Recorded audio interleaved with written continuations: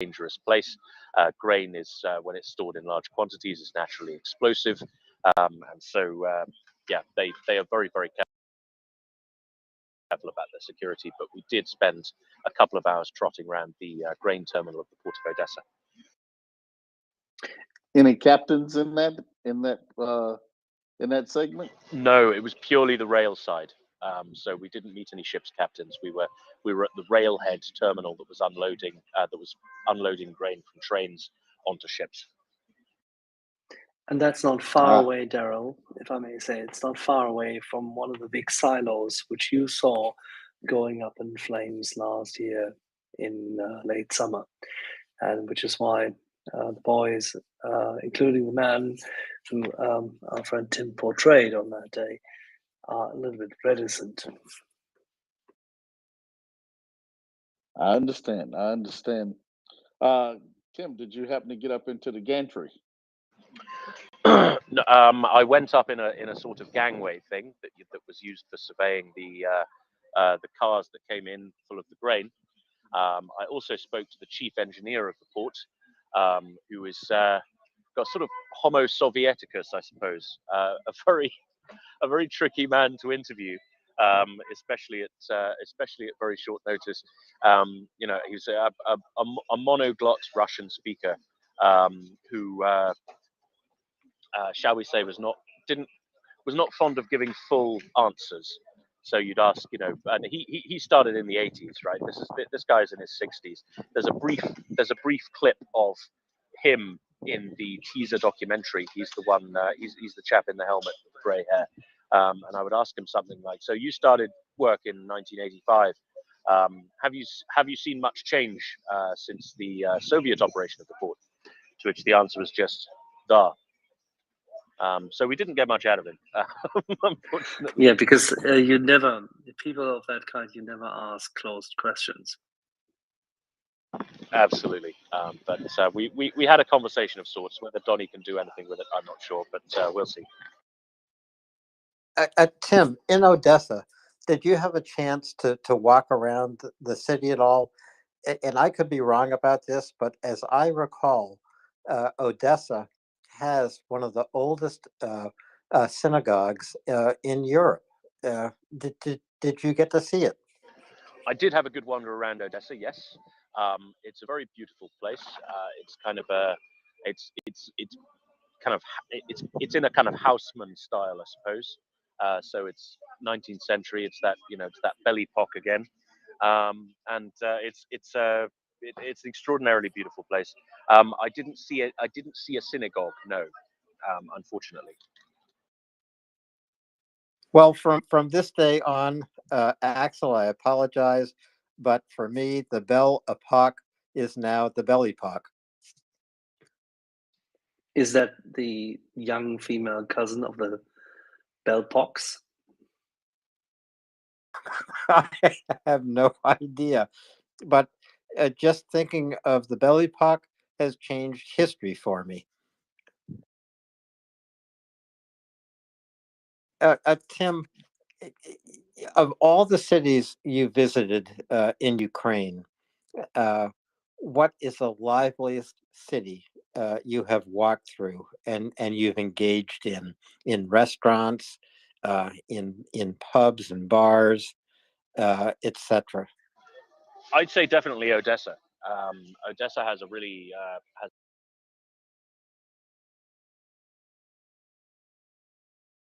there's a very active expat which is absolutely heaving with Brits and Americans and even one Canadian who I met.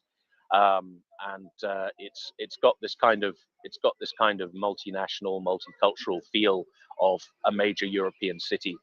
In a way that Kiev, I didn't really feel it there. Kiev feels very, very Ukrainian, and Odessa feels very, very international, I think. Yeah, Odessa is definitely, I think, the liveliest place I've been. It's you talk about Odessa, and I can remember my uncle who was a merchant seaman. He talked about running his runs into Odessa, actually, and it's I've never. We talked about it in passing. When long time ago, because I was sailing around them myself at that time. We actually met up in Japan, and we talked about the places he's been in, and Odessa had been one of those places that he had come to.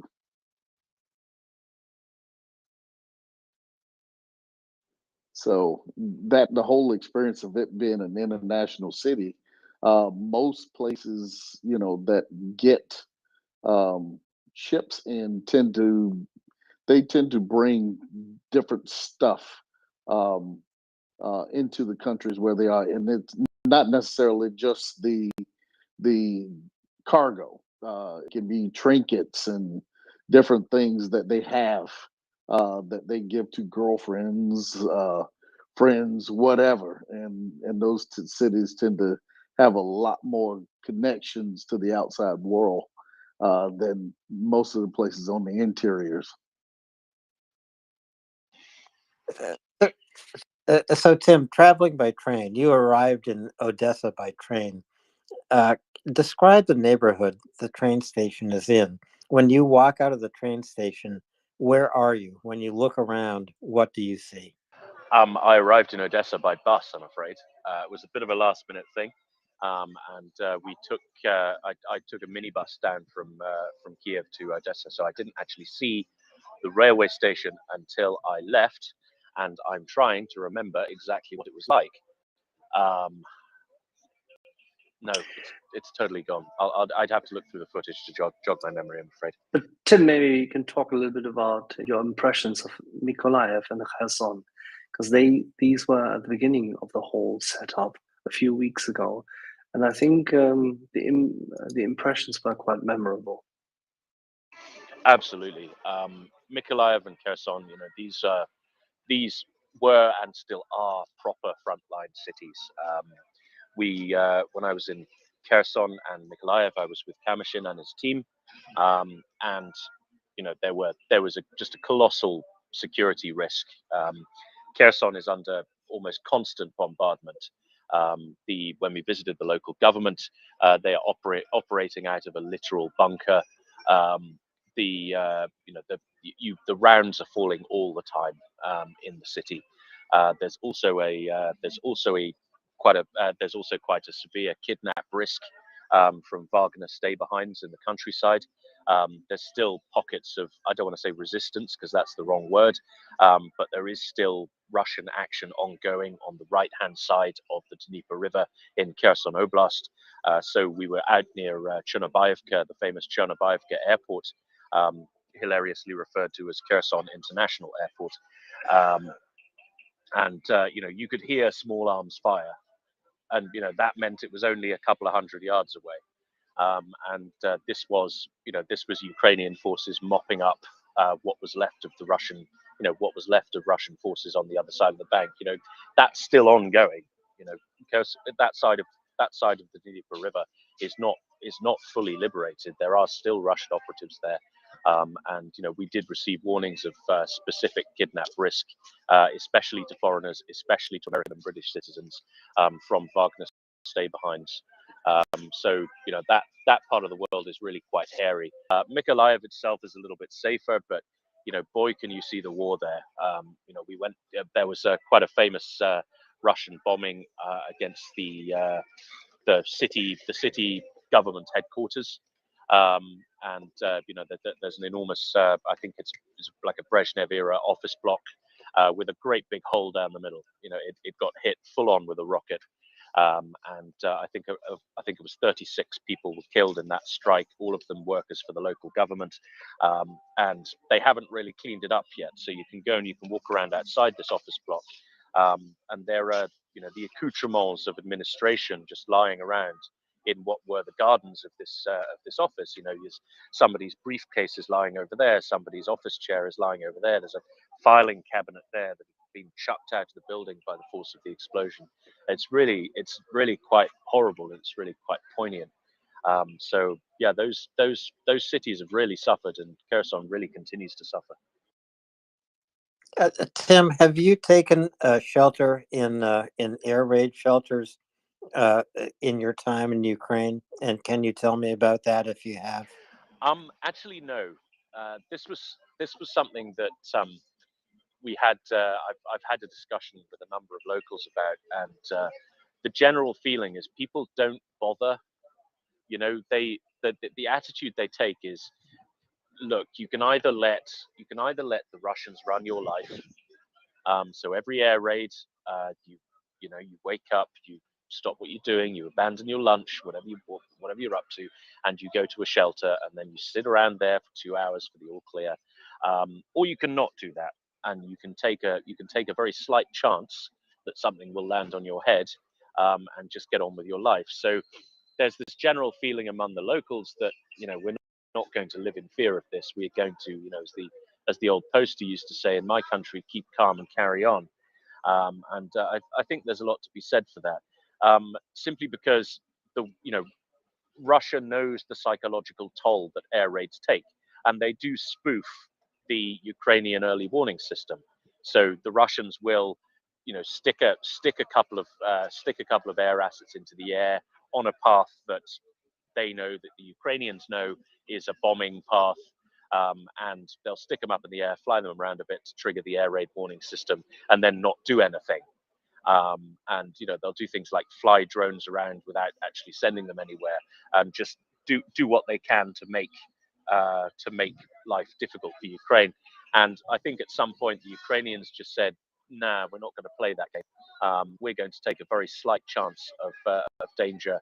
And we're going to that chance is going to pay for our normal lives continuing. Tim, can you describe the difference between the cities you visited? So Kharkiv, Kyiv, Odessa, Mykolaiv, Lviv.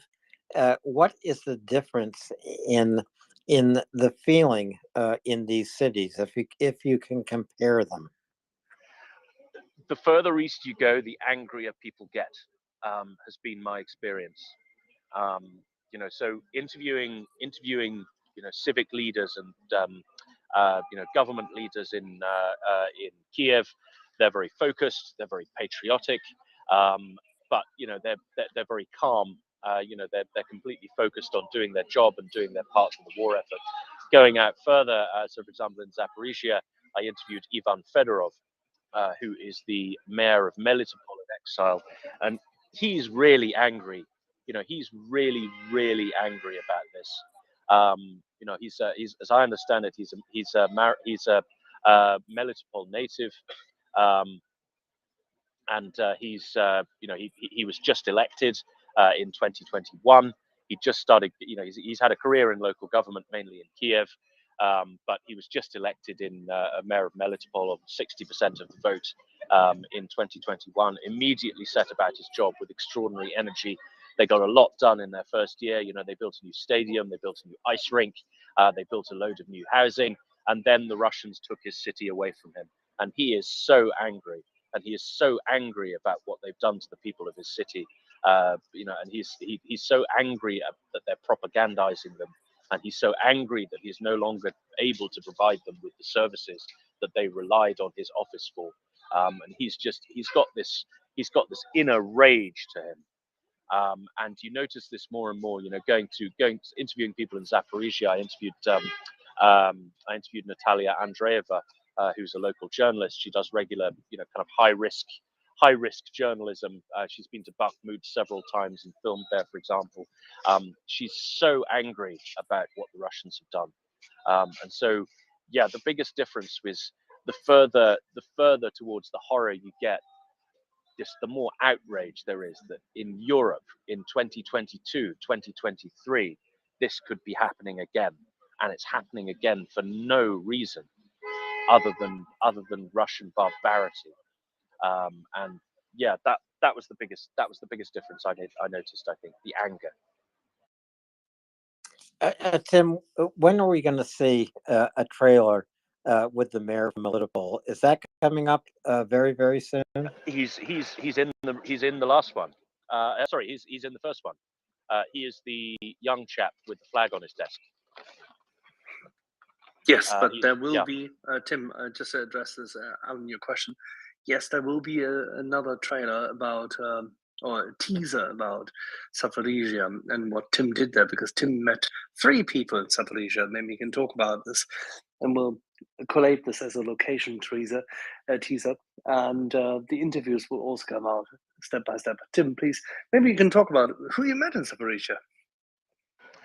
So, as I mentioned, I met Ivan Fedorov. I met the mayor of Melitopol. I met Natalia Andreeva, who is a journalist. She's a multimedia journalist, so she makes films as well as writes. And my mind has gone totally blank because I haven't had my coffee yet. Who was the third person I met in Zaporizhia, Axel?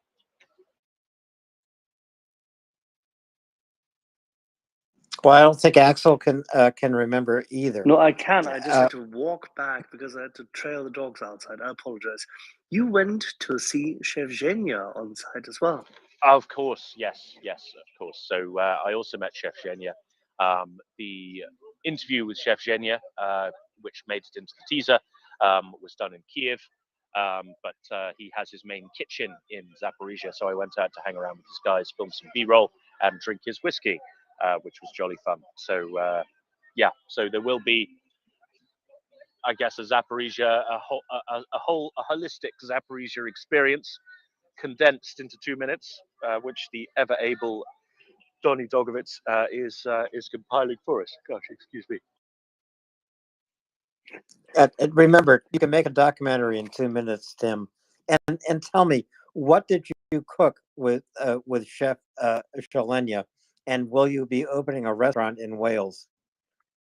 I didn't cook anything. I filmed Chef Zhenya cooking, and he was making, gosh, all sorts of things. He was making bechamel sauce for mac and cheese while I was there. Oh my God! I'm hungry. Tim, you are just about the luckiest journalist in the world to be taking this trip through Ukraine. I am so jealous of you. On the other hand, in your luggage, you have had to keep body armor. What's it like traveling through Ukraine wearing body armor? Well, you take a risk view on that. At first, I would stress, Alan, that I'm flattered, but I'm very much not a journalist. I'm a quarter of a filmmaker at the very best. So, well, you take a view as to the risk of that, right? You don't wear it when you're traveling. It was something that Alexander Kamashin felt I should have in Kherson, and he was probably right. But in other places, it hasn't felt necessary. So if you're one of those guys like our friend John Sweeney, who goes out and reports live from Bakhmut, yeah, you probably need body armor and a helmet. Just being in Ukraine, unless you're in a really spicy place like Kherson, I don't think it's particularly necessary. I've never, that was the only that was one of the only points at which I felt I was in any personal danger. But the fact is, as a journalist, and you are a journalist, you put on body armor. It focuses your senses. It changes how you feel about traveling through a country. Yes, it's a country at war. You're traveling through a war zone, but you put that body armor on. What are you thinking when that happens? When you do that? Well, I don't know. Perhaps it's different for me, Alan. I've served in the armed forces, and so body armor is a garment I'm fairly used to, shall we say. It didn't feel as weird for me as perhaps it would for some. I don't know. Didn't I didn't really make that much of a big deal of it. I was just thought, well, there's danger here, so we're going to put on a garment that'll keep our guts in if the worst happens. Yeah, it's sorry, I'm not able to give a very good answer to this because it didn't really affect me one way or the other. No. No, that's a very good answer because you told me you served in the armed forces before, and that makes a big difference. So you know what you're doing. Just let me go back for a moment to Lviv. You're simply waiting for a train. You're not going to stay overnight. You're not going to walk around the city. In Lviv, I've just arrived, as I said. I've got to check in somewhere and freshen up. Very much looking forward to brushing my teeth because I didn't have time to do that before I left the train. And I'll be meeting Victoria at some stage today. Then I'll be going and checking out Lviv, possibly meeting a few people on the street, and seeing what the vibe is. I'll be staying there tonight, and then I'll be heading on to Poland, and then back to my home of Estonia. And so you're going to see Joe Biden in Poland on February 21st. Is that right? No, because I'll be landing at early in the morning on the 20th, and I'm not sure Joe Biden is going to be doing any hanging around Przemysl railway station. Well, he was looking forward to that interview. Tim, have you done man in the street interviews around Ukraine? Just taking out your microphone, your tape recorder, and stopping people and Alan, interviewing that was planned them? for today in Lviv. Don't tell all the secrets, because Lviv is the only place where you can do this, because in each and every other city, this is considered to be utterly, completely insane. And there's only one reason, because you can't film anywhere and everywhere. Seriously, and Tim can tell you, you just can't, and you can't put people in that format. But Lviv actually has exactly that vibe, and you should have a look at it. Yeah, but you don't always need a camera, Axel. All you need is a microphone because this is radio. Yeah, but I've got a Tascam, and that looks exactly like a taser. So if I walk up to people with that, I think they'll probably run away. You need to change your equipment, Tim. Oh my God. Just get a microphone. Pretend it's 1938. Yeah, as Axel said, there in other cities there are often communication barriers. I don't have an interpreter. I'm not a Ukrainian or a Russian speaker, and there is a general, you're not really supposed to film in public. You do if you do get a camera out, or you do get some kind of recording equipment out, then a policeman will be on top of you very quickly and not in a good way. And then there's shall we say, a cultural resistance to it as well. Maybe it would be different if I were wearing a great big badge that said press or something, but I'm not. Yeah, it would be a bit icky in other cities, but we're hoping to get that done here in Lviv. And there's all sorts of people in Lviv. Lviv is the major a major destination for refugees from further east. It's also a big cultural hub of Ukrainian culture, and I'm hoping that things here will be a little more open and a little more relaxed, and I'll be able to get some what are they called? Are they vox pops? Is that the right word, Alan? Yes, vox pop. I've never liked that phrase, but that's what it's called. Maybe you can stop on the border between Ukraine and Poland, on the other side of the border in Poland, and bring out your recording equipment, your camera, and get some really good interviews. You just never know. I mean, I can tell, Tim, your antennae are up. You know what you're doing. As I say, I'm envious of what you're doing. You are just where you need to be. And I can't wait to see everything you've done, everything you've recorded, all the questions you've asked, all the people you've met. Absolutely amazing. What a chance you have. Just amazing. All because of MriyaReport. All because of MriyaReport, and specifically the Iron Army team, which is comprised of me, Axel, Victoria Lee, and Donny Dogovets. So those three people have made far more happen than I have. Yeah, but you're there. Hey, Ryan, welcome back. Go ahead. What in the hell are Axel and Tim Sinnott doing up at 4 o'clock in the morning UTC? Well, I've just arrived on a night train from Kharkiv to Lviv. Axel, I don't know. I just Axel waited for you to strange safely hours. arrive so we can talk. There we go. There we have it. The mystery Right solved. on that train. Do not finish that. All right. What? So, Tim, I was going to say, you love food. I can tell by looking at you.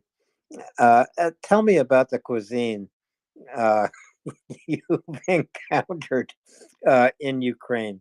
The best restaurant you've been to, the best food you've had, the best beer, even the best tea. Tell me about eating in Ukraine. All right. So best food I've had was probably the Tractor restaurant, which is a restaurant in Zaporizhia. It's next to the Teatralny Hotel, which is where I stayed. And it's a Ukrainian restaurant. It's extremely cheap, and they do very good. They do very good Ukrainian stuff. So they do a lot of borscht. They do a lot of shashlik, and you can eat there and get reasonably drunk for about €10, which is really good. The best breakfast have been completely in petrol stations. So there's a petrol station here called Oko, which does actually a really quite good cooked breakfast. You know, it's got proper English style sausages. It's got beans. Yes, it's got beans. Yeah, that's really good. Beer, I don't know. I'm pretty unadventurous when it comes to beer. I'm not into this craft beer thing. You know, the overhopped 8% lagers that'll knock you on your ass after 2 pints. That does absolutely nothing for me. What the natives drink seems to be fairly standard continental cooking lager, which I'm certainly a fan of. They all have long, unpronounceable names. The one in the hotel they had on tap they had a beer on tap in the hotel I was in Kiev, which was pretty good. So I drank a fair bit of that. Yeah, so this hasn't really been a food trip. You know, I've not really been. I've been staying close to hotels and getting stuff done rather than exploring properly. Yeah, I would say I'd say that was it. Tim, did you say cooking lager? Cooking lager. Yeah, you know, it's more of an ingredient than something you'd drink by itself. You know, it's like cooking wine. You know. Oh, what we call that's what we call Miller High Life. We cook with it. We don't drink exactly. it. That's the sort of thing. That's the sort of thing. This actually reminds me of a very very cruel but very practical trick my mother played on us when we were children, which was the concept of cooking chocolate. Now my mother is a very good cook, and she has a very well stocked a very well stocked larder. Whenever she had chocolate, whenever she bought chocolate to make a pudding or a dessert, she would tell us that it's cooking chocolate and you can't eat it raw. You know, you have to cook it, otherwise it'll give you food poisoning. I was about 26 when I realized that this was a wicked lie. You know, I believed this for quite a long time, that there was a substance called cooking chocolate and you couldn't eat it, otherwise you'd get a sore stomach. That was a very, very cool trick. I'm not sure if I'll ever forgive her for that. Tim, I'm thinking of the dark chocolate bars that my mom used for cooking, and you go to bite them, and they would just like bitterly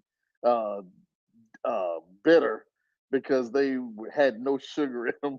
But of course, you're talking about regular chocolate that she used. Correct. hey, Tim, take me into a restaurant in Ukraine where you've been, or take me into a hotel bar or hotel restaurant where you've been. what's the atmosphere? What's the conversation? Uh, how do people? What does it feel like to you? What are people doing? Well, it varies enormously. So depending on the hotel you're staying in, the the hotel I was in Kiev is quite modern. You know, it's kind of a mid noughties building, very very modern and modern, kind of minimalistic, fairly informal. Seemed to be populated by three types of guests. There were journalists, there were aid workers, and there were spies. And everybody seemed to fit into one of those three groups.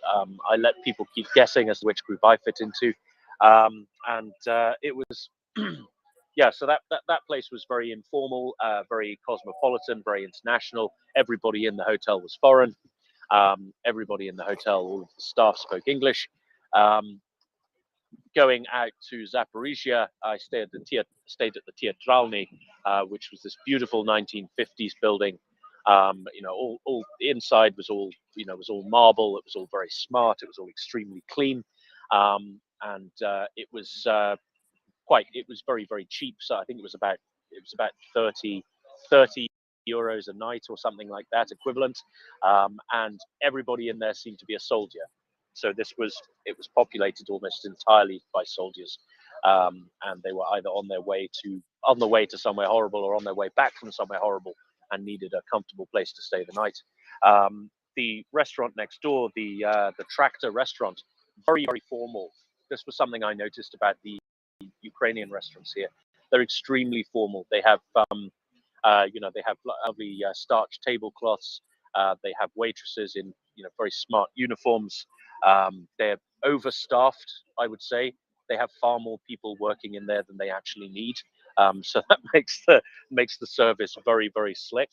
The food is, you know, the food has quite formal presentation. So, you know, you have they have the classic outside in place settings and things like that. They have you know, silver, pepper, and salt pots, and, you know, things like that. So for a restaurant where it was difficult to spend 10 euros. It was very very formal. But, you know, this is a major country with a lot of major cities. There's there's an enormous diversity in the sort of establishments they have. So, you know, you have the kind of hipster bars with their, you know, with the elaborate burgers and stuff like that, that are, you know, got people with big beards behind the bar and things like that. So yeah, there's very much a spectrum of this kind of thing. The places I went to, they tended to be quite traditional and quite formal, and quite old-fashioned, but with very very good and affordable food.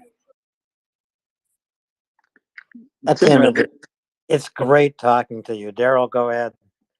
Yeah, Tim, have you ever thought about talking to them, the waiters and people like that, or are they still just as apprehensive? Well, they're usually fairly busy, and you don't like to interrupt people's work. There's also a big communication barrier, so I would recommend to any real journalists listening to this, if you're planning on doing Ukraine, you really do need to take an interpreter with you. So if you're leaving a major city, so you're leaving Kiev or Lviv or Odessa, especially if you're going to one of the provincial cities, Kharkiv, Zaporizhia, Dnipro. People there speak Ukrainian and Russian, and they don't speak English. So you need, you know, and people in service situations don't speak English either. So stewards on the trains, for example, do not speak English. The manager of the train, the guard of the train, doesn't speak English. Waiters in restaurants, often receptionists in hotels, unless you're in the capital, don't speak English. So, you know, there is a huge communication barrier, and unless you've got somebody with you who can interpret and who can break ice for you, you know, you're really going to have really going to struggle to get anything out of ordinary locals. Daryl, we have Constantine up with his hand. Tim, let's go to Constantine, and then we'll circle back. Constantine, please go ahead. Hello, team. I just want, as a Kharkiv native, I just wanted to ask you, what are your impressions of Kharkiv, especially right now during, what's happening? Is the city seems alive, or is there not many people on the streets right now? Kharkiv really surprised me. This is something I said on my quick video update last night. Kharkiv is massive. It's a really, really big city. It's 1.5 million people, and it's really lively as well. I didn't get to see as much of it as I hoped I would, but I went into it, without really looking it up, as I had a specific goal. So go and hang out with the firemen rather than just a general Kharkiv segment. And I was expecting, kind of a slightly dreary provincial place like Zaporizhia, but it's not. It's really beautiful. It's the architecture in the center is very, very striking. It's really well designed. It's got some incredible buildings, and it has real life to it. It has real bustle, so it was full of people. It seemed really lively. Everything was open. Everything was working. There was lots of traffic. It felt like a totally normal city, except there was an air raid every 3 hours. Got it. Thank you. Thanks for coming. Thanks for helping Ukraine. It's absolutely, what you're doing is amazing. And no matter what others say, just, this is a great work. Absolutely support what you're doing. Thanks. Thank you, Konstantin. Really appreciate it. Thanks.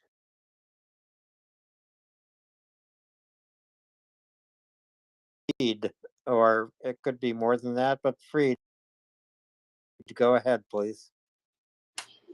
Yeah, hello. Thank you. Just wanted to briefly mention I have been to Kharkiv twice.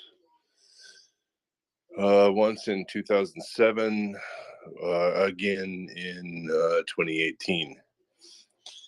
And the difference was astounding. The largest square in Europe, if I'm not mistaken, which is where the video of the missile strike happened. I toured that square and witnessed the monuments to Soviet tank that they had.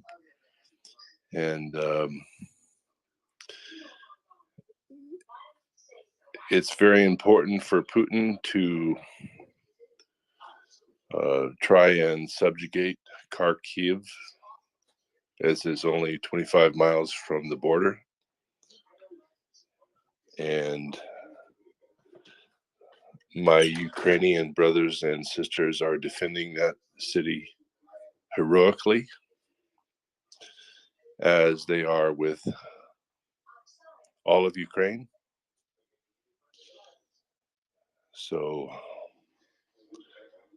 I just want to wish all Ukraine warriors, God bless you, and Slava Ukraini. Helram Slava. Thank you, Freed, for coming up. Thank you so much. Tim, what time is your train? It's tomorrow, a couple of days from now. What are you doing? So I'm here in Lviv today and tonight. The border isn't at the border. The border, you get the train straight into Przemysl, which is quite a way into Poland, and then you get off the train and then you go through the Schengen border at Przemysl station. So there's an international terminal there, and so I'll be getting off in Przemysl, trotting down the road to the national station, and then going on to Krakow, and then flying back to my home of Tallinn. So that'll be tomorrow evening, my flight. So I'll be getting on a train at some stage tomorrow. Yet to investigate that. So that's it. And so, Tim, when are you coming back to Ukraine? How can I plan my trip to Ukraine. How can I coordinate it with you? You fly back to Talon in a couple of days, but you have a lot more work to do in Ukraine, a lot more documentaries to make. When are you going back? I am not sure. So there is a plan to make a more professional version of what I'm doing here, using what we've achieved so far as kind of bait for a proper broadcaster to come in and work with us on something more in depth and something more professional. Obviously, I will be involved in that as a sort of producer and location bloke, and when exactly that happens, I'm not sure. I do semi-regular aid trips to Ukraine, so I did a couple of those at the back end of last year. So I'm hoping to get involved with another one of those, war permitting and work permitting. But I'm honestly not sure. If you want to plan a trip that involves me, Alan, then please let me know when, and I'll check if we can. I'd like to say, Tim, I'll call you from Kyiv. But wow, I really wish I could, and I'm actually going to think about it. Don't tell anyone, especially people who know me. At Daryl, Tim, Ryan, Axel, Constantine, all of our listeners, I'm going to drop down. It's been a day for me. I absolutely love being here. I cannot believe I have been here through almost a year of war. It absolutely breaks my heart that this is how I met all of you in a time of war. But this is what happened. But it's called strange bedfellows. Yes, I guess that's what it's called, Daryl. I want to ask all of you to retweet this space, MriyaReport. I want to ask all of you to go to MriyaAid.org, MriyaAid.org. Give something. Give something. Please give something that will send life-saving supplies to Ukraine now more than ever. But with that, I'm going to step down. Thank you so much, everyone, for listening and putting up with me. I cannot say the name of the Ukrainian railway, Tim, but here's what I can say: Slava Ukraini, Slava Ukraini. Heram Slava, Alan. Heram Slava. Ukrainitsa. I'm starting to take this a little personal, though, because Tim Sinnott was in Ukraine when I showed up in late October, and he quickly bounced out of the country. And now I'm going to be heading back, and he seems to be evacuating the country once again. So, but if Alan wants to go to Ukraine, he's willing to bend over backwards to accommodate Alan. Yeah, I don't believe in coincidences, Ryan. Frankly, whenever you're here, I'm not. Whenever you come here, I leave very quickly. Right. Was it all the beans jokes? It was all the beans jokes. I can tolerate fat jokes, but just don't mock my national cuisine. It's just it's a red line for me.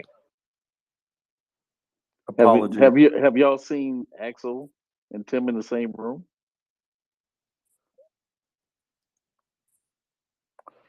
Yeah, I have. Have you ever seen Moose and Axel in the same room? Both of them are about 50 years older than me. And they both appear to be twins. Yep. All right, I've got a few more minutes before I have to get on. So I'll take a couple of questions, but then I have to get on with my day and find somewhere to have a shower. Sojo, you're up. Oh, thank you, Ryan. And thank you, Tim, for your tweets and your posts documenting through Ukraine. But I don't have a question for you. I have a question for Constantine. If somebody else would like to go before me, then you know, I'd like to cede my place.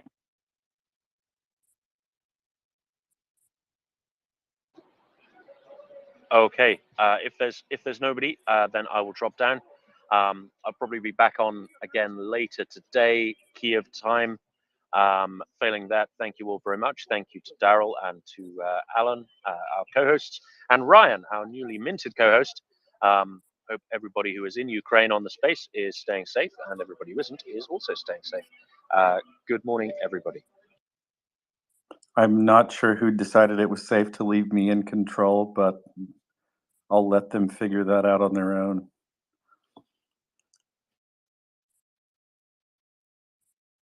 Well, I'm sure that you don't need an excuse, Ryan.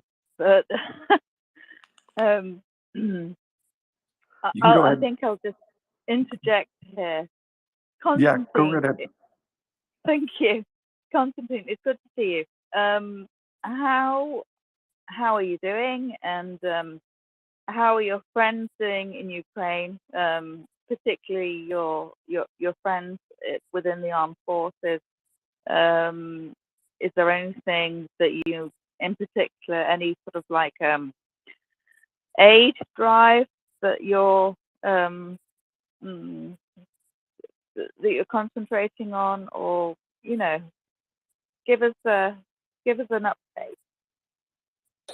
I don't want to hijack the space, with attention too much to what I'm doing. But yeah, I just want to say that there are right now not having any fundraisers, not doing that much, so I would focus on what this space, what guys here are doing, and fellows here are doing. And yeah, let's. I don't want to get too much attention. Sorry. Oh, I'm sorry. I didn't mean to put you on the spot there. I was just wondering what you've been up to, and if there's anything sort of like going on. Please forgive me. He's just busy living the good life down in Austin. I know, right? Bless him. Where the weather's nice and bless him warm. and his wife and his beautiful family. I mean, God Almighty. I did see you posted a tweet the other day, Constantine, about going to the gun range, and the rather conservative gun range attendant was extremely friendly. Yep, that's true. I hope to go there tomorrow as well. And the funny part, day before that, not the day before that, probably a week or two before that, there was a crazy. No, I have not been on the space for a long time. I don't know if I can curse here, but crazy woman. I won't tell if you don't. Was there from Russia, who was. She heard us. I went there with my friend who is Russian as well. He's from Russia. We're good friends. He's supporting Ukraine. I don't know. He donated probably more than $20,000 already to Ukraine over the past year. So he's a really good guy. He left Russia like in 2014 when he saw Crimea being occupied. And we were there shooting with him, and we were speaking Russian, and we can hear that there is a girl with another, a local, with someone American who has just terrible Russian accent. She looks absolutely 100% Russian, and I was like, well, this looks suspicious, let's say. And they were shooting right next to our bench, and she heard that. Well, at the range, if you wear the active protection headset, you could hear what people say from real long distance.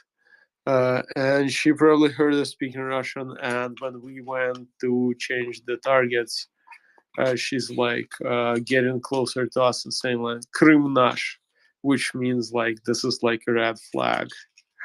It means Crimea is ours. That's what Russians say when they want to show their imperial, imperial ambitions.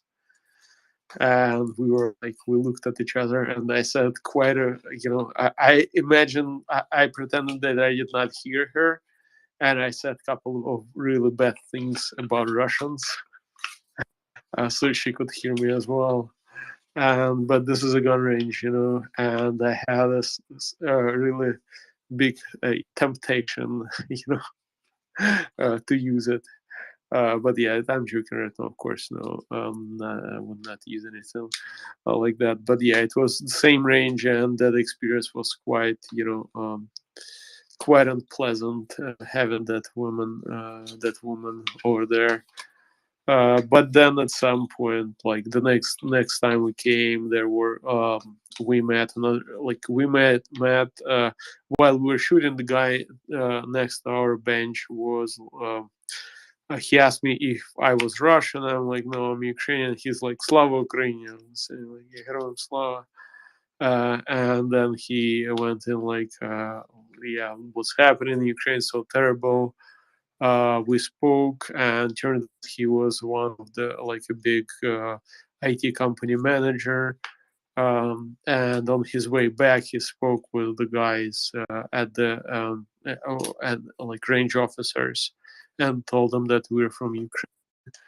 And they were when we were leaving, and it was a Super Bowl weekend, so we were probably we were the only ones when we were leaving the range.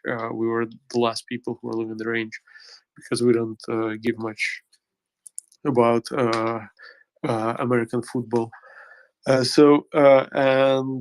they were like, really, oh, you from Ukraine, and they spoke with us so much, and like they were really sympathetic, asked how they can help. And with me there was Evgen, that's my friend.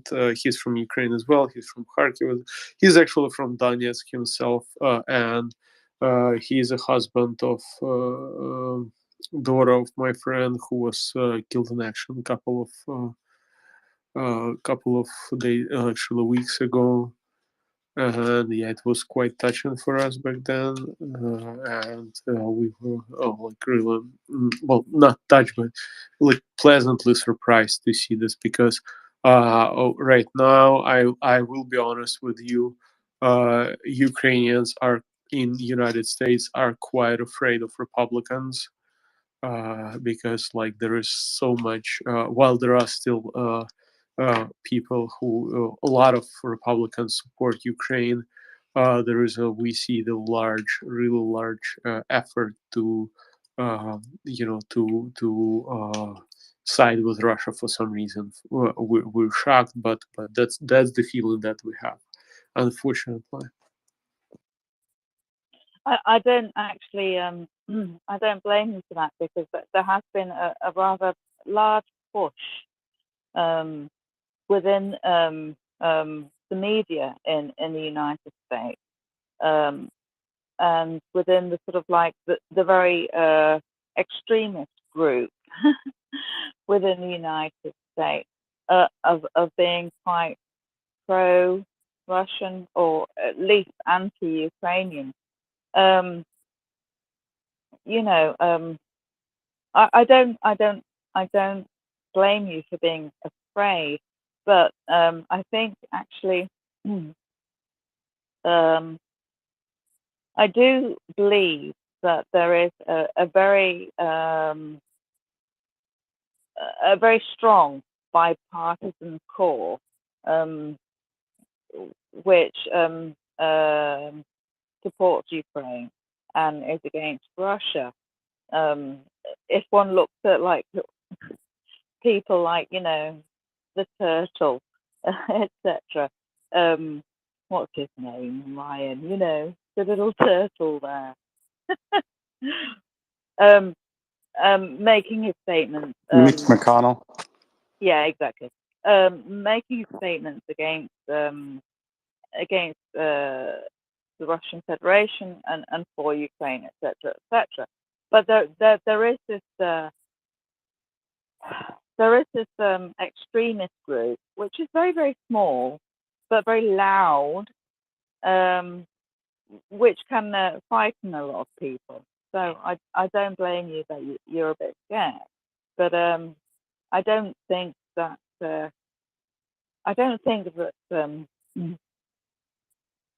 this will. The I don't adults, think. the I adults in don't. that political party know what's at stake here, and like you're saying, Uh, Mitch McConnell uh, has reiterated numerous times that regardless of any naysayers that might be seeking a television audience or trying to pander to the less informed people within that party, support amongst both parties in the United States Congress will continue for Ukraine. But like you were saying, Sojo, I don't blame Constantine one bit for being a little nervous at seeing some of the yeah, remarks. yeah. With some of the sort of like extremist views, the, this doesn't take away from the fact that as Axel would love to say, the centre will hold, and it will actually, surprisingly or not. But that there are rather repugnant factions which do try to oh god, which do try to exacerbate tensions. Can I put it that way, Ryan? That'll do. The way I would have put it is the way I see it more is that there are some extremist factions within the Republican Party who aren't trying to necessarily fan the flames, but they're leaning into some of the ignorance and isolationist mentality that exists, and for multiple reasons. I think they're people who have been consumers of Russian propaganda and they're duped. I don't think they're necessarily malicious in their intent or that they're trying to fan the flames. I think they've eaten this crap up just like a bunch of other people do. I'm not so sure, but anyway. There's a couple of them that are, I think, have some malintent, but I honestly do believe that there are a handful of naysayers in the U.S. that are just ignorant. They're not malicious. They're just dumb. Or ate up. You know, they're ate up with the dumbass, as my grandfather would have said. I like that. But being dumb, it's not. You know, it doesn't. Oh, how do you say it? Being dumb it doesn't necessarily a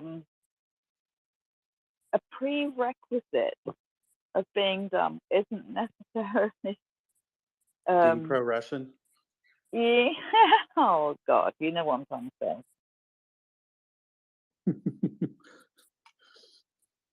Well, I think there's a healthy mix of both, but like we were saying a minute ago before we went down this road, the overwhelming majority of the Senate and the United States Congress are in full support of Ukraine winning this as soon as possible.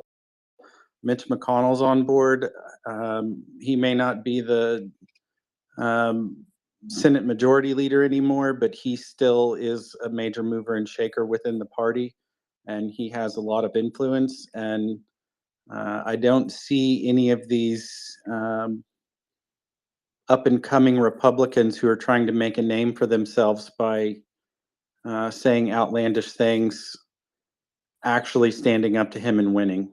Marjorie Taylor Greene can go spout her diarrhea of the mouth. Lauren Boebert can do the same thing. Ilhan Omar can do it. I just want to be fair here and take swipes at people on both sides of the aisle. But when it all boils down to it, the adults in the room, there's 435 members in the Congress. So you need at least 200 plus people in order to get anything done or to block anything from being done. And the same goes for blocking or approving anything in the Senate. If you don't have at least 50 people against it, you're not going to get anywhere. And there are not 50 people in the Senate, and there are not even 100 people in the Congress who are anti-Ukraine or pro-Russian. So what they say might ruffle people's feathers, and it might get them on TV on Fox News or OANN or MSNBC, but it's a sparrow's fart in a hurricane when it comes to legislating and giving funds to Ukraine. So I try not to pay too much attention to those people because that's all they're looking for. I keep my eye on the people that actually move votes, and that's people like Mitch McConnell and lots of people on the other side of the aisle. But there's no real concern amongst the Democrat Party about support for Ukraine. I think the real concern, and Konstantin voiced it, it's not my saying it. There's some consternation or a little bit of anxiety because there's some ill-informed Republicans and some libertarians who aren't sure if they're scratching their ass or winding their watch.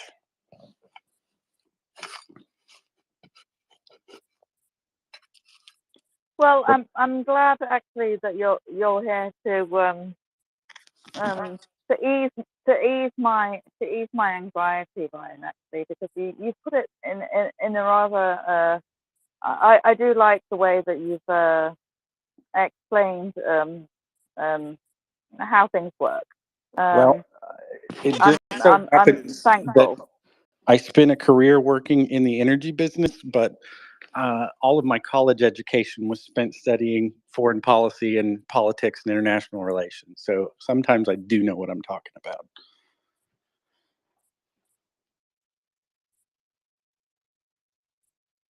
I see Gunther has his. Yeah, I don't know if Freedom or Gunther were next, but it's one of you two and then NAFO Dog. Yeah. NAFO Dave, sorry. Go ahead, Freedom. Thank you. Freedom here. So my senator is the ranking Republican on the Foreign Relations Committee. He fully supports Ukraine. And I met him once and expressed my, shall we say,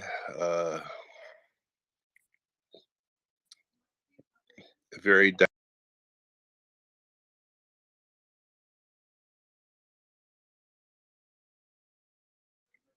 yes, I'm going to meet with,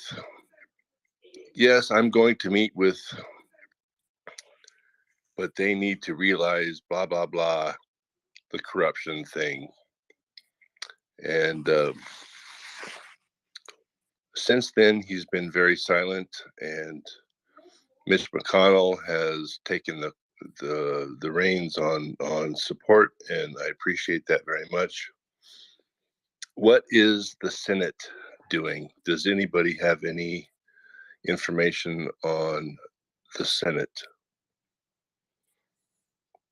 Hey Brian, I'm not sure what that was where the question was there really. Are you?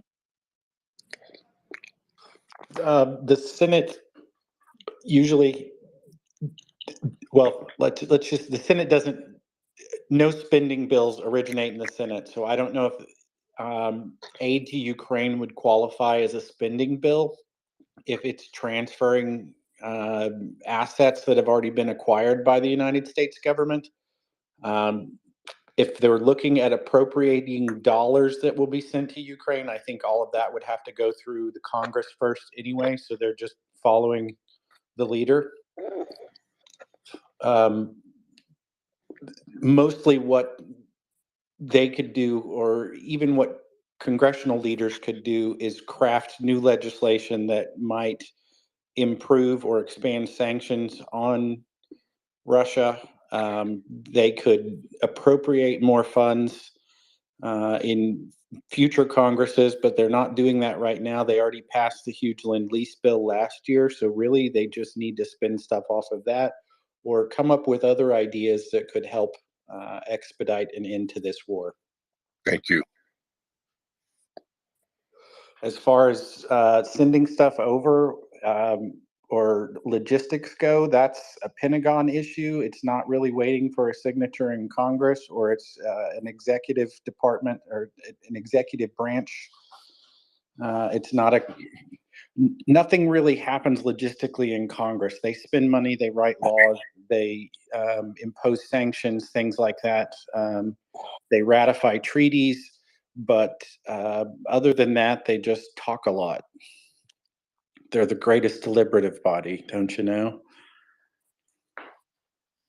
I'm saying that with a bit of tongue in cheek. They used to be the greatest deliberative body. Now they're just a bunch of flapping guns who are on a never-ending. Hey, thanks. I'm going to get back to listening. Okay, Gunther was next, then Navo Dave. Hey, Constantine. It's good to hear from you. Could you expand a little bit more on what that fear is? Is it just about like Republicans at a sort of a political level, more on the extreme side? Is it any of it have to do with maybe like fears of difficult sort of personal interactions, or like what is? I am sort of curious to know what the fear is.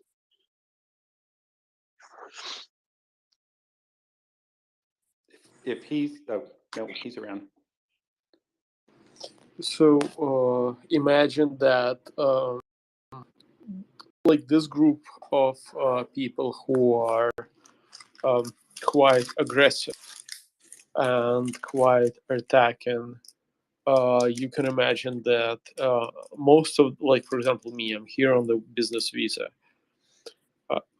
And imagine someone starts engaging you, and they use all the foul language, all the possible tricks to attack you. American how you say this, laws are designed in such a way that even if you are being killed by someone and you are a foreign entity, like, oh, you're on a visa here, they will deport you. They will deport you, and because they don't care.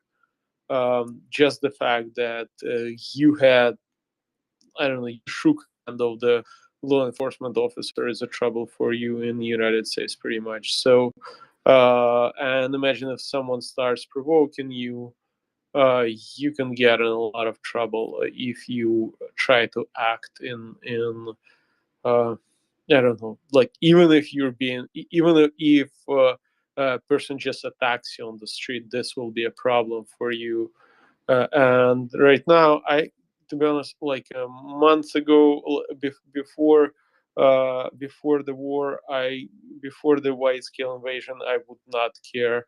I would just, say, just go F yourself, and I will leave the country without any problems. But right now, I have a family, and I had a family back then as well, but I cannot afford to have my family returned into Ukraine, and unfortunately, because I'm the only working person supporting my family in Ukraine, my mother, my brother in Ukraine, and all the operations. And unfortunately, I cannot afford that to happen. So, for me, situations like this are quite dangerous, and I cannot afford to be in them. So when I see something like this happening, the only thing that I can do is to distance myself as much as possible. That makes complete sense. That makes complete sense, and that is difficult. I really wish I lived closer to you, Constantine. God bless you, Ryan. To do what? Well, it's in Texas. How big can it be? Texas is about as big as Ukraine. He's Konstantin saying lives to do about 10 what, hours Ryan? from me. Ryan, hello, Ryan. Like, check it out. He's saying to do what? He's like so suspicious. Like, why do you want to be living close to me? What the fuck do you want? It's quite natural. So I could take care of his light work.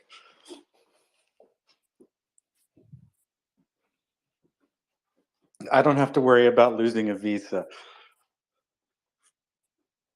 I understand. I was just making a joke. Well, just come over here. Let's go to the range. You know.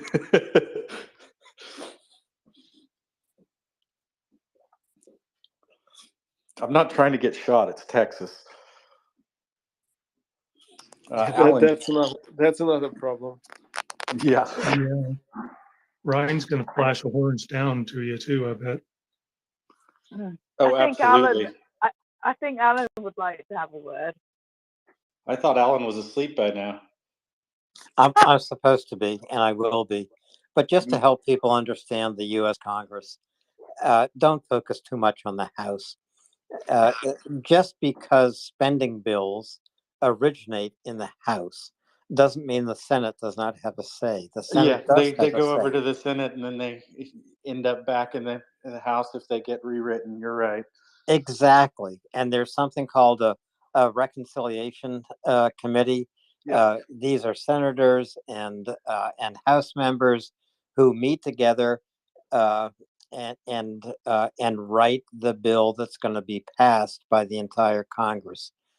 So there is just so much support for Ukraine in the House. We talked about it with Kyle Parker earlier tonight.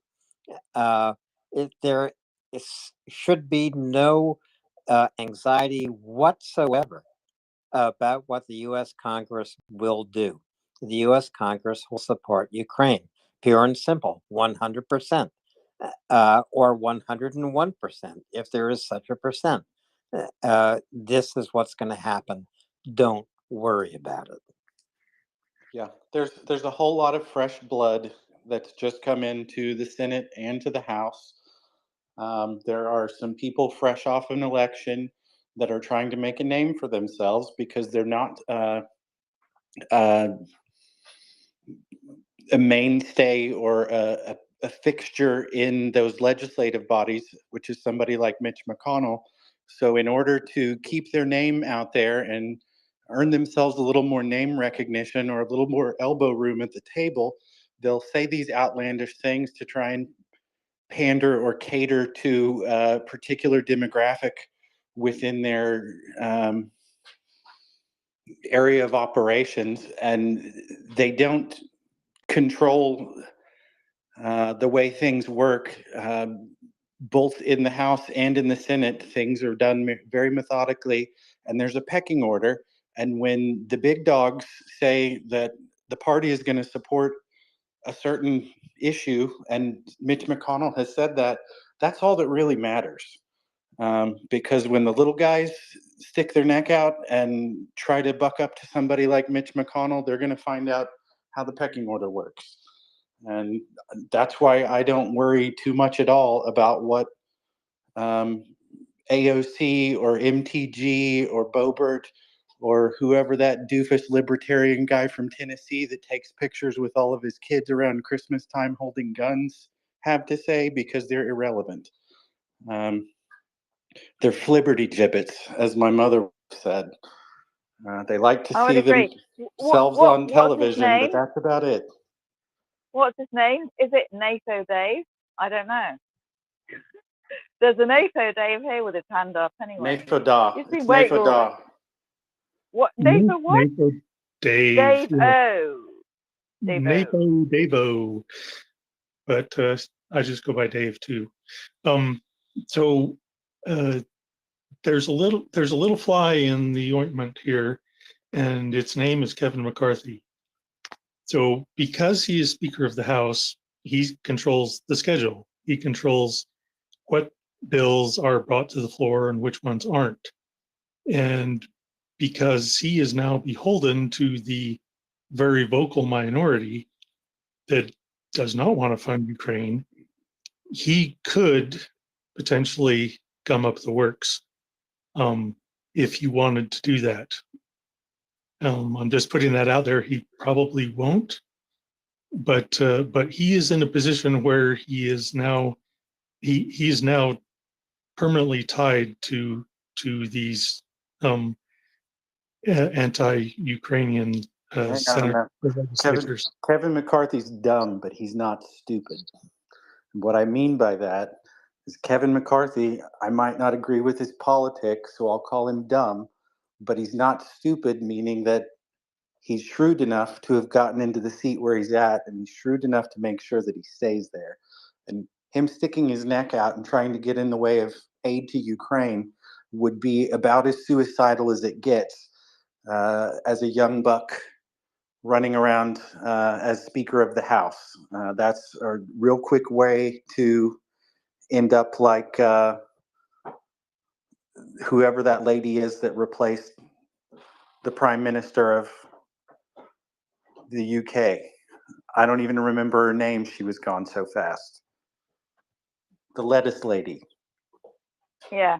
Ryan, I'm really sorry for having introduced Nick so Dave into the conversation.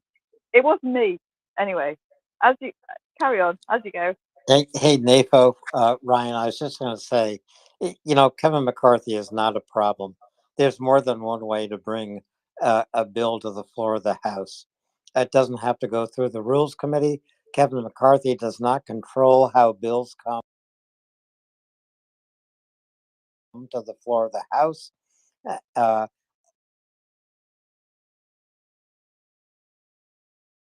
Comes to appropriations bills for defense, these bills are not earmarked for Ukraine. These are bills, appropriation bills, authorization bills for U.S. military spending for defense. Ukraine is part of them. They can be brought to the floor. So there are just no worries. Kevin McCarthy probably will not be Speaker of the House. I'm just going to throw it out here. It's February, March, April, May. He'll be done. He'll be done by May 15th. From your mouth to God's ears. Well, maybe he'll be done before that, but he'll be done by May 15th. Just look for it. And now, Ryan, you're right. I'm supposed to be asleep.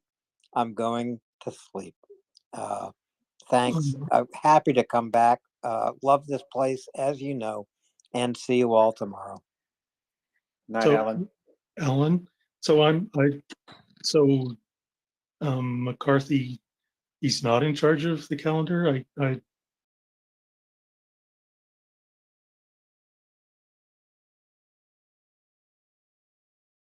No, so NAFO, here's rule for debate in the House. It determines what comes up on the floor, how much time is going to be given to debate, and who and how that time is divided. Usually equally divided between Republicans and Democrats. That's not the only way for a bill to come up to the floor of the House. Members of the House, it's not a unanimous consent order in the House. It's a majority of House members. There are enough House members, both Republicans and Democrats, a majority, who can bring a bill to the floor of the House for a vote, for debate, and for a vote. The other thing I will say is I do not know when in the past an authorization bill or an appropriations bill was ever held up from the floor of the House for a vote, and especially now, not just because of Ukraine, but because of the United States needing to rebuild its armaments supplies,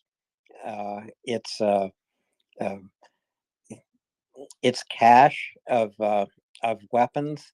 This is not an authorization bill or appropriations bill that will be kept off the floor of the House. Trust me, no one's going to do it. And Kevin McCarthy would not accept it. I don't care if there are 5 extremists in the Republican Party in the House who can say, Kevin, we've had it with you. It's not going to happen. It's just not going to happen. Thank you for clarifying that for me. Thanks. Sorry, I got carried away, Dave. But I've seen the House in action. I've seen the Senate in action. I've worked on Capitol Hill. I kind of know what they do and how they do it. Dan, that's why I asked about it. I know a little bit about our government. Mostly, I know that it's the best government money can buy, and so we're living with it.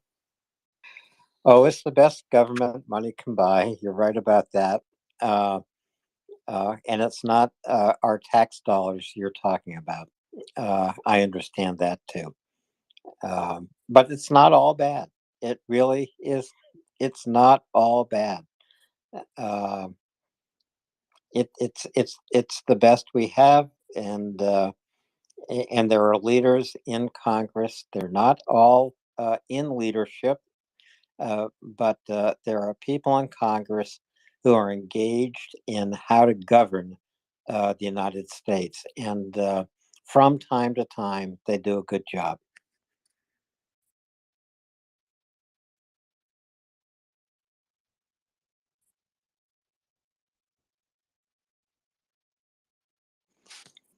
Dave, we're waiting for Ryan to come back.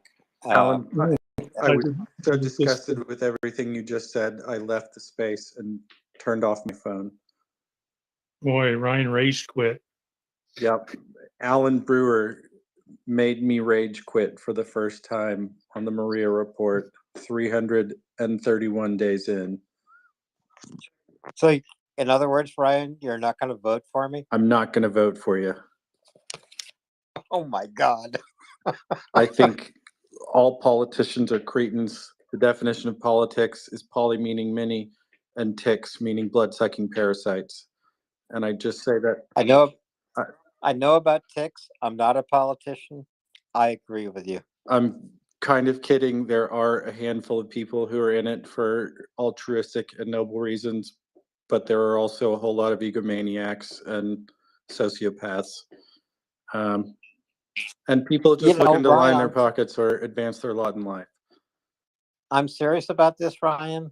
When you get back from Ukraine, you should think about running for Congress. I'll come out and help you. You could win. Not sure I have the stomach for it. 1 and 2, I'm not sure if you realize how partisan and ugly the politics are here in Oklahoma. I know a little bit about Oklahoma. Yes, they're partisan, but you could do it. You really could do it. You know, Oklahoma has had a really interesting history of elected public officials. You could do it. Indeed, they have. Actually, 2 of them who were United States senators were also my former college professors. I had David Boren and Fred Harris both teach some of my lower level poli-sci classes. So I've actually learned from senators themselves. You know, they were both in Congress when I worked on the Hill, when I worked in the Senate. Both great people, very, very different. Respect to both David Boren and Fred Harris. I mean, Fred Harris was, you know, you wouldn't expect Fred to get into the Senate from Oklahoma. No. Oklahoma was a much different place back then. We've done a wholesale tide shift since then. We used to be a solidly blue state for about 40 or 50 years, and then we turned that over in the early 90s, and we've been deep red ever since. True. So I'm not going to derail this space. This is about Ukraine. Where we are here to talk about Ukraine. I'm heading off. Ryan, thanks for letting me back up. Dave, thank you so much. I'll see you all tomorrow. Good night, Alan. Slava Ukraine. And Kevin, go ahead.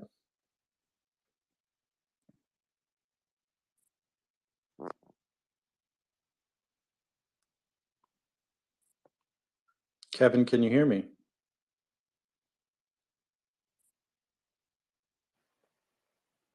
Kevin, can you hear us? Kevin, can you hear Navo Dave? Euler. I thought Kevin might be a member of the clergy, but I think he just has a white tie and a black Yeah, I thought that at first shirt. too. Now I've got two of him. I'm seeing two Kevins. Oh no, double Kevins. Well, Kevin doesn't want to talk to us, but we want to talk to Kevin. While we wait on that, we can go to anti-fascist, anti-Russist, whose hand is not up, but I feel like putting somebody on the spot. So, well, thank you for putting me on the spot. And we don't want to derail the conversation, that's for sure, away from Ukraine. I just wanted to add a couple of things. Hello, everyone. Hello, Constantine. And that is that there could conceivably be some Republican tomfoolery around the debt ceiling negotiations that are coming up. But the most important player missing in this conversation so far is the president. Because no matter what the House or the Senate do, President Biden would veto any Republican attempt to cut aid to Ukraine off. So we're good till 2024. And I think good long past that as well, but you're right in that he would be able to veto. I don't think Republicans would, even the weirdo wackadoodle ones, would pull any games with the debt ceiling, because that's a hot potato situation where the person who doesn't want to pass it is the one who gets blamed for the economic fallout on the backside. it hasn't stopped them in the past, Ryan. That has not stopped them in the past. We got sequestration out of their shenanigans. And those people that Kevin McCarthy is beholden to, and it's not only 5 of them, and it's not only people in the House. You know, there's good old Ted from Texas, and there's quite a constituency for holding the debt ceiling hostage.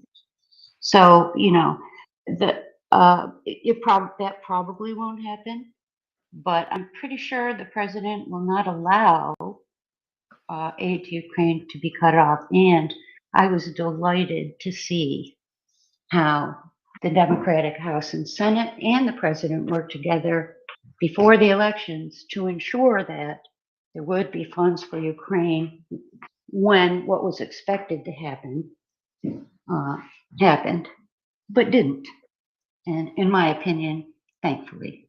So anyway, thanks very much, and have a good night, everyone.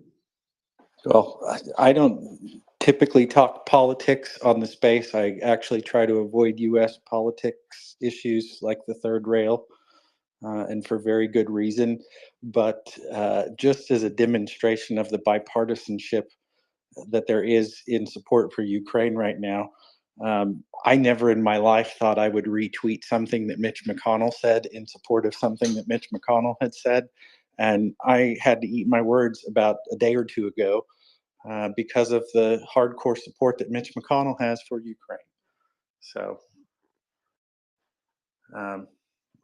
Same here, Ryan. I'd never thought that I would retweet a Mitch McConnell tweet, but fuck me. I mean, excuse me. I find myself doing it. Yep. It is odd. It is odd coming from Mitch McConnell, whose relationship with Oleg Deripaska has been what it is. But yes, we were all very, very happy to see that.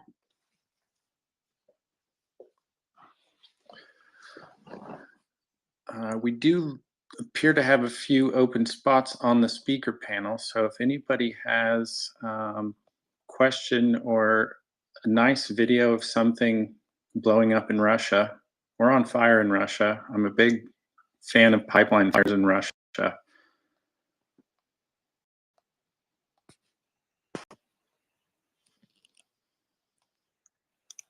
Well, you are the pipeline guy. Yeah, and I can probably tell you the approximate capacity of a floating top oil tank from a Google satellite view, and a measuring tool. But other than Yeah, that, I'm kind of useless. I know a bunch of things. I know a little bit about a bunch of things, and I'm not really an expert in any of them. So I know nothing about a lot of things, so I'm going to say night. well, yeah. So is there is there any word or any stories about the Ukrainians at Fort Sill? Has everything quieted down there? It's all been pretty quiet about that the last few weeks. I was actually reaching out to some of the base people at Fort Sill to inquire about whether we could coordinate a night at an NBA game for them up here in Oklahoma City, and a couple of tour buses to shuttle them back and forth. And I couldn't really get any response out of the Fort Sill people. I called 2 different numbers and finally got a hold of somebody and was given a 3rd number, and I left a voicemail with that 3rd person, and nobody ever returned my call. But I could probably fairly easily set that up. I know some people. I used to buy a whole bunch of oil field equipment from someone who's a partial owner in the Oklahoma City Thunder, and he's also from a family of immigrants and runs a company that makes a big push to hire immigrants and help them learn English and assimilate into the U.S. So I think they would probably jump at the chance to comp some tickets for a basketball game and arrange a tour bus or 3. But I can't get anybody from Fort Sill to call me back.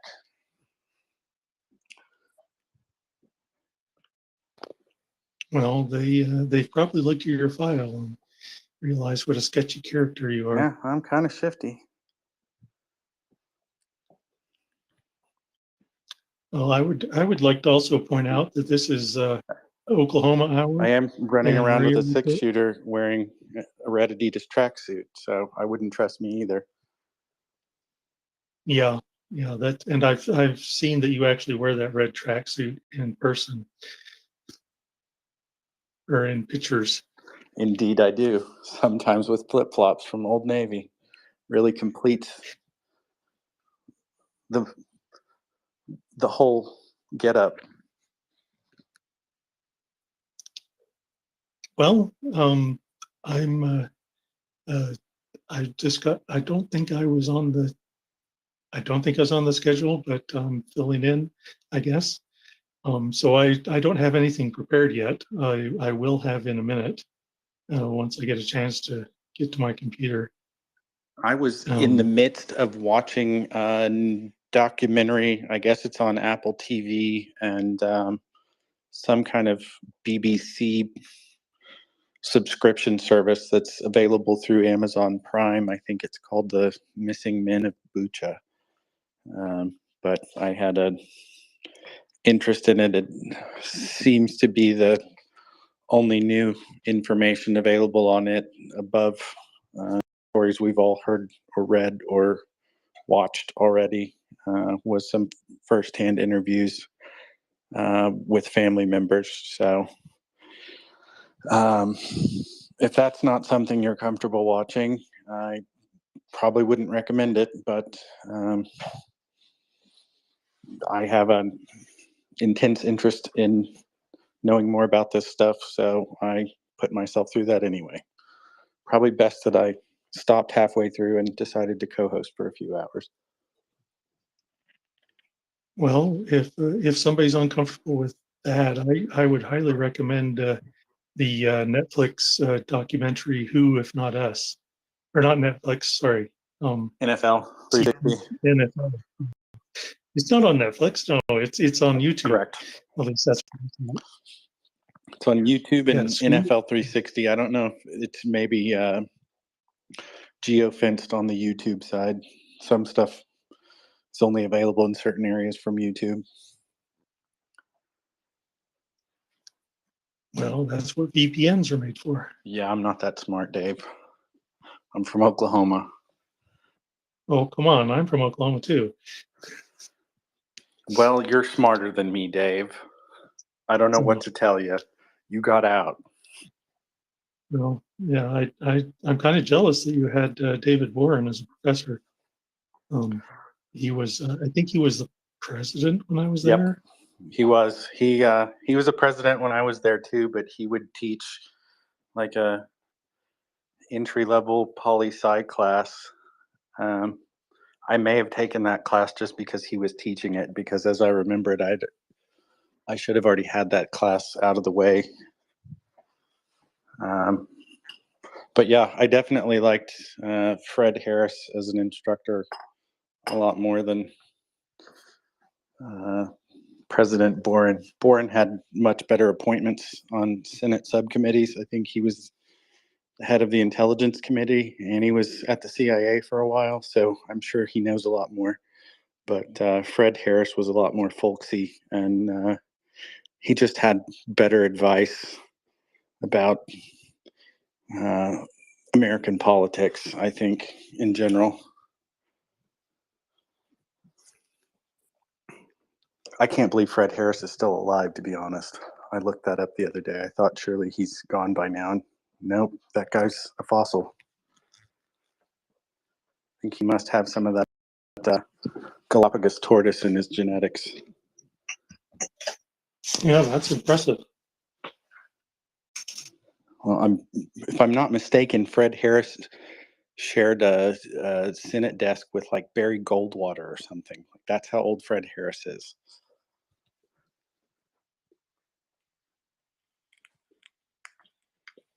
Yeah, that's he probably also knew Strom Thurmond then. And yeah, like that's a whole nother generation. I'm sure nobody on this space even knows who the hell we're talking about right now. Yeah, let's do back out of the Oklahoma from the U.S. years. Senate that have nothing to do with Ukraine. So I did come across a story a couple days ago that I remember that there was a it's kind of a feel good story, because there's a 102-year-old lady that in Ukraine, and she was 13. She lived through during the Holodomor, so she lived through the Holodomor, and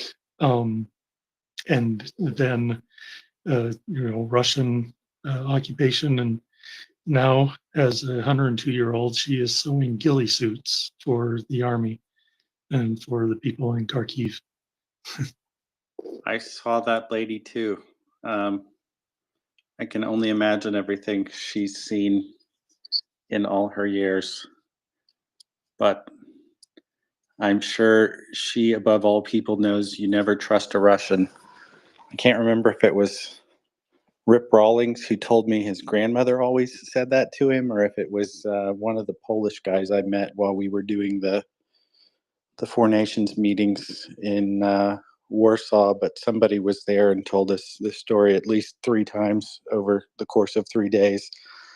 And they kept reminding us about how their grandmother would always tell them growing up, and they never really understood. They just thought she was kind of crazy when she'd say it, but she would get real serious at times and, like make people look her in the eye and tell them never trust the Russians.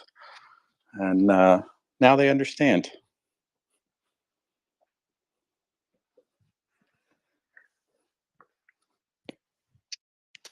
Yes, I'm certainly going to have some trust issues with them from now on.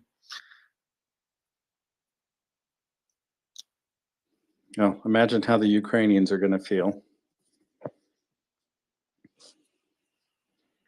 Yeah, that's a, I don't know. I can't think too much about it because then I get really depressed. Well, And I'm still a huge proponent of the idea that Ukraine melt down all the tanks and the armored vehicles that Russia leaves in Ukraine, and they make big, giant metal gates for all the border crossings into Russia to remind the Russians what happened the very last time they decided to invade Ukraine.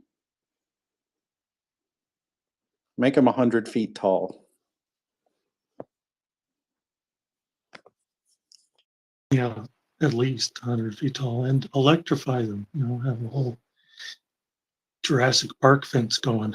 Yeah, well, I'm not saying build like a whole fence, just build big, nice gates to remind them when they decide if they decide they ever want to come back, of what happened to the last people that did it.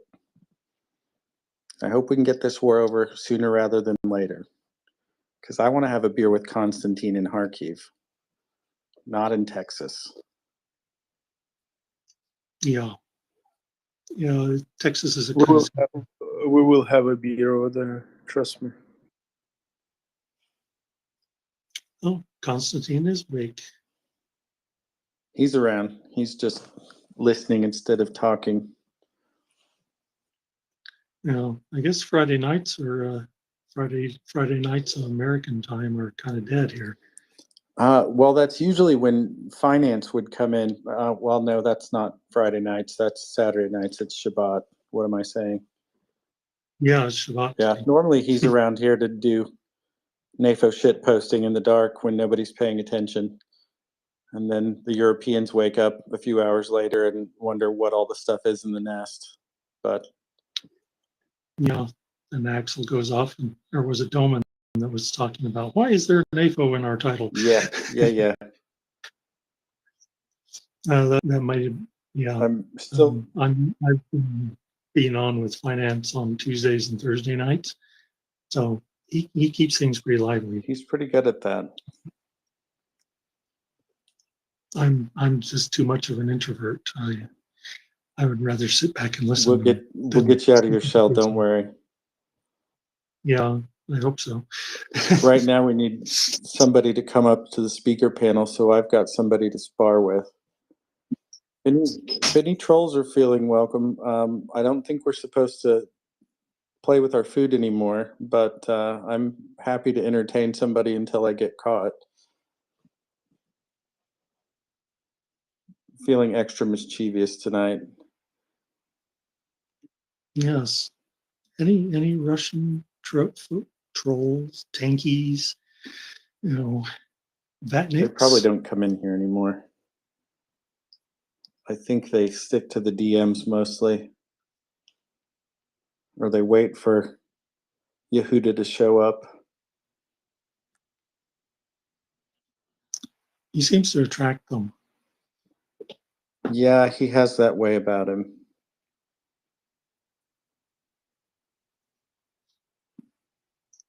I think most of them were probably in a group that Gunny was in a couple days ago. That he came in and reported after he was there, and just said that it was a level of craziness he had never anticipated. I may or may not have been listening to a little bit of that, and whatever Gunny said was probably an understatement. Espresso TV, which is a Ukrainian network, is saying that Russia is looking to use the military industrial capacity of Belarus to continue the war effort. I have not gotten a chance to read the article in full because it's in Ukrainian and I'm not that good yet. But as soon as I have a chance to see what it says, I think they're quoting ISW, so it's probably not just conjecture. But it's a huge article, so I'll have to read it and summarize in a minute.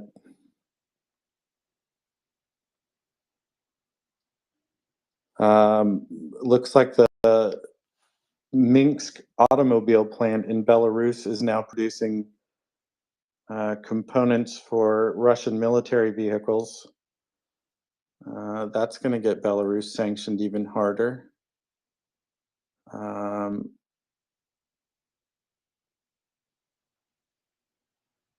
Oh, yeah. Lukashenko's just digging himself a deeper hole.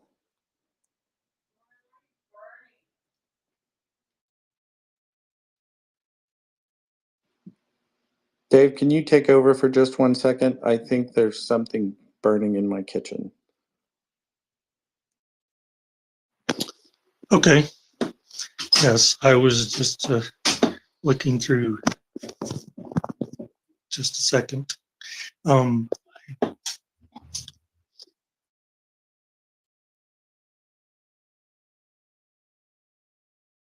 Okay, crisis averted. I'm back. Okay. Yeah, I had something at the same time. We can't have that happen.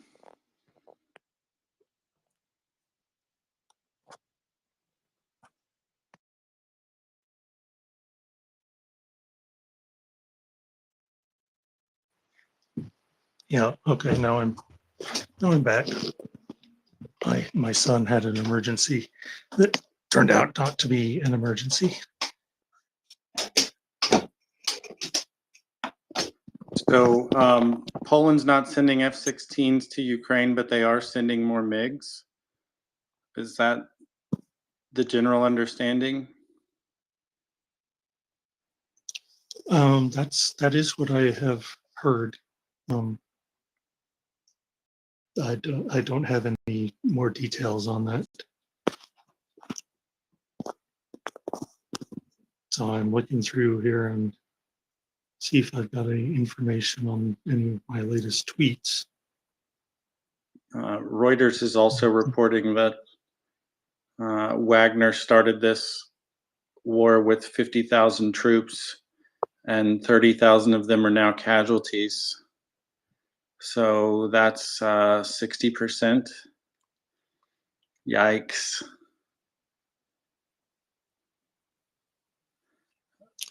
A full 9,000 of the 30,000 were KIA, so that's 20%. That sounds awful.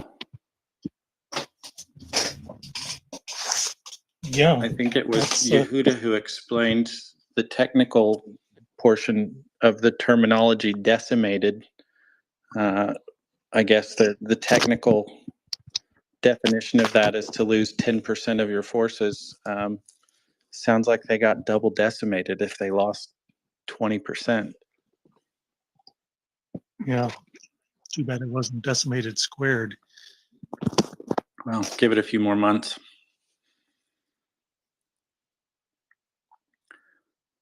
So now I have access to a computer. I hate looking at and reading things on my phone here.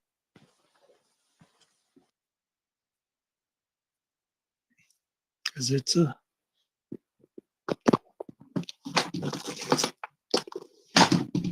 so what once again we are here at MriyaReport 24/7. Even in quiet times like this, we are still here because we are committed to bringing aid to Ukraine. We ask if you want to make a donation, go to MriyaAid.org and donate. That goes towards non-lethal aid for Ukraine. Earlier today, there was a conversation about people.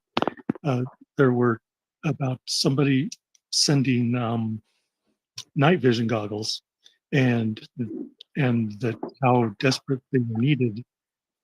And that's one of the things I believe that Maria Aid has been funding. Is that true, Ryan? Correct. NVGs, body armor tourniquets, drones, special built drones, not just DJIs or standard off the shelf stuff, but drones that have advanced sensing capabilities and vertical takeoff and landing capacity, but winged flight so they can stay in the air for additional lengths of time. They've also shipped over, I think, at least 2 containers.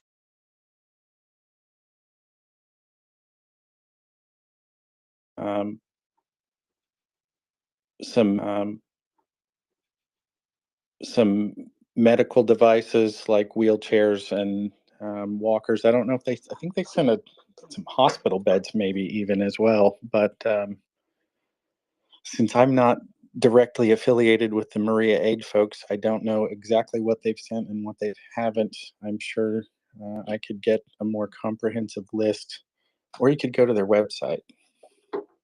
I'm sure there's more info on there.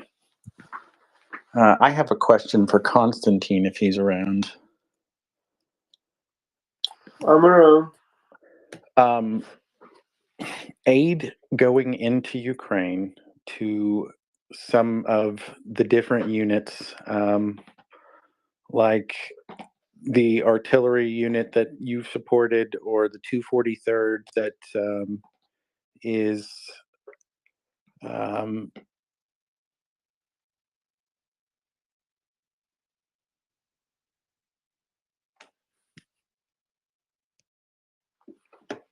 sorry, I think I had a call come in there. The 243rd is Yarek Matushin's, a unit of another guy I know. Some of these units seem to be getting better support from aid groups or outside people helping to furnish them with what they need than some of the other units. Have you heard anything like that yourself? And do you know of any efforts in Ukraine to try and help some of these other military units that may not have good English speakers in their group or good connections to Ukrainians outside of Ukraine, or other aid orgs? Any way we can help some of those other units that might not have a friend or a former service member like yourself who's helping to organize stuff to get to them? A, is that an issue? And B, do you know of any efforts to try and help get info or get supplies to other units that may not have such a good social media connection? So I have so much to talk about this, but I will try to be, I would say this, like, as much politically correct here. There are indeed units that have social media skills that do get so much, but at the same time, you must understand that it's usually like those units that have social media skills and they promote themselves. It's usually a platoon to company and maximum to battalion level organizations inside Ukrainian military. So you get those, those guys getting, and they need it. It's not like they don't need it. It's just they are really good at promoting themselves. It does not mean that they are doing something wrong. It means that they're just, good at what they're They're just doing, better at and they're asking good. for it, or They're stating their good at needs. winning hearts, winning the hearts, basically. Yeah. But at the same time, you must understand that, for example, one brigade, let's take, for example, 93rd Brigade, which is quite famous. A lot of people support it. But the size of the brigade is seven mechanized infantry, not all, around 7 battalions. And I'm talking about only infantry, mechanized infantry, motorized infantry, and simply barefoot infantry. On top of that, they have 3 battalions of artillery supporting them. They have engineering battalion. They have like in total there are 8,000 people. And now you're talking, you know, someone is doing the fundraiser. Oh, let's get 3 drones, 3 the school drones to 93rd Brigade, and something thinking, oh, we supplied the 93rd Brigade with the drones. Let's move on. You must understand that 3 drones over 8,000 people is like nothing. But at the same time, you must understand that there are hundreds of other groups that are doing the same, and they're also supplying same 93rd Brigade, but just maybe different unit inside of it. And together, we're making the change, like we're making the difference. And when you combine this all together, you get 93rd Brigade getting 100 drones instead of your 3 drones that you were thinking, oh, I'm supplying the entire brigade. No, you're not supplying the entire brigade. You're supplying this specific unit. And there are other 100 people that are doing the same, and they're doing it successfully, just like you do. And together, you're doing this change. It's not you that are making. It's not exactly like this drive that okay, this drive supplied the 93rd Brigade and they don't need it anymore. No, it does not work like this. The same goes, for example, for 92nd Brigade. Same goes for 80th Brigade. I'm talking about the brigades I work with, I speak with. Same goes for the 46th Brigade, and like all those are huge units. These are not units that consist of a couple of people. Uh, and you just, you gave them a drone, and they're supposed to, okay, they're closed, they don't need anything else. No, it does not work like that. So and of course, those are who are more popular get more equipment.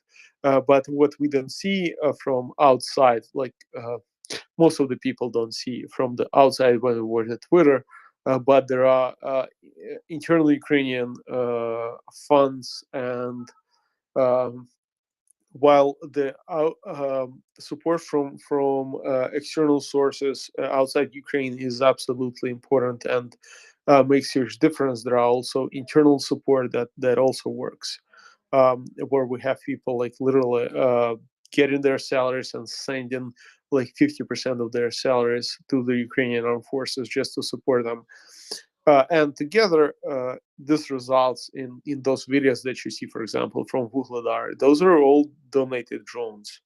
When you see entire brigade of Russian forces, like 100 armored vehicles destroyed, this will happen because there is a support both from international community, both from internal Ukrainian community, like people who obviously live in Ukraine, and they not only pay taxes but they also donate towards this critical items that that armed forces need.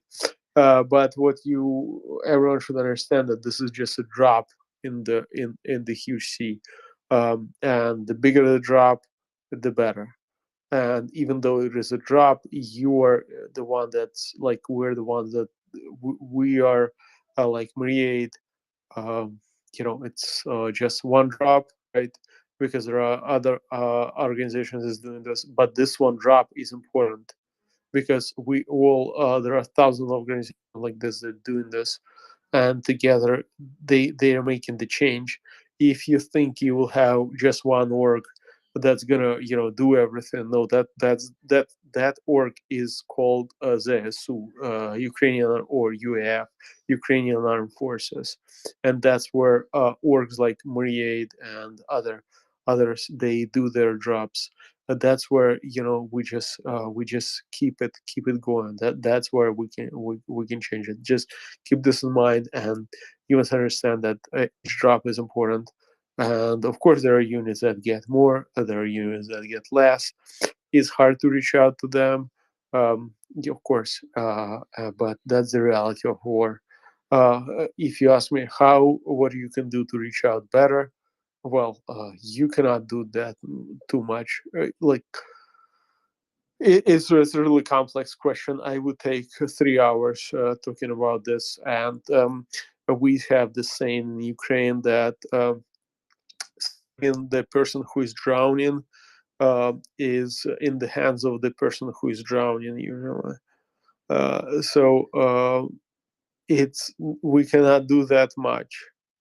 The only thing that we can do is just watch and understand that um, if the unit sounds sexy and so cool, it does not mean that you need to stuff it with all the equipment that there is. You must understand that maybe there is another unit that does not have so much videos and does not have so much sexy, destroy Russian military equipment recorded, because they simply do not have your support. And support in those units is important as well. But that's really arbitrary. It's hard to quantify. It's hard to make an algorithm that would tell you, okay, let's not support this. Let's support this one. Just keep those things in mind, and just awareness of what's happening is what's helping, and being really open minded, being aware of what's happening is what's helping armed forces of Ukraine.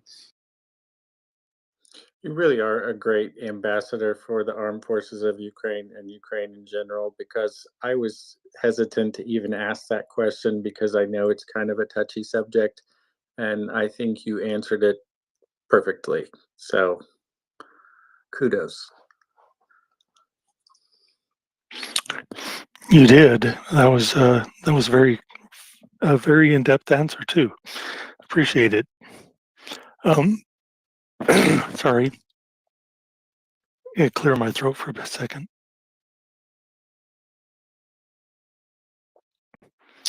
So I came across a kind of an interesting story about Texas that I thought I'd bring up while we have the Okies and the Texan here. It appears that a propagandists are spread that they are claiming was made by ABC News in Odessa, Texas. So for those of you not familiar with it, Odessa is a I don't know, it's probably medium-sized town out in the middle of nowhere in West Texas, but it does share the name Odessa with the Ukrainian city. The propaganda, and so they were going to change the name of Odessa, Texas to something else. So it so they're saying some of the if you see this out there, a story claiming to be from ABC News that Odessa, Texas is going to rename itself because it doesn't want to be associated with Russia. That's not the case. Odessa is still going to be called Odessa, and I'm sure that the this story was put out there just so that people could. Sorry, my son's yelling. So that people would get riled up and say, well, yeah, I don't want to change our city name. That's stupid, changing your city name. What are those people in Odessa thinking? They're stupid. And, just create more division. I'm sure that's what's going on.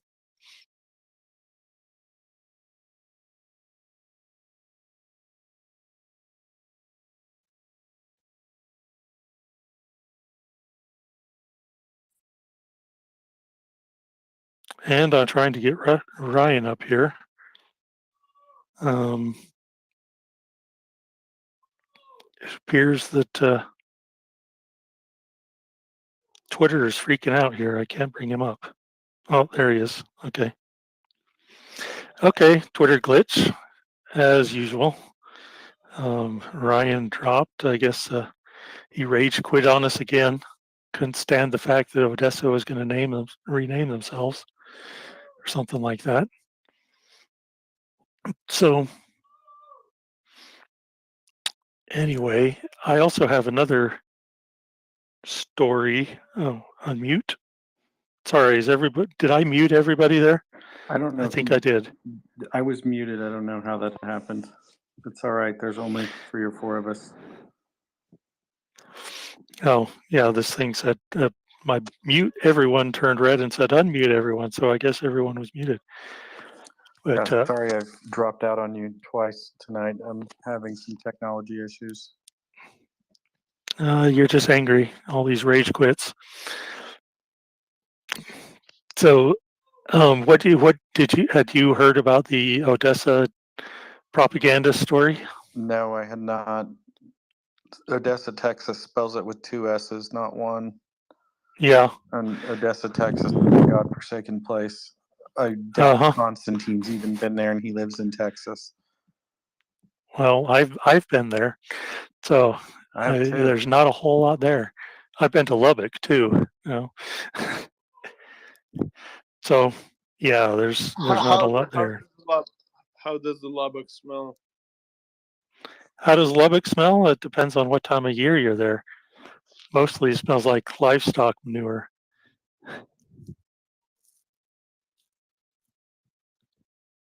Lots of stockyards. That's the smell of money. Yeah, it is. I'm quite glad that I don't smell money every day now that I'm outside of Oklahoma.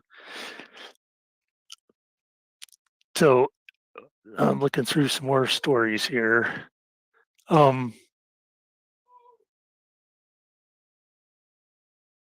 Well, I went into my office to boot up my computer so I could review the day's news as well. And as soon as I did, my phone died. So I had to run back into the living room to get my charger. So that's why I dropped out a couple of minutes ago. Oh, yeah. So there is a story going along with our earlier conversation about congressmen. Though there were 5 congressmen from both parties personally called the president today to encourage him to release the Vipers to send F-16s. So that's I guess that's some good news going from our Congress that they're putting pressure on President Biden. F-16s are Vipers, right? They're not Falcons. How many? 5. Yeah, only 5. But did they name the 5? No, they don't. This is a. Let's see. Let me track down. It's in Politico. Maybe the original has the names. Well, if it's in Politico, it might be bona fide. Yeah. Pretty sure Politico is okay for most things. Ish. Let's not talk about the media veracity scale. It's the letter organized. Okay, Maine Democrat Jared Golden.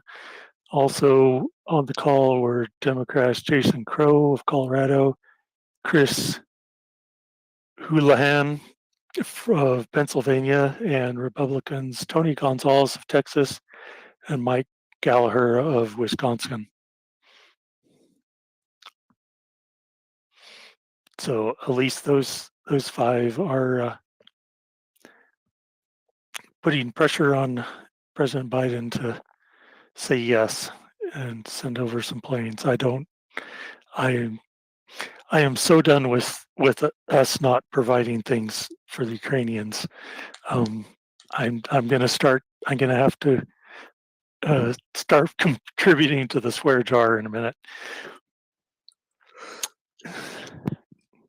Before you do that, Mockers has joined us, and I think she's a little early.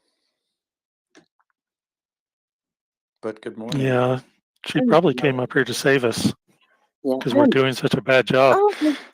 No, I am a little bit, but give me 10 minutes to get some coffee in me and then I'll be able to speak.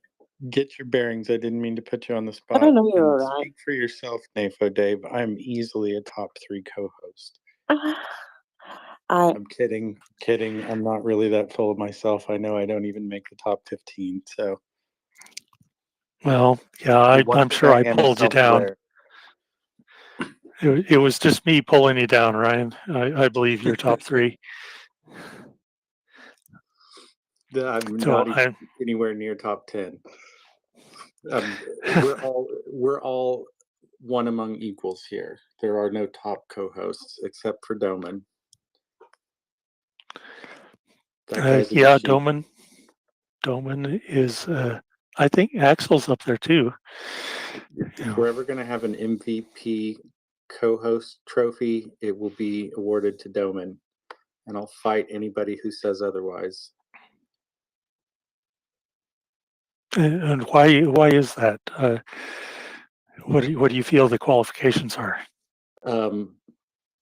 Regularity, consistency, ability to maintain conversation or flow of dialogue when there is nothing to discuss and he's just grasping for straws. The man can get up here and pretty much just give a talk until he's relieved. His diction, his articulation, his masterful knowledge of multiple languages. Shall I go on? I'm afraid people are going to think I have a crush if I keep this up. Well, it's okay to have a man crush. I kind of have one for him too. So, yeah, I'm not sure what he does in his normal life or in the before times over a year ago, but if he's not doing something with his public speaking ability, he's doing all the rest of us a disservice. Surely he's more than just a sommelier. yeah, I don't know. I think he's probably MI6 or what? Some other kind of CIA. He's I don't know. I'm starting to wonder if his last name isn't Doman Rothschild. Very well, easily could be. I can talk about some subjects like I could talk all day about cancer research and about molecular biology, but I'm at a loss for talking forever about weapon systems and military strategies and even Eastern European history. I'm learning more about that. I'm watching the what's the professor on YouTube has like a lecture series. I'm trying to remember his name. I have no idea. I'm sure there's a few of them. Yeah, I'm in a crash course learning Eastern European history. That sounds interesting. I might watch a few of those, if only to refresh what I've forgotten. I used to have a decent grasp of that, but it's been about a decade since I got out of any formal education, so actually it's been longer than that. Well, Geez, I've just realized how old I am. Well, however old you are, I'm older. So I've had more time to forget. Plus that Oklahoma education, I don't remember much about anything outside of Oklahoma history. We're starting at a bit of a deficit as it is. Timothy Snyder. Tim Snyder, there we go. Tim Snyder, thank you. Yep, that's him. Google him, look him up on YouTube. It's very well worth it. Pretty sure he's an author too, isn't he? I'm not sure. Yeah, most university professors are. Yeah, he's written quite a few books on Russia and anti-imperialism and fascism and Yeah, that's Yeah, where I know him from, is fascism. Yeah. I think he wrote a So how? book on fascism or something, didn't he? Yeah, I've been listening to that lecture series too, and he's got a couple of. Whenever you see him, the whole list of books that he's written, he seems very well versed in the area, and I'll 100% behind you on Doman. Listening to him, it's hard. I listen to him a bit because it's getting later in the evening, and I got 2 kids. I'm sort of listening more during the day, but it's he's got an aura about him, and the way he talks is yeah, it's he's the best, I reckon. He's very astute. He is sharp.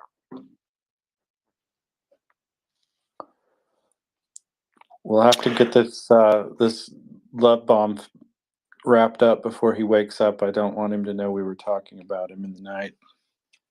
No, I can't let that head get too big.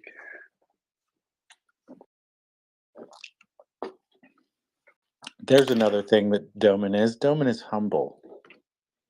See, look, we're keeping this going. Yeah, he is humble. He's I don't know. He's Axel kind of has an edge to him, and he can get a combative. But Doman, I haven't heard Doman get combative yet. Oh, it's happened once or twice. And boy, was it good. I can imagine that he would be able to verbally flay his foes. Well, let's leave it at this. When Doman's had enough, Doman's had enough. And you can tell when Doman's had enough. Yeah. Axel's So I'm scary. getting yeah, Axel's. So speaking of people that are frequent this space, our friend Thomas Steiner has he gave an interview to Germany's Welt, and DW. I'm DW. Welt. Okay. DW as Welt.de. But yeah, I'm trying to it's in German. And Google's not translating it for me, and it will take me forever to read through this in German because I am learning German, have been working on it for a while, but let's see.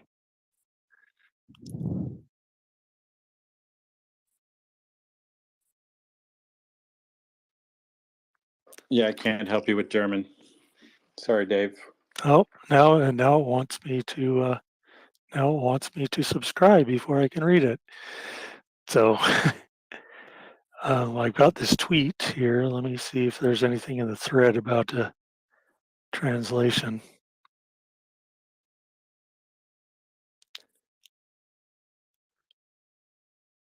I think it's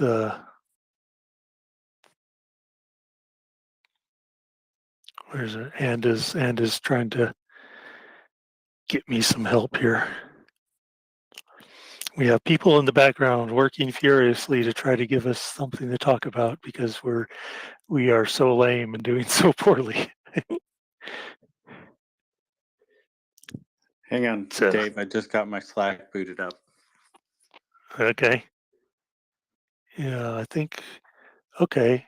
I just need to let me turn off my ad blocker, and maybe that will let me.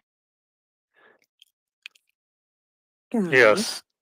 Guys, I need to ask, why is HIMARS trending?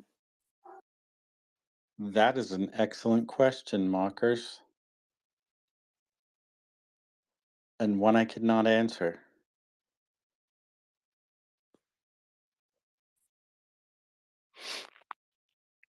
I hope it's because Romania is going to give half of their HIMARS to Ukraine, but I'm not real optimistic about that.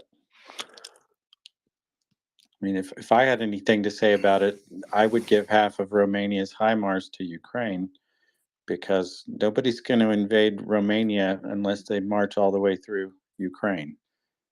But that's just me.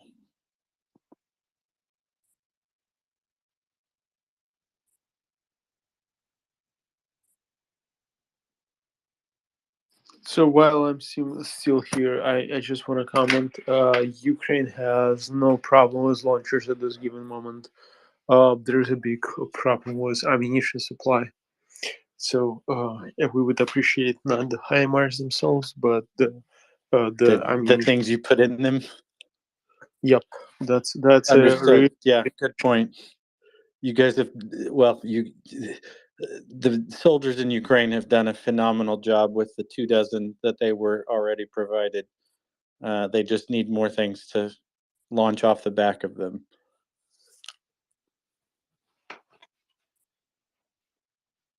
Yeah, I agree. I think we need to step up defense production in that regard. And to roll it back to a question somebody asked earlier about what's the U.S. Senate doing, that's something that Congress could definitely do, is increase defense production or defense appropriation, and spend more money making things that launch off the back of HIMARS. And that would be a great benefit to the U.S. economy, because those rockets are made in Arkansas, if I'm not mistaken. So that's something, trying to remember that guy's name. Tall, lanky, goofy looking guy. Veteran and now a senator from Arkansas. Tom Cotton. Tom Cotton can get behind that. He's a Republican. Surely he wants them to build more HIMARS in Arkansas. Totally.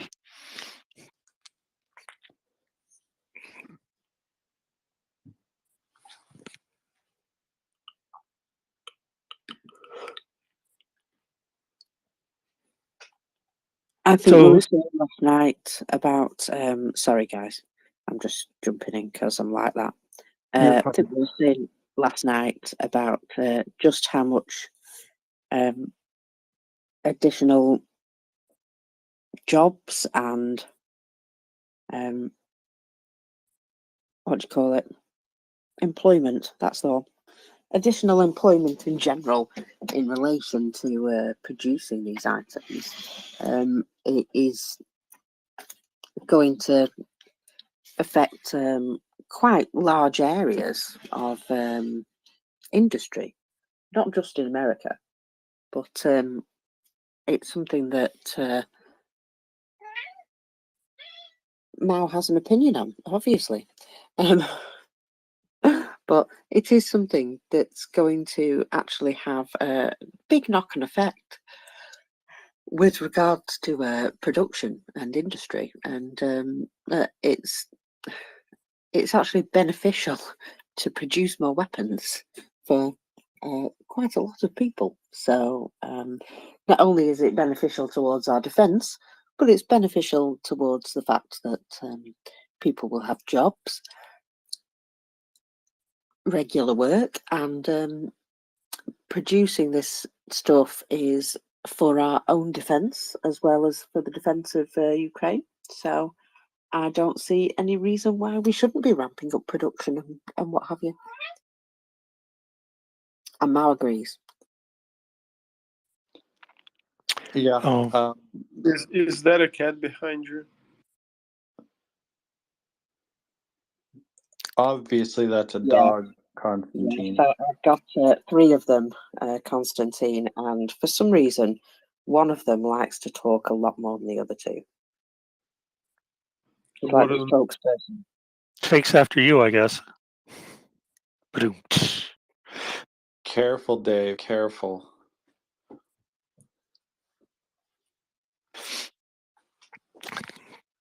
Yes, I have a cat too, and I actually have the door closed, so because otherwise she would be up here in my face saying, "It's time to play. Why aren't we doing playtime?" That You all need I'm dogs. I don't know what's wrong with you. well. I would. I've had dogs in the past, but our yard here is not. Dogs need space to run, and we don't really have a big yard for a dog. And I'm not one of those people that would make a dog stay indoors. It's not like fish though, where they grow to the size of their aquarium. You just get a dog to fit the size of your yard. It can be done. Well, yeah, that's the. I guess that's true, but I have kind of a size limit. I don't like little dogs. I'm oh, we've had one, and that's the only dog that ever bit me was this little Chihuahua. Oh, that's your mistake. You got a Mexican miniature dog. Yeah. Well, and have you seen the video going around Twitter? There's a Ukrainian soldier that just rescued a dog, and they're snuggling together in the trench, and it's just so heartwarming. Haven't seen I've that one. I mean, I've seen oh, things like it, but yeah, and then there seems to be a very big cat contingency in the Ukrainian ranks. I see lots of cats perched on shoulders and in different places. yeah, I think that might be a mutually beneficial relationship where they share each other for warmth. Hmm. Can I just add that's cats Yes. all over? That is totally cats all over. Like, oh, you're warm and you've got food. I'm here. Uh-huh. Yeah. Yeah, and Yeah. as soon as you're not warm, they'll trade you in as food, which is why I don't trust cats. Hey, they're just resourceful. Well, truly, that's the problem with cats is they don't even wait for you to get cold before they decide to eat you. Well, I've seen some dogs that eat dead people too. Yeah, but they wait for them to get cold, and that's the difference. Oh, okay. It's all in the timing. Yeah, pretty much. Well, and my other issue with cats versus dogs is like you can feed a cat its entire life, take care of it, take it to the vet, love it, nurture it, everything. Somebody breaks into your house and steals all your things and, assaults your family, and a cat's just going to watch and maybe walk up next to him and snuggle their leg. Even the smallest dog is going to bark, the biggest dog is going to bite. They will contribute something back to the pack. A cat is just interested in when you're going to clean its litter box next and how warm you are and whether or not you have food. So you should Google hero cat. There's lots of videos of cats defending their owners, or one of them, a cat defending a dog, and a cat defending a child, I and refuse to acknowledge those. They're purely out of self-interest because the cat knows he's going to get something. yeah. My cat is also very dog-like. So she greets everybody at the front door just like a dog would, and she smells them over, and usually if they're strangers, she'll um, arch her back and hiss at them if they try to come in the house without somebody down there to let them in. She also plays fetch too, but so she's probably not your average cat, but she is very protective of our family. And today we learned that NAFO Dave owns Garfield. No, she's not lazy like Garfield. She's very active. I think you're just saying that, Dave. Yeah, I might be. But there's another a little interesting side note that or let me find where it went to now. That President Zelensky,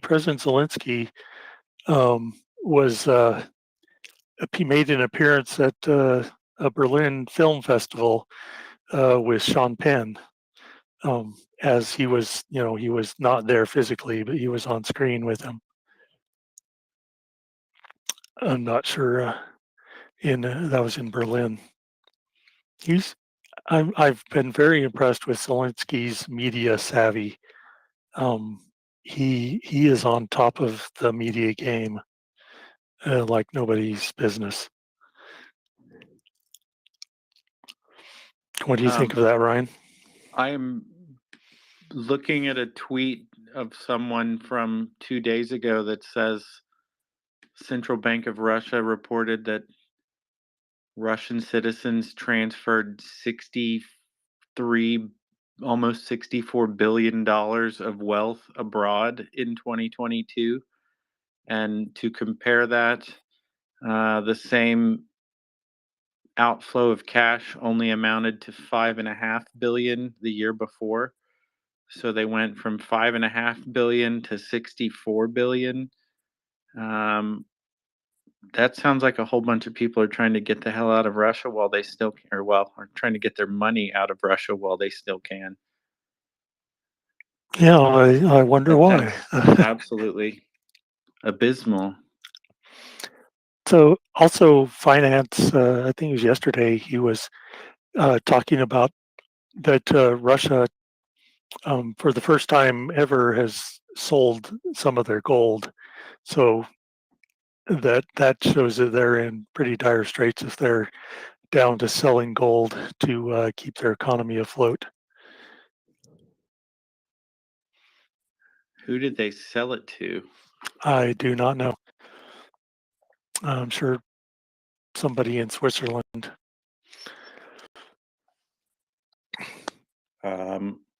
Room hater, go ahead.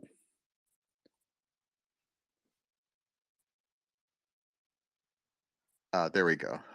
Yeah, I just wanted to comment that Zelensky, when he was an actor, he owned his own production company, and before that, he was a lawyer. The man is a very intelligent, very astute. I think people really underestimate him, thinking that he was just a comedian. I think he was. He's always been much more than that. Comedy is just tragedy plus time. Yes. But yeah, I agree with you. All of those professions, in being an actor or a comedian or a lawyer, you have to be a stellar communicator. Yes. Whether it's in written form or spoken word or just the ability to read the room and know your audience. And I think he's demonstrated a masterful capability. Yes. And, Vladimir Putin underestimated him in, I think, more or less the largest possible way, and really in a historical way as well. I think history is going to write that Putin underestimated Zelensky enormously, and the entire Ukrainian people and nation as well. He thought they were just going to I roll guess over.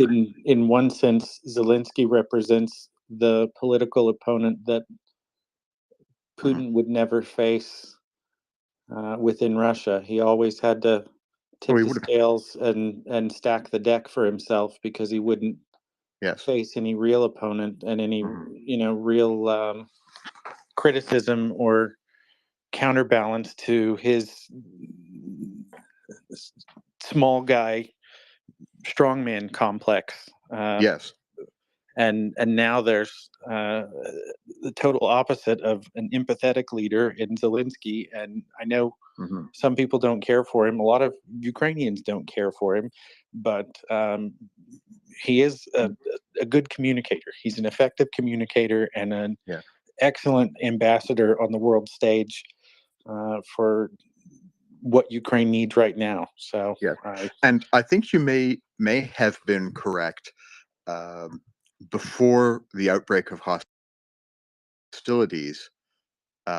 Yes, there were a significant number of Ukrainians who perhaps might have preferred someone else to be at the helm. But I believe that now, I think you might find that he's much more popular domestically than well, he was a week before hostilities broke out. as far as I understand it, one of the big complaints or rubs amongst some Ukrainians for why they aren't necessarily a fan of Zelensky was he was one of the people who insisted that Russia wasn't going to invade and that this wasn't going to happen. And he's, you know, he's the person who could have prepared a little more and been ready a little more when this all actually happened. And I guess I want to play devil's advocate when I hear that, because on some degree, I can understand how being in a position of power like he was in, it would seem unfathomable that the worst possible thing could befall your country while you're, you know, in the driver's seat. And it's just an inability to conceive of disaster or the, you know, the worst possible outcome. And he was not alone in this error. And it was absolutely, I agree with you, it was an error in judgment. And my understanding was that the Americans, and in particular the American intelligence community, was trying to impress upon him the imminent nature of the threat from Russia. And it wasn't until the tanks actually started rolling, I think, that he really believed it was going to happen. And you know, back to your previous point on him being a more or less the polar opposite to Vladimir Putin, he has led a charmed life in that Putin has not been able to successfully assassinate him. I understand that since the outbreak of hostilities, there have been more than a dozen attempts on his life by various Russian agents or forces. But before the outbreak of hostilities, I don't recall that there had been any assassination attempts made on him. But you know, I'm in the West, so I may not have heard of them. They may have happened, and nobody here heard of it. Markers, go ahead. Sorry, I was just shouting at a catman. One of the things with Zelensky is, right, on television, of course, they've seen him playing a clown, a comedian.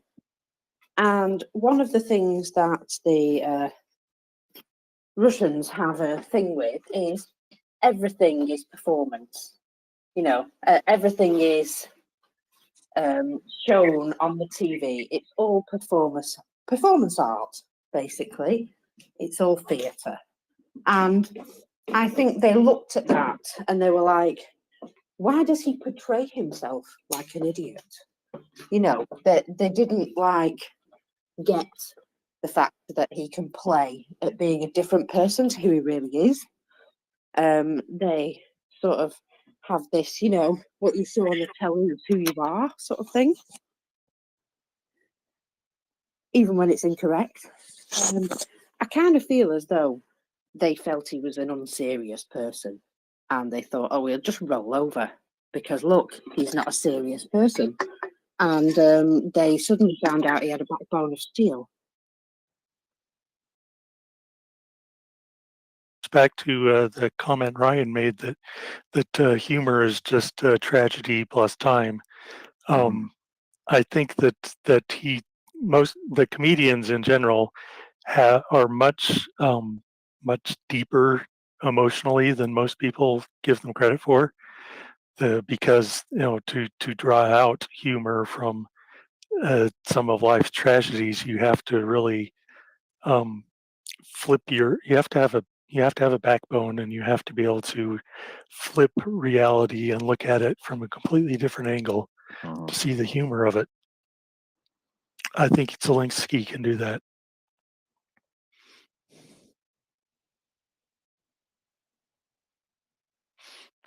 Yes, go ahead, Mockers. Would you like something else to cheer you up? Because I'm looking at some numbers, and yeah. Oh, you've got numbers. Yes. I can hardly wait. Today's scores on the doors, folks, is 1,010. So obviously they've not finished liquidating Russians.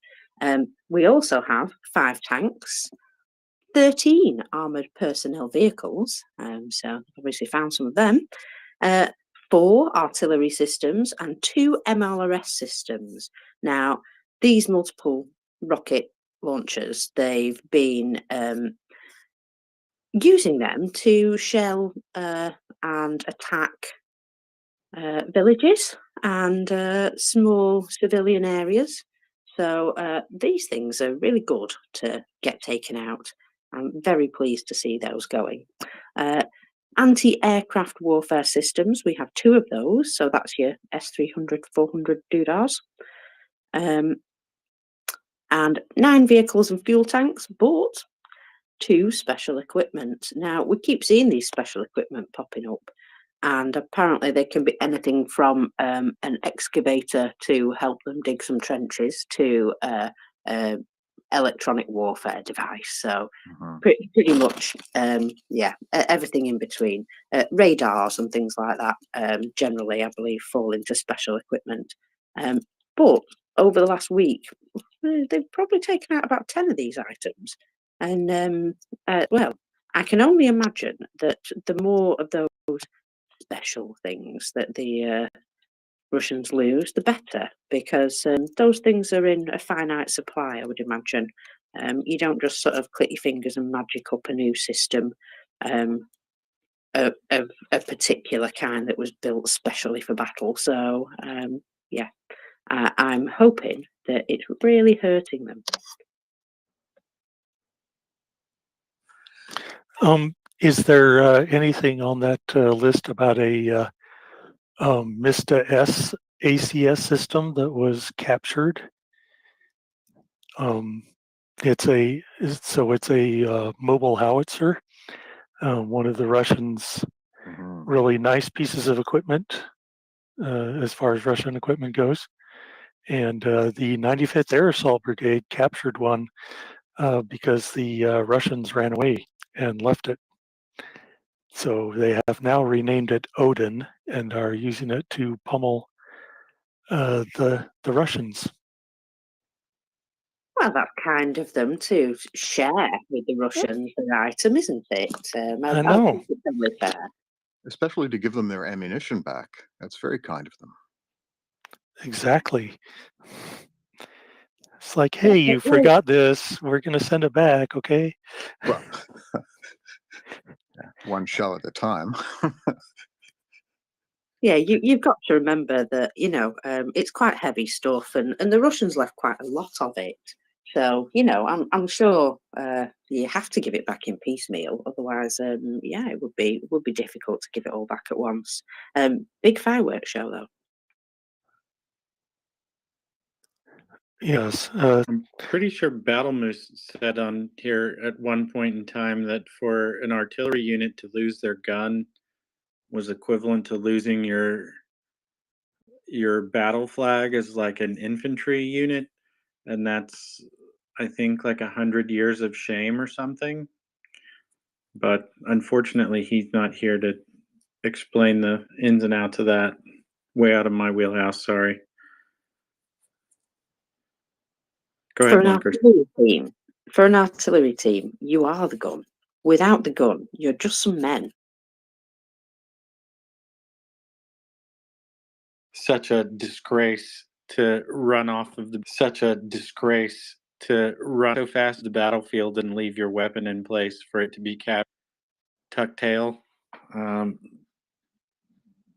a And coward. those artillery teams are likely among the most well trained of the Russians who are there. Not that that's saying very much, but the level of training they have is certainly much more than your standard uh, Mobic, I would expect. One would think. So there's a little more in the story. So apparently the 95th did a search for Odin's number, the serial number on the the howitzer. So they found information on this howitzer that they had captured, that it was used for military training in one of the Russian schools. It has the latest computer modification that Russia has available. So they're really proud of it now. It's interesting that it hasn't been handed over to the West for its intelligence value. I guess it doesn't have any significant intelligence value to the West at this point. Yeah, I'm pretty sure that that the West knows most Russian equipment before it gets produced. Yeah, I don't think there's any late Surprises? breaking technological developments on a Russian artillery piece.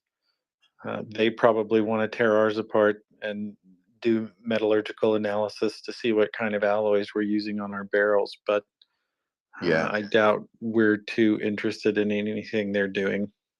hmm I think At the least West not is in the still last 3 decades. Yeah, I think we're still interested in any electronic warfare equipment that they have. Um, Well, we got plenty of that yes. captured and delivered, I'm sure, sent back to the US or sent somewhere in Europe. So US intelligence services could take it apart with a fine tooth comb. Yeah, I'm aware of at least 2 quite advanced electronic warfare trucks that were captured entirely intact and were immediately shipped off to West Germany. Mockers, go ahead.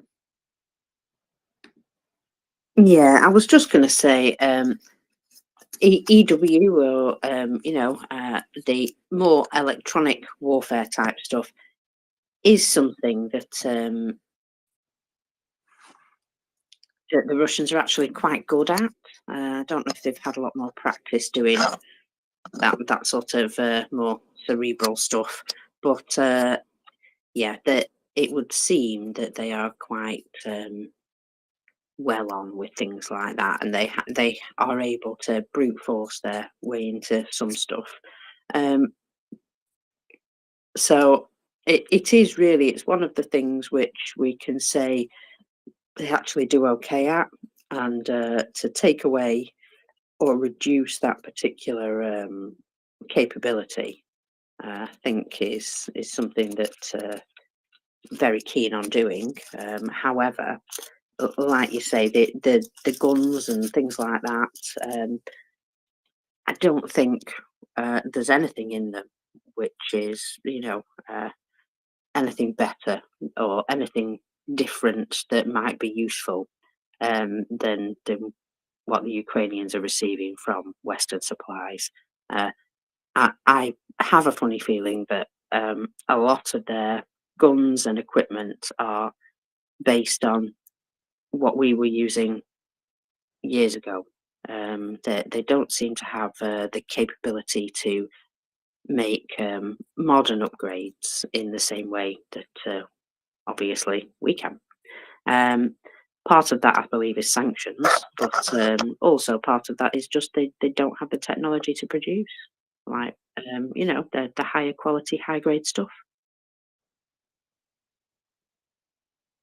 Well, I think the Russians have been operating under a very significant brain drain. That I've encountered a number of Russians in my profession, which is related to computer science. They're very good at that, at math and computer science. They're excellent at it. But a lot of the people, I would even argue most of the people in Russia who are any good at it, left because they could make a lot more money outside of Russia than inside of Russia plying that trade. And if you don't live in Russia, you don't have to put up with being shaken down for money every time you go somewhere or do anything. This is very true. I've been there 5 times. It's not exactly a safe place at the best of times. So I can second that in my field, in science. We've had over the past, well, like since 2014, we've had quite a few Russians come over and join different labs that I work with, just to get out of the country because they could see the writing on the wall.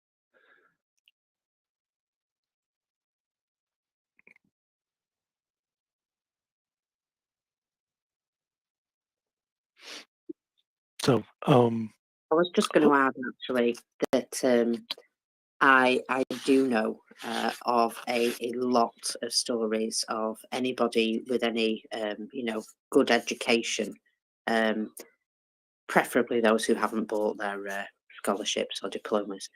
But yeah, anybody with a good level of education finds themselves a job in a more Western country just because it pays better and the standard of living is better. And it's generally nicer to live in a place where you're not constantly concerned about windows. I think that's quite a thing. If windows are so dangerous, I'd want to stay away from them as well.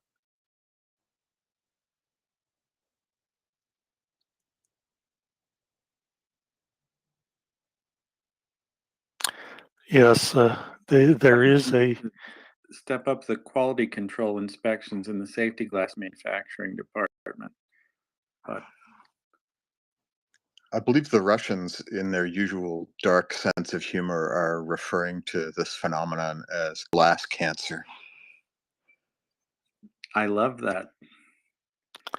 I think cancer usually takes a while to kill you. So maybe it should be more something like I don't know, a glass collision. Well, accident. they also joke that when someone is reported to have been taken out by a lengthy illness, that just refers to how many floors up they were defenestrated from.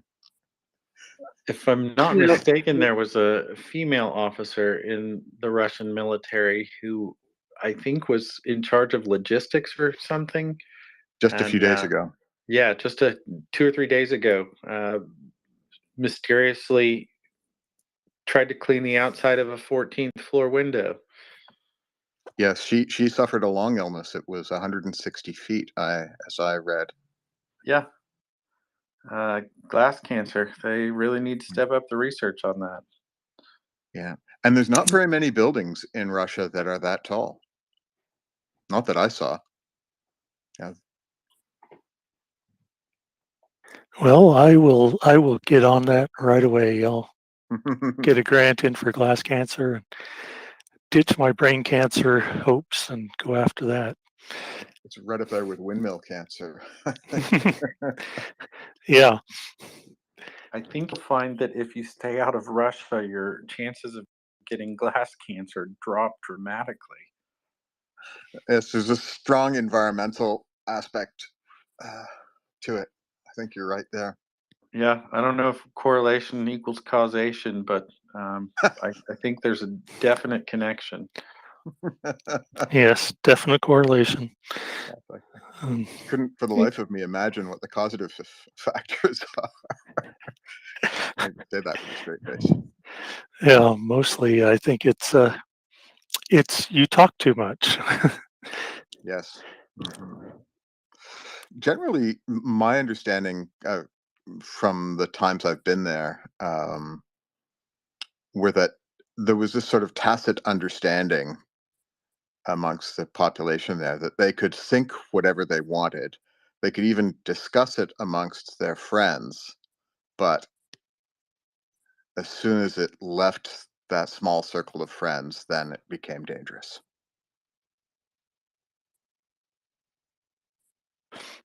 Yes, I have a friend that lives in Siberia. She does Twitch and YouNow streams, Mhm.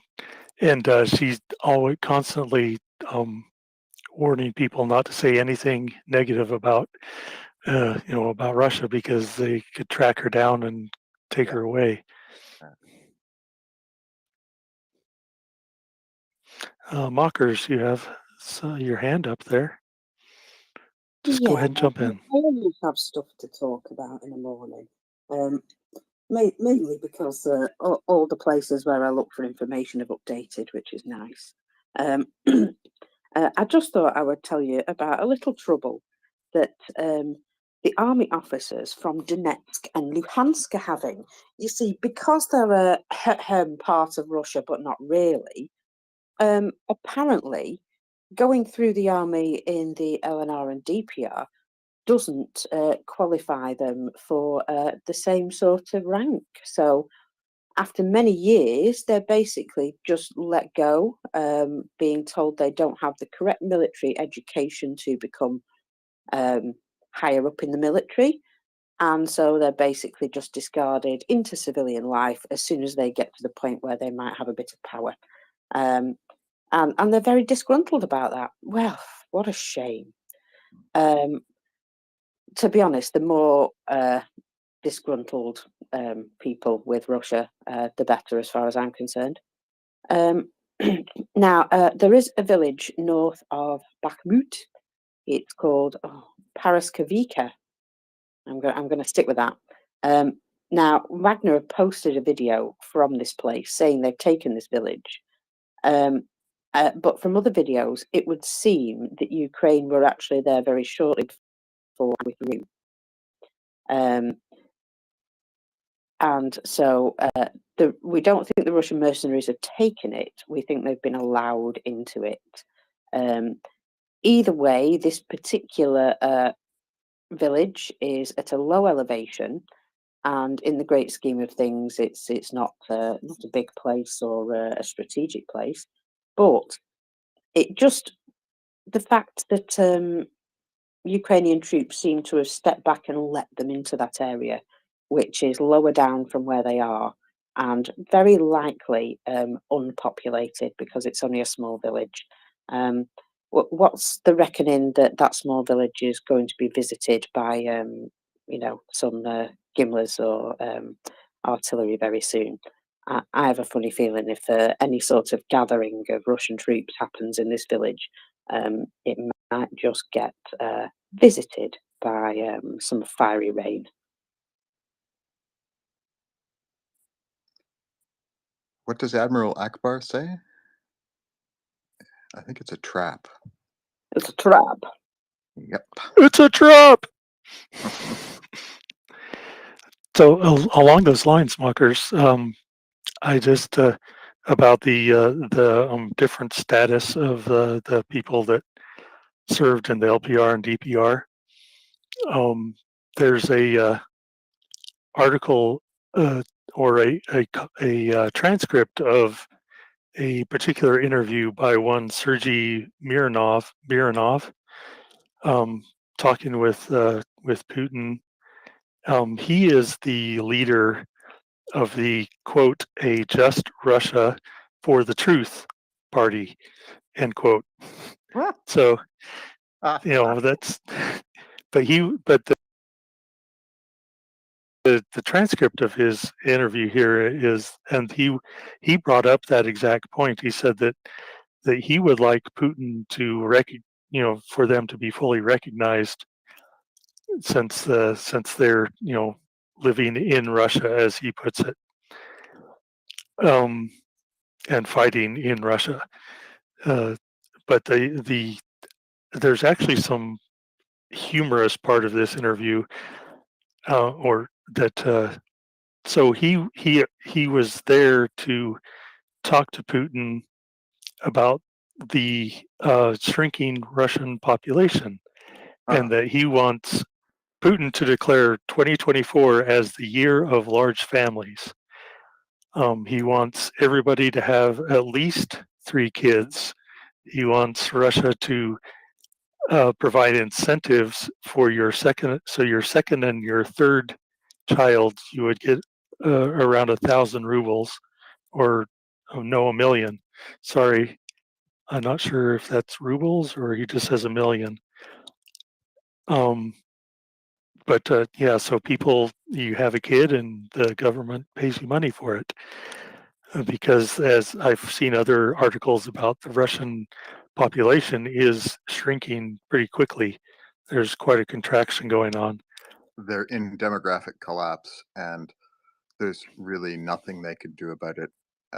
Even if they did, through some miracle, manage to persuade Russians to have 3 or 4 children, I mean, it takes to get a 20-year-old. It takes 20 years, and 9 months, of course, for that to happen, and there's no way to speed that up.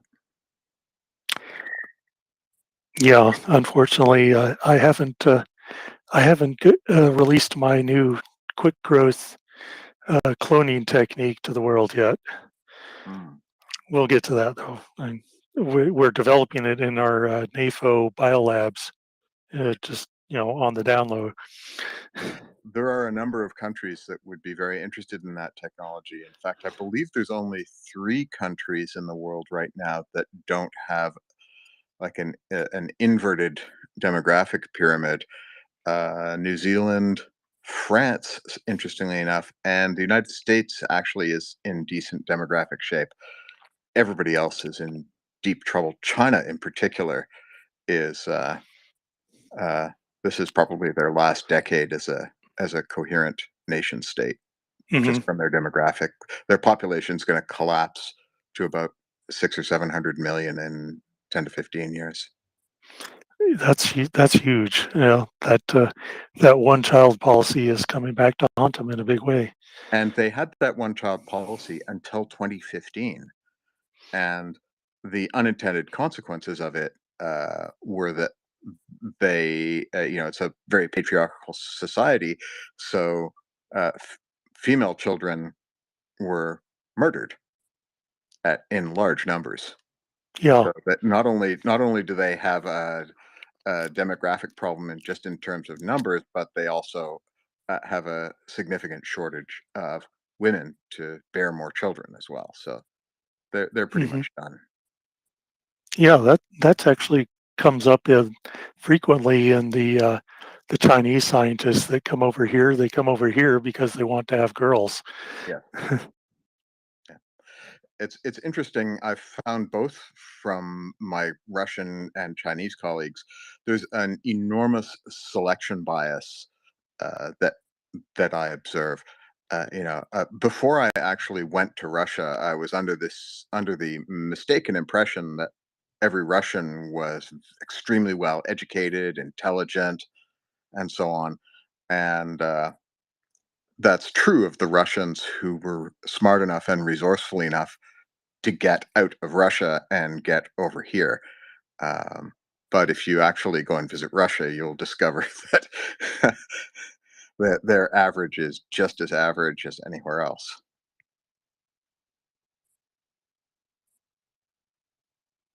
Yeah, I haven't been there, so I could not compare them with some of the rednecks I know in Oklahoma.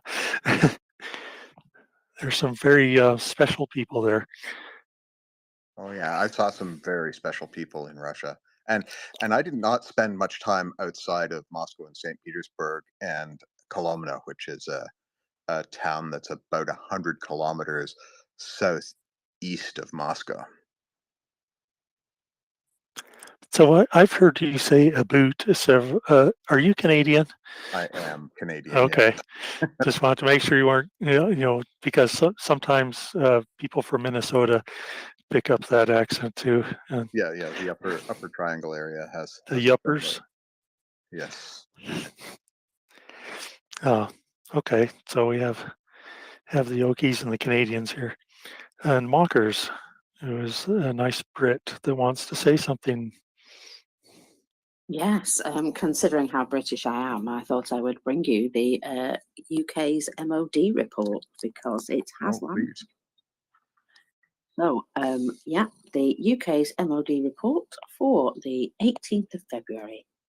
So, Andrei Turchak, the leader of the Russian parliamentary group, that is focused on the so-called special military operation, stated on 16th of February that the group had presented a report to the Russian President Putin. I'm sure he's quaking. The report likely covers issues such as social support to the mobilized and their families. This issue is likely to become more salient if any further mobilization, be it covert or tacit, takes place. Putin may well refer to these issues in his State of the Nation address on the 21st of February. It is becoming increasingly difficult for the Kremlin to insulate the population from the war in Ukraine. A December 22 poll reported that 52% had either a friend or a relative serving or had served in the so-called special military operation. So the MOD report there pointing out that it is now starting to hit home to the people, and that the very fact that somebody is putting in a complaint, through the parliamentary process, it's how they do things in Russia. Everything sort of, gets tied up in legal process, but you can use that legal process to your advantage. And I suppose this is what they're trying to do by providing this this sort of parliamentary document, having a moan about the fact that people who are mobilised and people who are families of those mobilised are maybe not getting the support that they expected or were promised.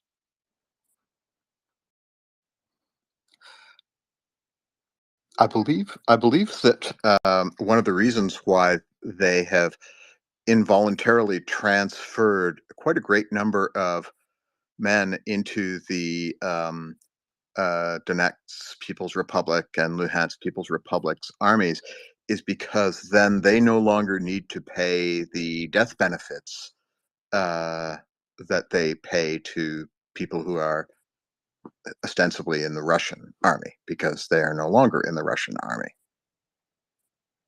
What, they don't want to give them potatoes and fur coats? Yeah. I mean, at one point they were saying they were giving them ladas, but I don't think that lasted for very long. Yeah. Well, Give them nothing now when they're in the LPR or DPR forces. Nothing. I wonder why they don't just stop fighting. Yes, you wonder. That's because they get shot if they, in the classic Russian way of dealing with that sort of thing. They shoot any reluctant soldiers. Yeah, I don't understand that mindset. Yeah, they have a seemingly very low regard for human life, and astonishingly for life of their own Russian soldiers. But this is also, one with history as well. They haven't really evolved in any significant way since World War II, as far as I can tell. World War One, maybe. Yes, that's true. I mean, they're basically reiterating using World War One tactics, human wave and artillery. Use tanks ineffectively. And that was a significant part of why they had a revolution back then. Yeah, we can only hope it leads to another one. We can only hope. But Putin has been I don't underestimate him. He's a very intelligent man, and he has very effectively removed any potential rivals. Yeah, he's been very good about that. That window cancer, glass cancer, has been catching all his rivals. Yes, it has. And Remarkable coincidence. it's almost like he's a spreader, like he's a super spreader. Yeah, a number of people have been. Sorry, I'll stop. Somebody else wants to speak. Oh, Muckers is back, but you can I talk. was just going to after that. That's all. I was just going to say, for a man with all this ultimate power, he certainly is very paranoid about somebody offing him, isn't he? Well, that's a very traditional Russian quality as well. They are very paranoid. And with some reason, the country has been invaded many, many times, and their geography is not terribly helpful in terms of giving them natural barriers to help prevent invasion. But they really haven't been invaded since Napoleon, have they? I guess World War No, the II. So Chinese. Germans, yeah. There's been some activity on the Chinese border in the 40, 50 years ago. Oh, okay, yeah. And then there was, of course, the Germans. Yes, yeah, minor unpleasantness back in the 40s, yeah. And I mean, back then I would argue that 80+% of their losses were self-inflicted. Yeah, that's not a good number. Yeah, they lost 22 million people, and they still have a chip on their shoulder to this day about it. But Stalin was directly responsible for at least 3/4 of those fatalities. It's sad how much influence one dictator can have over the lives of regular people. Yeah, there's a in the Naval History Museum in St. Petersburg, there's a room where the floor is glass over top of German infantry unit flags, and it's a room about half the size of a football field, and the floor is just covered with German infantry flags from World War II, and the symbolism is not lost. It wasn't lost on me. You're getting to walk on them effectively, and they still have them to this day. And around the edge of the rooms, they have various exhibits about how certain groups of flags were captured and where and when and that sort of thing. So interesting room, let's put it that way. Oh, yeah. Is that a room you hate? Since you're a room hater? No, it's Skype rooms. It's a takeoff. There's that Twitter account, Room Raider, where he rates people's Skype rooms. Yeah. It's just doing a play on that. And did I hear that you have a cat accompanying you? Yes, I have 2 Siamese cats, and one of them in particular is not happy with me that I am not assuming the position and allowing him to leech off heat from me at morning. Yeah, exactly. My door is closed because my cat would be doing the same thing. But routinely, she's digging under the door trying to get my attention. So, and Mockers is another big cat person. We're lots of cats people here, so we can all gang up on Ryan. Yeah, I was going to disagree with him vehemently, but I thought you were doing a good job of it. So, there's a rule Mockers. around here. There's a rule, right? It's my rule. The rule is, if I hear your cat on the space, you must give that cat some pets on my behalf because I can't reach it. Okay? So that's the rule. Please continue to abide by this rule. Yes, he'll have to come back. His sister is in the bed with me still, but he's gone to complain to the empty room down the hallway. That's just so we can complain louder. That's right. all that is. Well, yeah, mine runs to the kitchen and yowls. Yes, he's Siamese and he does like the sound of his own voice. And he's not shy about sharing it with us. Oh, so I'm looking in a new story about Lukashenko's visit to Putin with Putin today, and one of his statements, he said that I think this is kind of maybe he was because Lukashenko, I never really quite know how much of a Putin stooge he is because some of the things he does are pretty subtle anti-Russian. But this one, he said that he made sure to say that even one soldier, Ukrainian soldier, enters his territory and kills his people, then he'll unleash the mighty power of the Belarus army, which is like the worst army in Europe. Yeah. Even behind Russia, which is saying something. Yeah. Yeah, well, we know about Belarus. Maybe they could be worse than we think. Yeah. You know, Russia is definitely worse than we thought. Well, I love that joke when it's not original to me, but I've made it a few times when, before the war, Russia had the second best army in the world, and now we recognize that they have the second best army in Ukraine.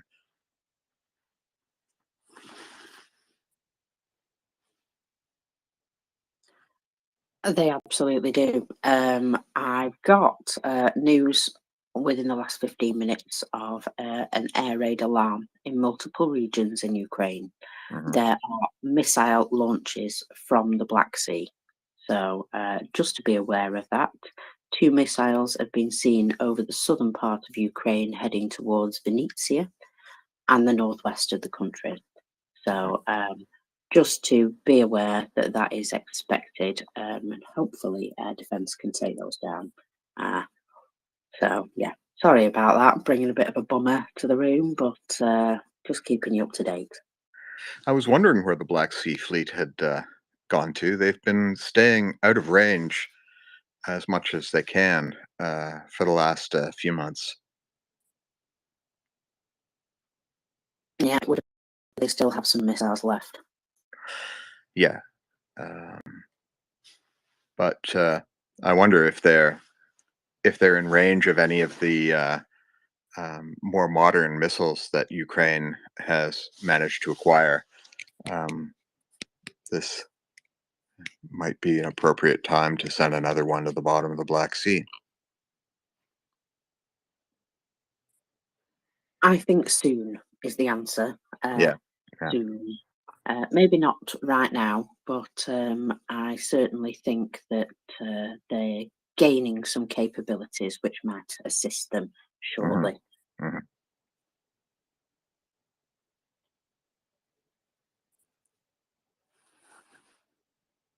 I know that over the last couple of days they've been targeting air defence from the what's it called? The Russian air defence, the S-300, 400 type things. Right. And they have been making a point of taking those out in certain areas. I think, one of them was Armyansk, which is sort of the entrance to Crimea. Yes. And, So, go on. to be specific, you're saying that the Russians are taking out the Ukrainian S-300 systems? No, the other way around. The other way around. Okay, it was a little ambiguous. I wasn't sure who was taking out what because unfortunately in this conflict, the equipment doesn't differentiate which side you're speaking of because they're both using much the same equipment, or at least have been so far. Yes, that's true. Ukrainians seem to take better care of their equipment, though. That's true. Yeah. Russians, I think, are somehow genetically incapable of performing regular maintenance on anything that I could observe, and that leads me to believe that they've been not so much recently, but earlier on they were sort of rattling their nuclear saber very hard, and I was thinking to myself, I bet you not even 10% of those are actually in working order. Nuclear weapons my education is in physics. Actually, got a graduate degree in physics, and those things require a lot of maintenance, and some of their components or parts um, are in effect radioactive materials that have relatively short half-lives. Tritium in particular has a half-life of around 12 years, and but in a warhead that's small enough to put on a missile, uh, you've got about 3 to 4 years, is my understanding. Um, I don't, I'm not actually in on that sort of classified knowledge, and if I were, I wouldn't be discussing it. But my understanding is it's a handful of years before that material needs to be maintained. And as I said, when I was in Russia, I didn't see them maintaining anything. And nuclear weapons are the ideal place for someone who wants to pocket the money and not spend it on doing the actual maintenance, but spend it maintaining their bank account instead, because they'll never get caught. Because the only time you'll ever find out if the maintenance hasn't been done is if World War III has started, and by then, who cares? So if any of the money that was allotted to maintaining nuclear warheads was actually spent maintaining them, I would be astonished. Because the other observation I made in Russia is that while they seem to be allergic to performing maintenance, they're absolutely addicted to stealing money. Every single person I observed who was, quote, working, unquote, for the government there was on the take. Everyone, 100%, without exception. Oh yeah, absolutely, everyone. I can agree with you on that. It's a business where I would imagine there's going to have been a lot of money floating around, and just like the spare winter uniforms and additional equipment, these things always seem to transform into yachts, don't they? Yes. Yeah. So yeah, I would be astonished if any warhead in Russia that was assembled. They apparently they have been building some, but I'm not sure where they're getting their tritium from, because as far as I'm aware, they don't make it at all. And there is no market for tritium. Nobody, you can't just go and buy some. It's very closely tracked, and I believe Canada is the largest producer. Our CANDU reactors can produce tritium. I don't believe there's any other sources, at least in the quantities that are required for maintaining nuclear warheads. I don't believe anybody else is producing it. I could be wrong on that one, but I don't think so. And that just shows you, doesn't it, that there's every possibility that they haven't been able to upkeep in the way that you would expect. Yeah. Oh, hello, my news box just went off. We have 6 caliber missiles have been launched from the Fedosia region. They are now in Ukrainian airspace.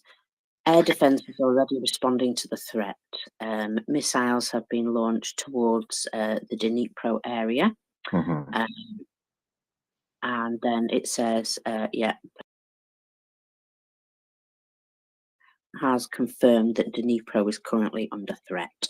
So just to keep you updated on that situation, there are now 6 caliber missiles launched. So fingers crossed that the air defense is able to take them out, but it looks like another interesting morning in Ukraine. Yeah, the Caliber is a subsonic cruise missile, so they're relatively easy to shoot down. They're not the like the hypersonic Kinzhal missiles, which are much more challenging to intercept.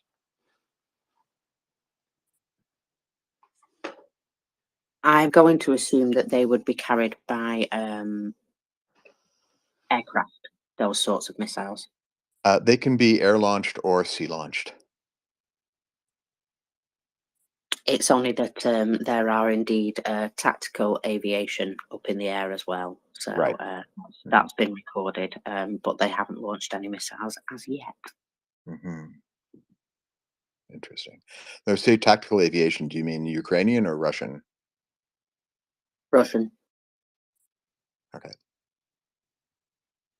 Yeah, my little news bot thing pings whenever something happens with regards to, you know, air raids or anything like that. Yeah. I get little update, like for example, this Kleminski region. There are 4 rockets in the airspace. So yeah, it's quite good for keeping up to date when there's some sort of air raid or something like that happening. Can you remind us what the local time is in Ukraine right now? Yeah, they're 2 hours ahead, so it's going to be nearly 9 a.m. So Right. of So course, it's daybreak. Yeah. yeah, of course, it's when people are out and about, going to work, you know, getting their kids off to nursery, that sort of thing. Yeah. It's just Yeah. that perfect time. Yeah.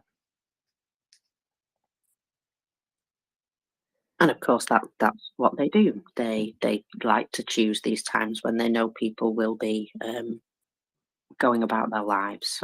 It's They, just another the terror.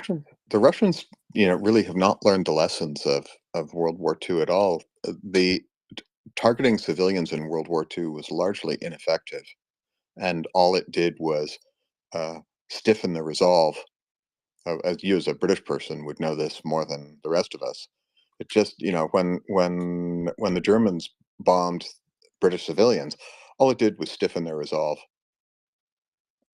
against Germany. It really had very little meaningful effect in terms of reducing Britain's warfighting capability. And also the bombing of Germany Yes. didn't actually make much of an effect either. Yes. And there were some areas that were literally bombed to shreds. Yes. And the people didn't change their minds. No, it was terribly ineffective. Mm-hmm. In fact, if anything, it does strengthen your resolve because you're all being attacked. So, Yeah. you know.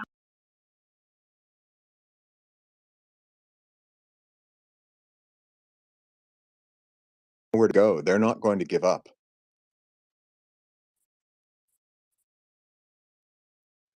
Oh Lord, no. Yeah, Go I'm ahead, Dan. back. Sorry, my my Twitter crashed mid sentence, I think, but we've moved on. It's I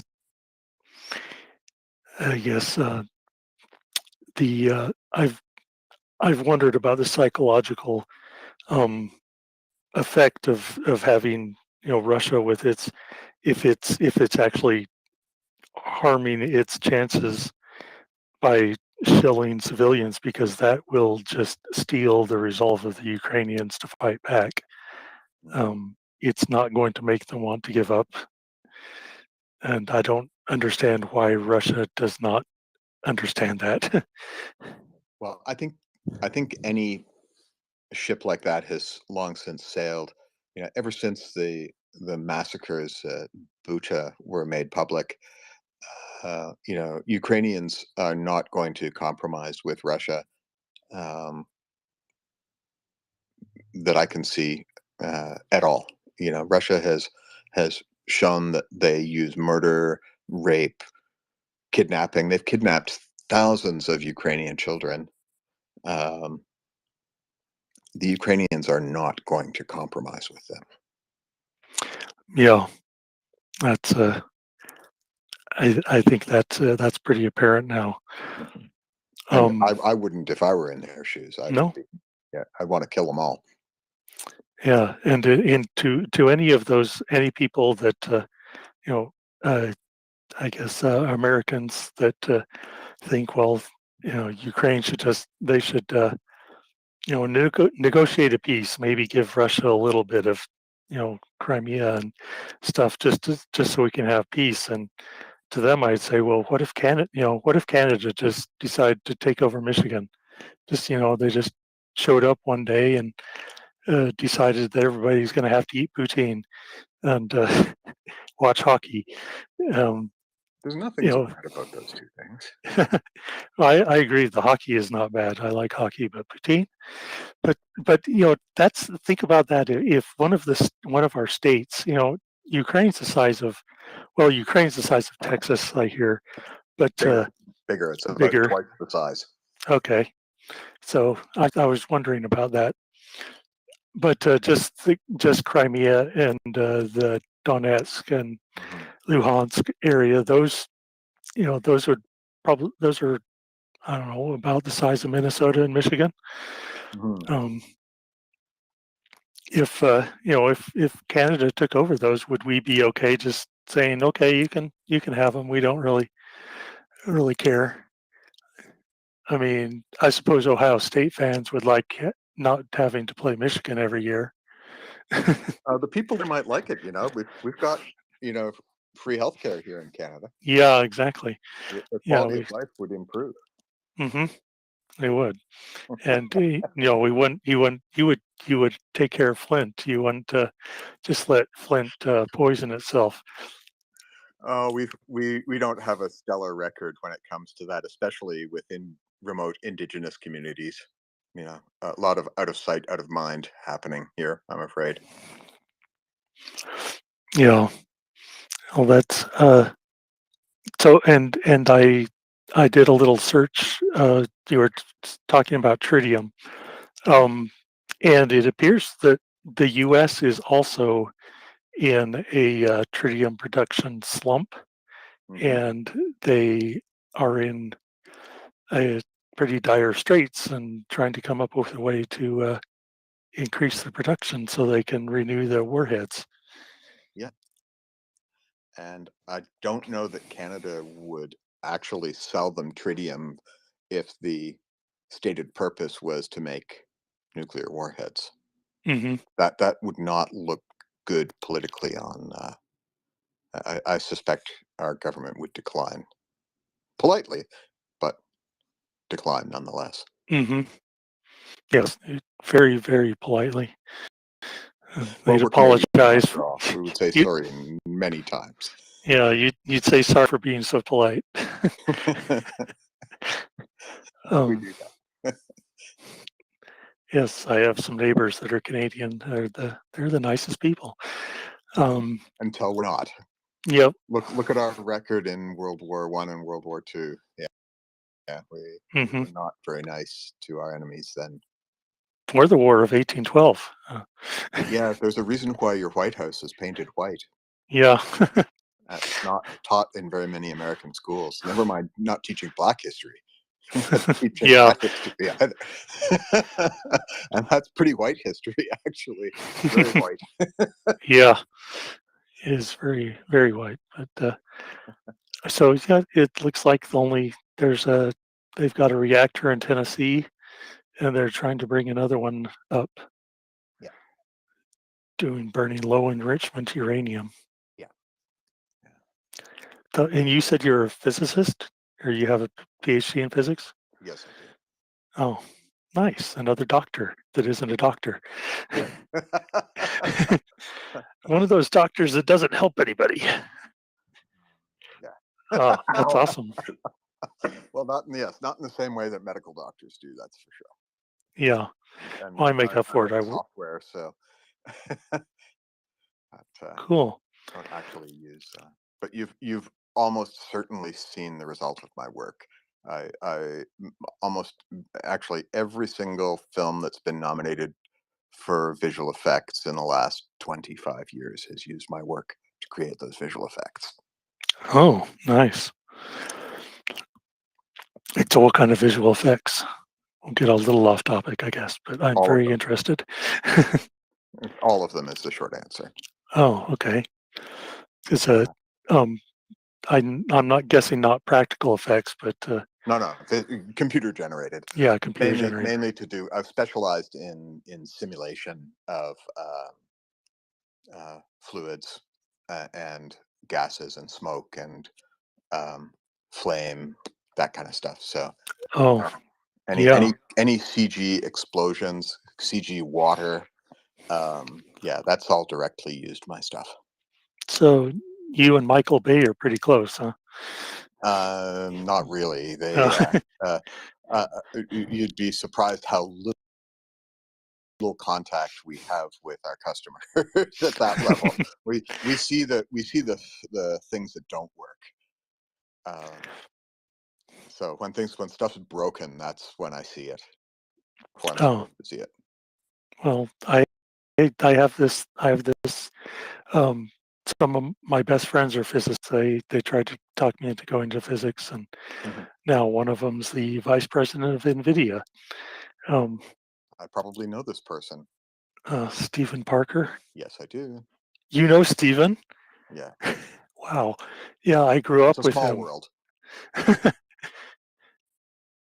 Yeah. So he's anyway. Yeah. Back to Ukraine. NVIDIA's tried to hire me on more than one occasion. Let's put it that way.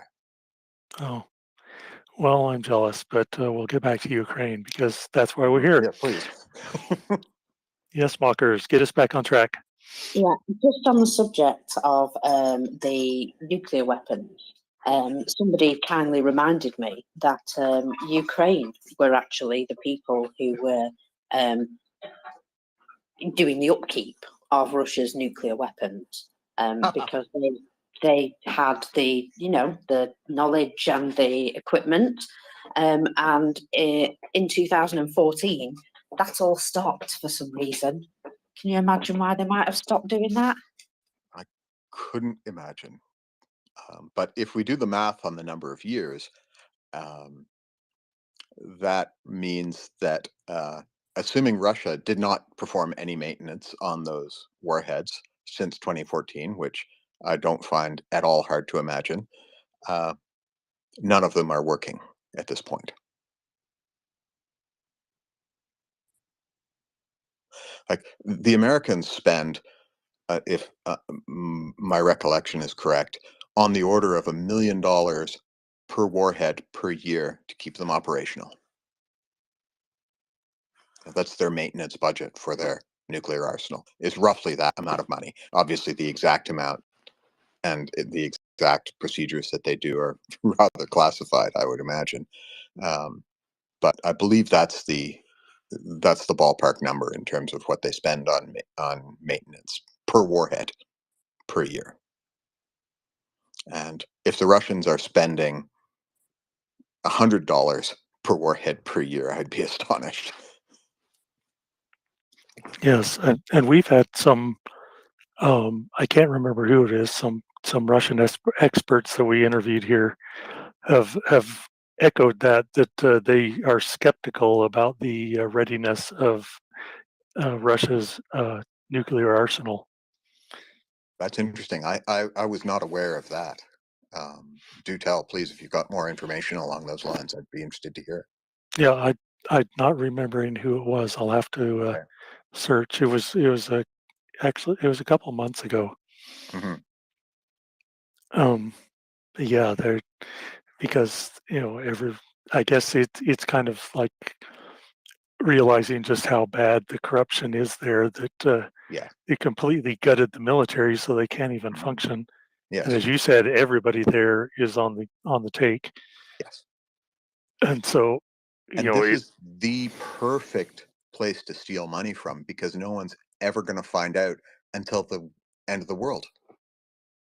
Exactly. And then going and chasing after some corrupt person who was supposed to spend the money on maintaining nuclear warheads and instead spent it maintaining their mega yacht, that person's going to get away with it. Or, the consequences are going to be minor compared to World War III, so they don't give a shit. So it's the ideal place to steal money from because you're never going to get caught. Yeah, exactly. Hey, and we have MS up. Hey, thanks. Sorry, I had to start waving my hand. This is the hardest space in the world to ever be brought up as a speaker. Well, I love this space, but I got to give it a fail on that.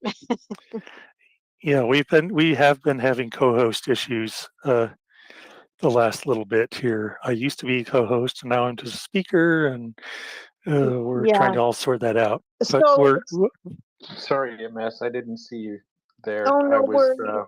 looking at No another worries. screen.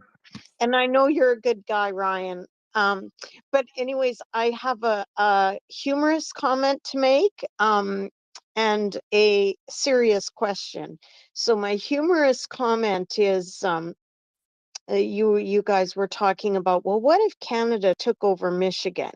Well, I'm a Canadian, and I am at this point begging you to take Alberta, like begging you, because it's MAGA country.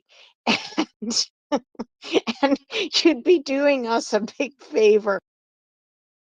And my apologies to any Albertans out there that take offense. I'm a former born and raised Albertan who had to escape. So and it is serious, because when you look at what's happening with fascism, I mean, there is definitely a very real and dark side to this, and that's. I mean, I know that's not the topic of this conversation, but within the context of Ukraine, we do have to look at what is that international political landscape looking like.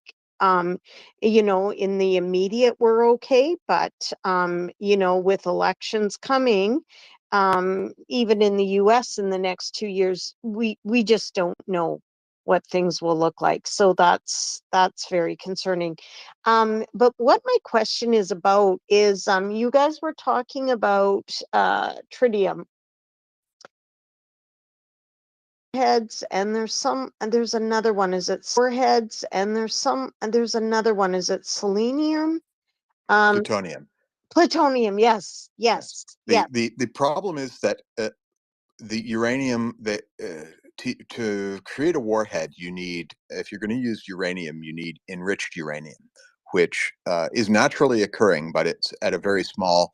The isotope that you need is under 5% of naturally occurring uranium, so it needs to be refined. It's a slightly different weight, so they use centrifuges to they gasify the uranium with fluorine. It's uranium hexafluoride. It's a gas, and they spin it in centrifuges and separate out the slightly heavier isotope, which they can then use. But that's purely for fission. And in a modern warhead, the fission is just like the spark plug in a car. That it's just big enough to ignite fusion. Most of the energy, 95+% of the energy in a modern warhead comes from fusing hydrogen atoms together to produce helium. And for that, the tritium is the form of hydrogen that is most amenable to fusion. And that's why they use it. Okay, so in Canada, I know the U of A has a machine, but it's largely, we use it for medical purposes. Yes, medical isotope production, yeah. Yeah. And then now here's my other question. I did I have a MPH, so I just did just very little research for one paper on radium. And I'm assuming that is not.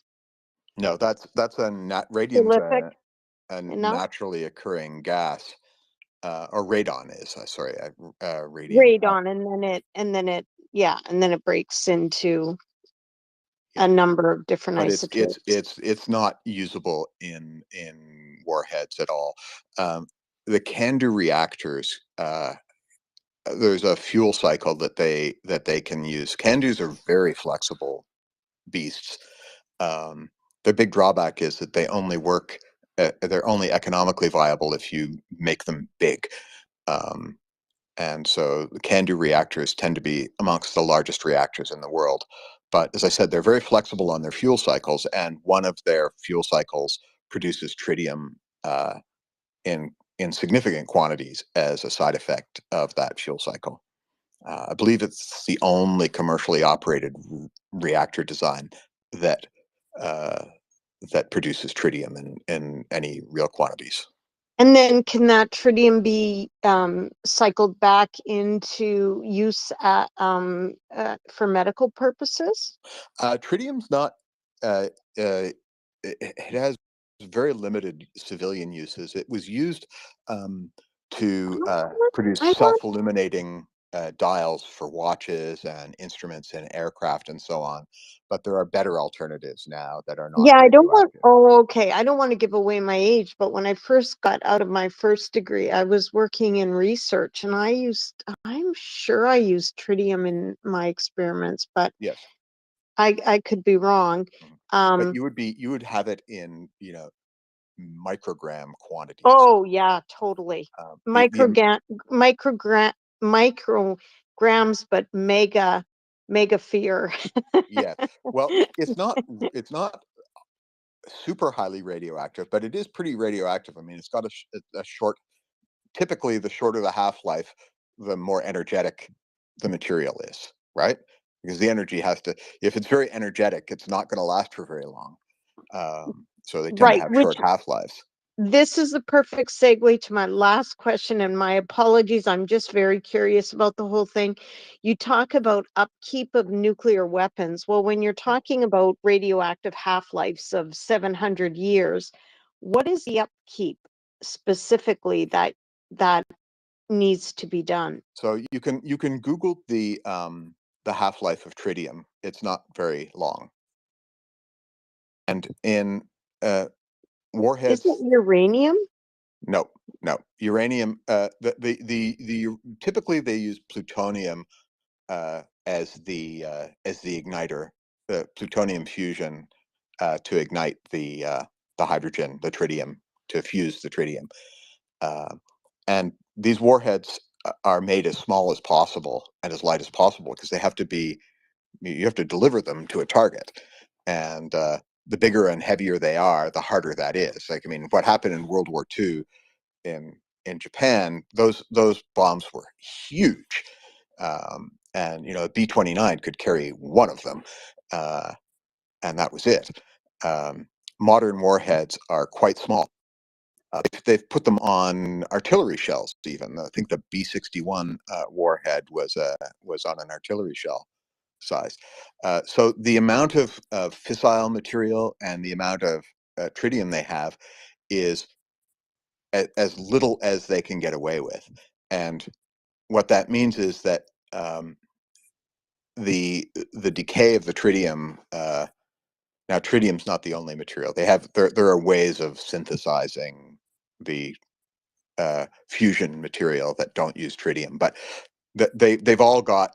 They all require maintenance. If you let it sit on the shelf for more than 5 years, it's not going to work. Basically, is what it boils down to. And you can see the American, as I was discussing earlier, the Americans spend on the order of $1 million per year per warhead to keep them functional.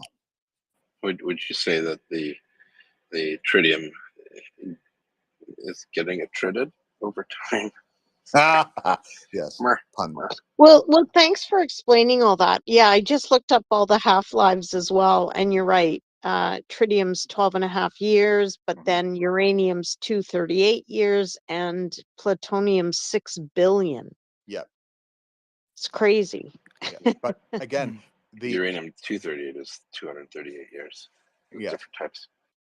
Yeah, there's different isotopes. Different isotopes have different half-lives, but generally speaking, the shorter the half-life, the more energetic the material is. So things that have half-lives of 1 billion years tend not to be very radioactive, because radioactivity is that material emitting energy, and that energy, there's only so much energy, right? And so it's if it's emitting a lot of energy, it can only do so for a shorter period of time. Higher entropy on a lower half-life. Yeah, so the stuff that's highly radioactive tends to have very short half-lives. So, yeah, MS.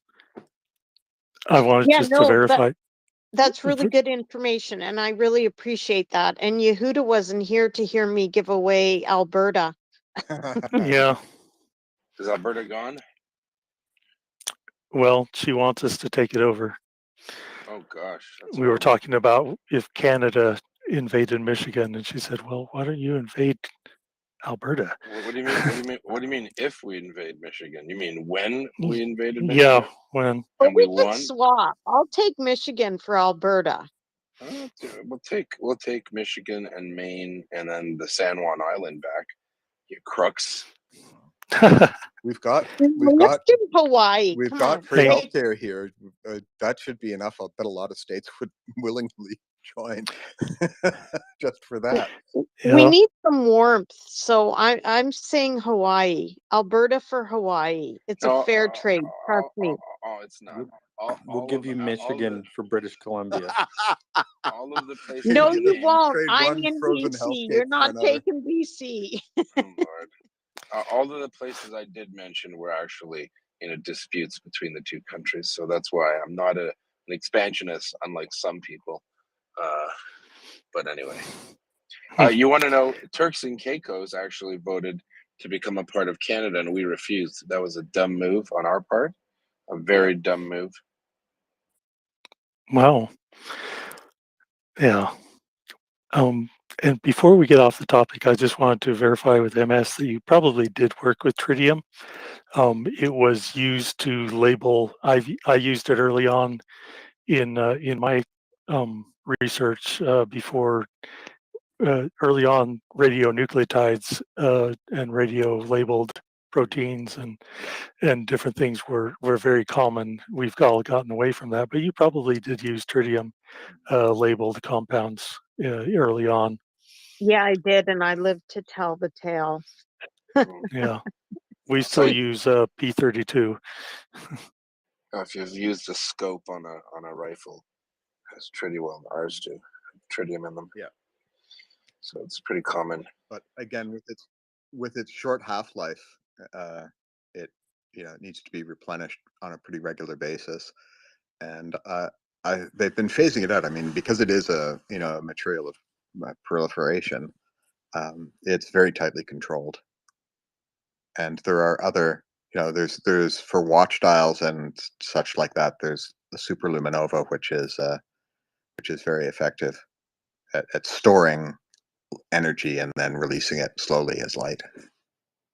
So was it an urban myth that the workers in the factories that used to paint the dials of those watches would lick the tip of their paintbrush and use, and then you have I tongue believe cancer? that's true, and that was back when they were using radium as the energy source, radium Yes. and a fluorescent material, and so the radium-based paint was much more dangerous than the tritium was a significant upgrade in safety for the workers versus the old radium stuff, which was back World War II era kind of thing. Yeah. And Yes, it's very real. The cockpit instruments in World War II bombers were also festooned with radium. They realized that was a problem because the ladies who painted the watch dials would lick the tips of their paintbrushes. And they were all dying of cancer. I just said that, they Ryan. all Yeah, died. we just said that, Ryan. Sorry, it's late. I'm I think tired. Ryan's going to bed. Bedtime for Oh, Ryan was doing his impersonation of Internet Explorer there. There's an echo in here. Well, I'm more into Netscape. So whatever happened to Netscape? Hey, Lycos forever. Yeah, I used to ask Jeeves it back in the day. Mm-hmm. Anybody remember using Alta Vista as a search engine? Yep.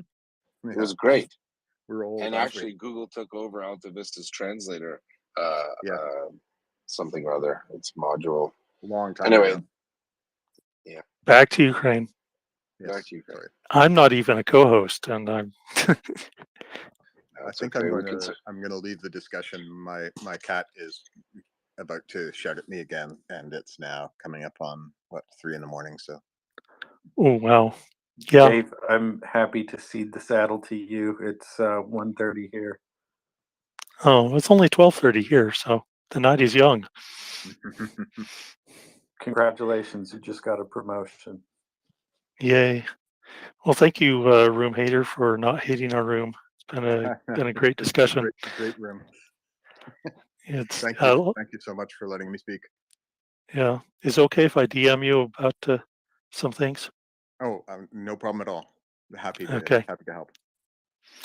Thanks. I have some physics questions. All right. I hope I have some answers. This is what we do. We bring people together. I love this room for that, bringing people together. Oh, Ryan's coming back as a speaker just to pester us. I was just going to say, in relation to Canadians taking over parts of their neighbouring country, the thing is, as we've just established, Canadians are very polite, and they bring with them nice things like, healthcare and what have you. I thought you were going to say It's maple syrup. oh well, that too, yeah. But it's not quite the same as being taken over by the Russians, is it? Really? So it's not the same sort of virus that the Russians. Oh, Quite sure it yeah, would be an awful lot nicer to be taken over by the Canadians. we're nice people, but it's not even taking over. There were just certain land disputes, and unfortunately, the British, who had a big say in what happened, decided on the Americans in the late 1800s, kind of a make nice thing with the U.S. So a couple of key pieces of territory were ceded to the United States, and frankly, I am still upset about it. I don't even know what's on San Juan Island, but we want it back. Just kidding, we don't. Everyone, it's an island in between British Columbia and Washington State, for those who are curious. And then on top of it, the Americans named a bunch of cities in Washington State after cities in Canada, which also bothers me because I think it's kind of like they're trying to take our cities now. No, don't care. Cultural appropriation. I think there's a Vancouver, Washington, isn't there? Yes, Yep. there is. That's what I was referring to. And you know what? The last time you guys tried something funny, we burned your White House down, room hater. But I can tell you, you've rebuilt it and it looks really nice. And It's we not won't my do it White again. House. Never mind. Actually, he's Canadian. one of my ancestors was directly responsible for setting the White House on fire. Be careful. I want to say that in this room. The walls have ears. We were discussing that. Well, we also took Fort Detroit, or Fort Detroit. The American general was drunk at the wheel there, and didn't want to come out. And people say, I want to just put to bed any of these comments that it wasn't the Canadians, it was the British. Where do you think they lived and where they settled after? In Canada. So nuts to you. You didn't go 20 years to Canada to go back to a country you didn't know anymore, which would be England. But anyway, or Scotland or whatever. I'm not going to get into that. Anyways, Well, but I've humorously advocated that I believe it was August 19th was when the White House was set ablaze. Washington in general was set on fire. Should be a national holiday in Canada. You would think, but we don't want to hurt our American. You're just too polite. Strongly worded. We would call it something like, we'd name it after the guy who did it, like Colonel Fraser. My ancestor was in command of some of the men who were responsible for burning the White House. And we could just have a Colonel Fraser Day or something like that in August. Actually, I'll send you a DM too. I'm going to tell you a bit of history you're going to really like. But anyway, but your things are closed. All right, I will send you a note anyway. Okay. Well, you have to send me one about the War of 1812. I think you'd be surprised. All right. Anyway, speaking of invasions and silly behavior, I had a bit of a eureka moment. Everyone talks about this, but not everyone. Some people talked about it in the past, and some people are still talking about it now. A branch for Mr. Putin to climb down from this tree. And I think I want to make a room hater. You might not know. Sometimes I make some pretty decent predictions that have come true. Let's hear it. Putin needs a victory. Now, in a post-truth world where words don't matter or reality is an afterthought, I think I already know where he's going with one thing. I'm sure a lot of people thought recently certain initiatives that the Russians have engaged in with Belarus, for example, will be one of his victories or something he's going to use. And that is the annexation of Belarus into Russia. There was all of these bilateral agreements made last year, TASS, the Russian Ministry of Foreign Affairs, or the Ministry of Lies, because they lie with facility. They're pumping out a lot of information. And say again. Oh, they do. Yes. Oh, you're right. So, I was agreeing with you. They do lie. Yeah.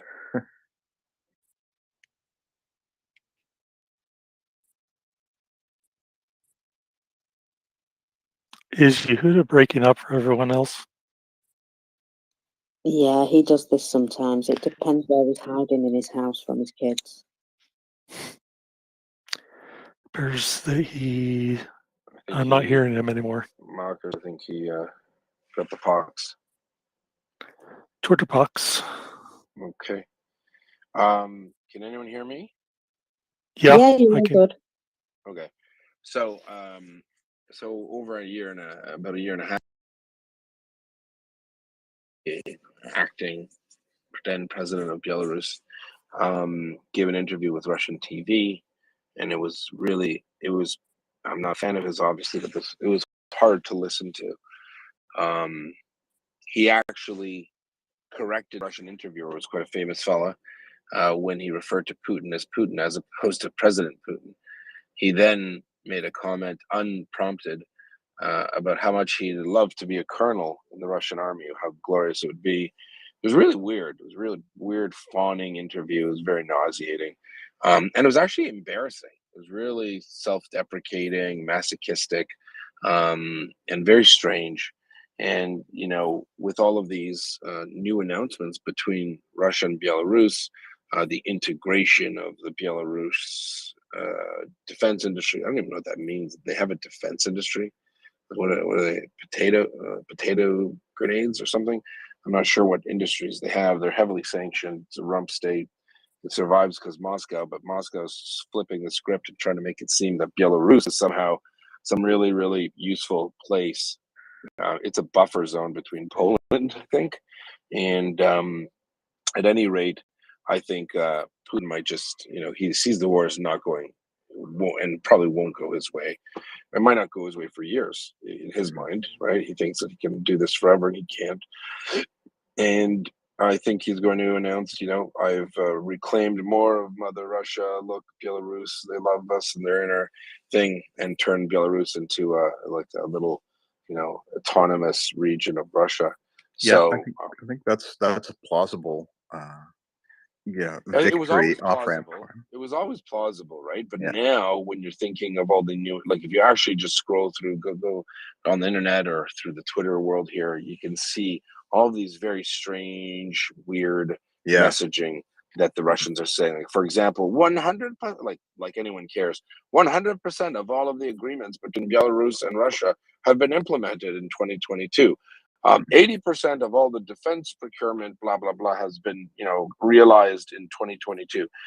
It's like they're setting the conditions. We would say they're laying the groundwork for, I think, some announcement where Belarus, collapses into Russia. I think it's because Putin needs a win, right? I think, and if he can't get any. We're only losing 1,000 people a day in Bakhmut. That makes sense. I mean, so I think that that's more of an option. Now, I think it would have happened anyway. Like in Putin's mind, if he had taken over Ukraine in 3 days, Belarus would definitely just become a part of Russia. Like I think that would definitely have happened. I think Moldova is in trouble along these lines, but they kind of have to get through Ukraine to get to them.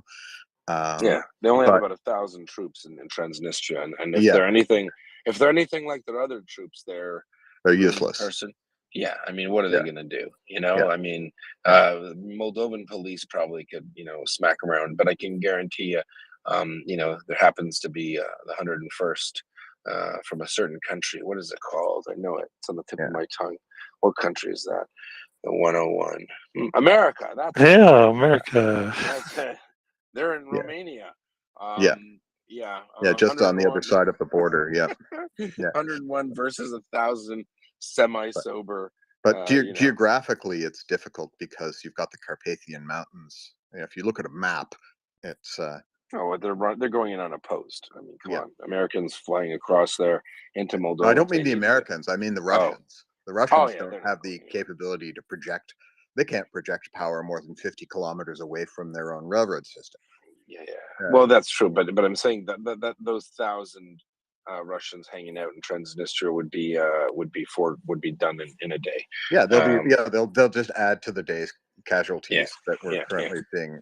Yeah, racked up. there'd be a non-issue. So Moldova is actually the biggest threat to Moldova isn't Russian military might, which I don't think military might is something that you should say and with the word Russian together. But it's the information war that's going Yes, on in Moldova. that's what they're doing. They're trying to undermine the government through other means.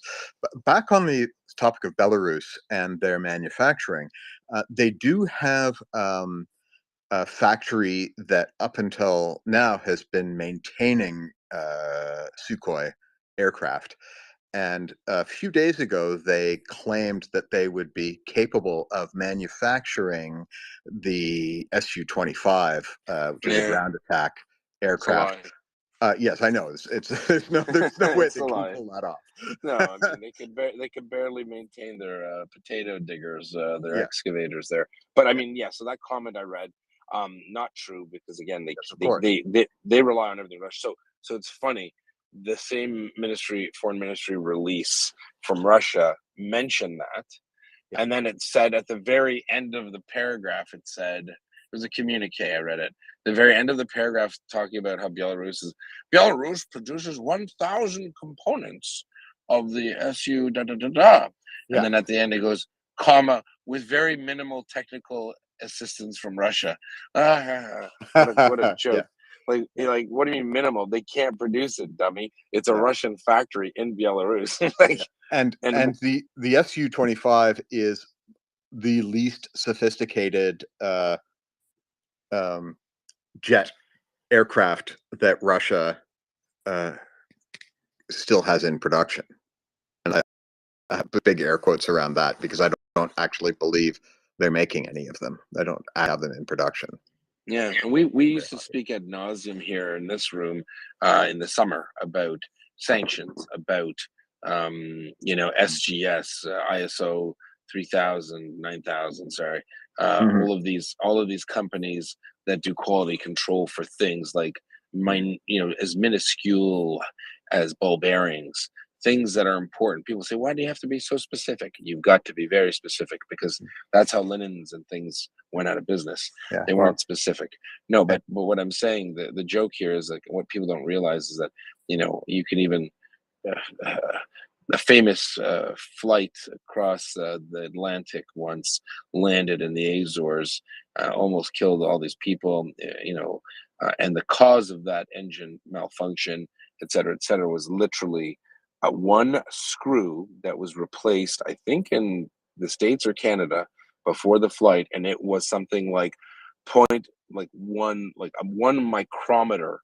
It was the wrong screw, and that the vibration from the plane, caused an entire engine failure. So it's not like they can go make these, on a lathe somewhere. These have to be produced by companies usually in Germany or Sweden, or all these, like super smart factories. So the Russians just cannot make jets. They won't be able to make missiles. Their design of jet engines is a little sloppier than in the West, and so they sacrifice significant performance, but they also it also means they can be manufactured with much looser tolerances. The alloys are still a challenge. Because in any jet engine, any turbine, you've got one end of the shaft is red hot and the other end is ice cold, and that's that's a huge Yeah, problem. there's a big article about that as well. Yeah, in the summer about what kind of metal they can produce, what alloys they can produce that are effective, just because of the poor standards they have. So all in all, could they make a few? Sure, Yeah. I'll grant that. But I don't But are think they they going to can make? make gun barrels anymore, because Are they? the alloys used for gun barrels are quite sophisticated, as my understanding. I'm not an expert in metallurgy, and in particular for military purposes, but I've read that the metallurgy for gun barrels is quite sophisticated and beyond their capability.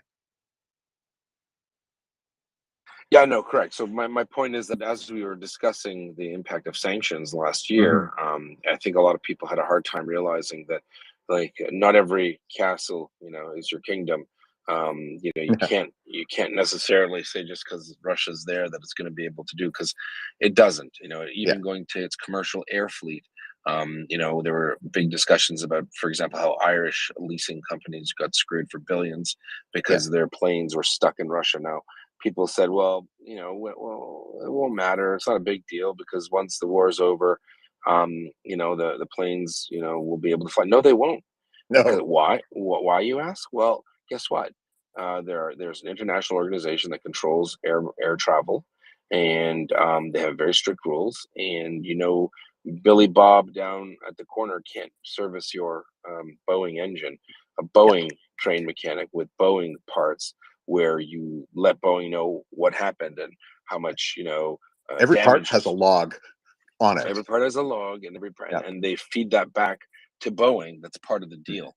And the minute you don't have that service, that plane is gone. It's done. Without the paperwork, the aircraft is worthless and not airworthy. And that's even after. But no, it's not even without the paperwork. If there's a loss in continuity of the paperwork, yes, it's done. Then it's over. It's done. It's over. So they won't be authorized to even fly those Boeings out of Russia again. Yes. And that's the part. I think Turkey has given them a bit of grace and allowed them to fly to Turkey still, but it's very, I think they might have even stopped it. So, I mean, this impacts this will set Russia back 50 years. Yeah. This isn't an easy fix. And when it comes to the machinery, German companies that supplied, tool and die machines, or all sorts of sophisticated equipment, which are literally written in German in Russian factories, they're not getting those updates over the internet. Siemens is one of them, but there are hundreds of companies. Yes. All of that is gone. So Russia can barely, I assume they can make things that are not as intensive, and obviously their goal, as you had said here, Arun, is that they want to do volume over quality, and they think the more things they can throw at something, the better it is. That's what they're doing with their dismounted troops.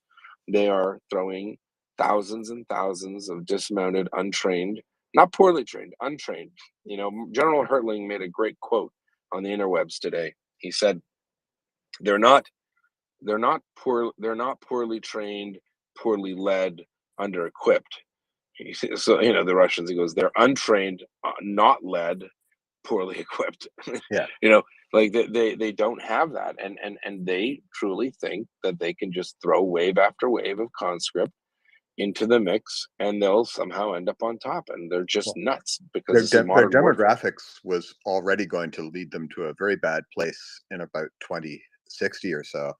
I wonder if someone's run the numbers recently, given the number of young people that they're killing in Ukraine and the number of people they are chasing out of their country altogether.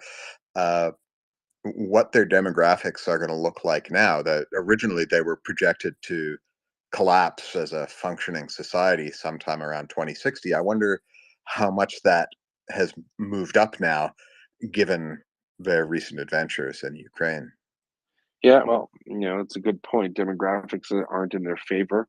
The Russians lost at least a million fighting age males in the 20s and 30s in the first 6 months of the war. That's just Presumably, people leaving the country, not actually killed or wounded in action. that's that's what I said. That's they left the country at the first 6 months because they didn't want to go to war. So they'll eventually go back, presumably. But for the rest there, then the numbers are shocking. But also the age of the average conscript has been going up because it can't get people, right? And so it's going to be quite a problem for Russia in the Well, long they've term. managed to successfully keep their mobilization and quote recruiting unquote efforts outside of Moscow and St. Petersburg.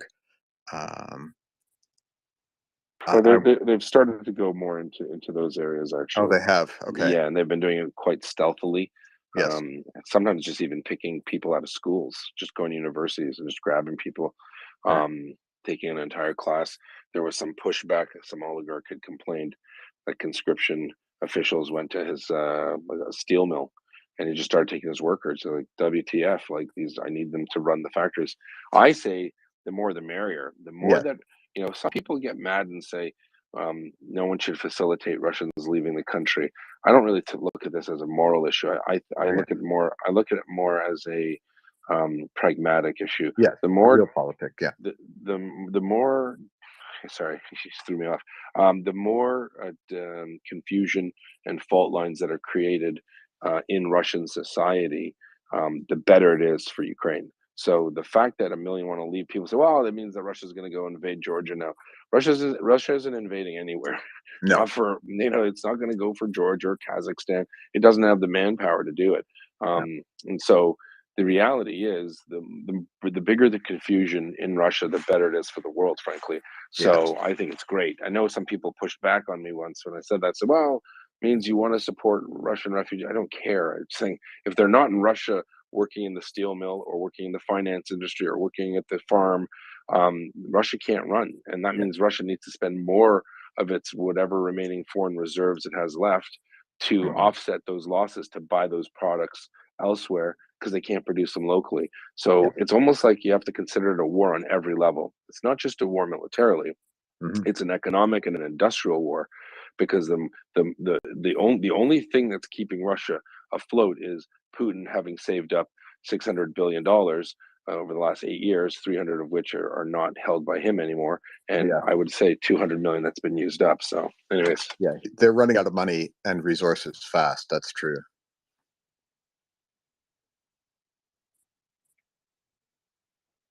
Sorry, I'll be right back.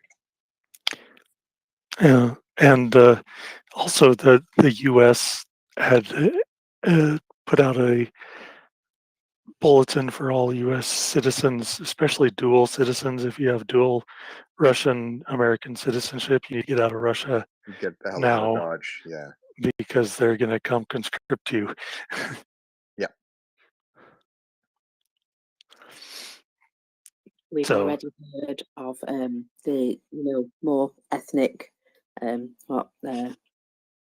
people with dual passports, Tajiks and Uzbeks unable to leave Russia, apparently, because they have a dual passport and they might be conscripted.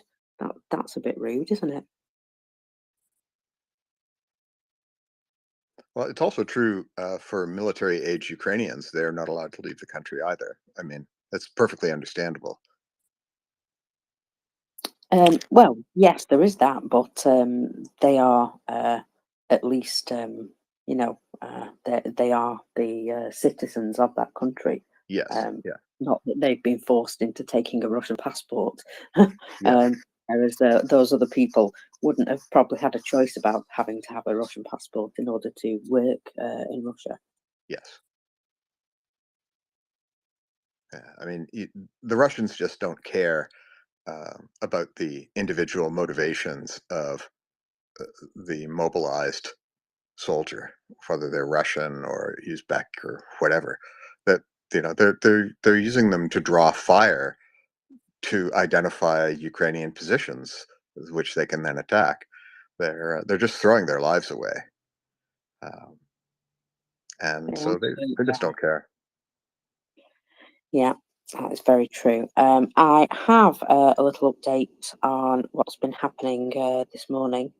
I'm just going to go through it because, Please do.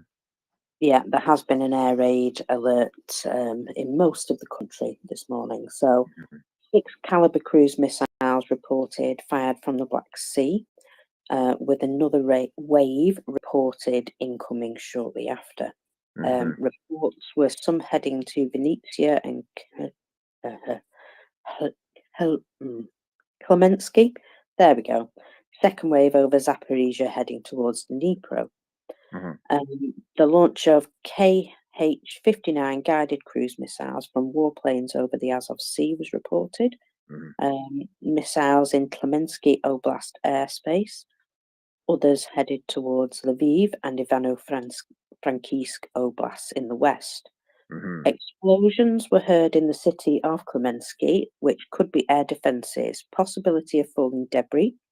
The governor Vitaly Kim of Mykolaiv said a missile has been shot down in the area. Posted a picture captioned in English which just said smoking, what appears to be debris in a field.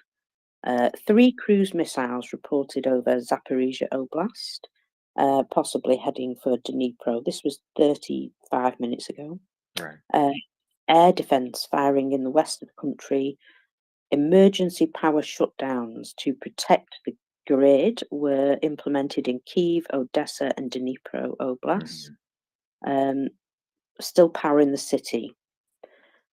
Missiles were headed towards Kyiv, have now changed course and are headed to the west of the country. The presidential office says enemy aircraft firing missiles from within the airspace over occupied areas of terrain show a change of tactic because it gives less time for a response. Air defences operating in Dnipropetrovsk Oblast. The Ternopil governor states that Russian media has reported 2 arrivals just over the border in Kursk Oblast. There is no more incoming missiles detected now, but people are still advised to take care. And 15 minutes ago, the air raid alert was declared over. So it looks as though there's been a small, relatively small attack, and then it's finished. So hopefully, fingers crossed, that's all the missiles that are going to be fired today, and hopefully there won't be too much damage as a result. Sounds like they've shot down at least a bunch of them, and I'm sure we'll get more news as the day goes on, but just wanted to update that because well, we need to sort of keep our eye on what's going on, and we need to not forget that this is happening on a daily basis, that the Russians are firing into Ukrainian civilian population areas regularly. If it's not with cruise missiles, it's with the air defense launchers, which they're using to fire into a ground-to-ground role, which is terrorism, surely. Oh, absolutely. This is very clearly war crimes. I mean, they've been more or less ignoring the Geneva Convention and the rules of war since day one. I don't think they believe in. Well, you can see how they treat their own people. They don't believe in international law. The might is right is their way of operating, and that's always been their way of operating. It's interesting that the Eastern European countries that have lived under Russian rule are amongst the most vigorous in their support of Ukraine, because they recognize that if Russia prevails in Ukraine, Russia will try to move on to them. In particular, Poland, Lithuania. They're gonna justify a land bridge to Kaliningrad somehow. That'll be their next casus belli, I think, and so that will. Lithuania is the southernmost of the Baltic states, so they're in alphabetical order, actually, from north to south. That's how I remember which one is which. So yeah, they'll probably go after Lithuania, but I mean that's a NATO country, and if NATO actually, they think they're in a war with NATO. They're in a war with NATO's obsolete weapons uh, in the hands of Ukrainians. If they were actually going up against NATO, the casualty rates would be 1,000 to 1 against them, and they would escalate to nuclear weapons very quickly, I think. So if Russia is not stopped in Ukraine, I think we would get World War III very likely, and so we got to stop them here. This is purely as a matter of self-interest in the West. We've got to stop them now. Yes, absolutely. This appears to be an opportunity that Russia didn't expect to be posed. They made all these plans. They made plans to carve up pieces of the industry and the country of Ukraine, and then they were going to go on to bigger and better things. And in all these plans that they made, they didn't actually factor in that somebody might oppose them. Yeah. Well, They were just going to wander in and do this. So if Donald Trump had managed somehow to stay in power, there's a reasonable chance they could have gotten away with it, because Trump wouldn't have opposed them. Well,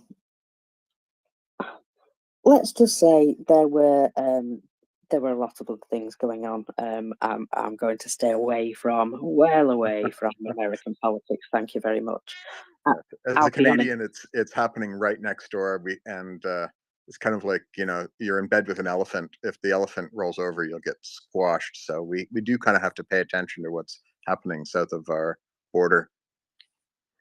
Hey, what about us that live in it? We're underneath the elephant right now. Yeah. Well, just U.S.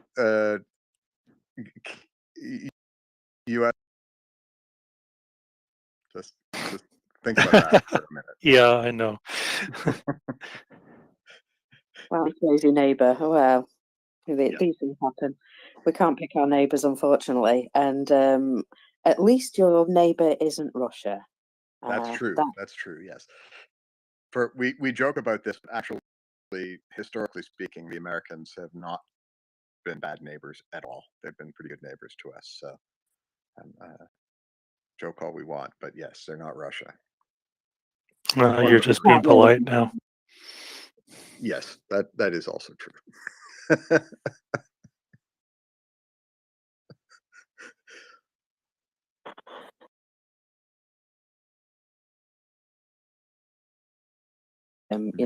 Very cognizant of who their neighbors are. And Putin thinks they belong to him, be ruled by Russia, and they don't want any part of that ever again. So if he thinks he's going to be unopposed going into the Baltics, he's got another thing coming as well. Yeah, I think they're some of his staunchest enemies. Yeah. Well, the Russians still remember what happened with the Winter War with Finland as well, and the Finns sure as hell remember. There was somebody was asked the Minister of Defense of Finland. This was some time ago, if he wasn't concerned that there were Russian soldiers on Finnish soil, and he said, "Yes, there's quite a number of them. They're all 6 feet under right now, but." They have a vivid recollection of the Winter War in Finland, and they don't want a repeat of that. Yes, I think I'm being replaced here. Is that correct? Yes, my heroic friend. We have the lovely Doman. This is his time, so you need to get out of his chair. Oh, I'm keeping his chair warm for him. So I would much rather listen to Doman than myself. So I will say goodnight and see you all tomorrow. I will do so as well. Slava Ukraine. Exactly. I have a Siamese cat who's trying to crawl up in my t-shirt right now. So I can let him do that. Yes, my cat is going to enjoy this too. Have a good night, everyone. Too. Bye. Good night, fellas. And thank you for chatting.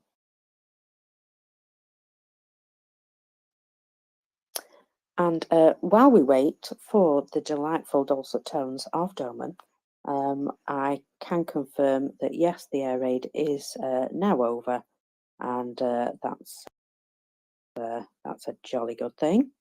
I'm also detecting that something else has been on fire in Russia overnight. I did see this before I went to bed, but I wasn't able to confirm actually what the heck it was. But it's a warehouse in the Kressel plant, apparently.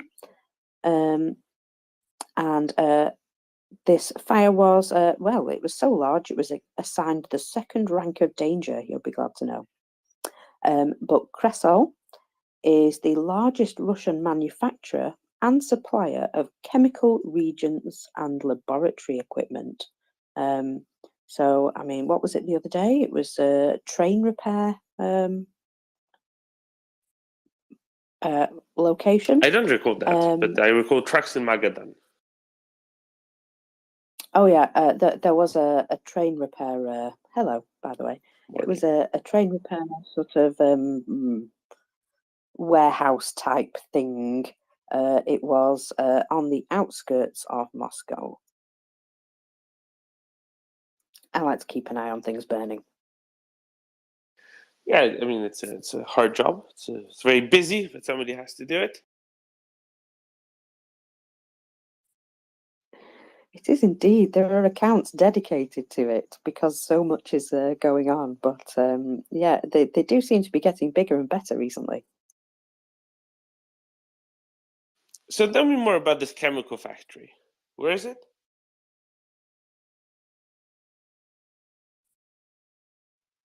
It is. It says here the Kressel plant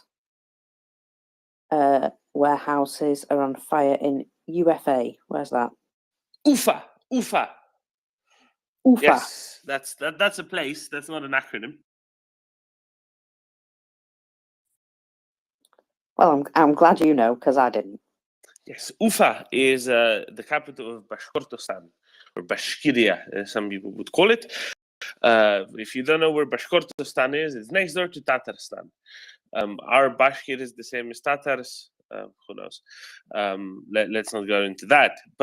But if you go just to the south of Bashkortostan, there's the famed the Orenburg corridor, something like that, which is separating Bashkortostan and Tatarstan from Kazakhstan, and rather impeded them in their considerations for independence.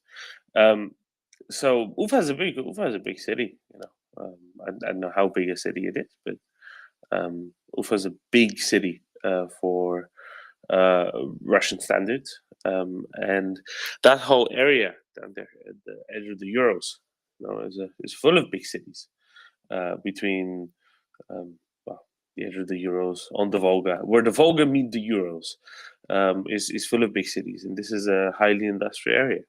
You know, everywhere around Yekaterinburg and Kazan and Ufa, of course, Chelyabinsk. This is very much the center of industry in Russia, center of heavy industry, including, for example, chemical factories. So well done, I guess, on whomever smoked in that particular factory. Yeah, and I have retweeted the video because it's quite a good one.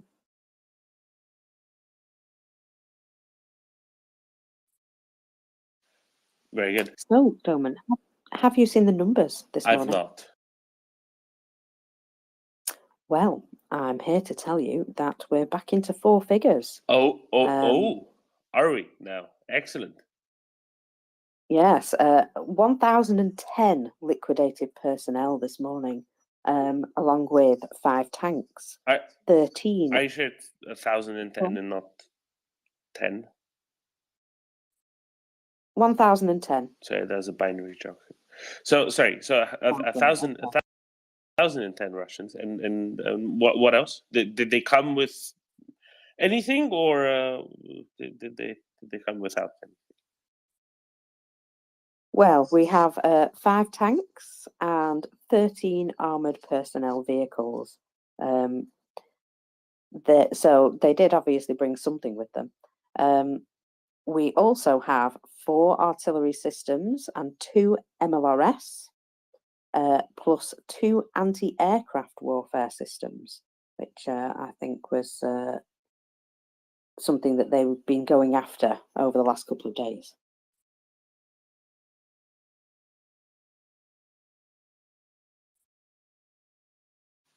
Interesting. So not as many pieces of artillery than as in recent days, for example, but definitely a lot of Russians. And at the end of the day, that's probably going to be the determining factor. So that's a good thing. Could they have found more than 9 trucks? I always think that. Really, why only 9? Why only 4? Why only 12? Trucks matter. Because if there isn't a truck around, even just tactically speaking, in the very much local area, trucks make a difference. If it means that there won't be resupply, that makes a difference. Maybe they're running out, Doman. As long as Russians keep shooting artillery, I know that they're not running out of trucks, because they need trucks to bring shells to the artillery pieces. And it certainly won't be anything like enough until they do. Good point. So I can also tell you there has been a air raid alert and some missiles fired from both ships and aircraft this morning towards Ukraine.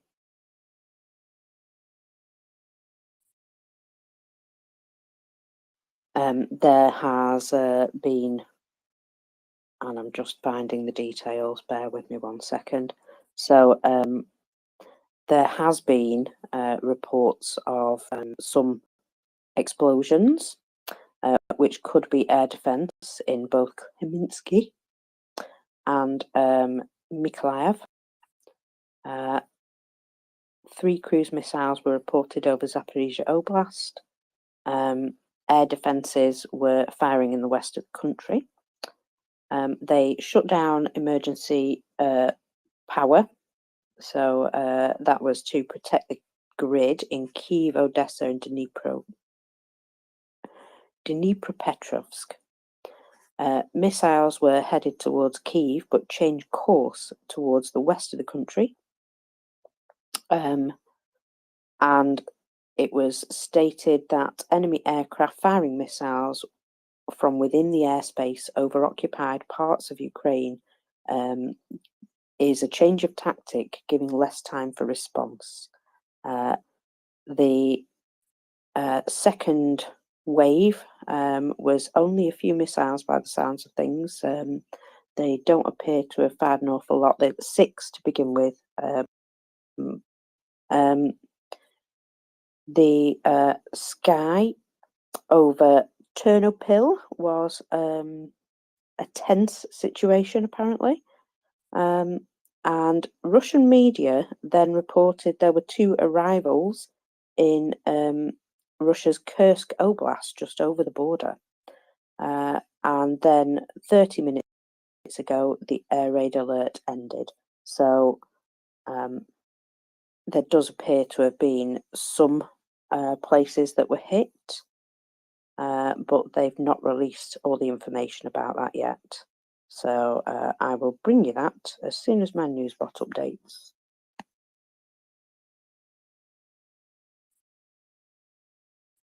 Are there indications of which types of missiles they've been using? cruise missiles, it says. Okay, but no details on which types, just air launch cruise missiles, because that would be, it would be interesting, right, to see what exactly they're using.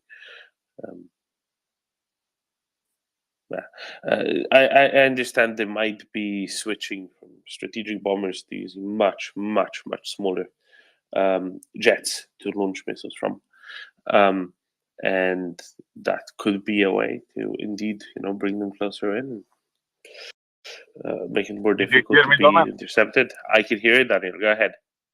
Caliber.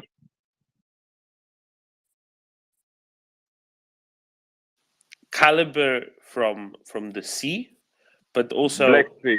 They launched it from Feodosia.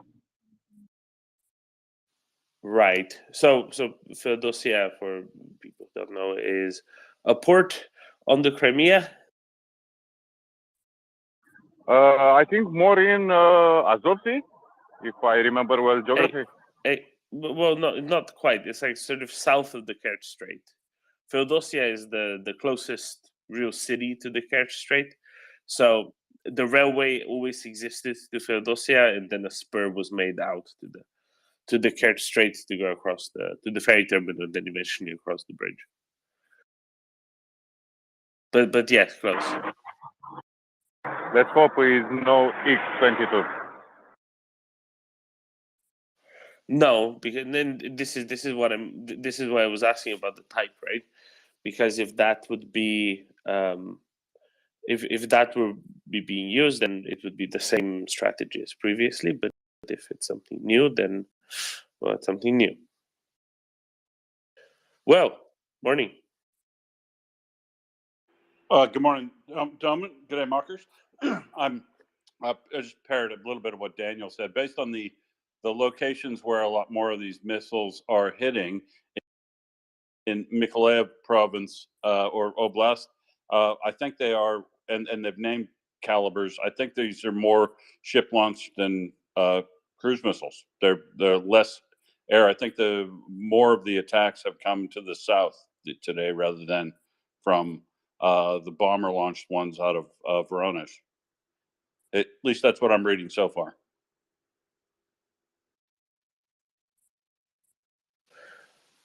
All right. So caliber missiles are still cruise missiles for anyone who's confused about it. But the difference being, of course, that they have a bigger propellant to start with because they start at sea level and they need to get up in altitude a little bit. Whereas other cruise missiles are simply launched from the air, and by launch from the air, it just means they're dropped, and they no longer need to gain the altitude, and they can just get on their way the moment they're released from the plane.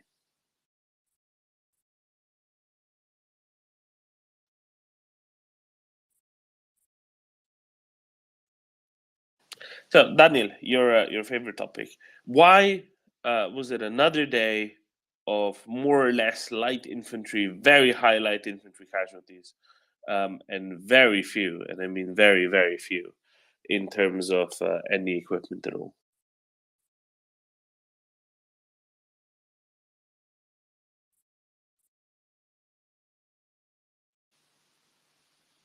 No, you don't want to take debate on what Russians doing?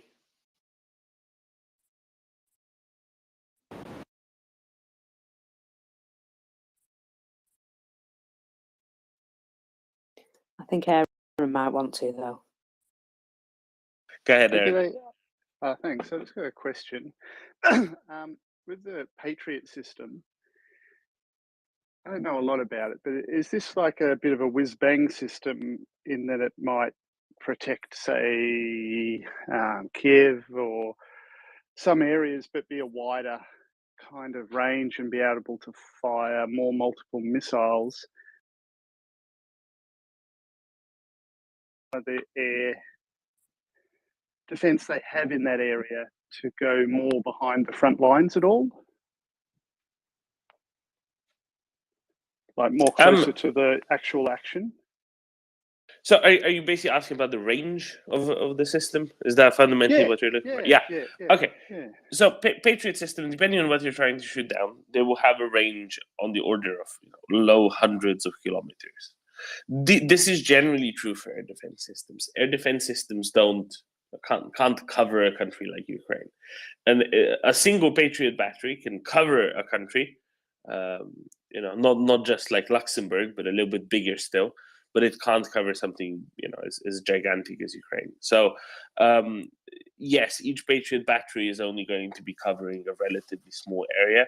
The important component with Patriot batteries is that they can avert the threat from missiles like KH-22, which we have in a more ballistic fashion compared to most cruise missiles, and they will actually be protective against those. Will, I guess, wants to add something to this. Yeah, I was actually essentially the Patriot is quite good because it has the potential to be good. It's relatively untested, of course, outside of Israel, where they've made their own modifications to it. They call it the Iron Dome system. It's had probably the most testing there. It has a potential to be able to shoot down a ballistic missile, right? These short-range ballistic missiles. Very hard to shoot down a ballistic missile because they re-enter and fall at about 5 to 8 times the speed of sound. So that's the most difficult type to do. But so Patriots are an exceptional system because of the radar system and the range they have of those rockets that can shoot down aircraft as well as cruise missiles, and also have an opportunity to shoot down ballistic missiles. But I think that has yet to be fully tested. I'll be interested to see how well it does.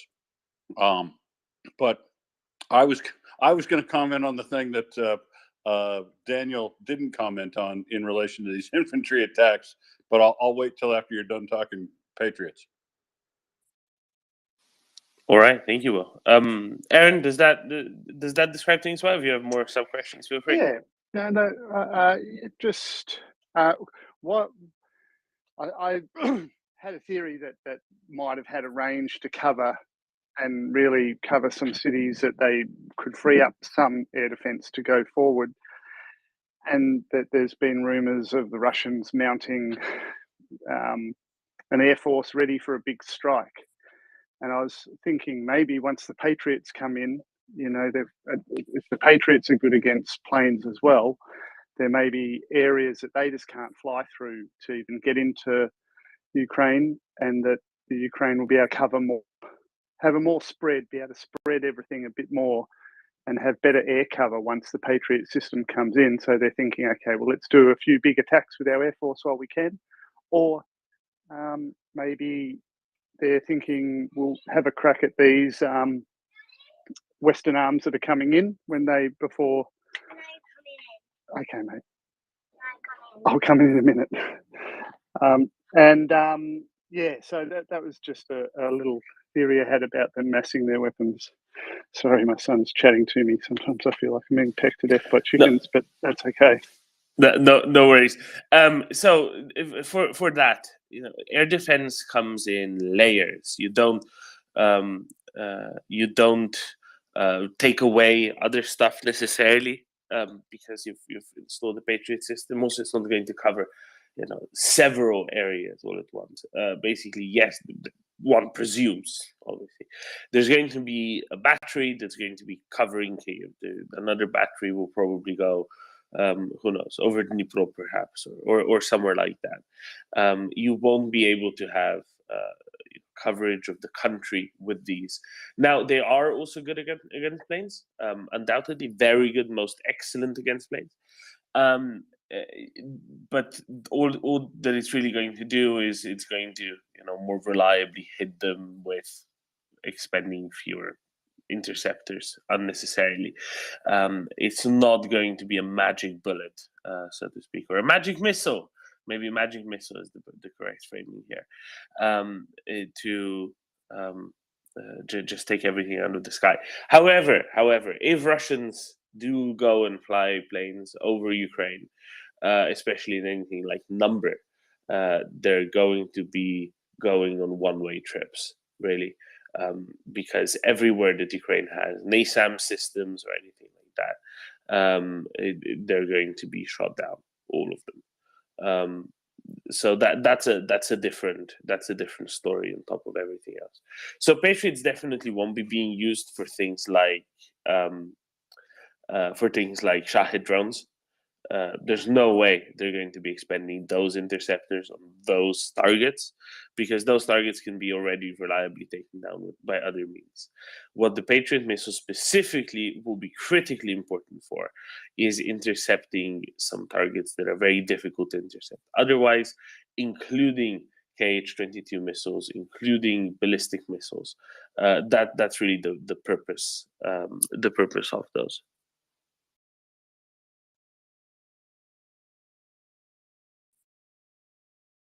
Cheers for that. Thanks. I'll let Will go with his infantry. Thank you, Aaron. I just want to check that either Ander or Luca, do either of you have stuff on Patriots? If you want to continue. Yeah, I want to maybe to say something regarding to what Will said. I'm fairly certain that Patriots, they during Desert Storm, they shut down a large proportion of the Scud missiles. I went to check. Saddam Hussein had the Scud missiles. They were Soviet system. It's a ballistic missile, and I just checked now. It flies at Mach 4 now.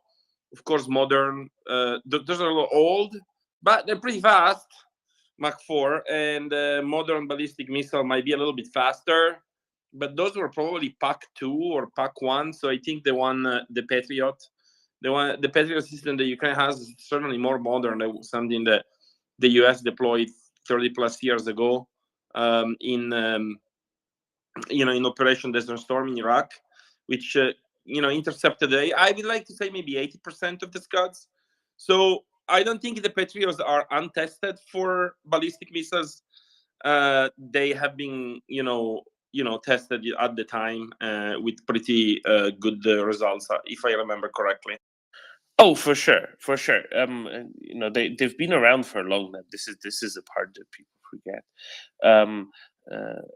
Russia, sorry, not Russia. When Iraq was using these Scuds, when Scuds were the worry back in the initial Gulf War, in Gulf War I, they were obviously being used already. It's a very tried and tested system. It's been also packed up and moved around and installed various places, at various points for over 3 decades now. They know what they're doing with this system as well, which is always good. Which is always good. Now they will of course have been worked on a bunch of times since. Every single iteration of the Patriot system is better than the last. It's not just about the interceptor, of course. It's a lot of it is about the computers that go with it, right? What does that do? It makes it better at recognizing targets. It makes it better at identifying targets.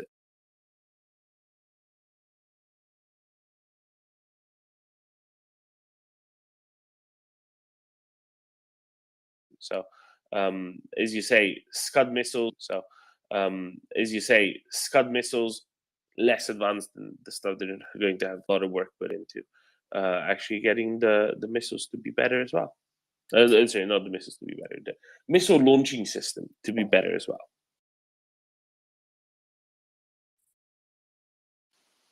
Excellent. Anda, very good morning. Good morning, Domin. I came up to ask you, what is Russia doing? Why did I get all the hard questions? Because you're good. And if you're good, you get the hard questions. Nobody knows what Russia's doing. So this is, I mean, lots of very silly things. Very consistently, very silly things. There's something of masters in that. But they're not doing much new, seemingly, except this possibility that they might be using much smaller planes to launch, 1 or 2 cruise missiles from. That's a new one. I don't think they've done that before, rather than using strategic bombers from that. But other than that, I don't know. Will, what Russia doing?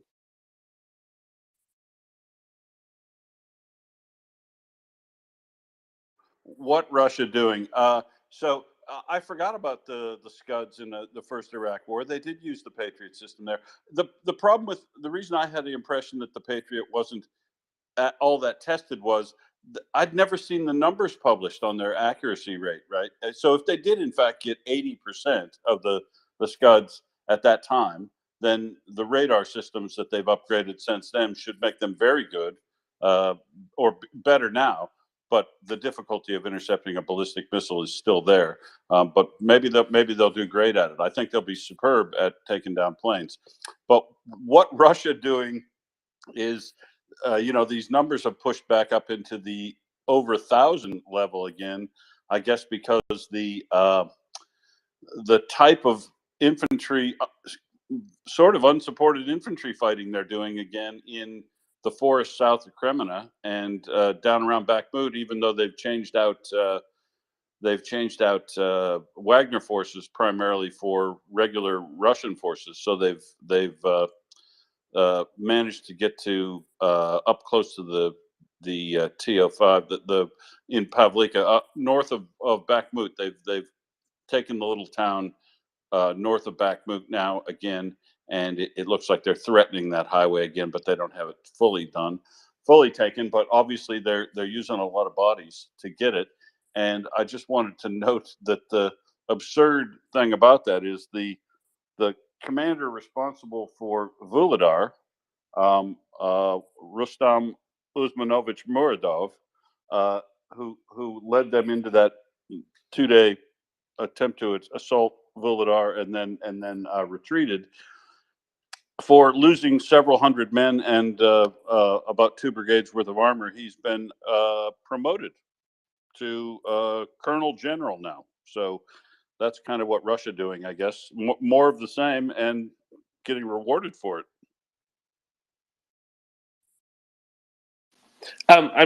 Well, have you ever seen such efficiency? Of course he was promoted.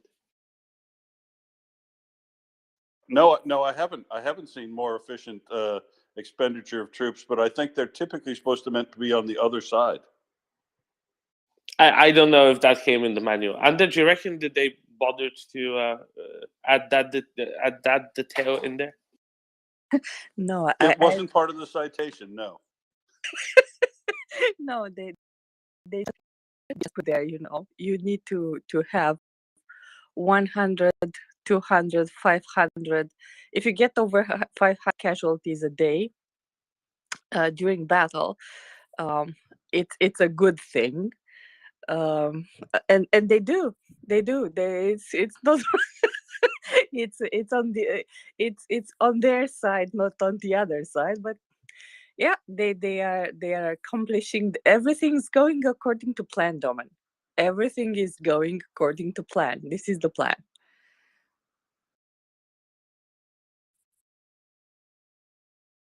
Okay. Domin, tell me about Wagner. I hear many things. I hear that there is this infighting. I hear Wagner is getting whacked right and left. I hear that, Shoigu is cutting ammunition to them. Tell me everything you hear, because it's quite intriguing. Oof, this is a complicated question. So, everything about Wagner. Wagner is a complicated beast these days because they no longer have supplies of new recruits like they had before, because even Russian prisoners are now saying, "Oh no, we'll stay here. It's okay. We'll just stay here in the prison," because they've learned what happens when they don't. Because apparently there's some sort of a telephone system that prisoners have access to, which I wasn't expecting. So they've learned what not to do, and they no longer go. Not to mention the other sort of supplies, right? The supplies of material. That's not going either. So fascinating, really. Daniel, would you like to talk about Wagner? What am I missing out? I don't know if they're going to be terribly effective going forward. I have some difficulties with my connection to headphones. Can you hear me? You're a little bit of a Dalek, but we will manage. Okay, so my headphones are connected, but in fact I hear you on phone. What I raise my hand is to get you some good news. What is Raiffeisen Bank doing? Facing the U.S. Treasury. Oh my, yes, and that would be because they've not quit Russia, and now they're having issues. Okay, well done. Let's delve into that in a little bit. Let's get fancy pants. I'll try to get fancy pants before it goes to the range. Well, Wagner? Yeah, I guess I'll add to what you said about Wagner is that they are obviously being starved by the Ministry of Defense for ammunition and supplies, and the Ministry of Defense has taken over directly the recruiting of inmates from any prison. So they're starved of new manpower, and you can really, it's kind of what you don't hear about Wagner that's kind of significant, I think, in relation to the Ministry of Defense. Because remember how arrogant and offensive they were speaking about the general staff typically in the early weeks, well, maybe 2 months ago. They're not doing any of that anymore. They're being very demure and asking politely for things rather than calling them all sorts of derogatory names. So is the game there that the regular army got tired of like Wagner? You know, well, basically they get tired of Wagner growing in popularity, and now the infighting makes it so that they want to get rid of them. Basically, So well, okay, part of what I think is, go ahead. I was going to say it's a kind of court intrigue in a very medieval way of which vassal gets to be over the other vassals. So there was reports about a week ago that Prigozhin from Wagner, Surovikin, the previous commander of forces, and Kadyrov were conspiring together to take over everything, so that Kadyrov could take command of Rosgvardia and Surovikin, I think, could be the defense minister or something. I forget who was meant to take what, but that was kind of the idea. But then they kind of failed because Wagner couldn't get enough stuff and people to take enough territory. That's why apparently, in part, they were going after Bakhmut so hard to upstage the army, but they were reliant on the army to get munitions. Is that about right, Will? Yeah, I mean, that's what I was going to say. Essentially, that I think Putin likes to have Prigozhin around, and very much in the court sense, that he's like this agent provocateur. I don't think Putin takes Prigozhin seriously. I think he finds him a useful tool to expose others within the chain of command who might step out and need to be squashed by Putin. That, you know, he was so arrogant and rhetorical in his language that I think he drew some of the stupider people in and thought that he was going to be quite successful, and somehow then work his way up the ranks and get closer to the top, because, you know, he's viewed within the military and circles and the oligarchs as really being, you know, a scummy lowlife, but they let him hang around because Putin seems to enjoy the things that he does. But one of the things I clearly he does is draws out people to speak out against Putin, and then that exposes them for who they are. And I think that's useful to Putin. But I don't think Putin has any real use for him. And Shoigu and Gerasimov and the folks have tightened up now and are really pulling the choke chain on Prigozhin in the form of not giving him any supplies or resources for manpower. And I think he's probably served his purpose. And, you know, lost, I guess at reliable count today, fully 30,000 of the 50,000 convicts that he took in. So this is good for Ukraine, right? Because they were leading the Bakhmut offensive, and you know, at least while there is this infighting, they might fight at an even more suboptimal level until they are eliminated, right? Yeah, that's my take on it. I would not personally have Prigozhin thrown out a window because he's such a buffoon and he's such a disruptive force in the Russian command structure that I think he does more damage being alive than he would poisoned or thrown out a window. Yeah, it leads to inefficiencies, which is good for Ukraine. And it leads to inefficiencies. There's that, but it also leads to inefficiencies because you're requiring kind of separate logistics chains, and you're having people fight over stuff on the back lines. And infighting is good, right? Because when there's infighting between Russians, Ukrainians benefit from that. Maybe let's go a step beyond that as well. Let's think about what this can mean tactically on the battlefield.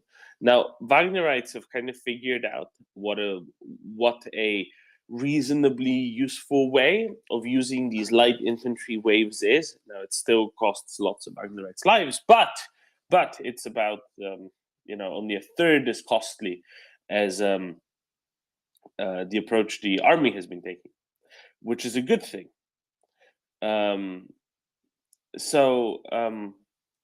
It's what can I say?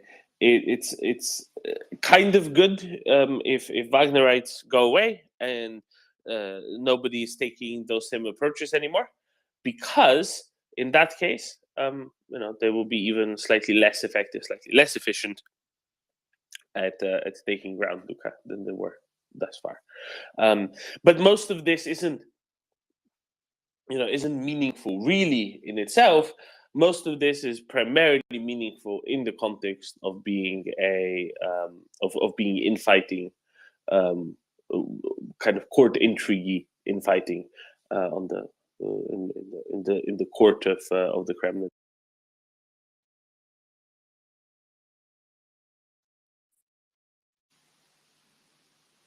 So yeah, Luca, you've really not been following things lately, have you? Anda. On a good, entirely other topic, I have a good news for mockers. Mocker Johnson, good news. Always. So something went boom. I don't know if you saw it, mockers, yet. A chemical plant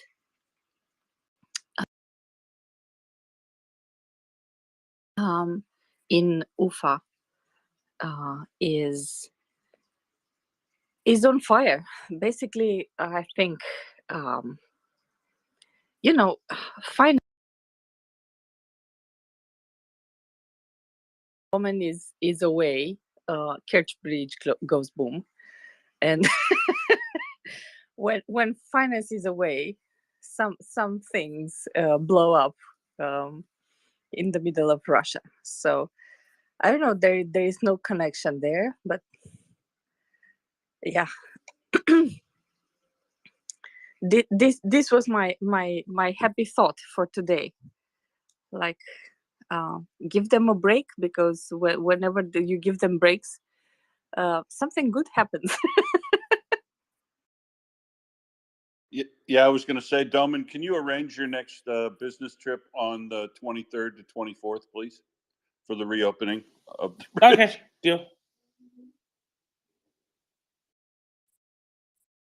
Can do. So let's talk about mockers. Have you heard this news before? I've put it up in the nest, by the way. It's a beautiful sight. I have heard, yes. This was the one that I couldn't pronounce earlier. I thought it was UFA, and I was like, where's that? Oof. I think that's how the city came to be named what it is. Somebody was traveling very tired, and then they saw this place where they could set up camera. and that's how they named it. And I went from oof to ah. It'd make perfect sense, wouldn't it? It works for me. But yeah, it's a very beautiful fire. They're not rescuing much out of that building, I'd say. I mean, why would they? Why would you have to rescue anything out of a district heating installation?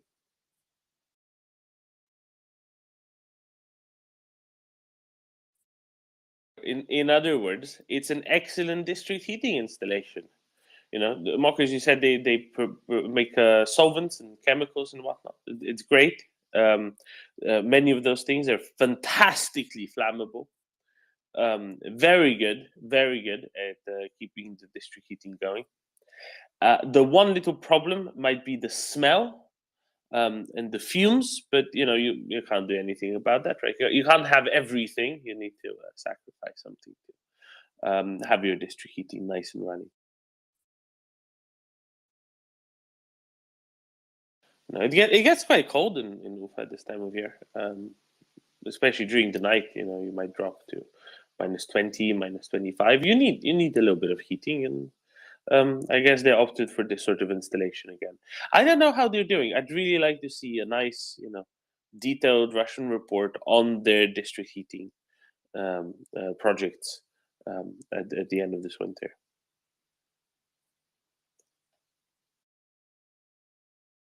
Marcus, do you reckon that they'll continue their district heating experimentation even once the cold weather comes to a close? You know what? I have a funny feeling that they might. I know it's a combination of reasons. There's obviously, in some cases, quite clearly insurance jobs going on, and in other cases, it does seem to be accidents. And then you've got the actual sabotage, and I believe there's some of that going on too. So bad news bears all round. What? Bears? Are bears administering the district heating? Goodness, that explains why it's so haphazardly done. They are actually a concern at the moment because in some areas they have woken up from hibernation early. So don't be wandering around any woods. Anda? I'm here to answer your question. What will happen at the end of the winter when they will look around and say, yeah, we exhausted all of our heating systems for this winter, and it will be a problem next winter with other things like products. But yeah, it's exhausting, right? To see how fast they can run through the facilities they envisioned for this heating system. So I don't know. I think they will calm them down. They cannot burn them twice. This is the sad part of it. So they cannot burn them twice, but they can try. And I think they have others. So yeah, some forests in Siberia. I don't know. That tends to be more of a summer kind of extra heating to get it really warm. Right, the forest. Barbecuing accidents. Yeah, we moved right from. In my time in Russia, we moved right from heating accidents to barbecuing accidents. And the with regard to the smell and the fumes there, the other thing they tend to get in those very cold periods is temperature inversion. So I remember sometimes the fumes, the smoke, and the haze from the coal plants that they still heated with in those central heating plants. Because I'm not sure a lot of people know that. That like you'll have a large group of apartment buildings, and they're all fed with low quality steam heating to all the buildings combined. That's not something that I think exists across most of the rest of the Europe anymore. But yeah, the coal plants that would run to heat those, to produce this low quality steam that then get pumped to multiple buildings, very noxious smoke. And then during a temperature inversion, you'd get really foul air quality in the cities. And I think UFA is probably subject to that as well. So I'm not sure whether or not they would notice which foul smell they were currently living under, a chemical combustion smell or a low quality coal stink.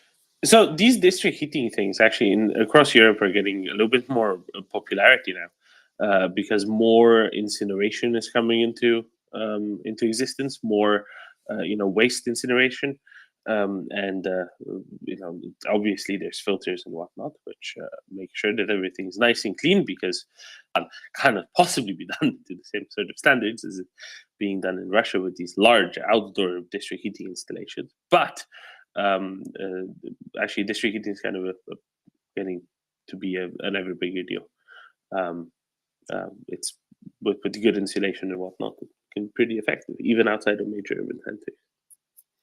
So they went away from it after the Soviet Union, but now you say they're kind of going back to it again. It does make some sense from economy of scale. I just mean, places that were never a part of or were never under the Soviet Union are, when they're going to waste incineration to a greater proportion in areas where that's being done, instead of landfills, it's kind of in vogue because there's this fuel that you can't really use for anything, but you can use for heating. And it's more efficient, and you don't need to import gas to do it. Sure. Or you need a little bit, I guess, to keep the temperatures up. But either way, Daniel, thoughts? Two thoughts. First, Ufa was a Mongol city, Golden Horse city. So no Mongols, maybe Turkic Tatari city, and people didn't know it's not a Russian city. Second, that solvents are used for missiles, which are extremely important. You need to use solid or liquid fuel for missiles. And the missiles like S-300 missiles or air-launched one need this solvent produced in Ufa, was the last factory because last summer they destroyed another solvent factory. And with destruction of Ufa, I think they will have a big problem with fuel reserves for the missiles. They are not stable enough. They don't have long shelf time, so they need to produce extensively. And in 2 weeks, they will need fuel. And if Ufa burns, they will stay on stocks. And hopefully, if I remember well, X-22 is on solid fuel, sadly. But S-300, Uragan, they need liquid missiles.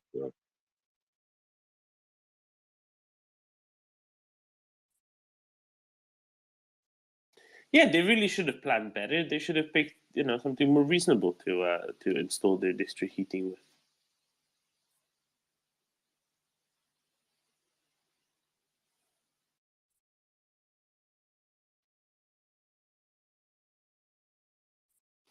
Luca, tell me if this district heating stuff is going over your head, because I don't know if you're around when we came up with the concept.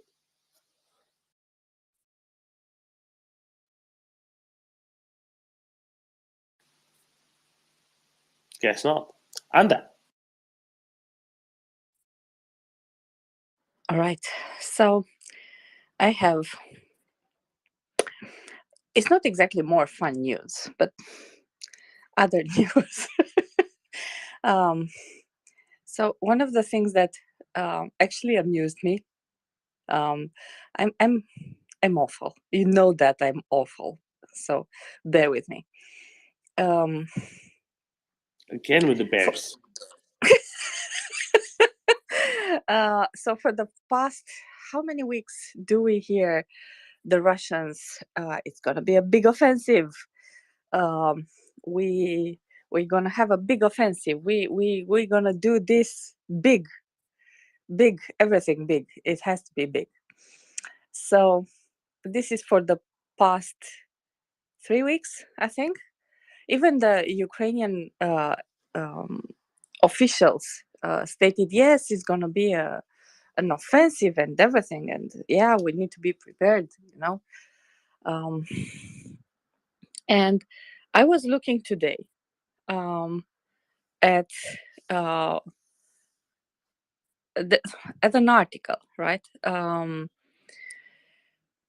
where Ben Wallace says there is no evidence to date of a great big Russian offensive.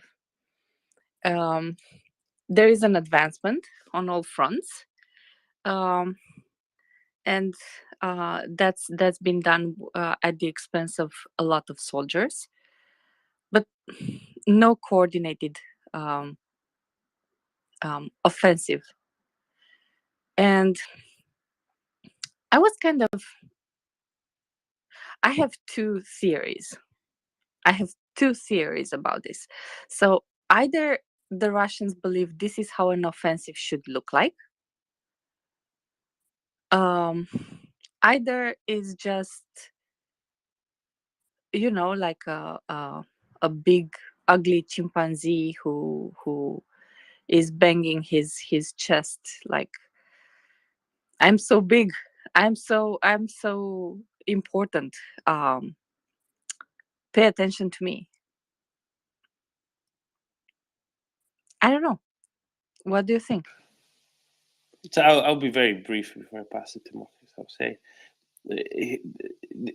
there's a constant threat that Russia might be launching a quote-unquote big offensive somewhere, because they have lots of people that they can push into the fray, and this is causing Ukraine to constantly have to be prepared to intercept and interdict, triple digits of tanks, quintuple digits of infantry going in any one direction. And that over a long front line, plus the border areas around Chernihiv, Sumy, is tying up a lot of Ukrainian forces, which is annoying. But it's not as annoying as having Russians on more Ukrainian territory. Marcus? Yeah, I was just going to say that they have gone big, but with the losses. So yeah, they have gone big, just not in the way that they were expecting. Also, a little bit of news from the morning attack. Following the attack, all power plants in Ukraine that are working have resumed normal operations. So that just goes to show that they are building more resilience into the system. And I think that's exceptionally good news, because the last sort of 4 or 5 days, they've not had a lot of problems with electricity. It does appear to be getting an awful lot better. And actually, that's pretty fascinating, isn't it? Yesterday, the chairman of Ukrenergo coming out saying, we've been fine for the past week. We've been fine, no problems, no shortages when it comes to generation or distribution, even to the point where they didn't need to import any electricity either, which I think is interesting there as well.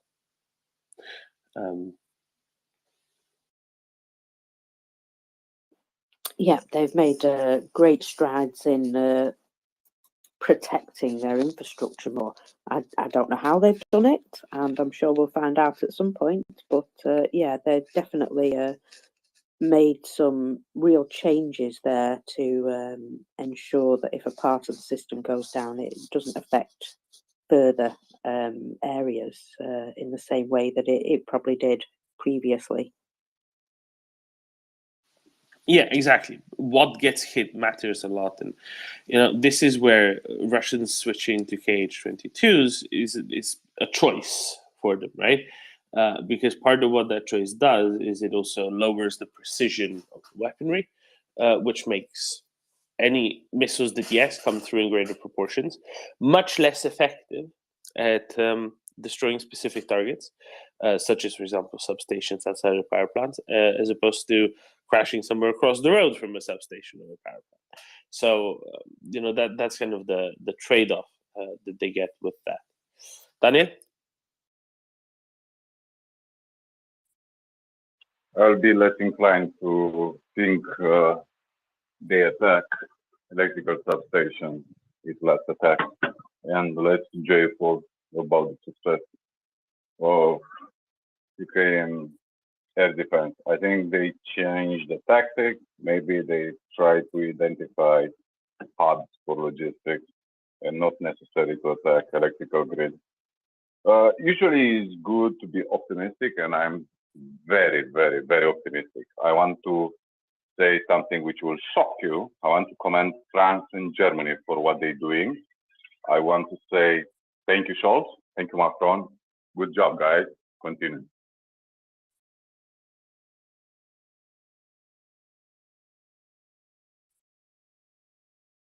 What brought about this level of optimism and exuberance? First, they get the correct political position.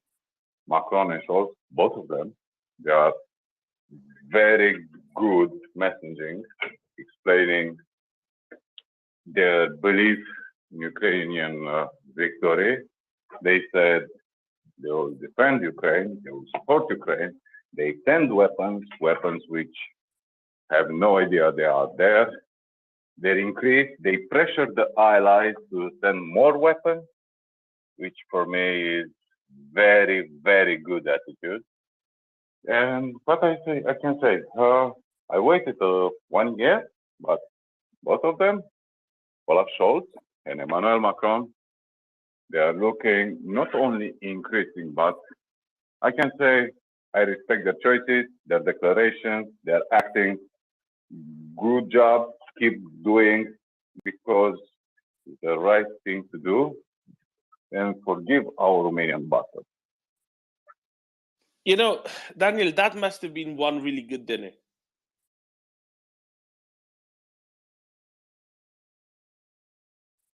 Which one, mate? At the Elysee Palace. No. I don't think it's just the charm of Vladimir Zelensky. I think it's a natural choice. They needed to go a while until they got to that conclusion. But was natural, and they are smart men, and I encourage to continue this idea. Well done, Olaf Scholz, Emmanuel Macron. Well.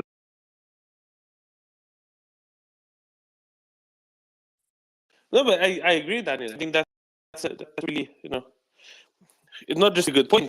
It's important to highlight when people make correct decisions after having made less correct decisions previously, or have failed to make correct decisions previously, because that then incentivizes future good decisions being made in the future.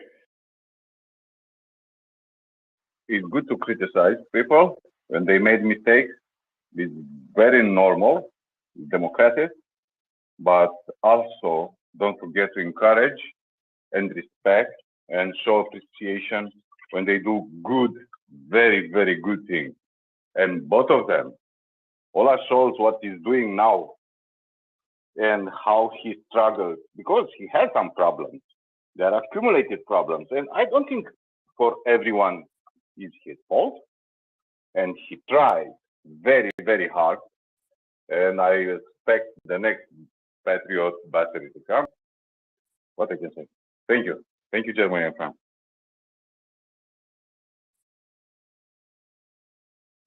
Yeah, 2 months ago, Daniel, would you ever have thought this would be the position that we'd be finding ourselves in with Scholz? I hope. But specifically with Scholz being the one asking others to come on, send tanks, come on.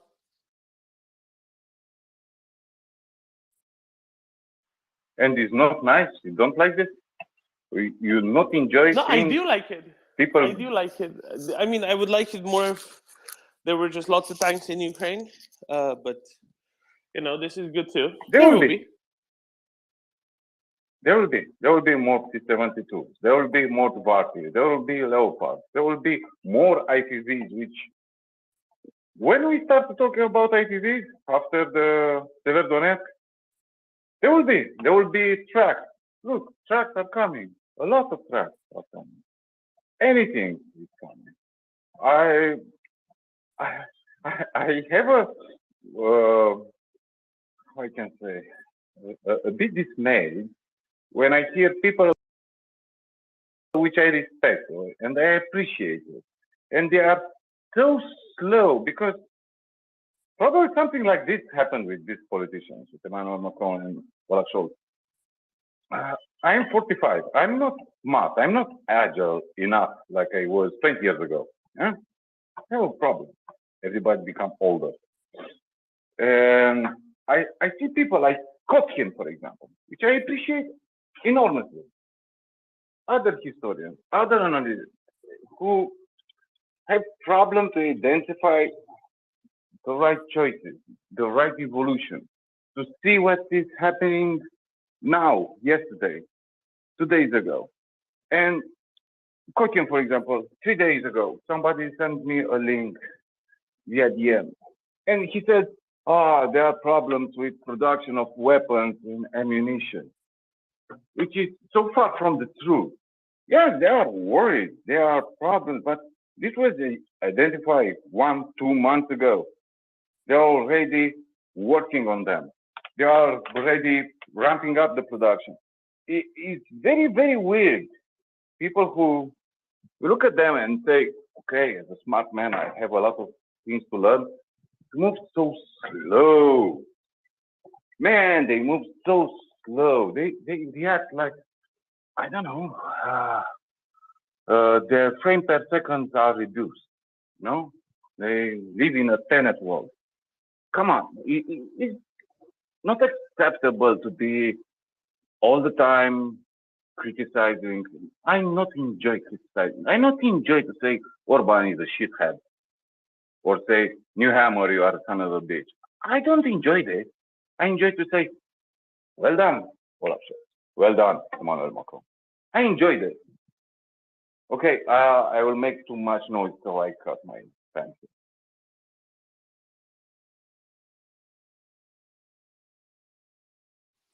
Thank you, Daniel. I disagree with you on one point. You like calling at least one of those people a shithead. And only Orban. Yeah, one of them. Yes. And go ahead. I don't know if you're aware, but finance started a program. So we want to keep Daniel running. We like Daniel as he is. So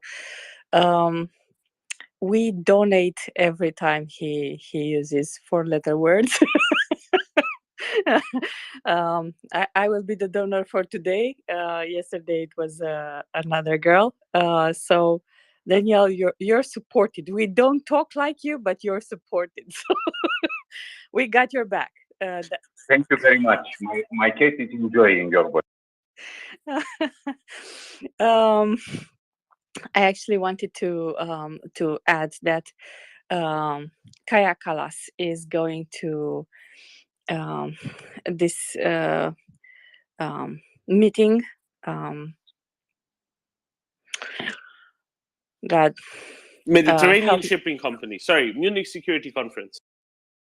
In Munich, right? So that was what I was searching for, and she has actually I really admire this woman.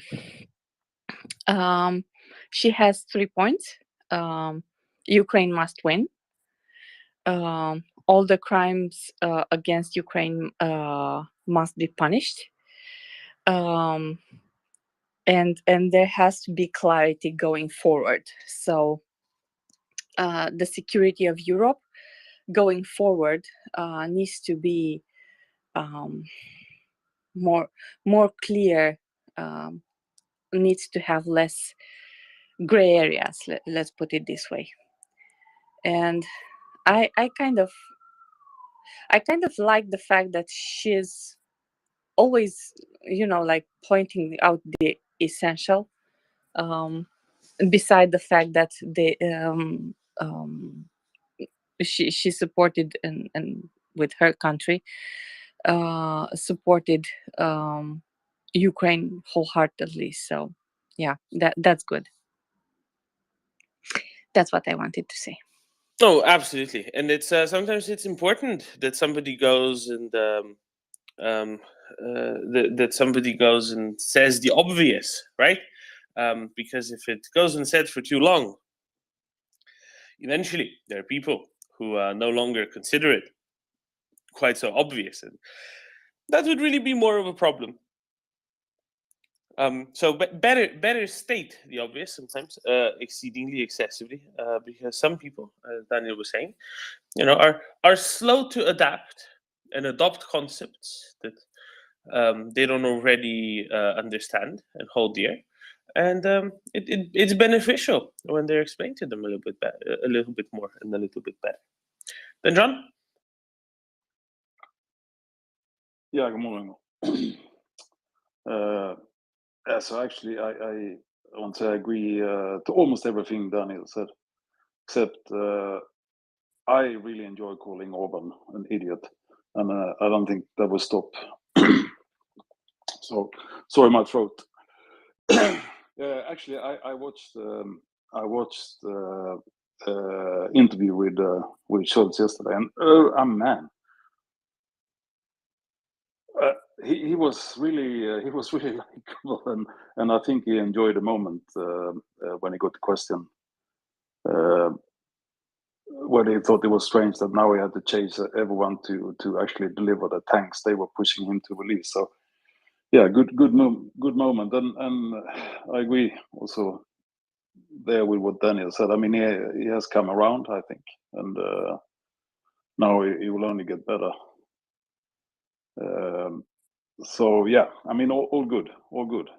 It could have happened earlier. It should have happened earlier, and we are rightfully criticizing that. But at least now it's happening. That's what is important. Regarding the ammunition, the Dutch defense minister was also interviewed, and yeah, she said the same thing, that yes, it's a problem. We're not producing enough, but we have plans to step it up. But then she said something I didn't like, that, and she said that the politicians are doing a lot now, but the industry has to step up. So, but I guess they will not step up unless they get the orders. So I think that's where it has to start, not waiting for the industry to start.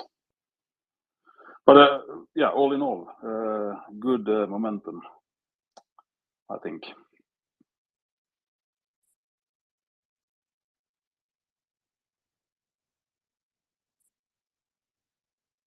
Daniel? Now, if I was Russian, I was scared like shit, because when you see German, when you see French acting, not reacting, acting, then you know you are in a big doo-doo. Because there was their hope, the West, the French, the Germans, the comfortable Europeans will say, it's too much for us. We don't care so much. We need some how you can say, peace in mind, not to be disturbed by these Ukrainians.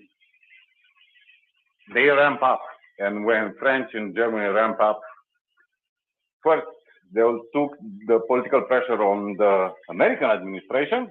Second, they will add a lot of input, and they remembered, we want to lead. We are the leaders of European Union. Act like this. And they start acting. And I'm very grateful. And if they keep this line, Russians can say, we fight enough. It's time to go home. They will not say. They will need to kill 5,000 Russians per day, and probably will break any records ever saw of people dying. You know what? But what I can say, probably they will send the woman and the teens after this.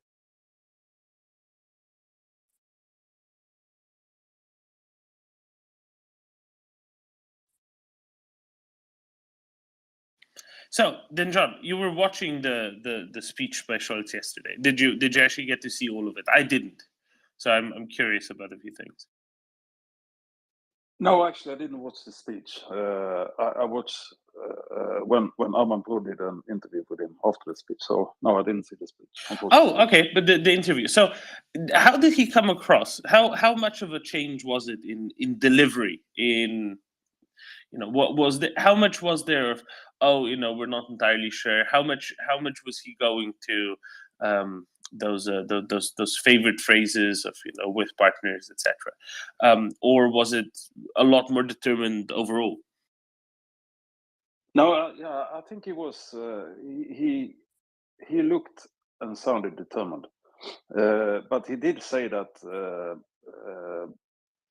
he was so glad that the coalition had held together, and especially that the US was on board, and so on and so on. And they basically saying that this will not happen without the US, which I think is a little bit wrong. I mean, obviously, without the US, it would be a big problem for Europe. But I think it should have leaned in a little bit more on that this is a problem in Europe, and we should take the lead, and of course take the assistance from the US, where we have gaps, where actually in most of the places. But yeah, I mean, he was different. There was a determination that Ukraine was not going to lose this war, and Europe was not going to stop supporting them.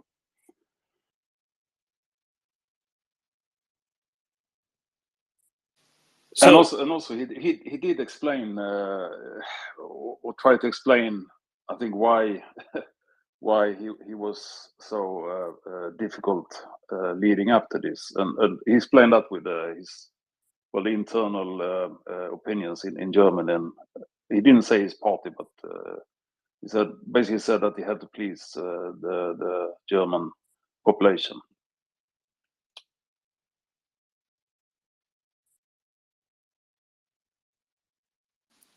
So it was a complete turnaround, especially when it comes to determination, when it comes to actually wanting to change things, at least publicly, right? Yeah, exactly. He didn't. It didn't sound like he was, scared, like we always said here before. He's scared. He don't want to. He fear any decisive actions. But that I didn't read into what he said. It was determination to get this done as soon as possible. And I think this is really big, and this is really important. It's what we wouldn't really have expected just a few months ago. 2 months ago, if somebody told you, what, in 2 months, you're going to have Scholz and Macron being the most vociferous backers of everybody sending tanks to Ukraine, and turning around and getting to the point where it says, no, Ukraine, will win. We're still waiting for that from Scholz, I think, a little bit, but nevertheless, what would you have thought if somebody told you that 2 months ago in December, say? I would say even 3-4 weeks ago. Now I wouldn't have believed it. Probably hoped for it, but not. I didn't believe this would come. I thought that the US would eventually have to come to our rescue, basically.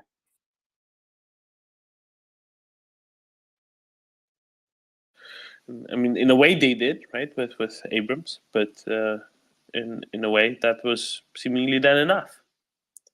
That was seemingly then enough.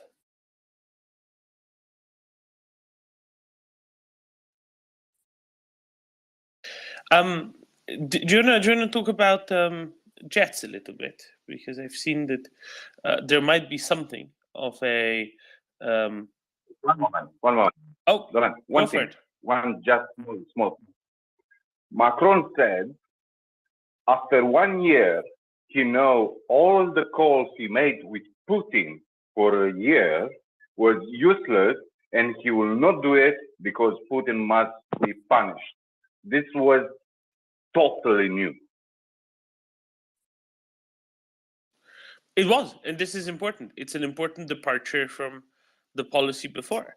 Now, Zelensky said previously, many months ago, that he asked Macron to talk to Putin, right? Obviously, at some point, he said, actually, do you know what? There's no point. But I think it took Macron a little bit longer to realize that there just isn't any point in continuing doing that. Either way, getting over this hump, I think, was very important. Getting over this hump of, well, they won't actually talk. There's no point in bothering. There's no point in even trying. And I think this is something of an irreversible hump, especially when it comes to Germans, right? Especially when it comes to the German government. They have finally done the thing that was the hardest for them to do in the first place. So thank goodness they have, because now we get to move on. And now we get to, finally have the right things being done. And John? Yeah, actually, I think Macron also had a bit of a Trump in Helsinki moment yesterday, because he said that 1 year ago he spoke to Putin, who assured him that the Wagner Group was not affiliated with the Russian state, and he believed him.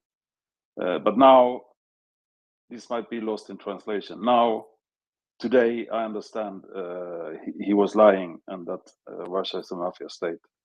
I'm sure he was told 1 year ago by his intelligence community that the Wagner Group was affiliated with the Russian state. 100% sure.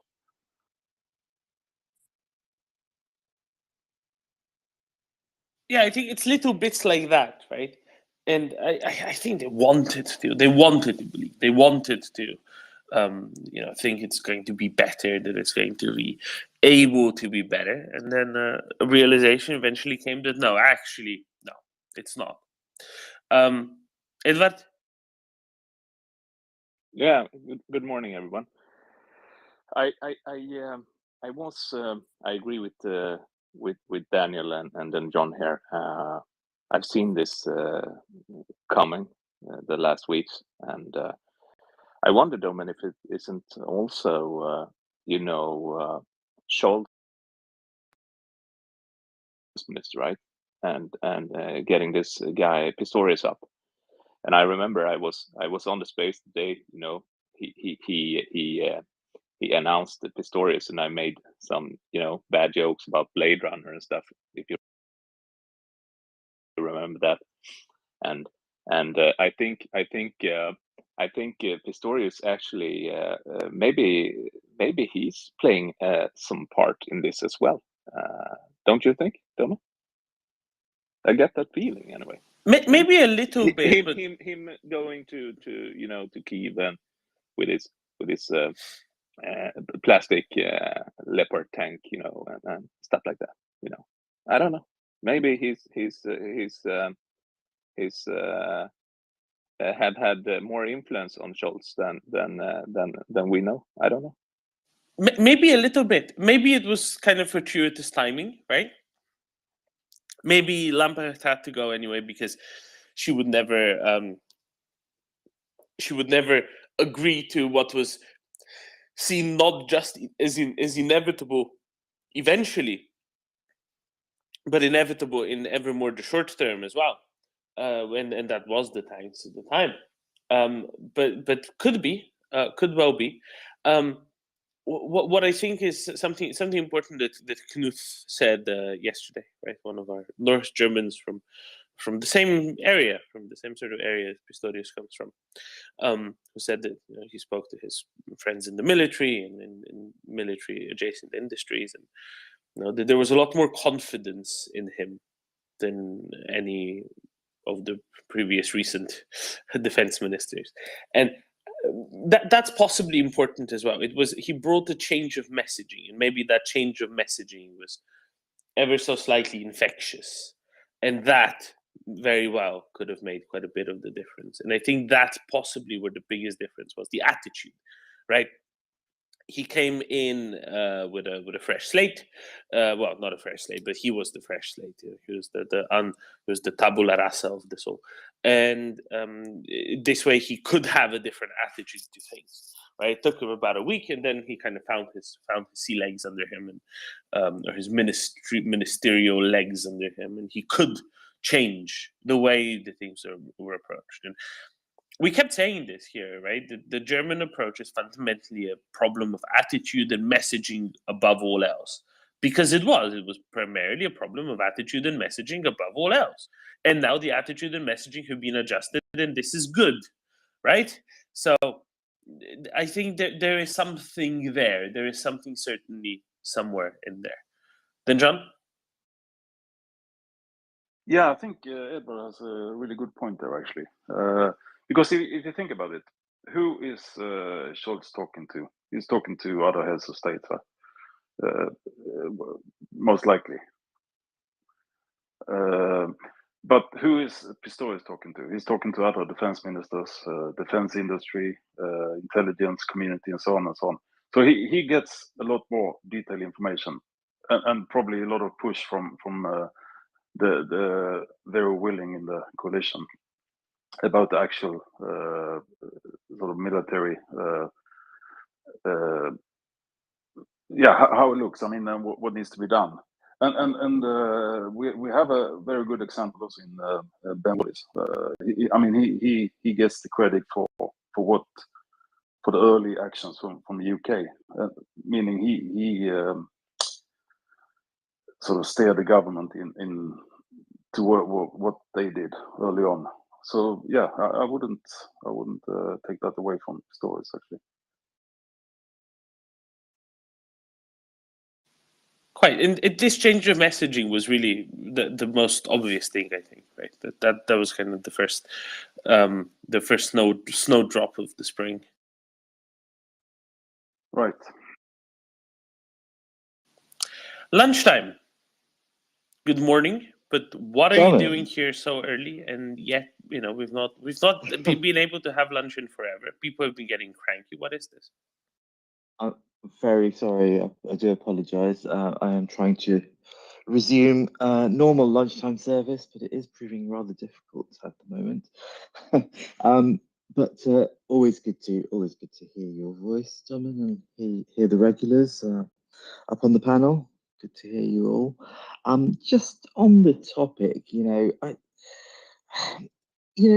all sounds good, doesn't it? Like, it sounds like he's making the right noises, Macron, but then he sort of has to wrap it up with this caveat about regime change. I just wonder, I mean, like, does he really think, people buy this stuff? Like, people do, I suppose people do, I don't know, but there is no question that, it was never really in doubt that the Wagner Group was integrated quite thoroughly into the state apparatus, right, in Russia. This was not a matter of like confusion, certainly amongst the intelligence community. I expect as a head of state, he's perfectly well briefed and so on. So to sort of claim any ignorance about this and admit to that being a misjudgment rather than some of the atrocious nonsense, it's like a way of limiting one's culpability. It's a way of sort of like pointing at something relatively relatively trivial and saying, "Oh, that's what I got wrong. Everything else I've been right about." So I do take slight issue with that. And ultimately, this sort of business. I mean, the quote that I'm talking about is he says. This is from the Guardian article. I don't know if anyone's following along, but yeah, so at the end he says something like, "I do not believe for 1 second in regime change. When I hear a lot of people advocating for regime change, I would just ask them for which change, etc." And so he goes on, right? But I mean, it doesn't matter if he believes in regime change.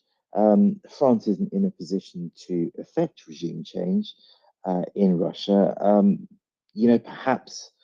Perhaps NATO altogether, perhaps we could come up with some sort of vague solution. But like he's sort of arguing against something that it's almost out of date at this point.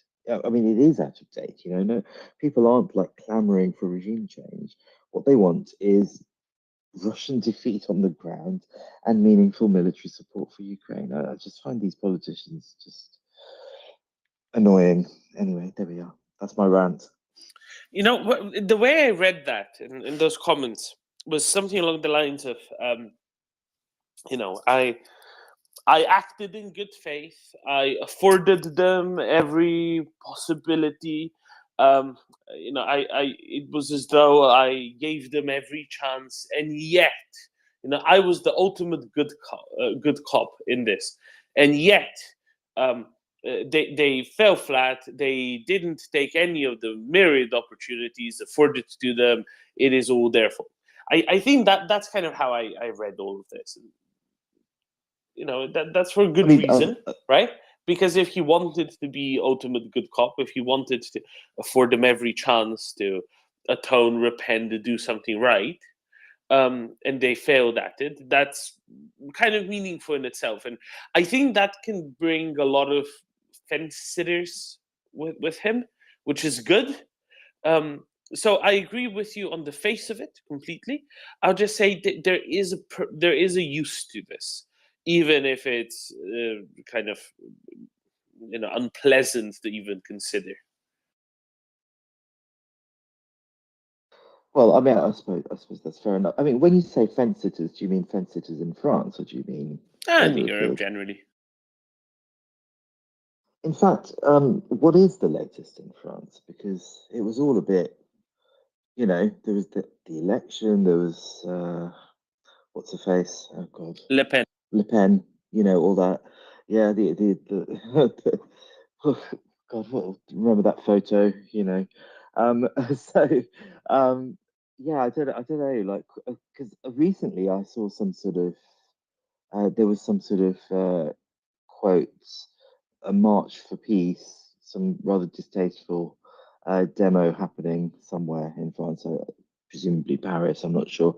So it made me think, oh God, it's still the same sort of muddled inability to see what the actual picture is in France. But I don't know if that's the case. Has Ben talked about it recently? Or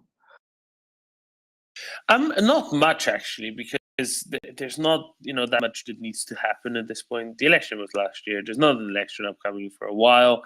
Elections don't really therefore make a difference. It is what it is. So that's kind of the logic, the idea behind all of this, I guess. It's not even so much about France. It's about what France can do for Ukraine, for sure. But it's not so much about where France stands or where France will eventually stand. So yeah, that's kind of it. Where it does matter more is on the international stage, right? And this is where hopefully this will be making some sort of a difference. That I think that's more the idea than anything else. Well, here's hoping as we come to the anniversary. Yes, but if you think about it, a lot has actually changed in the last month, a little bit more than a month. A lot has changed. A lot of people ate crow, either in pie form or roasted. Some even didn't even pluck it before they ate it. But the many who claimed, oh no, there's no way that anybody will be releasing leopards. Eventually, leopards were, at least formally released, and that was a terrible day for crows around the world. Really, it must have impacted their numbers markedly. But beyond that, big things have happened in the past month. Russians have proven themselves to be very willing to destroy their entire brigades of professional forces, and to no effect. In Vuhledar, they have had zero effect, other than running up on a bunch of anti-tank mines, frankly, which whatever. And now there's actual talk about jets, and at some point today I want to talk about Lars Løkke and his comments on jets. But if I get a Dane up who wants to speak to it, or one of our Skånians is kind of Danish anyway, who might want to have a look at Lars Løkke Rasmussen's comments in Berlingske. Yeah, just checking if Dan John's alive. Then you might want to bring that up. But there's movement. There's movement in the air. Is it just the wind? Who knows? Hopefully, hopefully it's not too bad a storm or a tornado or a typhoon. Who knows? Ooh, a typhoon, that would be cool.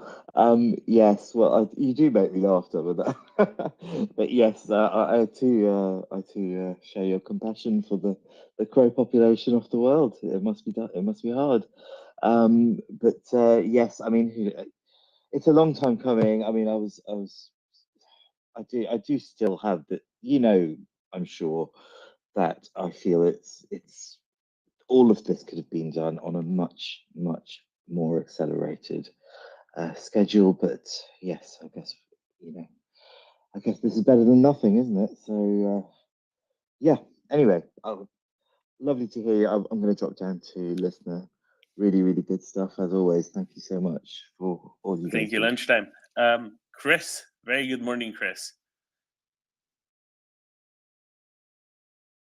Good morning, all. Morning to lunchtime. Haven't heard him for so long. That's really good to hear him, isn't it? Yes. And well, I slept late, went AWOL. Sorry, mockers. Thanks for the invite. And I wake up and Schultz doesn't Schultz anymore, apparently. And that was after I saw a tweet, and I went, I think last night sometime, and what did it say? I think it was basically him saying, oh, this is going to take a long time or something like that. And I thought, oh, God, here he goes again. And now I wake up and you guys are all, best buddies. This is interesting.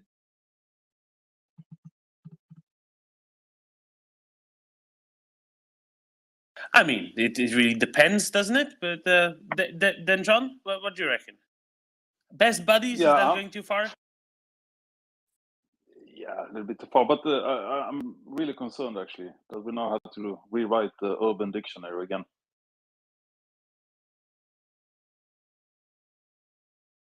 In front of Scholzing. Would that do? Are you saying Scholz has been unscholzed? Exactly. Now, what contributed to that then, John? Could it be, as allegations are abound, that he had been delivered a 6-pack of Leopard beer from Olaf Brewing, and on said pack it said, "Go listen to the MriyaReport on Twitter," and he did, and he listened to us. Could it be that that's where and why he had a change of heart, or could it be something else? I think it's probably not, the full reason, but yes, obviously it's part of the reason. Yes, and also,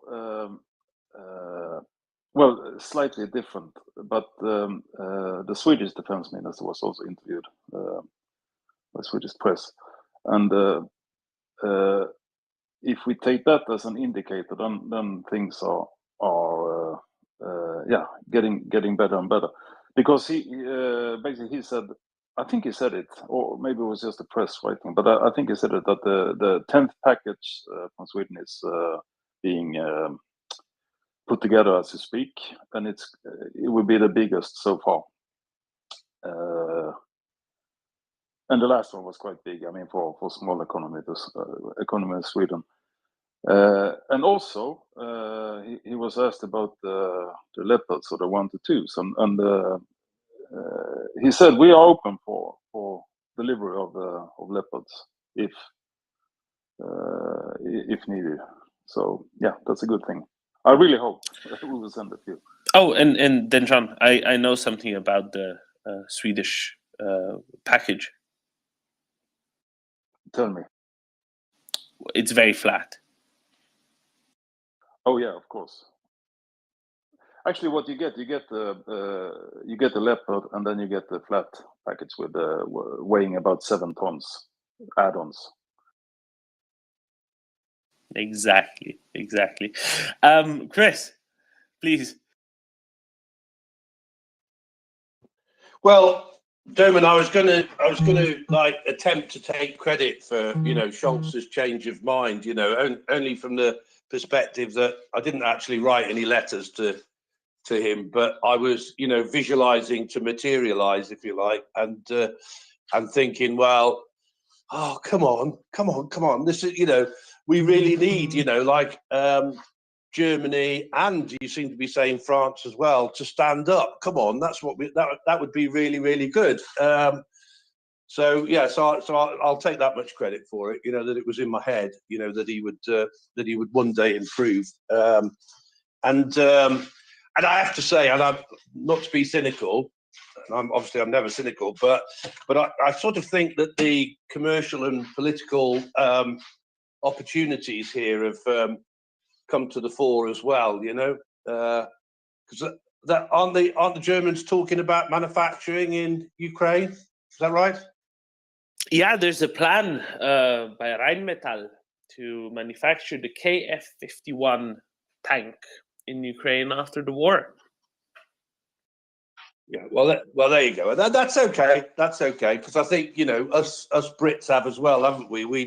We've said we're going to manufacture in Ukraine as well. And you see, that's I think got some effect as well. It's like the commercial realities are dawning.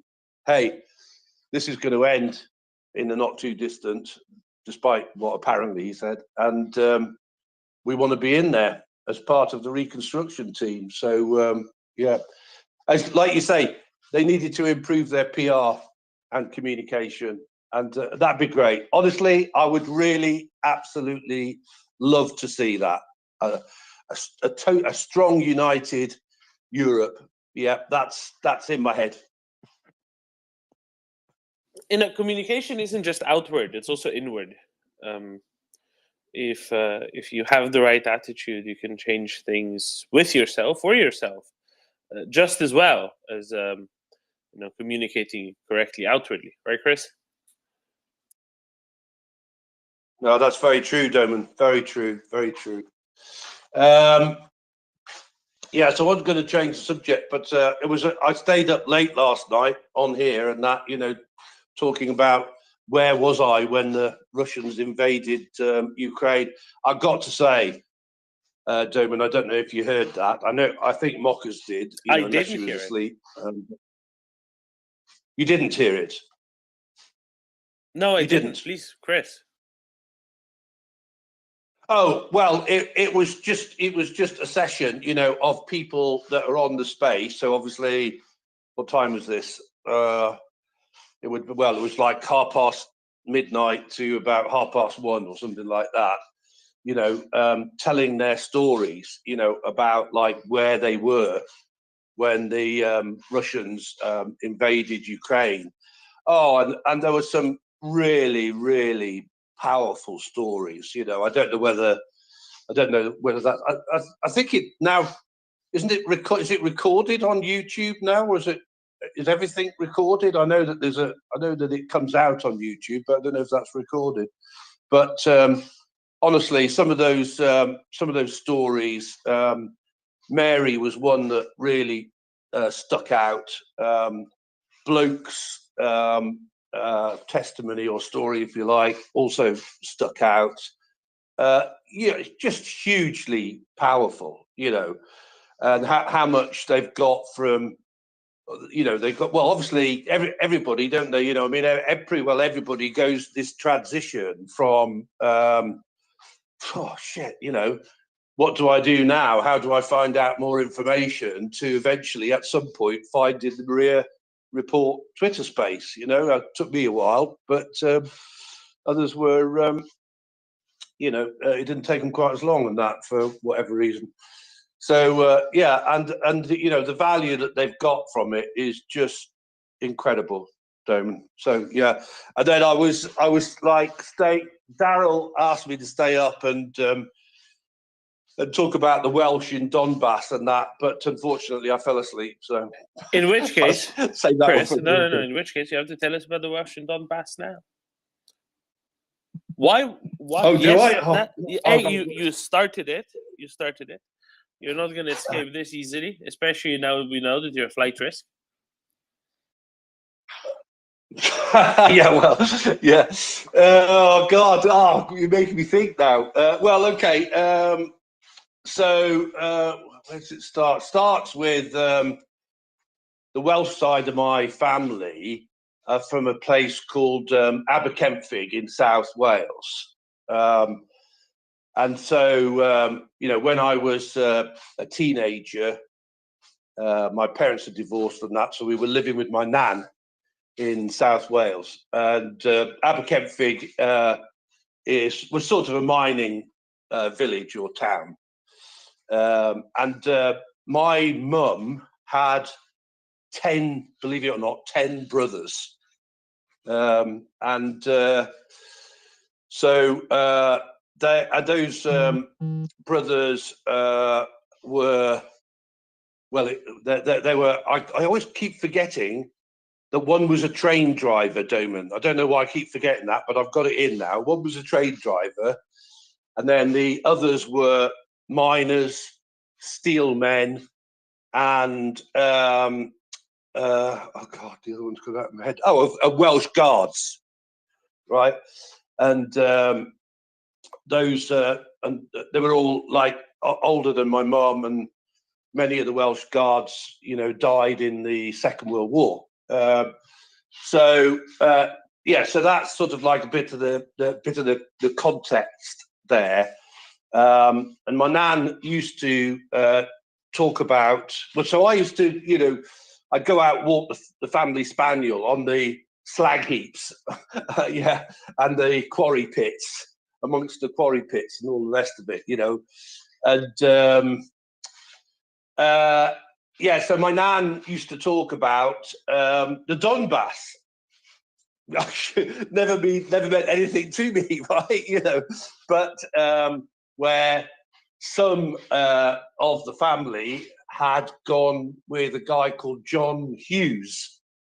I think you know a bit about this, Doman, don't you? Because I think I've mentioned it before, and I think you. Oh, I do. You know a bit. John Hughes, back in the mid 19th century, late 19th century, was a Welsh Correct. industrialist. Can we say?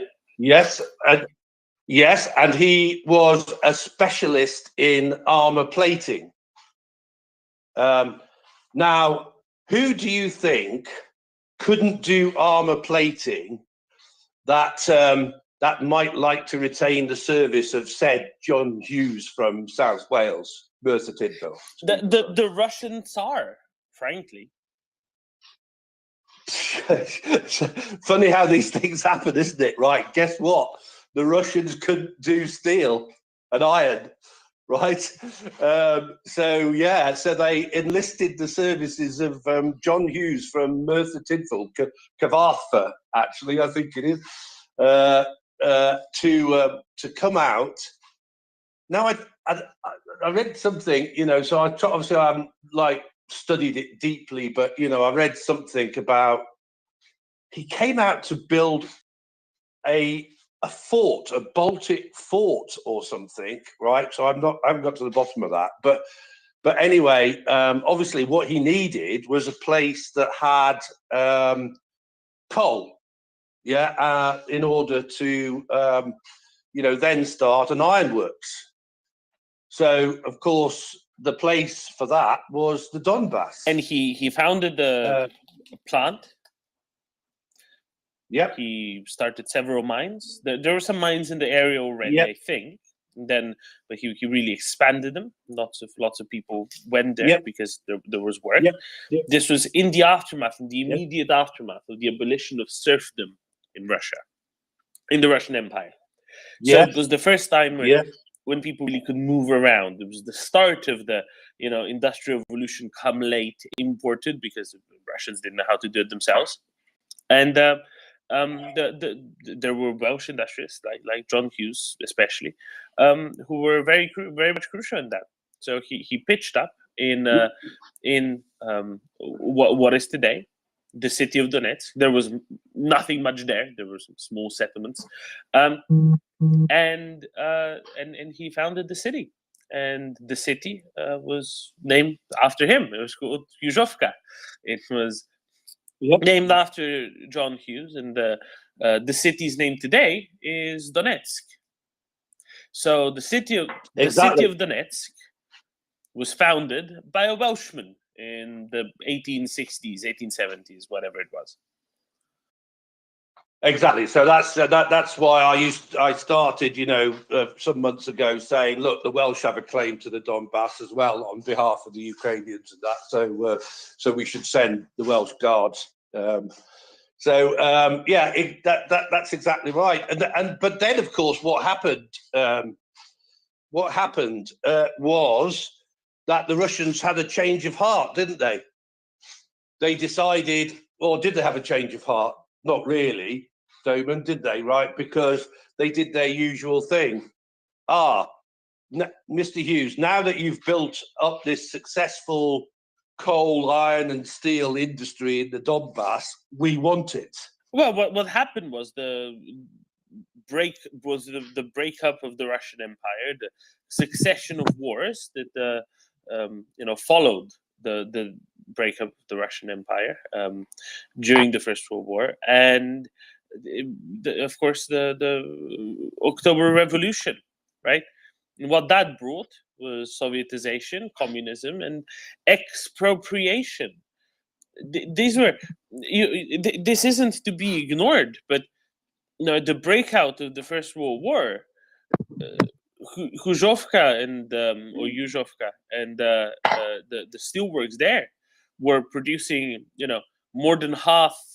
Was it more than half of iron, more than half of steel, whatever it was, of the whole Russian Empire? Right, this wasn't some little factory.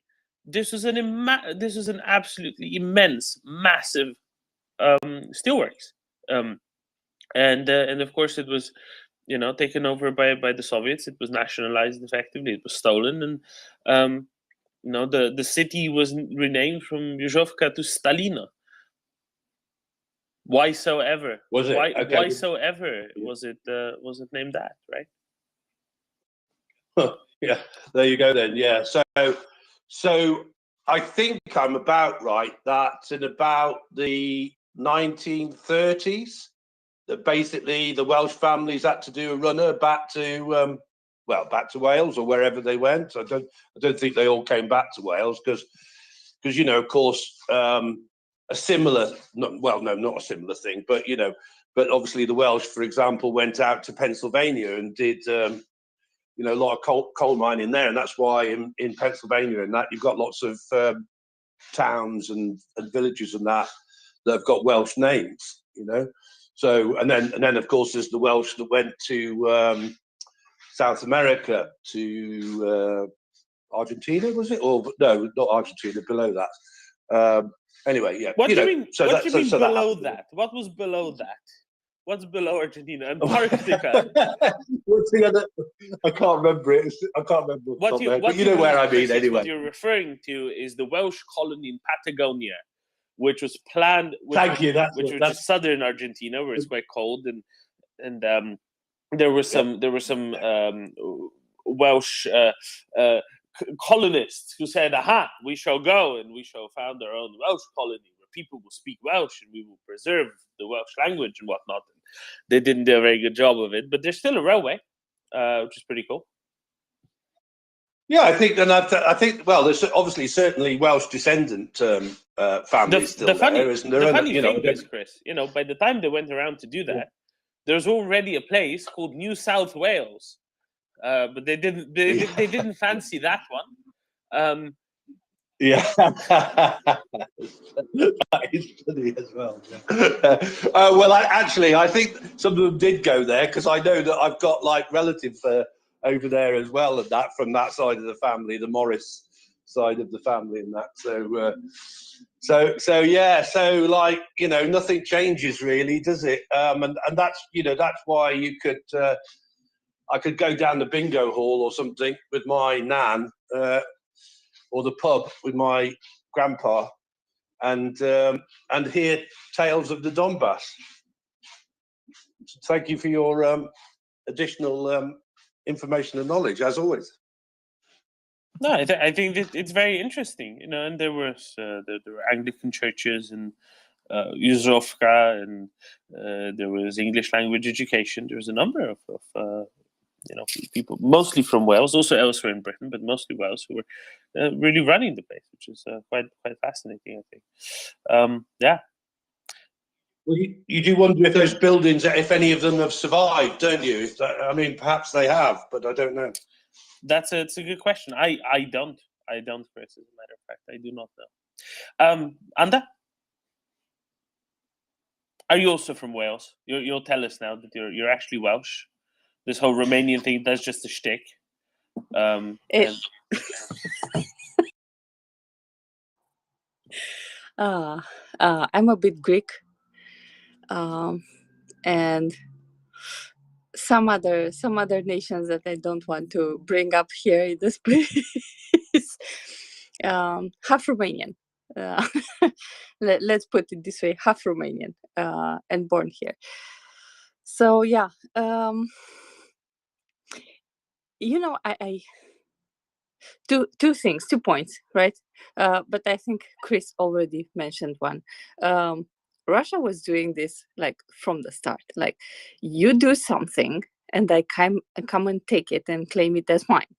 So you work your behind hard enough to grow something into from nothing to something, and after that, it's mine. It's my land. It's my everything. It's mine, right?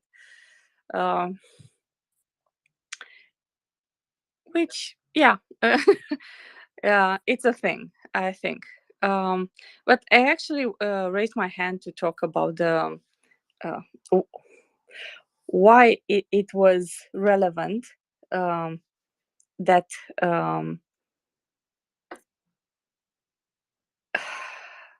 what are the we call them sherbs, right? I think you pronounce them with an S, which is wrong, of course.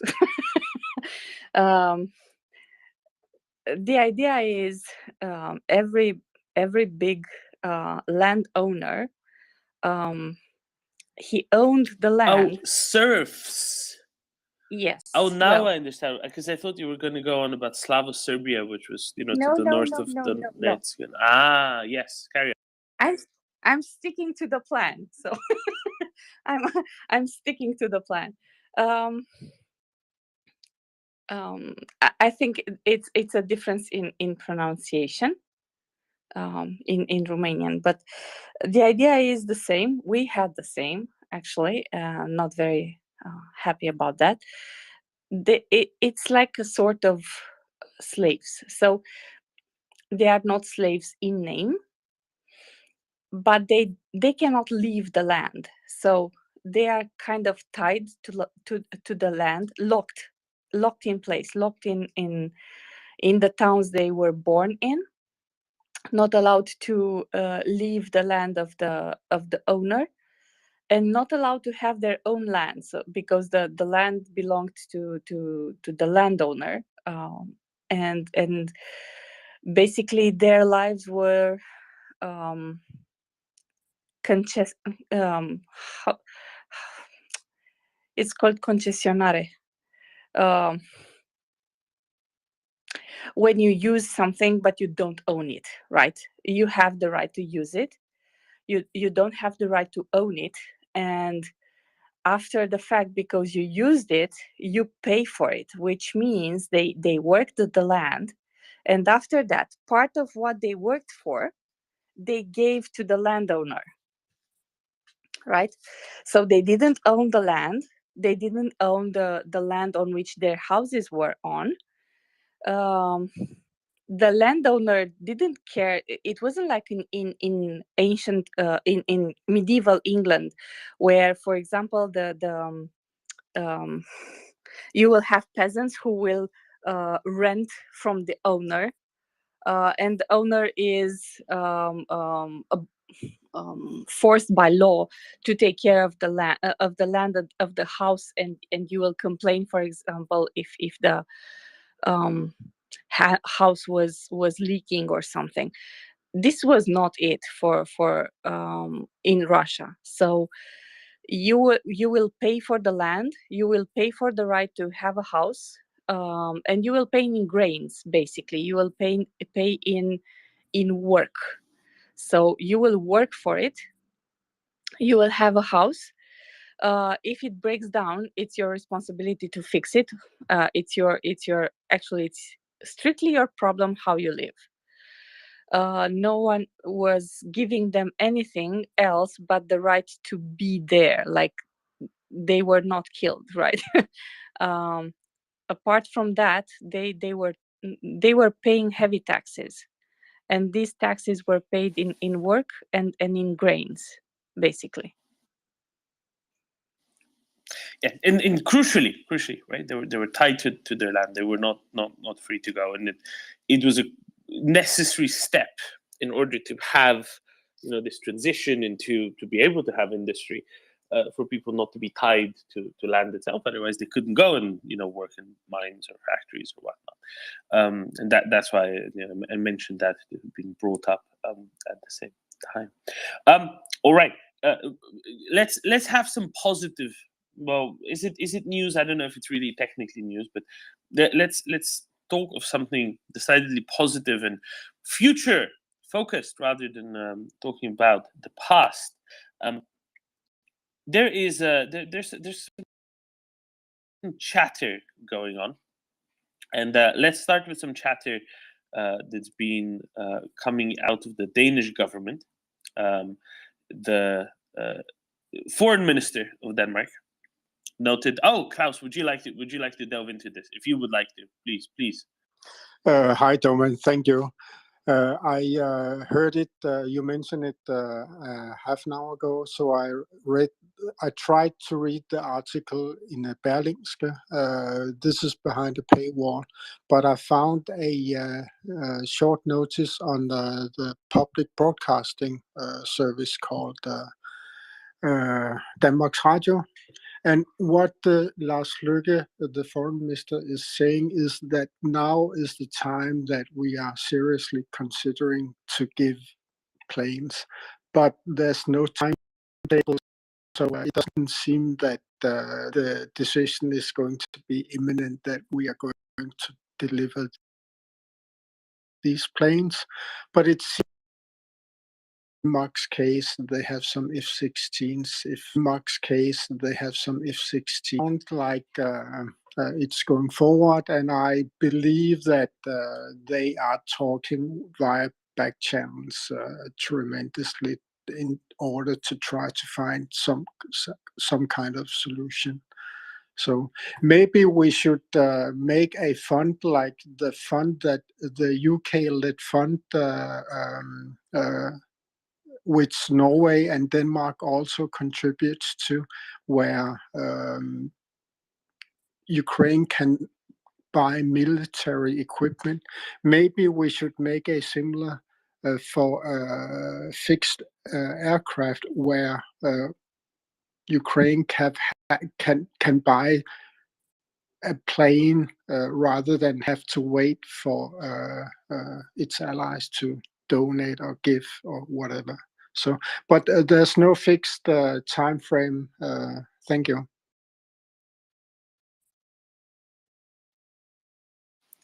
Thank you, Klaus. But I just think this is a really, really good thing. We're moving somewhere with this. What I want to say is, where were we? Right. What I want to stress is this comments from Lars Løkke, the foreign minister of Denmark, are coming on the tail of something that Jørgen brought up yesterday. Moving in Norway, with some numbers actually being introduced, saying we have so and so many planes that are committed here or there or going to Romania and whatnot, but there's still some free capacity. They're also coming at the same time as Polish President Duda in the last 24 hours or so has been saying, we are very happy to hand over those MiG-29s finally again. This is a little bit of a deja vu. We were here 10 months ago, but saying that they're looking into giving Ukraine MiG-29 fighters. Now, my understanding is that at least some of these MiG-29s have already been IKEA'd somewhat, put into boxes as quote unquote spare parts and sent to Ukraine that way. But I think we're getting past this situation where many countries are willing to donate or give or have Ukraine purchase military equipment, but when it comes to donating, there's a certain realization that maybe we can't give all this stuff away because then we can't defend ourselves. So there seems to be a lot better coordination between the countries where they sort of can help each other in case Russia should decide to invade like Finland or Denmark. But in Denmark's case, the Leopards have been deployed to Lithuania, I think, but Denmark is not in risk of being invaded, apart from Sweden maybe, but other than that, there's very little risk of Denmark being run over by some country. Thank you. Exactly, Klaus, and it's it's this movement towards I think do that term that a coalition for fighter jets. Yes, it's going more slowly than we would want it to go, but I think it's going to be absolutely imperative. And as I was saying the other day, these Ramstein format meetings, they kind of alternate, right? One meeting there's a move in principle, and then another meeting there's a move in kind, and then there's a move in principle, and there's a move in kind. That is to say, they alternate between giving meetings and talking meetings. And the one part this past week was definitely more of a talking meeting. But it seems that between that and the Mediterranean, the Munich Security Conference now, there is actually a movement happening, and this is of immense importance going forward. Absolutely immense importance. Michael, good morning. Good morning, Dom. Good morning, everybody. I was actually also like Klaus, if not shocked, then surprised over Lars Løkke's statement there. And perhaps I think we can see it in a slightly different light. I had the thought that they are just warming up the overall discourse on the whole fighter jet thing, and a lot of the politicians will be sort of. I don't think they're testing the waters. I really think that there is a plan for the fighter jets, and what they're doing right now is sort of priming everyone, including the Russians, for the fact that this is going to happen. So I think you can actually see it in an even more positive light.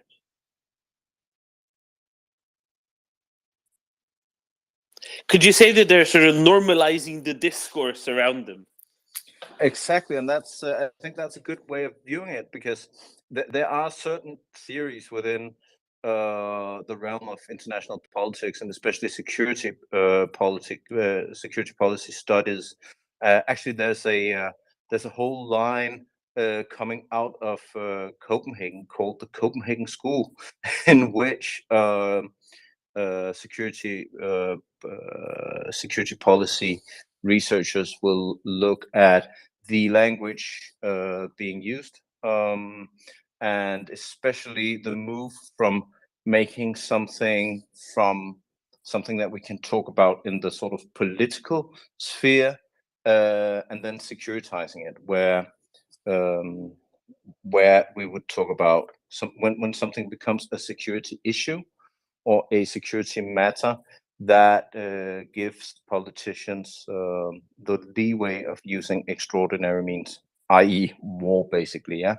So what they may be trying to do is, as you say, Doman, take that in the discourse and make it less dangerous by dripping talks and slowly intensifying how much they talk about fighter jets. And I think that might be what we're seeing right now. You know, this is sounding almost like a hostage negotiations, Mikael. Almost, but it's like I'm out of order for that. You see ghosts all the time, so that it might be just me. My head is working. I have too much work these days, but I'm hopeful that they're thinking in those lines at least. No, but I think this is it. I think that there's a little bit of a change in approach that we see through this, right? If you think about it, for months the messaging was around, oh, you know, what if something is a red line? What if this is going too far? What if this isn't possible? What if there's a response? And now it seems like there's more of a proactive approach taken. Instead of worrying about what Russians might think or do, the approach is correctly changing into, well, we will do whatever we need to do to assure ourselves that this is an okay approach, right?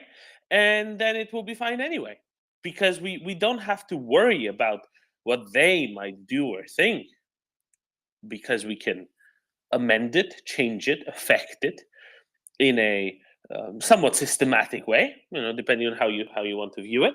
But it doesn't take that much. There's no point in worrying, because all of these things are inevitable anyway, because once we've decided that Ukraine must win, and the situation is such that we realize that we have to provide them with, you know, jets just to keep them flying and whatnot, well, then they must win. I think you're right, Doman, and we should also remember Lars Løkke is the former prime minister of Denmark, and he is, you can think of him what you will, but he's a very experienced politician. Not in terms of his role now as a minister of foreign affairs, but he's very good at political signaling. So he is not to be underestimated as a foreign minister, I think. Oh, absolutely, right. He knows what he's doing. It's not his first round as a high-ranking politician, and that's certainly important. No, he's for anyone who's confused, he's his real name should be Rasmussen III, because there were 3 in a row that all had the same last name, which must have been very convenient when it came to changing all of the little plaques on the door and whatnot. Must have saved taxpayers literally several krona in expenses for renaming the offices and changing the plaques and whatnot. Yeah, and I would also say that the people surrounding him on this issue in his ministry are very knowledgeable. They are very knowledgeable on Ukraine, and if I were the Minister of Foreign Affairs, I'd be very happy to have those of his nearest advisors on security and Ukraine. Let me put it that way. So and it really seems like a more of an operative, right? How do we go about this rather than, oh, what do we want to achieve or what can we do? No, it's going well beyond that, and that's really nice to see. And again, this isn't just him, right? It was the Norwegian Chief of General Staff yesterday that Jan was mentioning. I think it was the Chief of General Staff, saying, yeah, we can do something with planes and get some planes to Ukrainians, and similar notes out of Poland.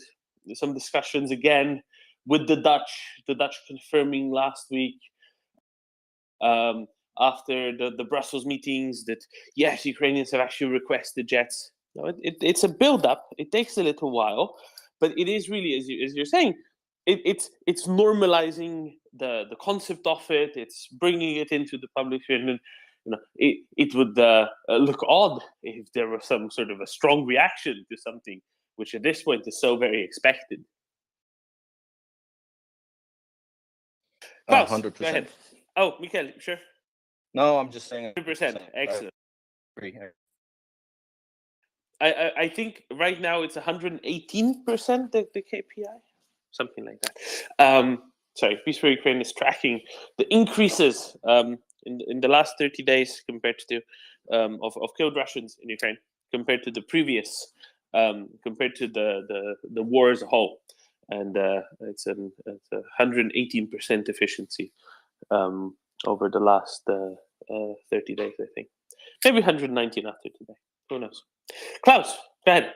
Thank you. I also think it's convenient. We can mention that the current government in Denmark is across the center. So it's a political consensus that is very important in these dire times. And also the Norwegian aid that was publicly announced is also a very broad political handwork. So that is very good to see that the different political parties is very much in line when it comes to supporting Ukraine.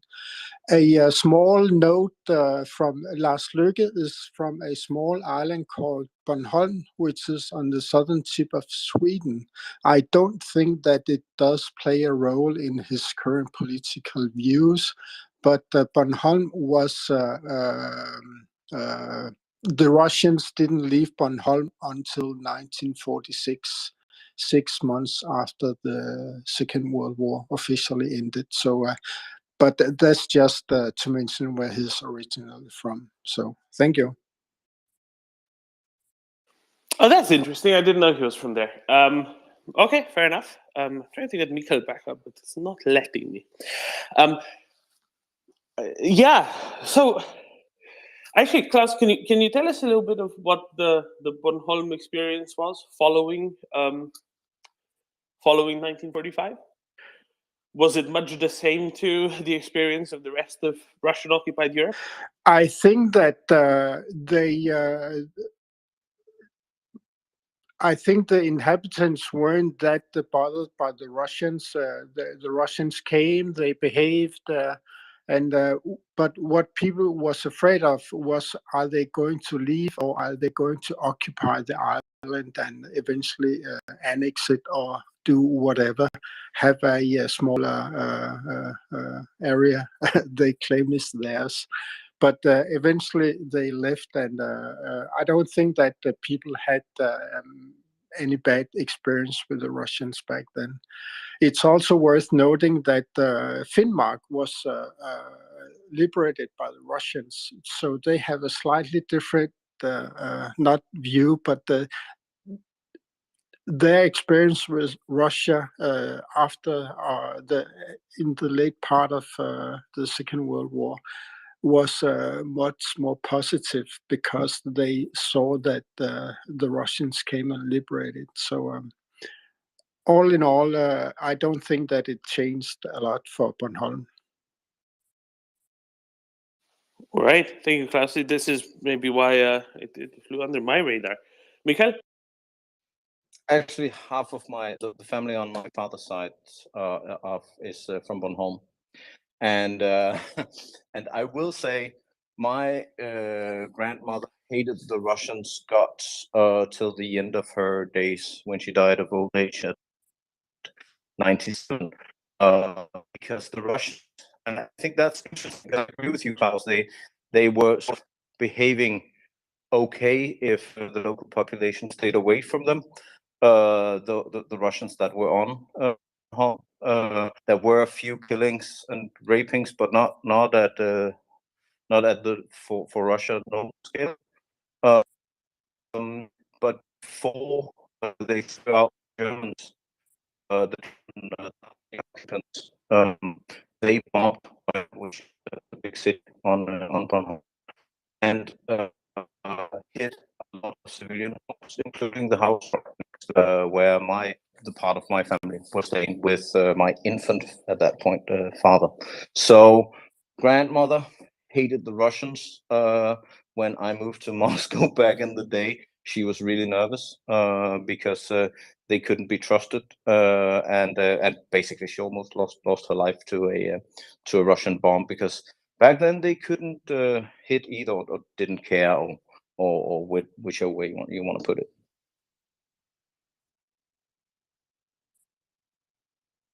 You could almost say that back then they had a technological excuse, right? And now you see that they really don't care.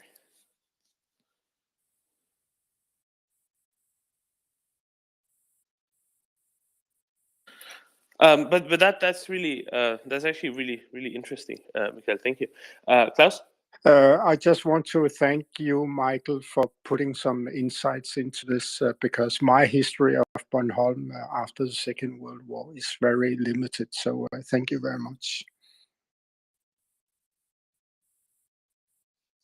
Chris?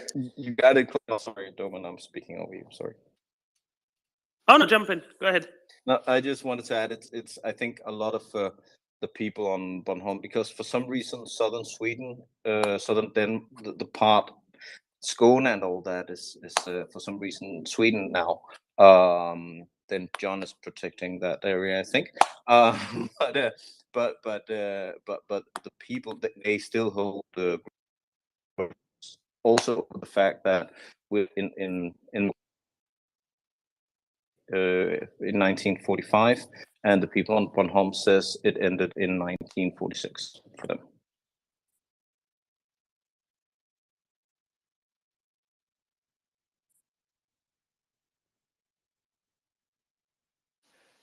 Then John, do you wanna jump in on this? Yeah, actually, I can say that Bornholm is the Kos or Cyprus of the Baltic Sea. It's close to. You get what I mean. Is the aircraft carrier? No. It's more like the Greek islands close to the Turkish coast. Oh, I see. So Sweden treats it like a. Oh, just joking. Something that should Actually, we don't. I don't think anyone in Sweden thinks about Bornholm. It should belong to Sweden. I don't think so. Yeah, it's more of a there's that thing. Okay, Chris, please. Yeah, I was just going to add a bit to our Welsh in Donbass story as well, Doman, and just say that, of course, when the Welsh families were coming back from the Donbass, Gareth Jones, a local journalist from the same area, was going to that area to expose the Holodomor. So that would be, I think, 32, 33 or something like that. So Absolutely. I don't, obviously in my head, I've got this like, okay, so all these Welsh families start rocking up in that South Wales area and, talking about the things that were going on there, the fact that they had all their, all that they worked 30 odd years for taken off them, but also that the Holodomor was going on there.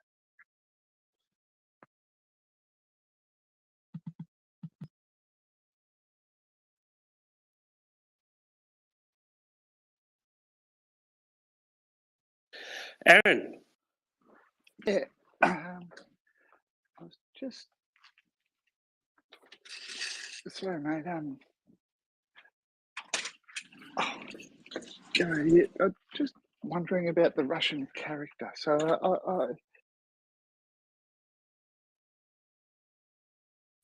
see them as someone who hates the West but loves the West.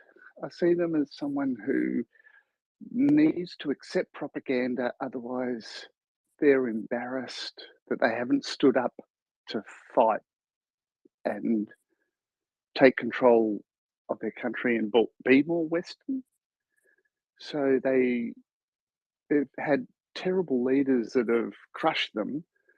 And there's this paradox of being a victim and being a perpetrator as well. It's a funny system to look at. It's like the someone who worships the chains that bind them. It's I'm trying to understand the Russian character from a long way away, and it's funny because over here I see some Russians and meet them, and they seem all pretty reasonable people, but they're the people who've escaped. But there must be an embarrassment of the. And my other thing is that the Germans were very.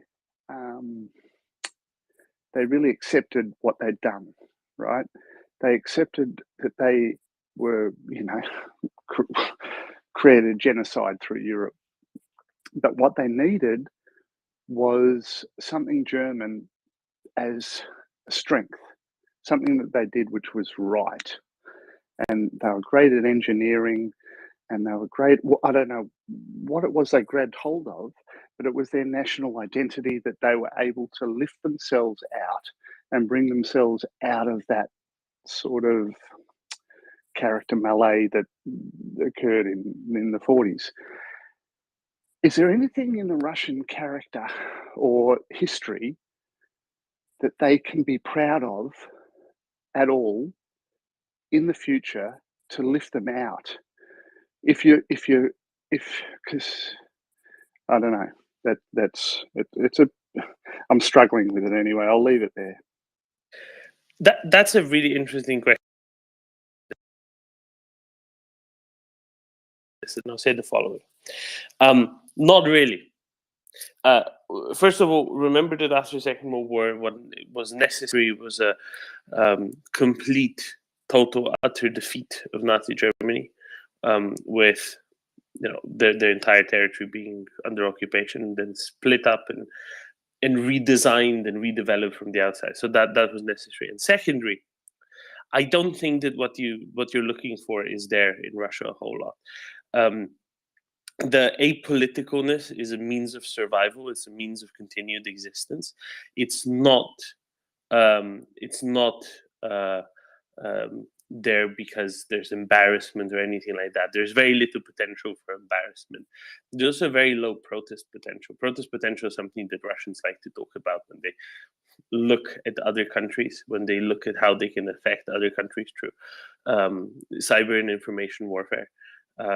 They want to galvanize what they call the protest potential of the population, and they see it as a sort of asymmetry because others can't galvanize protest potential of the Russian population because the protest potential is so low.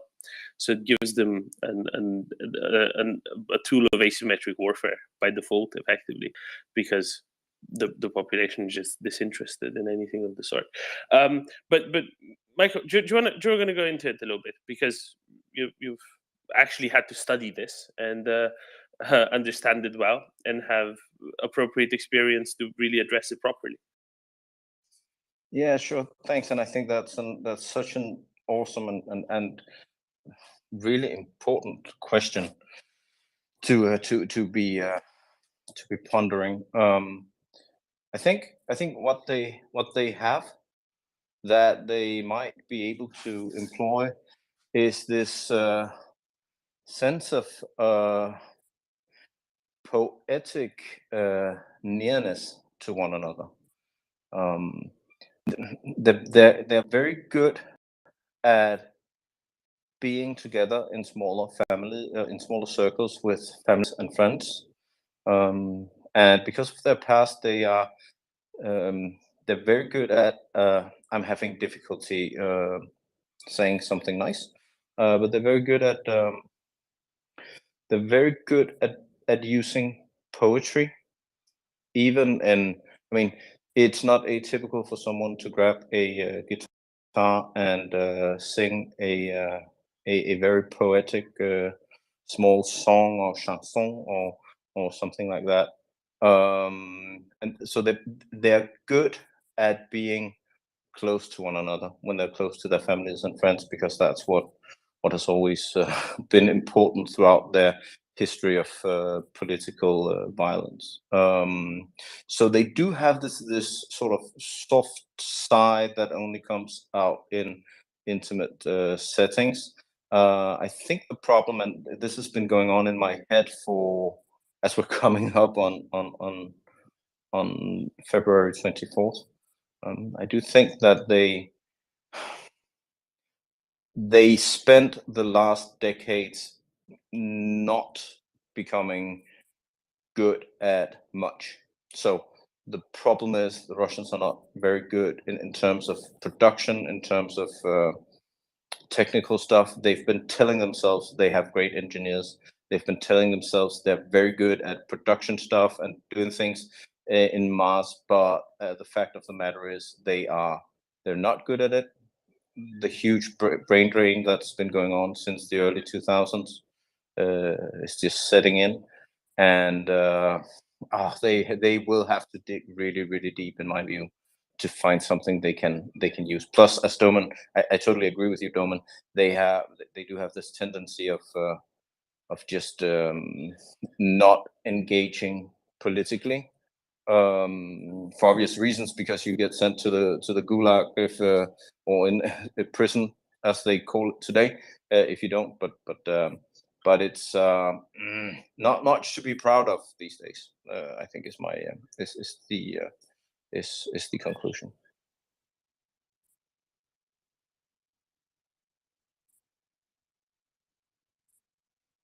The apoliticalness really kind of fascinates me, because I see strong parallels with that in other contexts of recent history.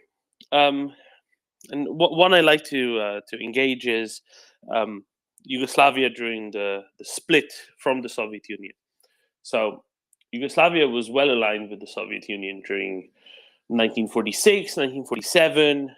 Tito and Stalin were in good relations, but then Tito, kind of like Ceausescu later and Hoxha later as well, realized that he wanted to be his own dictator. He didn't want to have, he didn't want to just be secondary to Stalin. He didn't just want to answer to Stalin, and this led to a split, right? In English language media, it's usually referred to Komintern. In Yugoslavia, it was referred to as Informbyrå, because they just used a different way to abbreviate, let's say. But it all refers to the same thing, and it refers to the Tito-Stalin split. Now, why am I bringing this up? The reason why I'm bringing this up is because the political prisoners in Yugoslavia in the 1950s were not mostly the bourgeois elites, were not mostly enemies of the working proletariat or whatever other nonsense you'd expect. They were mostly very devout communists who wrote odes to Stalin in the mid-1940s, who didn't realize to change their tune quickly enough after the Tito-Stalin split. Opinions, even if the opinions were exactly what the central regime wants at a given point, can be undesirable if you live in a sufficiently Orwellian society and the society around you changes and you don't move with the flow quickly enough. That is why there is such a high level of apoliticalness. Because political is dangerous, even if you fully follow the regime. Because even if the regime doesn't change itself, a viewpoint that the regime holds might. And then you're the one in trouble. Whereas if you're always apolitical, there is nothing you can be held to. There is nothing that can get you into trouble. And this is why a very a sizable majority of people, I think, in Russia will say, if you ask them, what about this, what about that? They say, no, I'm apolitical. I'm not into this. This is both above me and below me at the same time. And this way, there is an abdication of any responsibility. But there also isn't capacity for, Aaron, what you said, embarrassment. There isn't, because they're just apolitical. It's fine. They're not relevant in this, and this causes this very low capacity for change of any sorts, really. And I think that's kind of important to be recognizing as well. Does that sound about right, Michele? I 100% agree, and I do think there's this tendency amongst when people talk amongst themselves in their close circles to reify this. So they can be almost like an they're insisting on. It's too early for me. I only had one coffee. They're insisting amongst themselves, or there's this tendency that people would do that on not discussing political stuff, because, as you say, Domin, it's above me and below me, basically. I think that's a very good way of putting it.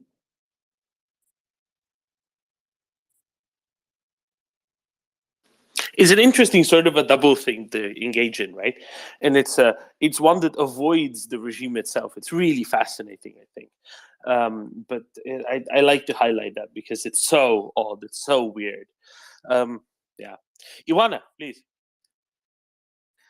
Yes, so I wanted to answer to some of the previous questions, if I may. So, why the people is still addicted in a way to the regime? In my opinion, it's some kind of Stockholm syndrome, when you become fond of your oppressor, because basically this is the reality that you knew for the last period. If it is months or years or decades, this is it. So they are stuck with the regime and they became somehow fond of it. It's not an excuse, but it's something that may happen. I already talked in the space about how the relation between power, trust, and agency works in totalitarian regimes, and the Russians in Russia experienced it for maybe more than 100 years. It began before the communism, and it was enhanced by the communism, because communism has a way of perverting basic things like, trust between people. So they were sold this idea that everyone is equal and everyone has power, but in fact, the power was taken from them. And equality is not the same thing with equity. This kind of perverted equality allowed for autocracy and for oligarchs and so on, because only the people in power had power. The other did not have power, and instead of meritocracy, it was like just connections and things that went under the rules of a normal society.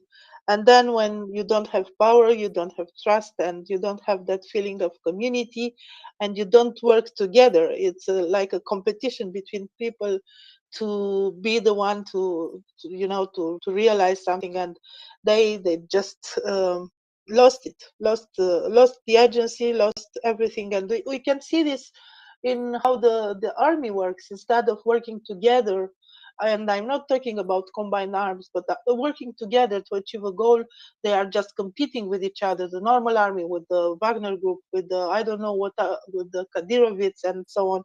So it's just this thing, everything for myself, everything for me. And yeah, it's kind of, I don't know, for me it's kind of a Stockholm syndrome. They are prisoners of a system, and they cannot escape from it. And the reasons to be proud, I think there may be reasons to be proud. The best reason to be proud stays ahead of them, stays in the future. If they manage to get out of this disease that was inflicted upon them, they will have reasons to be proud. It's very difficult to get out of this. Romania experienced about 40 years of communism, and it was really, really difficult to get out of it. And they experienced more than 100 years of oppression, and maybe even more, maybe centuries, because the Tsarist Russia and all the stuff. So if they manage to get out of the out of the hole, they will have reasons to be proud. Sorry if I wasn't very coherent. I have a lot of ideas, just wanting to get out. So yeah, that's it for now. Ideas are fine, but how are you doing your coffee? I have a coffee in front of me. Well, good. No, just going off of Michael there a bit as well. No, I don't think there's a whole lot of space for things, and whatever will happen will have to kind of come from within, but it will be very difficult for it to come from within, because as Michael was saying as well, there's a lack of initiative. There's a decided lack of initiative. There's a disinterest in initiative, and that will make change very difficult to come about. And honestly, I don't really hope for it, particularly because I don't know how much it really matters, right? And I think that's quite I don't know. It's certainly a case that's very different from most.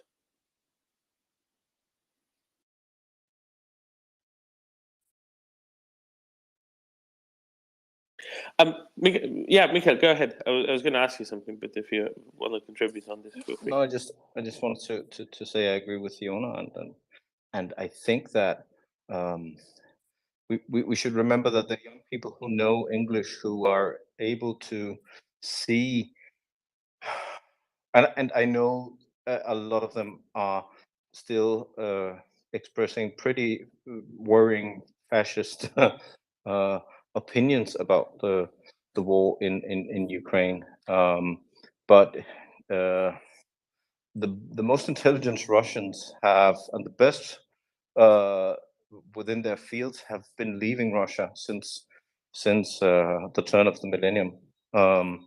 They're here in Europe. They're here in the US. I don't think that this generation, that would be sort of the those born around in the 70s, the late 70s, early 80s, throughout the 90s. I don't imagine that they are, as a whole, they're pretty good integrated. At least here where I am, Russians tend to integrate very good. The older population is very pro-Putin. The younger population, those who are in their 30s and 40s, they just don't want to get involved because it's a problem for them that they come from a place that is committing genocide. And I also see within my circles Russians who've been living here for many years who are hell-bent on helping Ukrainians, but they're not going to talk loudly about them being Russians, and they're not going to do so. I mean, they've disconnected themselves from Russia and most of their Russian background. So I'll ask you something, because I think it's important for understanding. And this is something you spoke about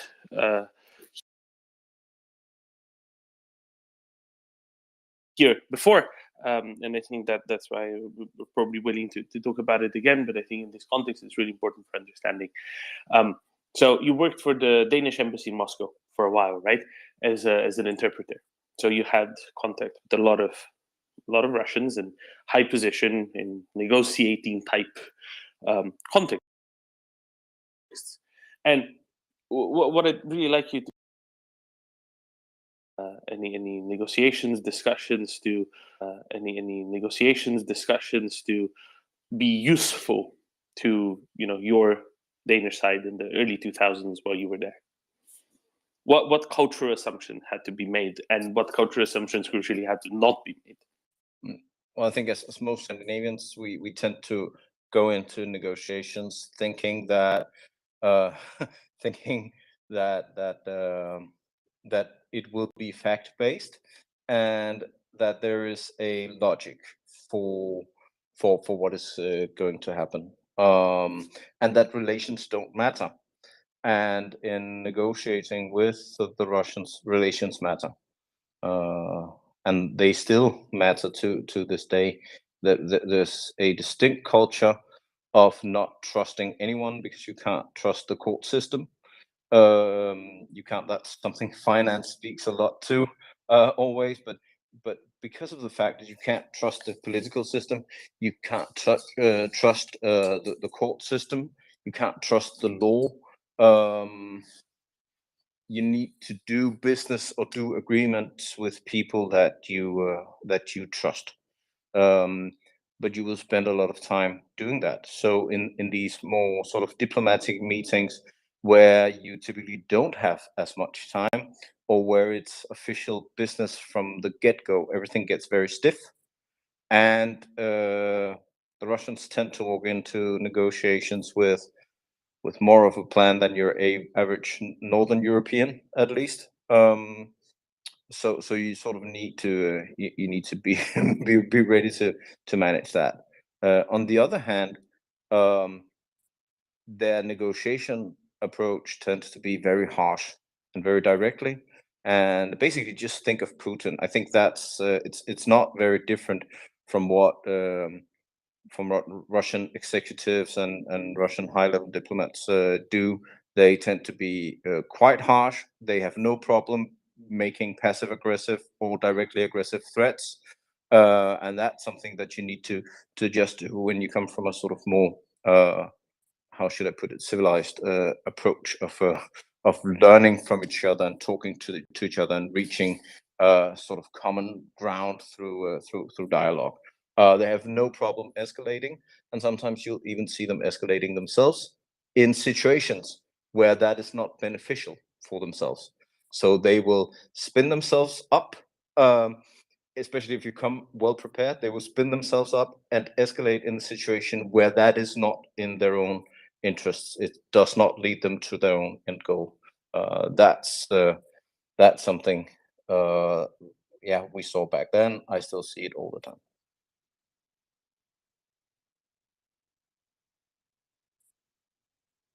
And I wanted you to touch upon this because this kind of speaks to Aaron's question a little bit, because part of Aaron's question initially was saying, what embarrassment is there? What driving force could there be?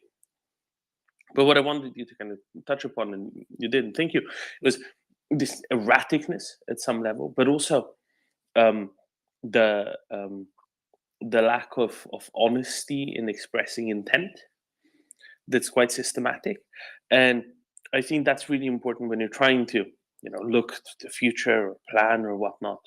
That's really difficult. It's really, really, really hard, because there isn't this drive for betterment necessarily. There's a drive to win. There's a drive to win over. There isn't a drive to do better, right? Yeah, but actually, I do think that a lot of Russians know deep down inside, they know they are being lied to. They know something's wrong, and as we already discussed, they're trapped in it. So they're trapped by not being able to admit to themselves and admit to their inner circles, and absolutely not in public, that something's wrong, something's not right. So instead, they buy into the whole. They're trapped. Exactly. Thank you, Aaron. I hope this elucidated some things. Oh yeah, it's great, really good. I think that Michael was expressing exactly what I thought, that they're trapped in it. They know it. They understand the propaganda because they've seen through the propaganda for so long, but they have to believe in it, because if they don't, it almost invalidates their existence or their strength or personality. If they don't buy into the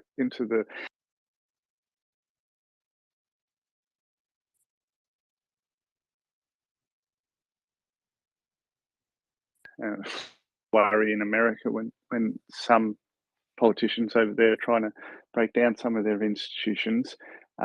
Here in Australia, when we had a pandemic, we all trusted our institutions and we all sat at home, and we had a very low death toll through the through COVID. Everyone took their vaccines and we sort of came out okay. But if you don't have trust in your institutions, then it becomes a case of it seems to me in Russia there's this thing where I talked to my friend who's got a friend in Russia, or he's an economist at ANU, and that's our national university. He's a professor there, and he's had a Russian friend, and his friend in Russia said, from Russia said, you can start a business really easily in Russia. There's heaps of opportunities to start a business and become quite successful. But you only get to a certain point. And once you get to that certain point, it'll be either the local politicians or the mafia will come in and take it over or tax you to wherever. And it seems like if you put your head up too high in that system, you get beaten down and you get taken out. So you don't put your head up, but you have to play the system. You have to play that corrupt system. So they have to play that. They've learnt over however many years, probably, I don't know, to play that system, because it's the only way to get by. If you put your head up, you lose.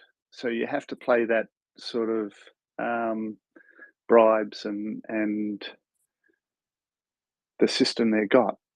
And so it goes back to them being victims and perpetrators of the system that they're stuck in. But I think Michael sort of led onto that before, and so yeah, that was about it. Thanks.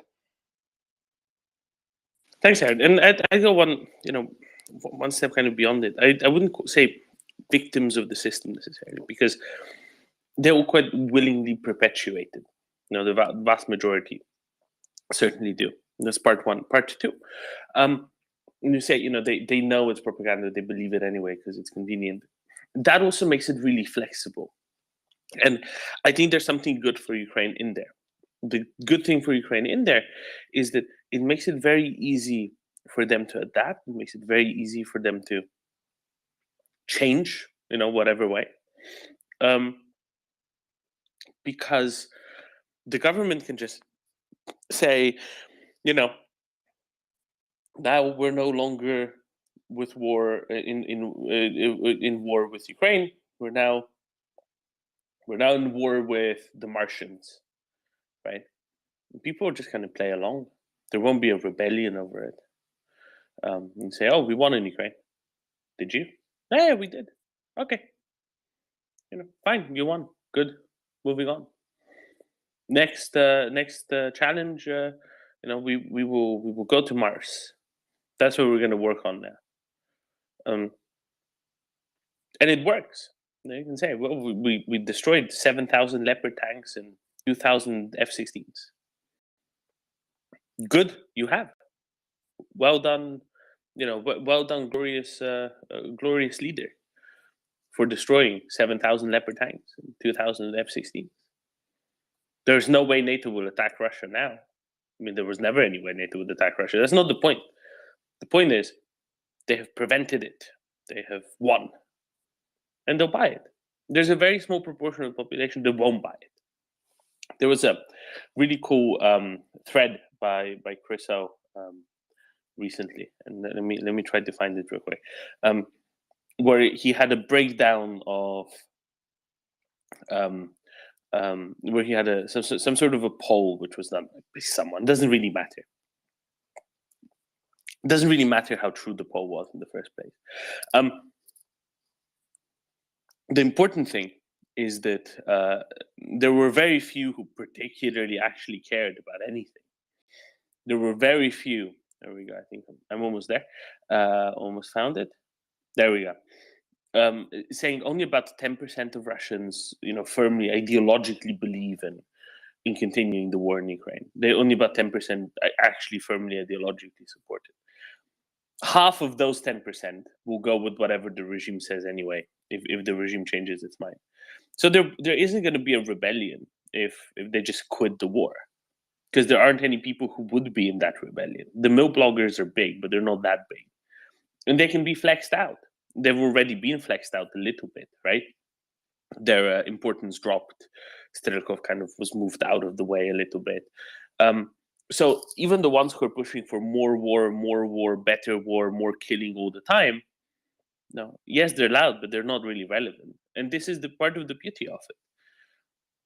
If conditions are such that the regime realizes, and this will be hard because they're lied to at all levels, right? And they're also ideologically blinded. They're imperialistically blinded. But at some point, if they realize that there is no way to victory, there's no theory of victory anymore, they can actually quit and they'll be fine. And I think this is a crucial difference of this iteration of the Duchy of Muscovy, is they actually have a total grasp on the minds of the populace, and the population is a lot more given in than they were at any previous stage, and that is somehow a good thing. That is somehow a good thing because it's easier for the regime to go ahead and quit. And it's really shocking, but so it is. Ioana? Yes, so I think that we have seen in the last 2 weeks, let's say, some shifts in Russian propaganda, main speakers on TV channels that go along with what you said. They can claim victory whenever and they can go home. For example, there were these statements that the limits of the military operation were purportedly vague because Russia can adapt to this. Have you seen those claims? At least 2, if not more, of the Russian propagandists addressed this. There was that, and they also said we have already demilitarized Ukraine, so the special military operation was already partially successful. They are out of all Warsaw Pact weapons, all of the ones given by Poland and whomever have been destroyed as well. Now we are only fighting the NATO arsenal. Exactly. So Ukrainians don't have any more Ukrainian weapons. We managed to destroy everything 10 times the actual NATO weapons and so on. They forget to say that Ukraine still has now more weapons than it had before, but it doesn't matter because they can choose whatever they want from the news and they can present it as they see fit. And the last one was very, very interesting. Because I had three ideas on this propaganda shift. So the first one is vague limits. The second one is the demilitarization. Sorry, and the third one was like, now it achieved the purpose to show that Russia is strong through action. Because before this military operation, we were just a contour on the map, just a shape on the map, and our power was not known. But right now, everybody knows how powerful Russia really is. And well, they say this because if you act, of course, there will be consequences to your action. But I think what they achieve is quite the opposite. But before this military operation, everybody feared Russia because we thought that it is the second army in the world and it is the biggest country in the world, and they are they like to show this image of strong of power and determination.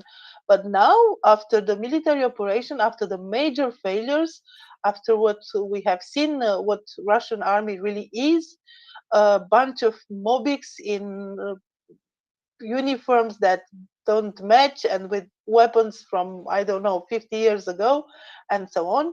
I don't think they managed to show how powerful Russia is. But anyway, they can choose what narrative they see fit. And I'm stopping here just to give you a chance to respond, Domen. And yes, I'm caffeinated. Thank you. Good. This is important.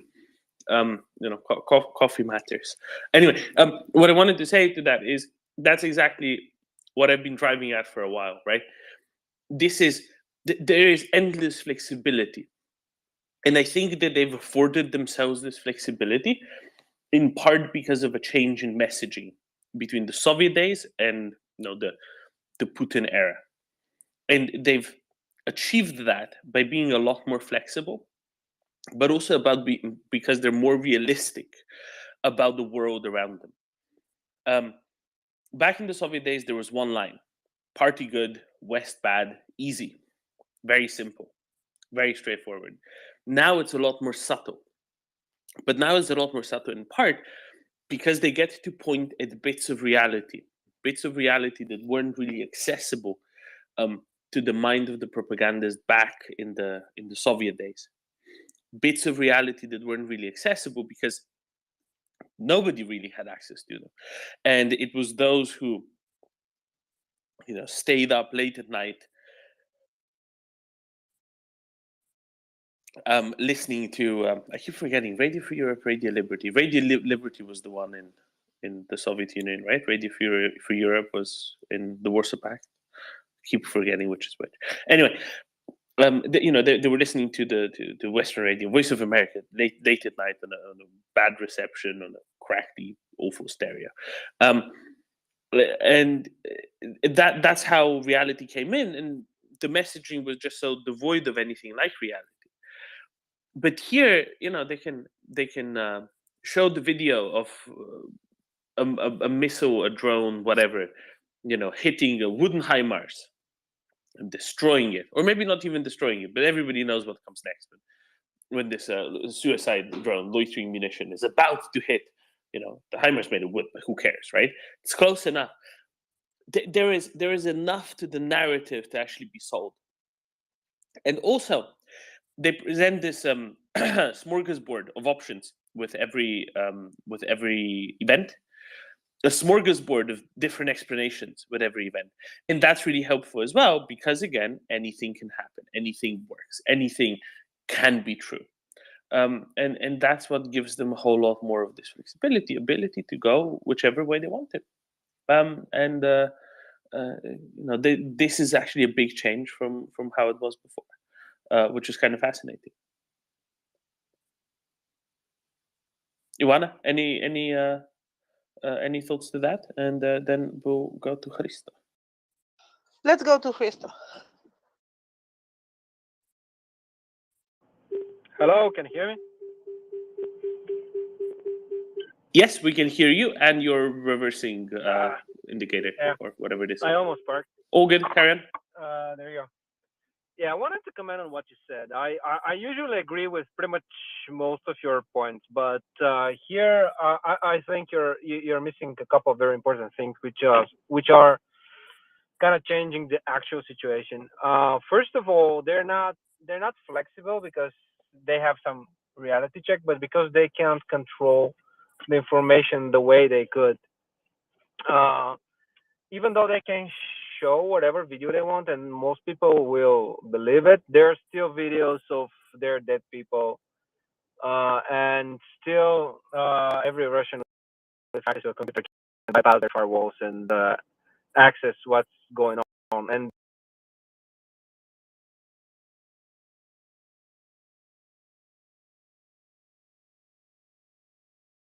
person during the communist marching on a May parade under the radioactive rain because no one told the Chernobyl happened.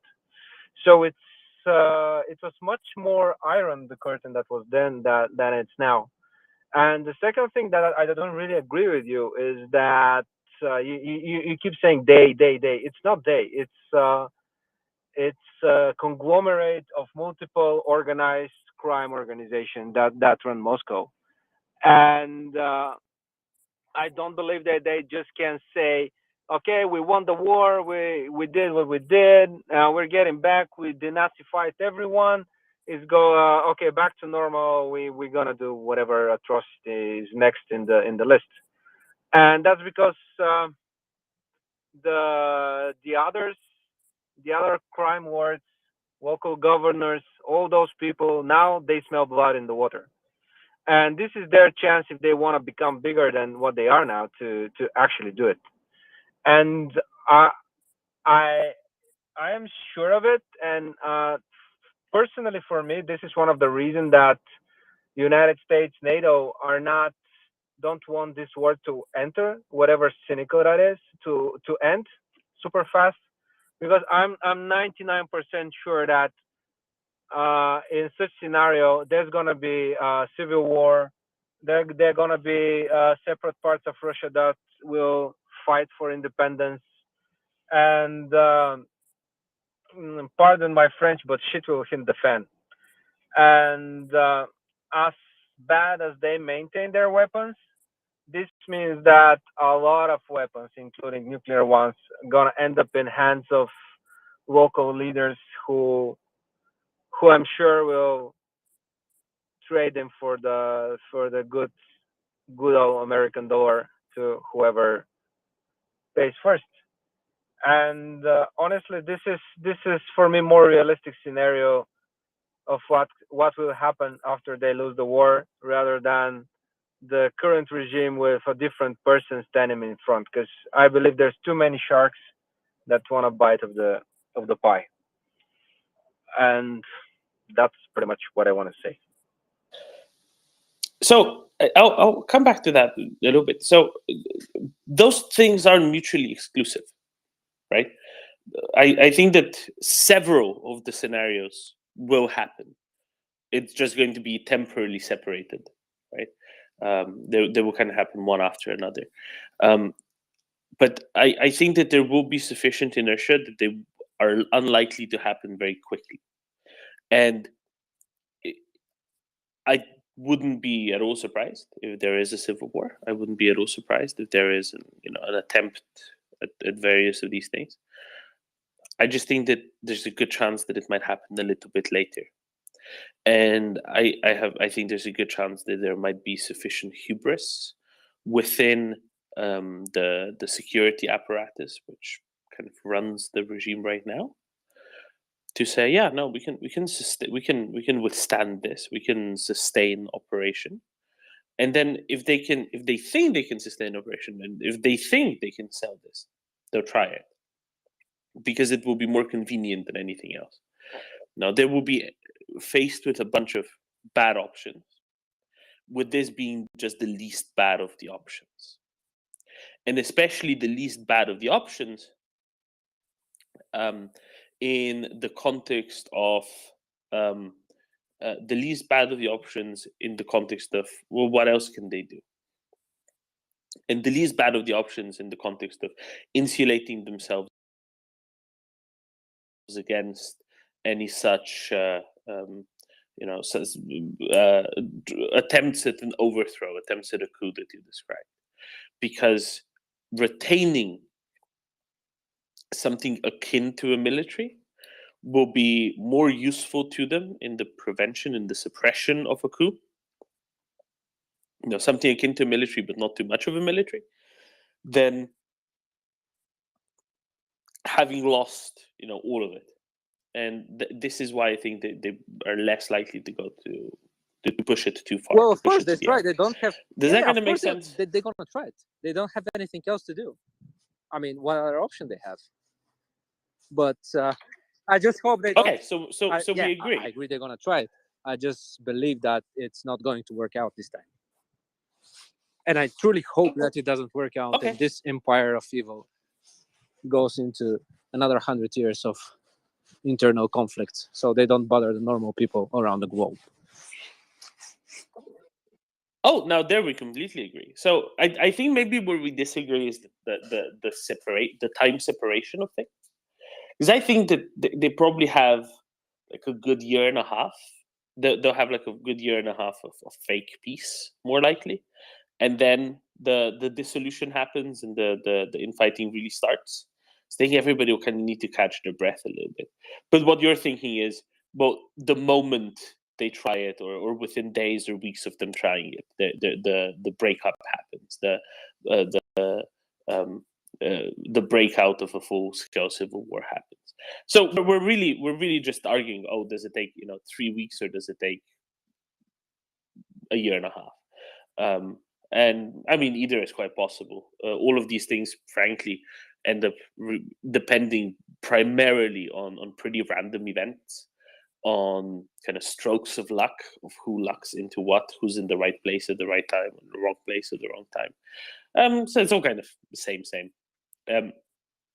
The real problem that I see is there being Western politicians now who are worried about what might happen and who think that they can affect it somehow, and who think that they can plan for what's going to happen and planedly affect it. I think this is the biggest problem, because they can't and they shouldn't believe that they can. Because believing that they can leads to doing nothing, leads to paralysis, leads to not doing the right things. And that's really where more of a problem lies. What do you think about that? Yeah, I agree with you, but for me, whatever the Western politics tried, at some point, the Western society must understand that for Russia, the West is nothing but, how to put it, like the European Union was for years for Bulgaria and Romania, a source of income. And once they understand that they're not winning by using cheap Russian gas, that they're not winning by allowing Russia to use them, that they're actually losing money out of that. Once the West opens its eyes and starts pouring 3% of their production into defense, this is when the eyes gonna be opened wide shut, and they at least will think twice before getting into such planning stage, because you can't really plan for something that you don't have any control over, right? Exactly. You need to plan on how to mitigate, on how you will be able to withstand, to minimize side effects, to minimize collateral damage that will arise from it. But whatever happens, there'll be a right mess, and the only way that you can really mitigate it is to insulate yourself from it. And then there's the little bit that you'll probably be able to do within it. But that's really the way to go, and that's a very important component too. Really important component to understand as well. Let's stay in Bulgaria. Laughing Tom, you go ahead. Hi everybody. I just wanted to ask an interesting, at least to me, question, because I don't think that it's going to be quite as straightforward as Putin, the whole regime collapsing at the same time and going directly into civil war. I think we're going to be looking more at basically a process of relieving both international and societal pressure within Russia, so that they arrive at some sort of equilibrium. And I'm thinking of something like, first, what Domin, you're proposing, the public claiming a victory, and then if that doesn't stick, the regime will have some sort of hardline idiot like Medvedev or whatever propped up, because just to keep the current Siloviki in place and replace the political figure at the top, the public face.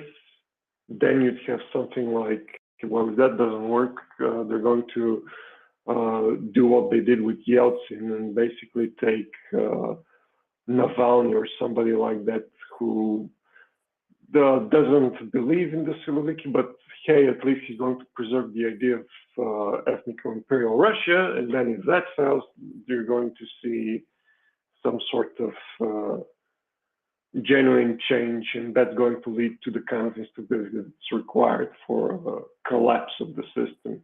But during the whole process, you're also going to see the, how should I say, the receding of the central power structure away from the periphery and the entities that are willing to become independent, because at the end of the day, what's important for that is not as much the how should I say, the societal pressure within Moscow, but the ability of Moscow to exert control, and with every day that ability is getting diminished more and more. And we shouldn't forget that basically the activating factor in such movements of separatism and so on is proving that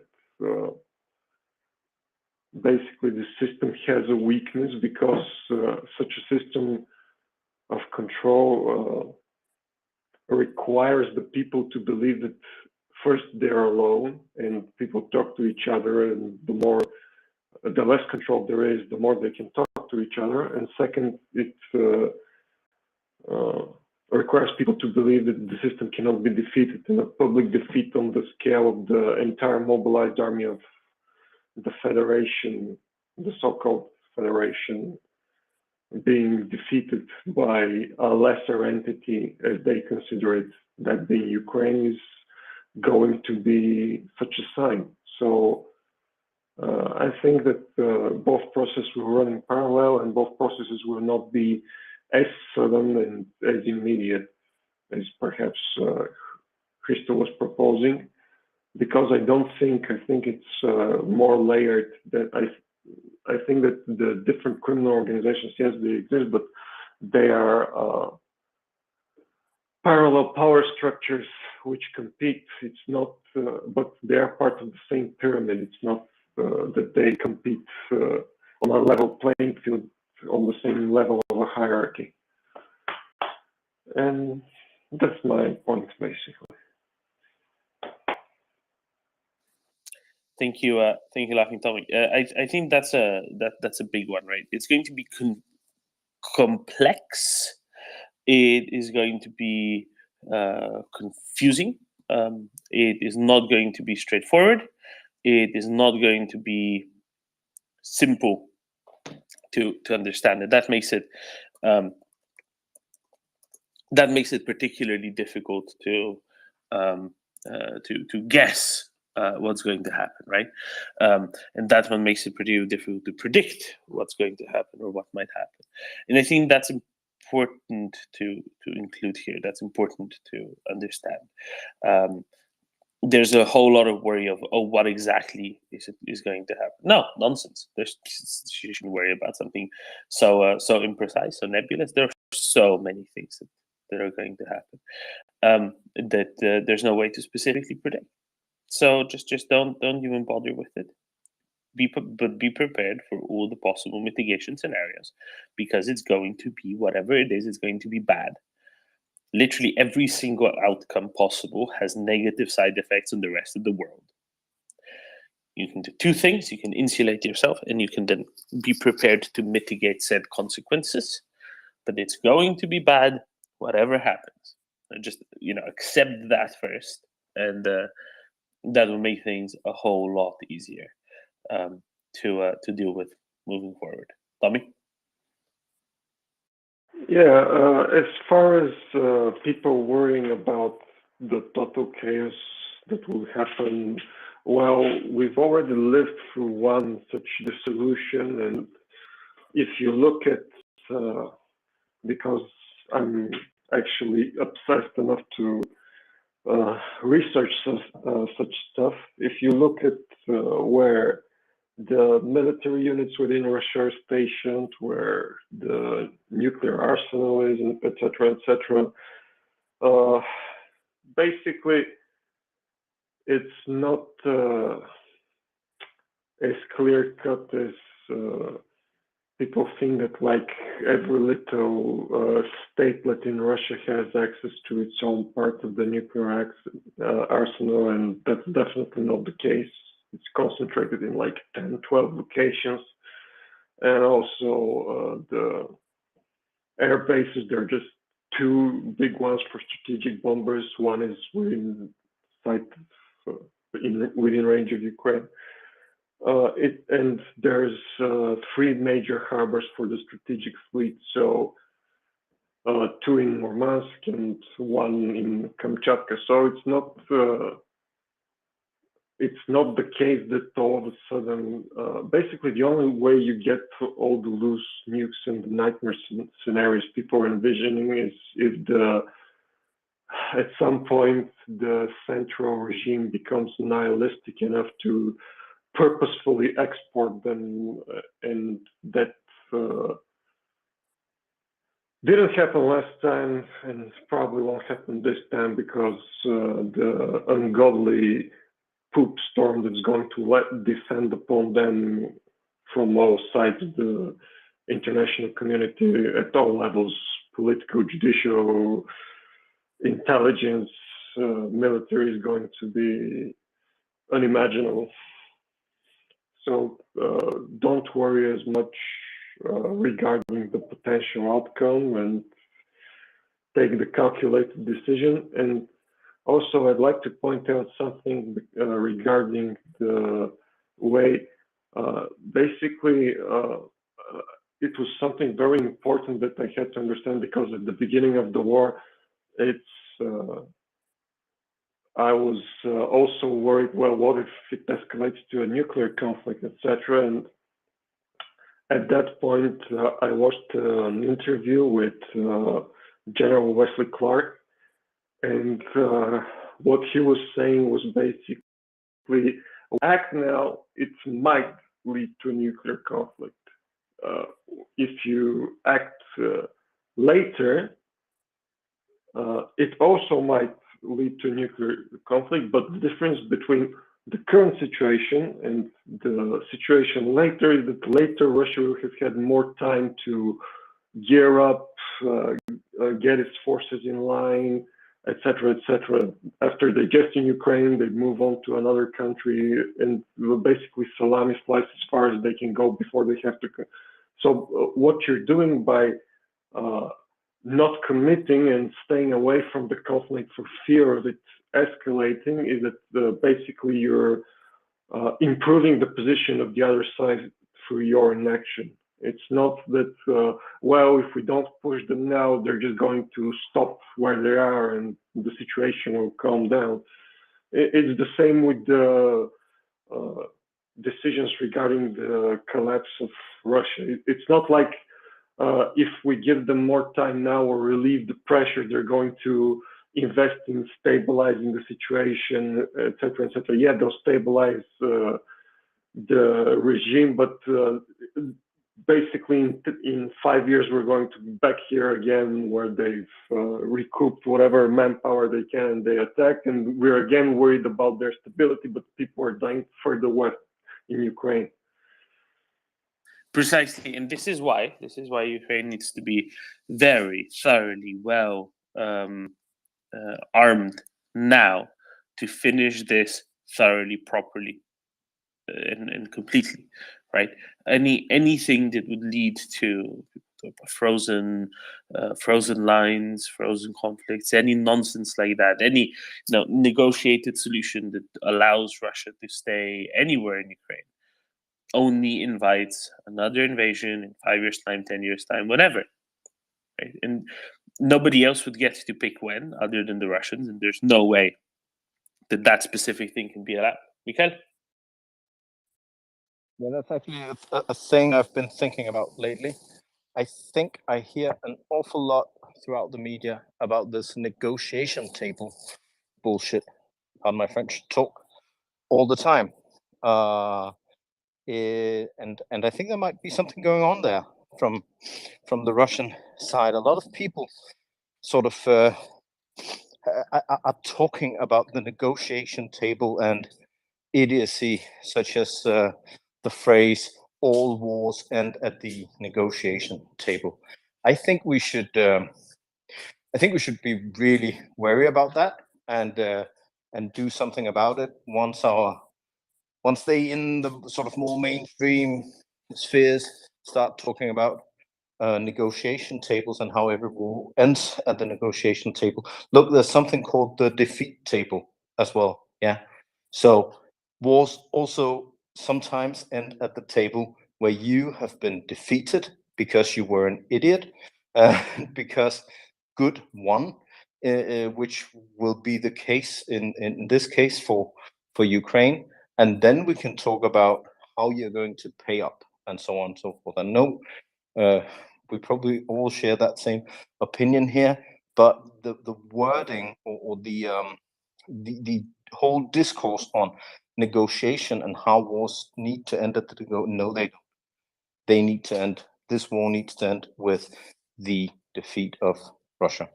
And after Russia is defeated, then there will be negotiations about returning the civilians they have deported, the damage they have done. That will be the negotiation.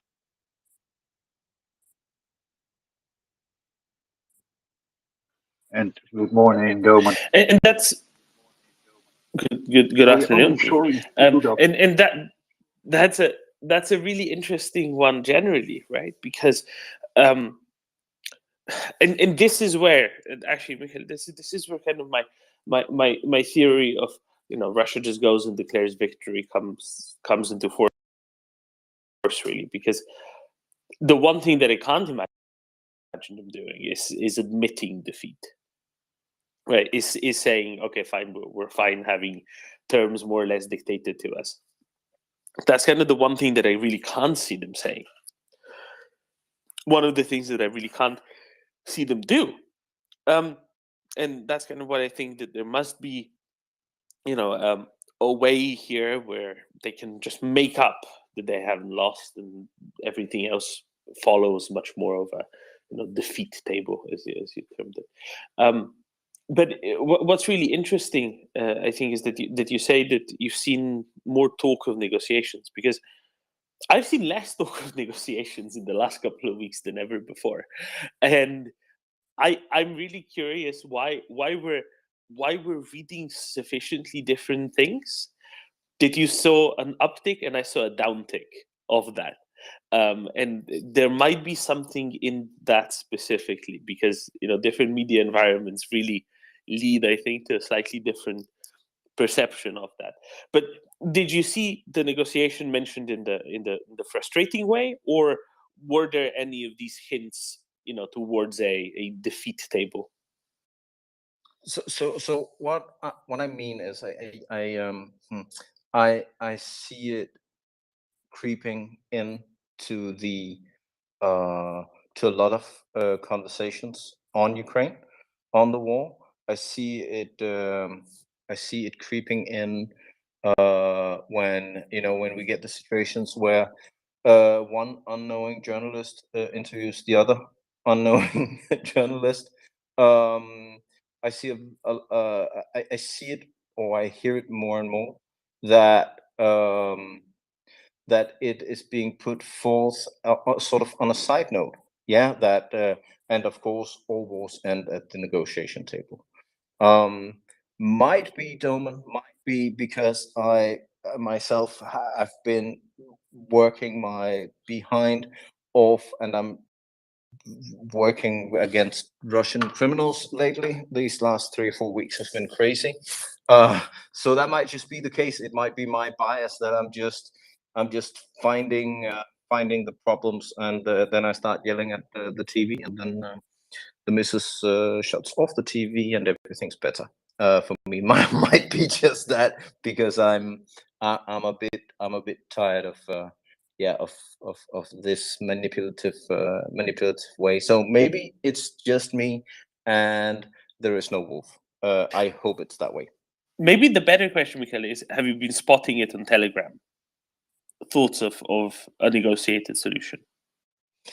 No, actually, what I have been spotted on, what I have been spotting on Telegram, and I'm glad that Chris is up here as well, is that some of the Russian hacker groups have been posting more and more Russian propaganda, more and more stuff about how excellent everything is going, more and more fake or sort of these sort of enactment videos of Russian soldiers heroically fighting, more and more stuff about all this Nazi denazification bollocks that they that they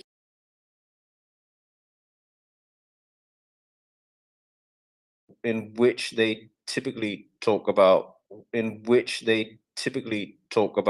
their criminal or their hack. That's actually a sign of weakness, I think. Good. That is really good. Okay, interesting. I tend to see that any negotiation verbiage ticks up whenever Russia realizes that they have once again reached the maximum extent of where they're going to end up with, what they're going to end up with, and they try to kind of secure, bank whatever they've stolen, I'm kind of expecting it maybe in a couple of weeks after they've decided that they no longer have capacity to keep killing themselves in Vuhledar and Bakhmut. But we'll see. We'll see. Right. Let's go on to Tommy and then to David. Tommy, go ahead. Yes, regarding the negotiation talk, I've actually seen this as well. It's what I found very interesting is that for the last couple of days, Iran state-affiliated reporters that have a following in the West have been posting stuff about how horrible the war is and how sickening the West's not incentivizing but promotion of the war is, and that efforts should be made for the parties to be brought to the negotiating table, and then Medvedev and idiots like that keep posting stuff like, well, Zelensky won't be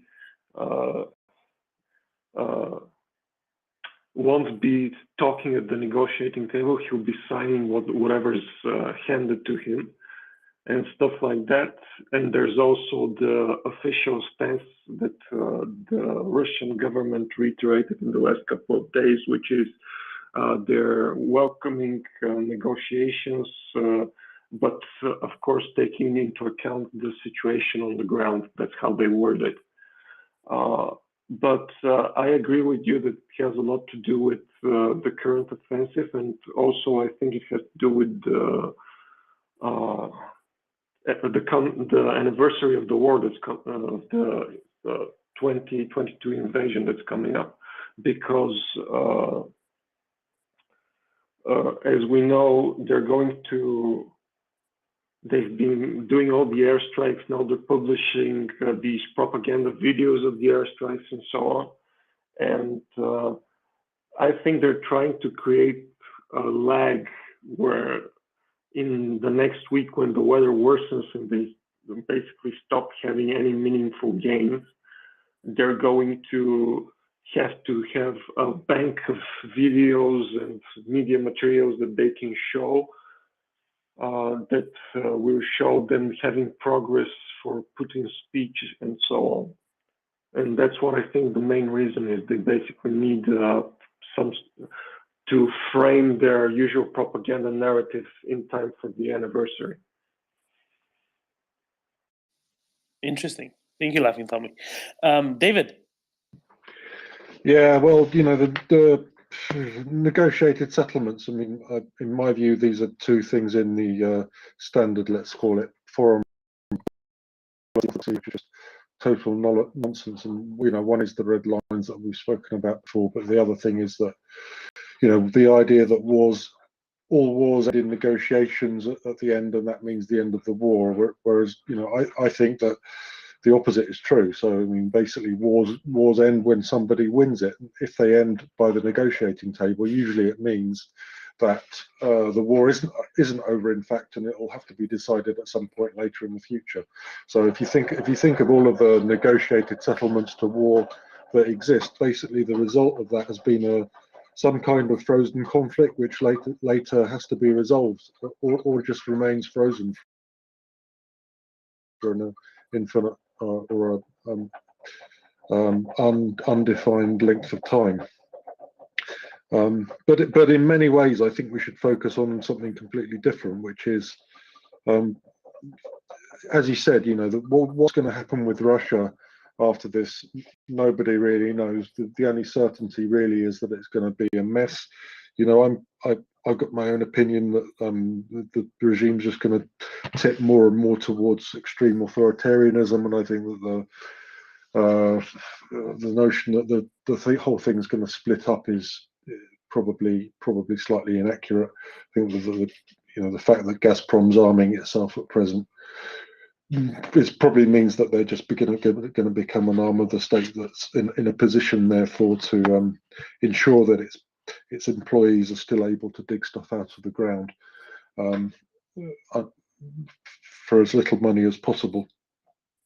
But as I said, that's speculation. I think the most important thing is to look at the lessons that we've learned as the collective West out of this, and strengthen and work on strengthen ourselves, because if we don't do that, we won't be able to deal with whatever happens to Russia. So I think that the most important thing is to focus on obviously increasing the focus on defence. That's got to be a lesson that we learn and act upon, but also to a large extent addressing the perceived democratic deficit. So you can argue whether there is such a thing as a democratic deficit in the West, but the fact that there's a perception of one is one that's weakened us over the past 10 to 20 years, let's say.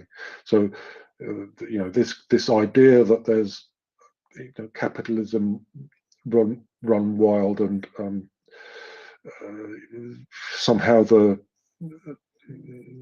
somehow there's a bunch of disenfranchised people at the bottom end of the ladder. That's something that needs addressing somehow, and that's really where our focus should be. So on the one side on defence, on the other side on the revitalisation of our system, which probably has been somehow neglected.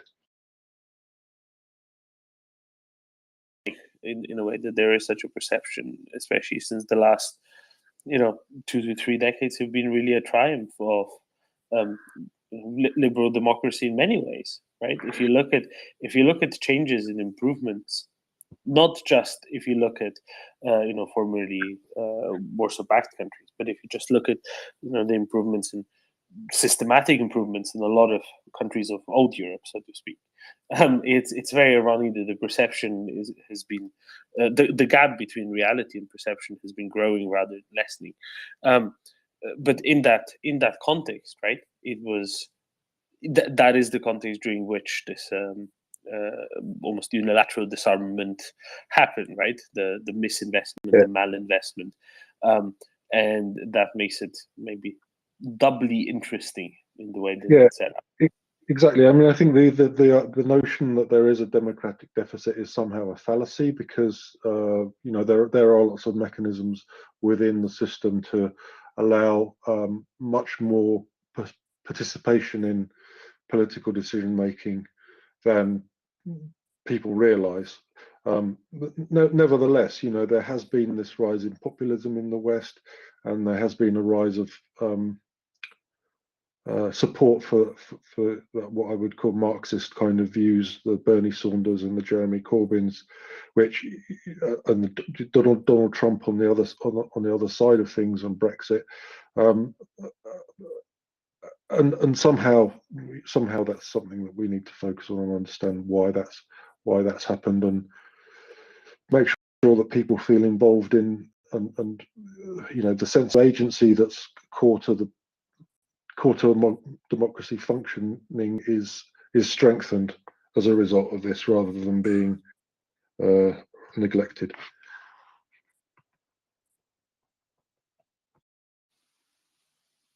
Yehuda, do you feel involved?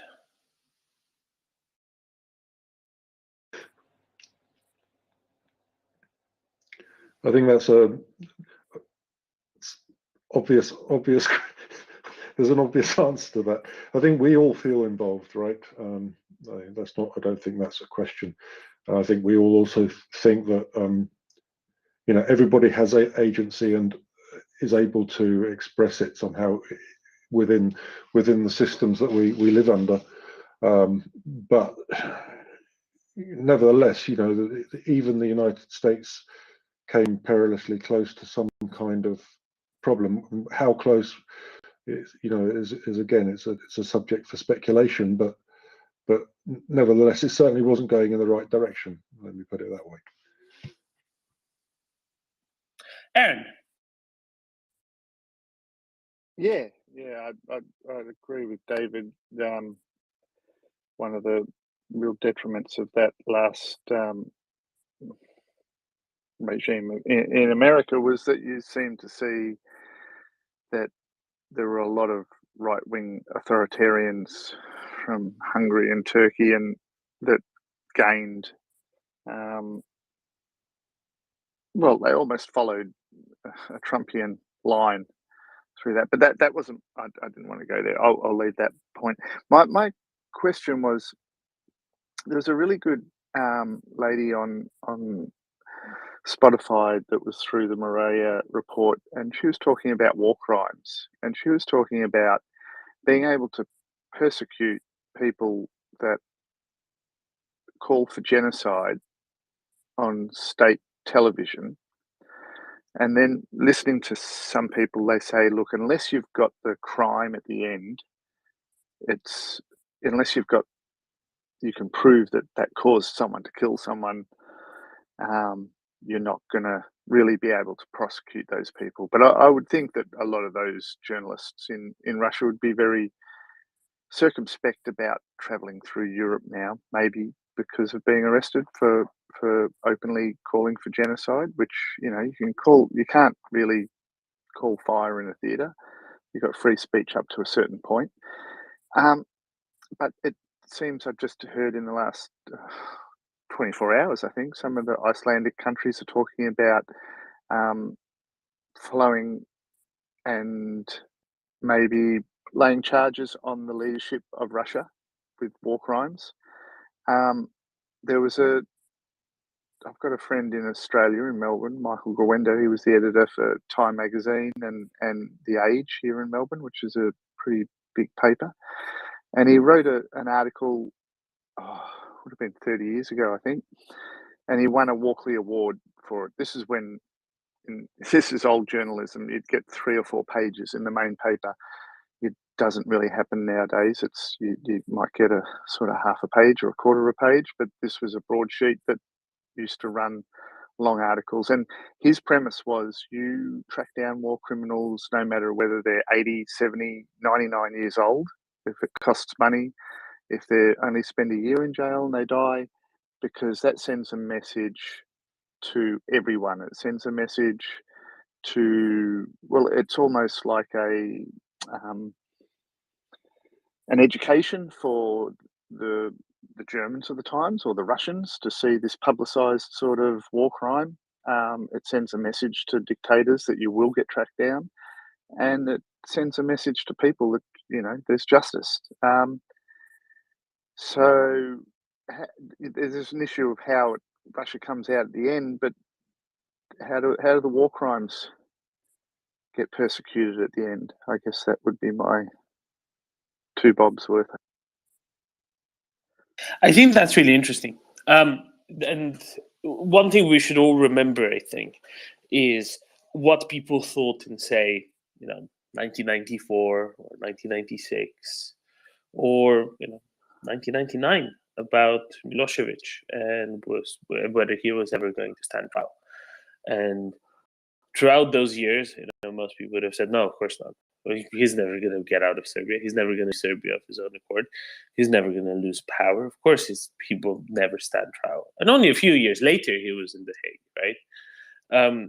So let's not assume that everyone will, because some won't. Some will die beforehand of natural causes, or then maybe some alternate natural causes like gravity. It seems to be a big killer lately in Russia. Especially when combined with improperly secured windows. It's really bad. But some will. And that's why setting things out now and setting up prosecution now is really important. The other component, though, you mentioned propagandists being those who call for genocide being dealt with similarly. And actually, there's something along those lines actually going on right now. The 10th sanction package is being prepared in the EU.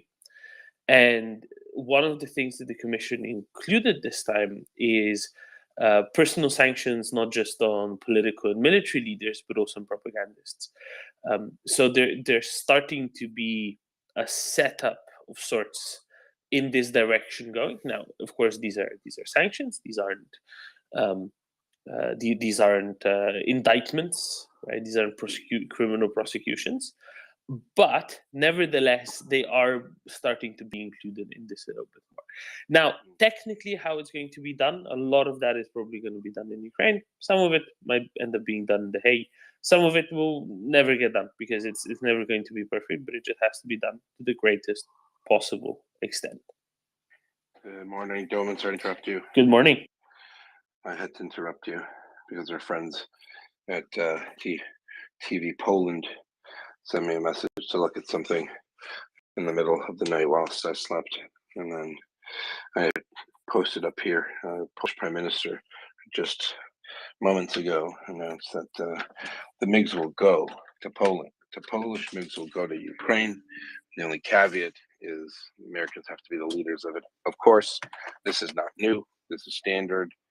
But it's big. It's, I would say, setting the conditions. That's what I posted in my link. This is where, if you've noticed, I'm not sure if anyone has noticed the pattern. We will send this, or we will send this when the Americans send that. And the Americans obviously are sending. And again, there are no sacred cows. Sorry to our friends on the subcontinent to use that expression. There are no sacred cows anymore, or I doubt there ever have been. You know, we've spoken. We will not send this. We will not send that. You know, probably a function of Russian genocide and aggression that the West has said, yeah, actually we will. And we're going to send this. And you know what? Holy cow, the Ukrainians are amazing. Let's send them more because they're fighting the good fight. And you know what? We don't want a war in Europe. We don't want a war in Poland or Germany, God forbid. The Russians will be stopped where they're at, and the West will help. Polish Prime Minister openly saying, yes, the MiGs will go. That isn't in a vacuum. Polish Prime Minister didn't wake up one morning and say, today is the day I want to say MiGs are going. This is a coordinated effort from NATO leadership to set the conditions. MiGs will go. Maybe it's a bit of a warning. Who knows? Maybe it's a warning to Russia. Go away. Give them a chance at every opportunity. MiGs are going. What does that mean? U.S. needs to lead the coalition. What does that mean? Does it mean the U.S. has to give, 50 F-16s? Maybe not. Could very well mean the U.S. says, I will replace your Polish MiGs with this and this and this. Or, we will send, 20 F-16s. The British will send Typhoons or Eurofighters, or, other people will send this, this, and this. It's definitely there, and it shows great commitment to Western support for Ukraine, because this could be something, if there is a early summer, late spring, massive counterattack, and the Ukrainians would trick the Russians for the next couple of months. And then by the time they get those Leopards and Abrams and all sorts of stuff shook out into these combined arms brigades, well, imagine having close air support while you're at it.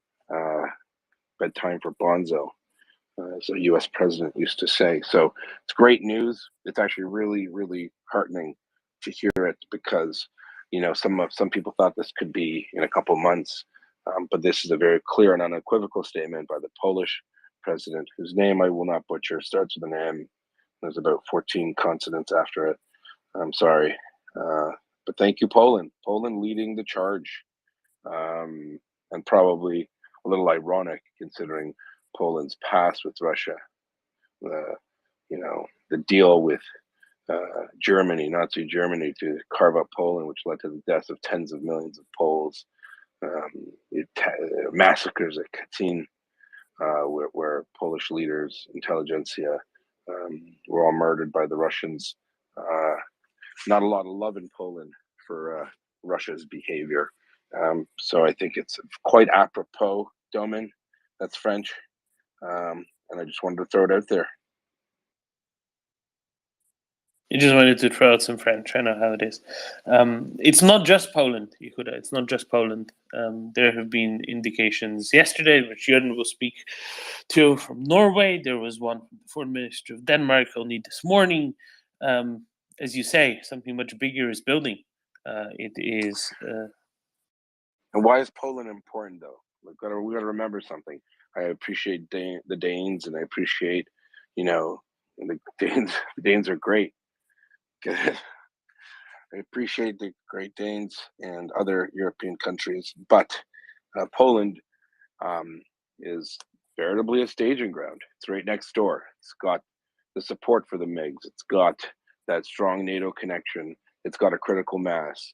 It's not Estonia or Latvia, Lithuania. Not that they're bad, but they're a little vulnerable where they are. Poland is in the heart of Europe, a bulwark against Russian aggression. So when the Poles are throwing it in, they're taking a risk as well. Let's be honest. There's some kind of risk, and they're calculating it.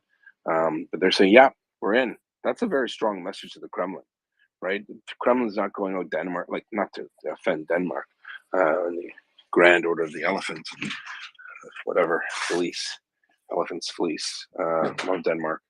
But it's Poland saying to Russia, yeah, not only will we do it, but we're going to support it, right? All those bits of kit that get sent back to Poland and get fixed, lickety split, and off they go back to Ukraine.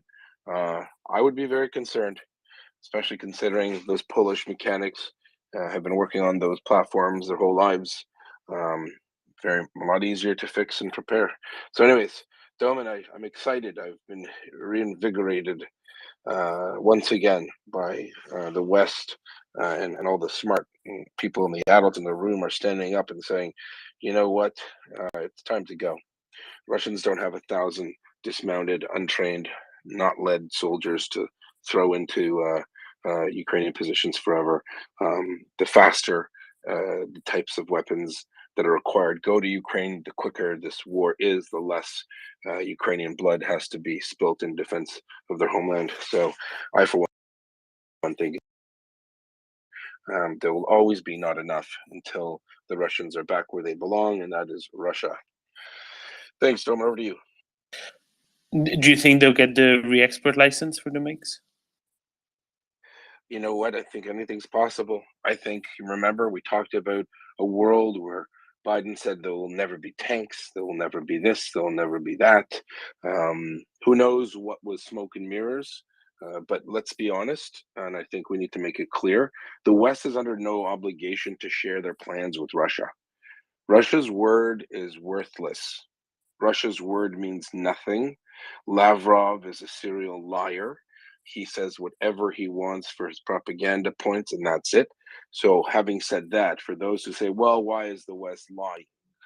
Not lying. They have no obligation to share with a genocidal fanatic what their plans are to help Ukraine. Let them be surprised. Let them find out in the battlefield exactly what happened, because that's what's happened for a lot of it. Very special Israeli mortars, 120 mil mortars, managed to get somehow from Israel, Poland, I don't know, they got a hot dog somewhere, and then they ended up in Bakhmut. Gee, funny how that is. Who cares? It's going to happen. I think everything's on the table. All right, let's go north. Let's go to Pauli and Jörn, and then to Tommy and Joanna. Pauli, go ahead.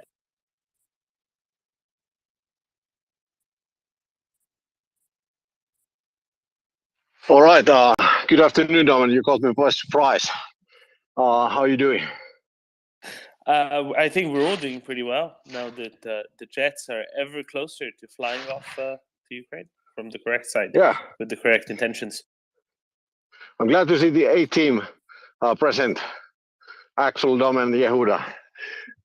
So with the previous topic, with the question regarding the prosecution of genocide and the war criminals, I just have to say, as an attorney also handling military-related cases and doing training related to a military case law, I just wanted that law always evolves. So, and I will answer with a question. I think many of us would have not believed in the, let's say, 1920s or 1930s, the legal scholars, that you could actually, prosecute on genocide on just such wide scale, and that the statute of limitation would not apply. So, in my opinion, the law has evolved, and it has evolved into good direction. And I am 100% confident that we will have new case law, and we will have verdicts on these kind of like social media and the streamers that are supporting the genocide.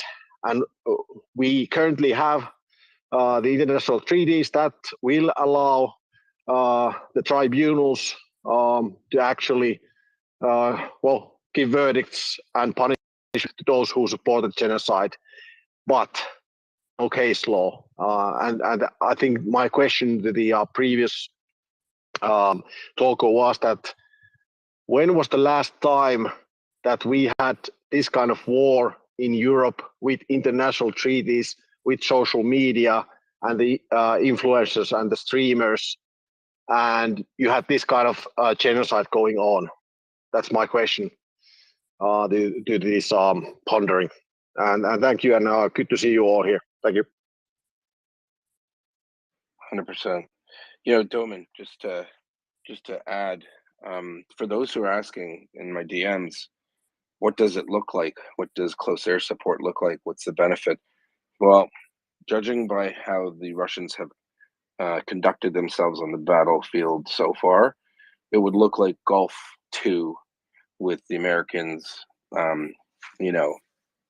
dominating anywhere their planes went, and wherever they had that air cover, you would see missions first to destroy anti-air defense systems, or air defense systems rather, anti-aircraft platforms, followed by just a complete destruction of everything else from the top down. The Russians would crumble far. You see how poorly they do against Ukrainian land forces. Add that with close air support, and it's a gong show. I mean, that it could take a day. I mean, if there were enough aircraft and enough capability to mitigate or to destroy Russian air defense in Ukraine. Remember, this is for them to be able to interdict Ukrainian fighter jets over Ukraine, and it would be just a game changer. The Russians would crumble faster than you've ever seen. But they're doing horribly as it is. Add that force multiplier to the mix, and it would be, it would be a glorious day or two, because those jets would be doing nonstop sorties, depending on how many they got. If they had hundreds available, I don't know what's in the cards, but it's not good for Russia, and it's great for the good guys and girls.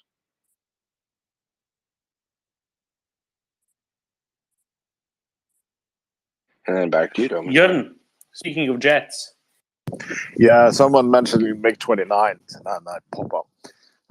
I think the news from Yehuda is brilliant. It's excellent. And there's a lot going on at the same time right now, like we discussed yesterday. I think it's very interesting that Jens Stoltenberg said that in the discussions right now, Western fighter jets aren't the most important thing. And I think he's actually honest.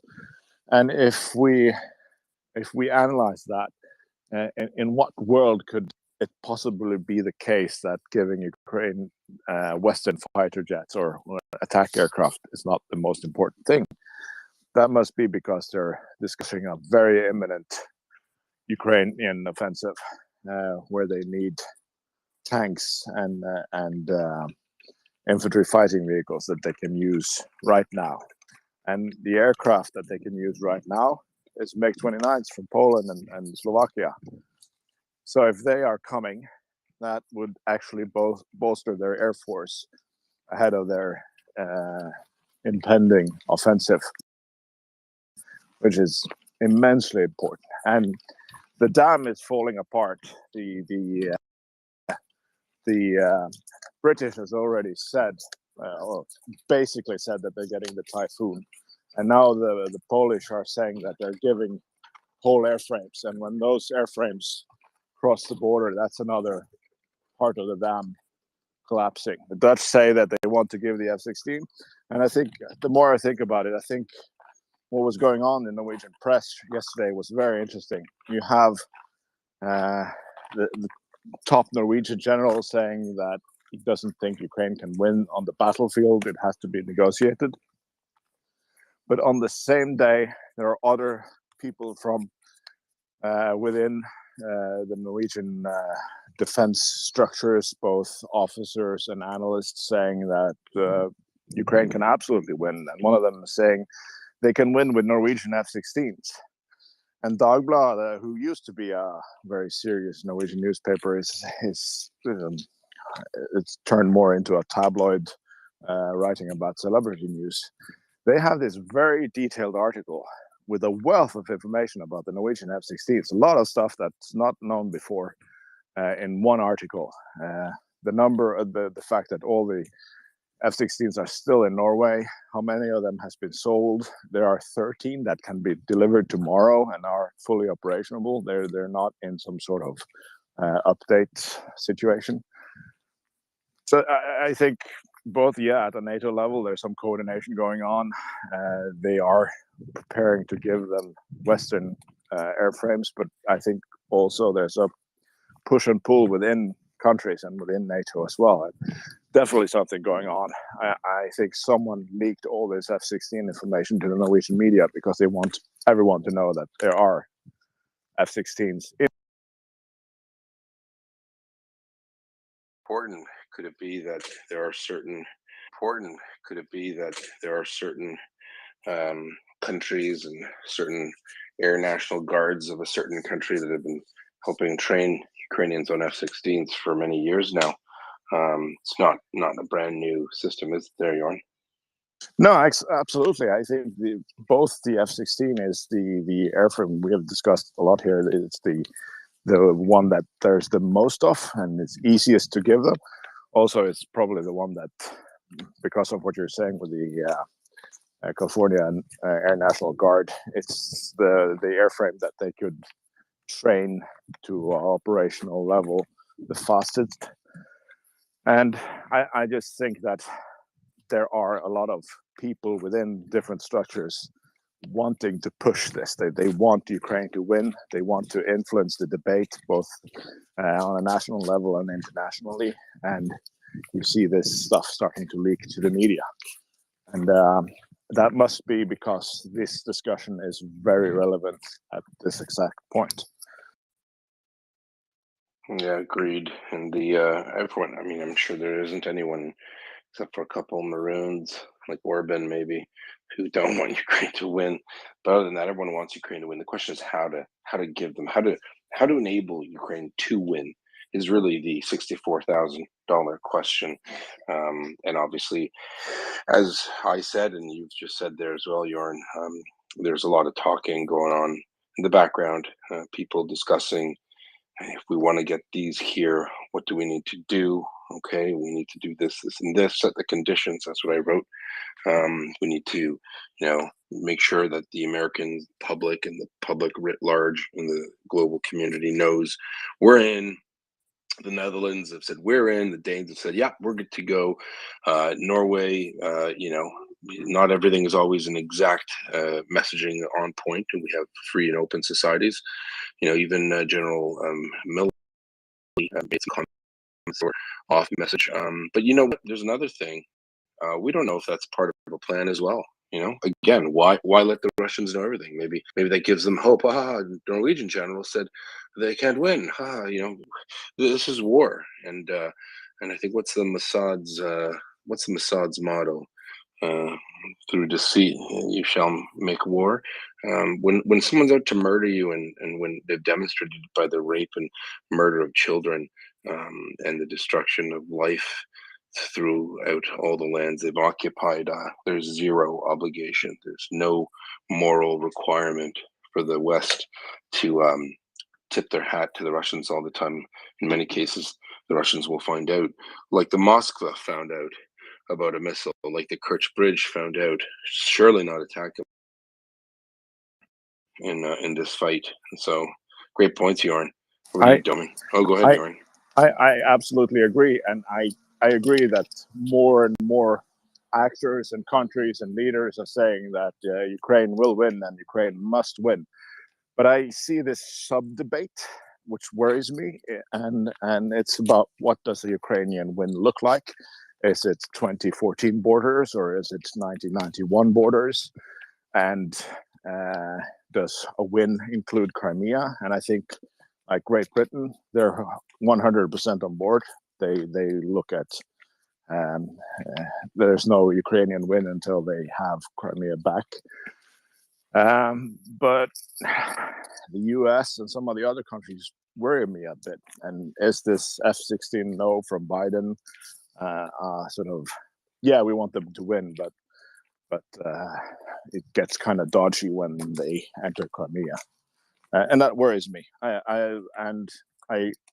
The statement from General Christoffersen in Norway also worries me, and I'm afraid that this is part of that.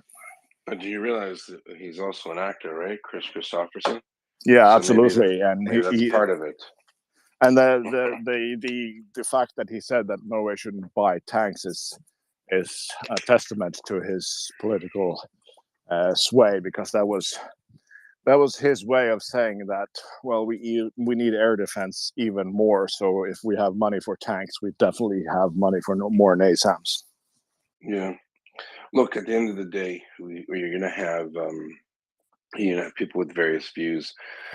The 2014. So let's clarify for the audience. So what's the difference between 1991 Ukrainian borders, when August 24th, 1991, and who knows, January 1st, 2013 or 2014, right? The Crimea is part of Ukraine. It's internationally recognized as such. The fact that a lot of the West was asleep at the wheel, placate Russia. But this is almost, I hate to say, it's a zero-sum game, in the sense that you can't be a bully. You can't exist in a system where your biggest asset is your military might, your only asset, your only bargaining position is your military might. And then quite rather quickly, it's been determined that that doesn't exist and you don't have it. You're not in the position to bargain, Mr. Putin, right? He's not in the position to bargain about, Crimea. He's not even in a position to launch caliber missiles at Ukrainian cities forever, because he won't have very many left at all. So this whole premise about Crimea was always predicated on the belief and the misunderstanding from everyone, including probably Russia, that they are not that powerful. They have a nuclear arsenal, sure. So does North Korea, and it's contained. So we have to remember that the reason why people talk about these red lines as Crimea is only because there was always an understanding, a belief, a misconception that Russia had some kind of, massively amazing second best army in the world, first best army in the world according to them. And it's just not true. So therein, it sounds mean, but it's like, well, you know what? You kind of don't have very many options here, Russia. You can cut your losses and run, or you could be, you could set your military back 50 years. So, great points, Jorn.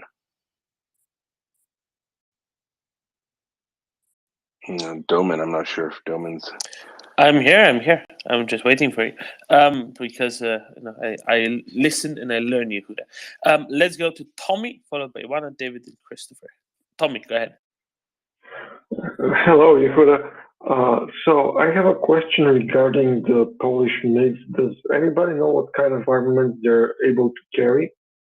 NATO armaments, and also an additional question regarding what Yehuda thinks about the Kerch Bridge is basically scheduled to be reopened for traffic at the end of February, and yesterday we had confirmation of Ukrainians destroying air defense installations to the northwest of Crimea. Maybe there's a connection there.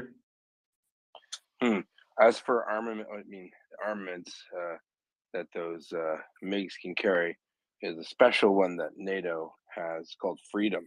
You can carry Freedom all over the place. I don't know anything about the Air Force, so Tommy, I can't answer that question. I know that the Ukrainians have been adapted, retrofitting or whatever, jerry-rigging harm missiles and other cool things to MiGs, what no one ever thought to do or thought was possible, but they found a way. So if anyone in the Air Force wants to talk about what they can bring, I think it's a lot, but I don't know the exact names of different aircraft munitions. As for the Kerch Bridge, it's very nice that it could open soon. It could also close very soon again. And I think the greatest strategy would be to let them spend time, money, and effort to repair things just to destroy it again. I think that there might be one or two ATACMS laying around. Who knows? Yes, the bridge can reopen for traffic, and then a gaping hole can reopen in the bridge soon thereafter. Ioana. Yes, so very good news, Yehuda. I was really wondering if there is so much reluctancy to give modern Western airplanes to Ukraine, why we don't give them the MiG-29s, the Sukhoi 27 that may be found somewhere, or the Sukhoi 30 that may be found somewhere else. So if there is a problem with giving them F-16, just give them the MiG-29s, because 30 more airplanes will play a very important role. And I was wondering why the change in the speech of Olaf Scholz and Macron yesterday. And then I saw that they had a meeting, a trilateral, with President Duda from Poland. So maybe the change came from President Duda. And yes, I agree with you. So we really have to give Ukraine everything it needs to win to the pre-2014 borders. And if we think that Ukraine can win, well, help Ukraine win faster. And if we think that Ukraine doesn't have enough right now to win, well, help them to win, because it's very important. And as for the Kerch Bridge, I really hope that Ukrainians prepare some fireworks for the reopening. It would be nice if they did. I think it would be kind, even a kindness for them. Yeah, there is no debate when it comes to Ukrainian capability to make the Kerch Bridge, past tense. As for Macron and Scholz, I think it's rather obvious. They're being led by a true statesman, or a country leading the way, which is Poland. They are, and Poland's got the most to risk out of NATO countries, pretty much. I'm not saying about being vulnerable to Russian attack, because obviously the Baltics are in a different position. But Poland definitely, there has to be buy-in from Poland at every step of the way, and at every step of the way, you would think it would be Germany and France asking Poland, "Hey, are you okay if we do this?" But it's the other way around. Poland saying, "We're doing this. Are you coming?" And Macron and Scholz, I guess it sucks to be on the wrong side of history for 10 months, and I think they realize that the writing is on the wall, and it's time to turn it around. So yeah, great points, Ioana. See, I thought it was the dinner last week with Zelensky, where Scholz and Macron might have had a change of heart. But now this meeting with Duda is a complicating factor. It's a confounding variable. Howsoever will we ever figure that one out? Who knows? They did it. The French did announce that they are ramping up Caesar production specifically for Ukraine, which is nice. That's nice. Oh yeah, so they're doing what is it, 2 a month now? Is it, or is it? I think they're increasing it. Yeah, I know they're increasing it. They want to double the capacity, the output rather. 6 a month. There you go. So very good. Off so to build more Caesars. So just to contextualize, looking at the numbers of NATO provided or Western provided equipment to Ukraine, 6 Caesars a month would be more than replacement, slightly above replacement for how many Western howitzers in aggregate, towed and self-propelled, have been getting destroyed in Ukraine a month over the last 7-8 months. So that's including mostly M777s that get destroyed. So that would be more than replacing the tubes, just that Caesar production. So everything else is an increase in volume. I think the gospel says, "Render Caesars unto Ukraine." I think it's right there in the good book. I'm glad that even in the secular state that is France, they took said advice. Laicite has its borders. David, please. Yeah, I just wondered where we are with the A10s because I'm totally unbiased when it comes to, I'm totally biased, sorry, when it comes to A10s. I used to walk along the beach in Norfolk and where my great aunt lived, and these things you can't hear them. And basically it's a howitzer with wings, as you know, as far as I understand it, and it seems to be a robust airframe. I've not heard too much about it, and I'm wondering, has there been any talk about it, or is there any reason why it's a bad idea? I'd like to see them, but I don't know where they fit in the overall picture. So maybe somebody with a bit more military understanding can explain to me why it's a bad idea to have A10s. I don't think it's a bad idea, David. I think it's just not the alligator closest to the boat right now. MiGs are an easy, simple, transferable technology that the Ukrainians are already aware of. The requirements, would it be nice to have? For sure, right? Is it something that's pretty new with a particular skill set and obviously a lot of sustainment issues that would not be done otherwise when it comes to where they'll land, where they'll be stored? Another big question.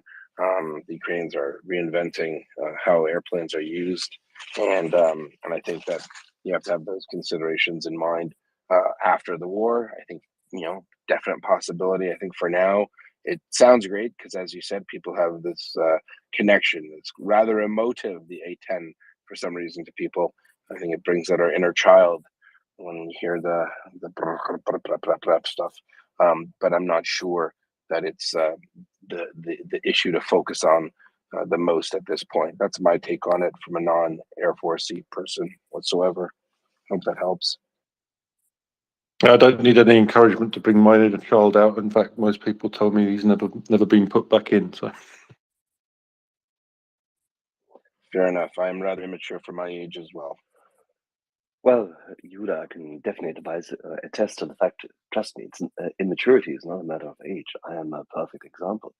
Having said this, after the flat packs were given, now the MiG-29s and the remaining, the well-maintained ones, those components being given, the transition aircraft, which we've been advocating here for, and Colonel Jeff Fisher has been advocating for a number of months, are now finally being given. That is a very good sign because it wins Ukraine time. It gives them replenishment of their air force at a very critical moment where they need to have better, say, capacity to contest the airspace, which otherwise they wouldn't have.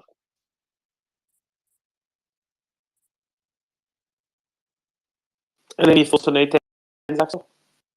Well, I like them. There's no question about it. If you give them more MiG-29s and a couple more Sukhois, then A10s make sense. But you need to have fighter aircraft, otherwise you can't protect them. Yeah, and there's a lot of great capabilities that they can provide. Air to ground, ammunition, and remember the battle space is getting smaller and smaller for the Russians, right?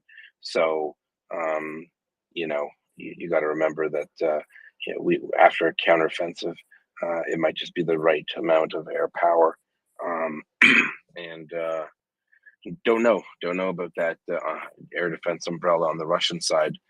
We do know that it's not good overall, right? And we can't pretend that Russia's got this iron dome around it. It doesn't.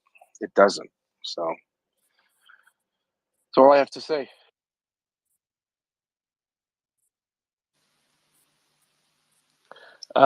Yeah, I'll refrain from onions, and let's go on to Christopher. Go ahead. Yeah, thanks so much. I hear the criticism of not providing enough weapons on a daily basis over this last year, and I get it and understand it. I also would love to see Ukraine have every means it has to fight and to defend itself. However, like if I was to just a scenario game out, what would happen in the best of circumstances? That is, if the Western powers had the best intentions, they weren't worried about the capture of advanced Western weaponry. They weren't worried about their own stockpiles. They weren't worried about, eventually the weapons turning against them at some point. And that's just, again, giving the benefit of the doubt and saying there's no issues from any perspective with supplying Ukraine with weapons. What do we think would happen if Ukraine tomorrow, or even 6 months ago, but let's not do counterfactual, say tomorrow, Ukraine gets every single piece of kit that it needs in order to have a complete overmatch in military equipment and power. What would happen in that event? And I feel like the Ukrainians, least of all of us, would want Russia to be able to kind of step back, lick its wounds, and prepare for another invasion with the lessons learned from this one. And again, I kind of go back to this whole idea of, people have been kind of gaming this thing out to figure out kind of what is the best strategy to go forward with, and it's not just even announcing the equipment, the delivery of every piece of weaponry that Ukraine needs. I feel like there's a very well thought out, and maybe I'm being overly generous to the strategic planners over at NATO and Ukraine, but I feel like there's a very well thought out case for why you would not want to announce or even just give everything at once, including training reasons and whatnot. And that is that it would cause Russia to kind of, again, step back, lick its wounds, and kind of prepare for another offensive. I've heard this from Ukrainians time and time again, which is rightfully so. We don't want Russia to be built back up to be this militarily threatening force to its neighbors. So I just wonder what the folks on stage have to say about that.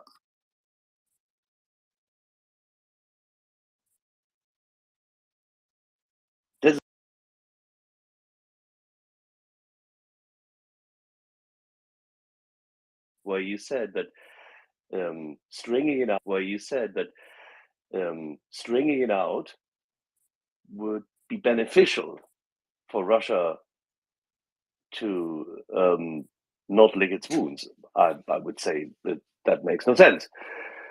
And by the way, dissecting it at the point where it hurts, if there's one system which could be given without actually ever risking it turned against us, it's the ATACMS, because the launch capability is there. The only thing which it provides is different reach, but that different reach would allow Ukraine to take out at least 6, you could debate maybe 8, but 6 definitely, access points for Russian logistics going into theater. It would allow Ukraine to take out Zhankoy. It would allow to take out parts of Sevastopol and the next airfield, Saki. They'd be able to deter, if not impair, the Kerch Bridge again at a point in time of their choosing.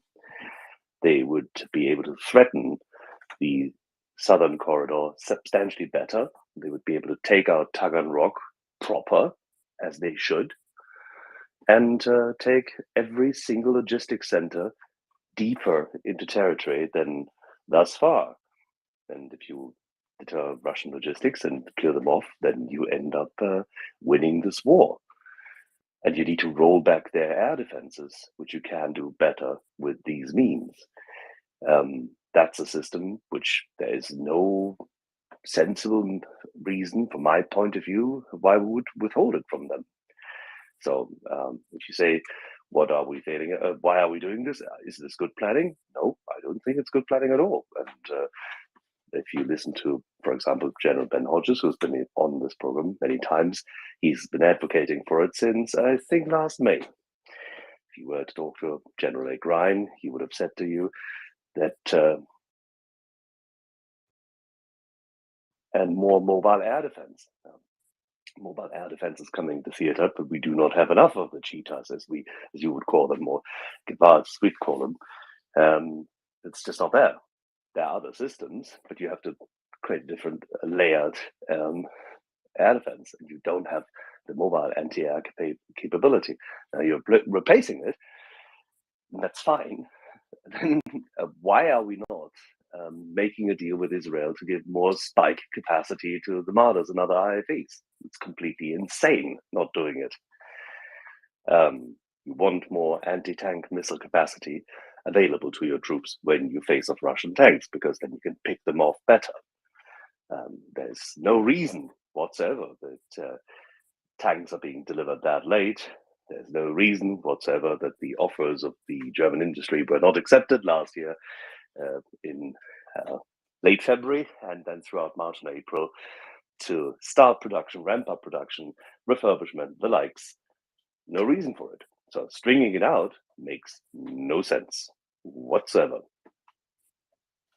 Axel, if you just humor me for a second, and let's assume that 25% of NATO stockpiles of every kind of weaponry that Ukraine would need is immediately provided to Ukraine. Let's say that training is sped up; it's done within weeks instead of months. And what do you think Russia's response to that would be? Russia, I don't go by these numbers. 25% doesn't make sense. Just overwhelming superiority. Let's just go with overwhelming force. Yeah, I'm always in favor of disproportionate and overwhelming force. But the problem is, in modern battlefield, you would need to have air superiority for it, and we've prevented Ukraine from having access to the respective means for a long time. So it's not something which we can turn off on a switch. Unfortunately, that doesn't work. Sure, I would jump in and say this. I when Axel says he doesn't understand the incrementalism, I don't know. I'm not sure if we're on the same page. I do understand the incrementalism. I don't agree with it. I think the incrementalism had a lot to do with initially Western views of how this battle would unfold and play out. I think for the most part, those who trained Ukrainian troops were not listened to, maybe, perhaps, when these briefs were sent up the chain and generals' staff were made aware and decisions to recommend or opinions given to political overseers. Somehow many countries' leaders thought that Ukraine would fold in weeks, if not days. I think they thought that Ukraine wouldn't stand a chance. And therein lies the problem. All of a sudden, they didn't have these stores ready to go. Not everyone. Americans have huge stores of almost everything. And I think there was also a fear of, just what you just said. But that fear is gone. That's an escalation ladder. Ooh, if we announce that we're giving Ukraine everything in the first month of the war, or in the 6th month when Russia, it was unequivocally obvious that the Russian military capability is junk, that maybe this would be the propaganda win the Russians would use to inflame their public, right? Whereas I think this incrementalism has probably been a part of the reason why Russia's had a huge human capital exodus, right? Because they weren't made to feel that they're under an existential threat. It will get there because the Russians keep going at it full bore. But I think there are reasons to the incrementalism, and unfortunately, the people who pay for that is the Ukrainian soldier and civilian, and they pay the leaders of blood. But I don't say I agree with it, but I can see why, maybe the State Department probably heavily advised Biden, if you're going to give stuff, try not to, don't gloat or don't come in really hard. Let's just arrange everything to get there. And there was that portion of it that had to do with, can they even, if we give them the stuff, will it be used properly? Or are we just throwing it in the garbage? And I think the Ukrainians proved by deeds and words and in blood just how competent they are. So I would say this, that incrementalism has gone down quite a bit in terms of a flash to bang. So, it took for a very long time for certain platforms, the HIMARS, we talked about HIMARS for months, and then they got them and then off they went, right? The M777s came a little quicker because of the type of platform than the HIMARS. Now we're talking, Bradleys and tanks and all those sorts of good stuffs. But I can see a benefit maybe on the geopolitical stage. I think we don't pay attention enough about it because we like to say here we don't, it doesn't matter what happens in Russia. But I would think that many countries' political leaderships are very concerned or very interested as to what happens in Russia. Unfortunately, that's at the cost of Ukrainian lives. So perhaps, imagine, let's just war game it in our heads. If America said, "Yeah, you're going to get everything right now," what would the Russians do? Oh my God, it is World War III. The Americans are giving them tanks and jets and everything. Who knows? They'll give them nukes next. Russians, you need to stay. You million Russian young men that were going to leave, that did eventually, but those were, if you're thinking of leaving, you're leaving your parents to die here on the hands of evil, neo-Nazi, drug-addicted Jewish president having Ukrainian soldiers backed by NATO. So look what's happened to Russia in the meantime. At least 1 million fighting age males have run away. That is a good thing. It means they're not in the army, right? Who took their place? 40 and 50-year-olds. Think about it, right? So, not saying I don't like the incrementalism. Our friend of the space, Alexander Vindman, retired intelligence colonel, wrote a great piece in June or July about incremental deliveries and why they suck. But maybe there's something bigger. Maybe they thought, hey, if we can do it this way and get it, with the least amount of friction being created with the Russians, then in fact we will in the end benefit Ukraine more. Obviously, it's a horrible conversation to have because the downturn is all those Ukrainian lives lost.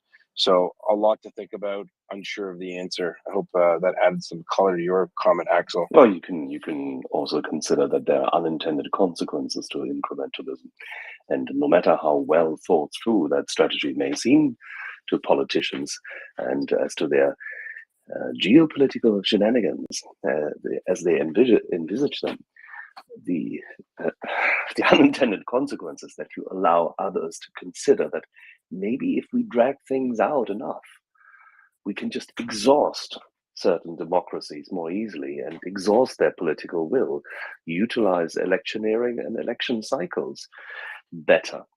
And I think we should be wary of this. I think a disproportionate, harsh shock and awe response at a certain point in time when you've made up your mind about the battlefield is good. And I think that decision could have been, and you just quoted Alexander Vindman, I refer to Ben Hodges, but we can also just involve another authority if we believe that projecting authority makes any sense. Wesley Clark, who said it at the very beginning, that allowing Russia to get away with it will allow them to plan better and learn. And therefore, why would you give them time? You have to deprive them of oxygen to think. You have to constantly keep them on their feet at the back end. At some point in time, you have to go Ali Boumaye. You have to go forward and keep them at the ropes, turn around the game. That time started to be there last year in May, when Ukraine proved latest that they can not only resist the enemy and throw them back and deny them and attrit them and refute them, but that they could actually attack them and that they are better prepared. I think this is the time, and we failed at that point in time to communicate to the Russians that we will go all in. I think it's a big mistake. Yeah, I mean, I wasn't arguing about the unintended consequences. There are actual, I think, very obvious consequences that they knew that the Ukrainians would suffer. But forever, whatever their calculus was, we won't know until we read their biographies in 20 years when they retire. But at the end of the day, Ukraine has shown that it has the will to survive. It has shown it has the technical know-how, the morale, the intelligence, the competency to make good use of the weapons they are given. And it's not the situation that we'd all like, but it's a situation that we have to face and accept and then push past it. And that's what the Ukrainians are doing. So good on them. And Domin, I'm not sure who's next. Let's please go to Bulgaria and Christa. Hey, I actually want to ask about Sweden because planes and tanks are very sexy.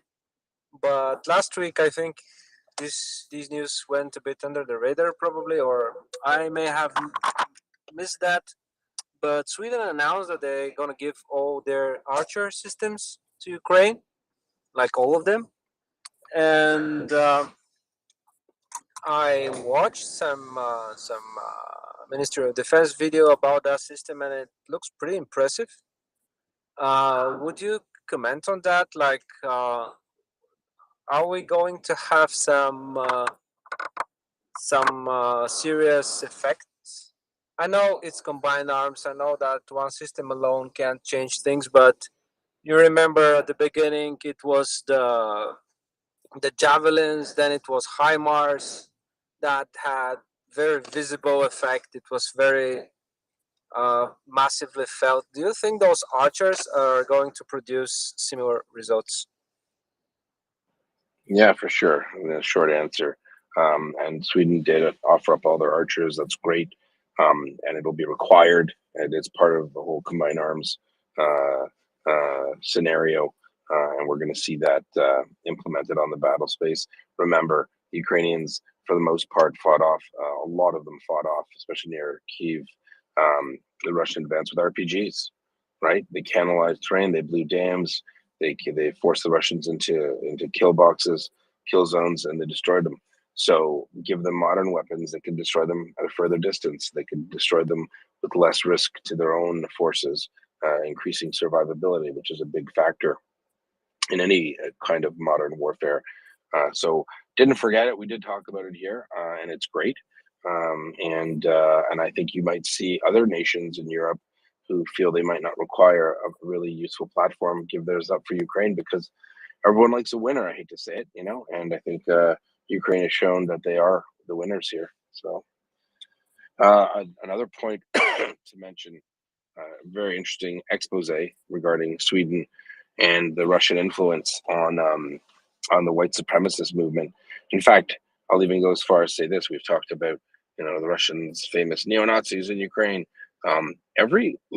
Most right-wing groups all throughout Europe, and Ukraine included, are funded by Moscow. It's not a secret. They are funded by the Russians. The Russians love to sow dissension and hate within European countries. Why Sweden, you ask? Well, hey, they knew that Turkey had a bone to pick with Sweden and Finland. They knew there was a NATO accession issue, and what happened? One of their operatives got to a Danish citizen who's also a Swedish citizen, who's a strange man, and paid for all of the legwork and did the paperwork and all the logistics work to get this guy a permit to burn a Quran in the Swedish capital, setting off a firestorm or even a maelstrom. Get it? Because I think it's a Swedish word. And off they went. So this kind of behavior should be called out. The article, I think it was in the Wall Street Journal, that South Africa is eager to seemingly support Putin or to poo-poo world efforts to help Ukraine, yet their friend in the Kremlin there is literally ginning up all sorts of white supremacist hatred. Not only do they not like Jews, but guess who else they don't like, Domin? Black people. So it's not weird a black country in Africa would want to support Putin. How strange is geopolitics when a country that completely creates racial hatred and enmity in Europe can waltz around Africa pretending to be the good guy. It's pretty weird. So a lot of news in Sweden that's relevant to the situation. The archers and also the Quran book burning there, funded by Russia, used to antagonize Turkey. And also Erdogan never misses an opportunity to miss an opportunity. So for him to say we won't allow Sweden to go in, it's not really in his mandate. Legally and technically it is, but there are a lot of other considerations that Turkey has. They don't just get to call the shots because someone got mad about a strange racist guy burning Quran in Sweden. Obviously, that doesn't represent the government of Sweden, and that's it. Thank you. So a couple of things. Just as a note, I think Sweden only offered 12 of the archers, not all of them, before any Swedes think that they're getting rid of all of them. Also, I would like to note that was it yesterday? 2 days ago on Russian television, Ruslan Ostashko, as a TV host on the Russian First Channel, said, "The world has turned upside down. It will never be the same again. Just listen to this. The foreign minister of Israel, Eli Cohen, has arrived in the capital of the Nazi state in Kiev to meet with Zelensky, who's seemingly a Jew, but also a Nazi." Have you been writing the script again for Russian television? Yes, you see what happens as I go under my my pen name Borisovich, and I give them ideas. I try to think of the strangest, silliest things to say, and see if they'll pick up on it, and they haven't so far. So I'm actually writing the editorial board scripts there for Russian late night. I thought it was because when it said late night, I thought it was comedy. That's why I started it. I didn't realize it's actual news. No, the late in night Russia. host, Yehuda, the late night host fled. He fled to Georgia. Because he had Georgia on his mind. So Yes, except the problem was he said, "I want flight tickets to Georgia," and said, "Oh, Atlanta, I don't want to go to that Georgia." So he went to the other Georgia, but instead of going to Tbilisi, he ended up in the Georgia down in the Antarctic, next to the Sandwich Islands. Sandwich Islands. Yes. Let's go to Jörn, who can tell us that Maelstrom is a Norwegian word, not a Swedish one. Yeah, I'm the one with the silly jokes here, not you. Okay, so yeah, I think it's the word in both Norwegian and exactly. Swedish I told you. Yeah, don't because tell me our Swedish. language is basically only exists on Iceland because of Danish and Swedish imperialism. So that's another story. Don't be upset. By the way, Jan, before you go on, I have to correct myself. Yehuda, he managed to get from Georgia into Israel. All right, well, that's great. But I mean, the Mr. point Ivan is, Urgant, the urgent one. Yeah, urgent. It's an emergency. Listen, the point is that the Russians are really upset about the Israeli government being a lot more interested in sharing publicly their stance on Russia, and hopefully those spikes and harrops will make it over to Ukraine, and then yeah. Alrighty. Sorry, I got distracted. But yeah, no, it's a good thing, and it's obviously a ridiculous statement by Russian TV, and it mimics Lavrov's idiotic statements in Italy to the Italian TV show Zona Bianca, and we'll see more idiotic comments out of Russia. Don't you worry. If you missed it, don't worry. Just hold your breath, and there'll be another ridiculous statement. Cool. I want to go back to the incremental support for Ukraine question, and there's another fallacy in that we didn't touch upon, and this is a fear that I meet more and more in Norway when I discuss this war here, and that's this sort of fight that, well, what if Russia just retreats and then build up again and come back stronger in the near future? And That's basically not going to happen, because they have no chance of coming back stronger. Someone asked earlier, I don't remember if it was this morning or yesterday, what if they learn from this war and come back with new solutions, like happens in every war? Well, first of all, the Russians don't learn. It's a cultural thing, and it's getting worse and worse. We've learned from this war that they're technologically basically in an arrested development since 1991. Their technological war machine capabilities has only made very, very incremental gains since 1991. So when this war is over, they're gonna have to spend decades to get back to the level they were at when this war started, and that wasn't good enough either. And then on the other side, Ukraine is just going to continue to get stronger. In 10 years' time, they might have the F-35. And in 10 years or even 5 years, the weakest Ukrainian tank is going to be better than the strongest Russian tank. So in the immediate future after this war, Russia won't be able to pose a threat to Ukraine in a conventional war. And one group of countries that are absolutely going to learn from this war is NATO. And we already see that they have, all of NATO has increased their weapons industry capacity, and they're going to do updates.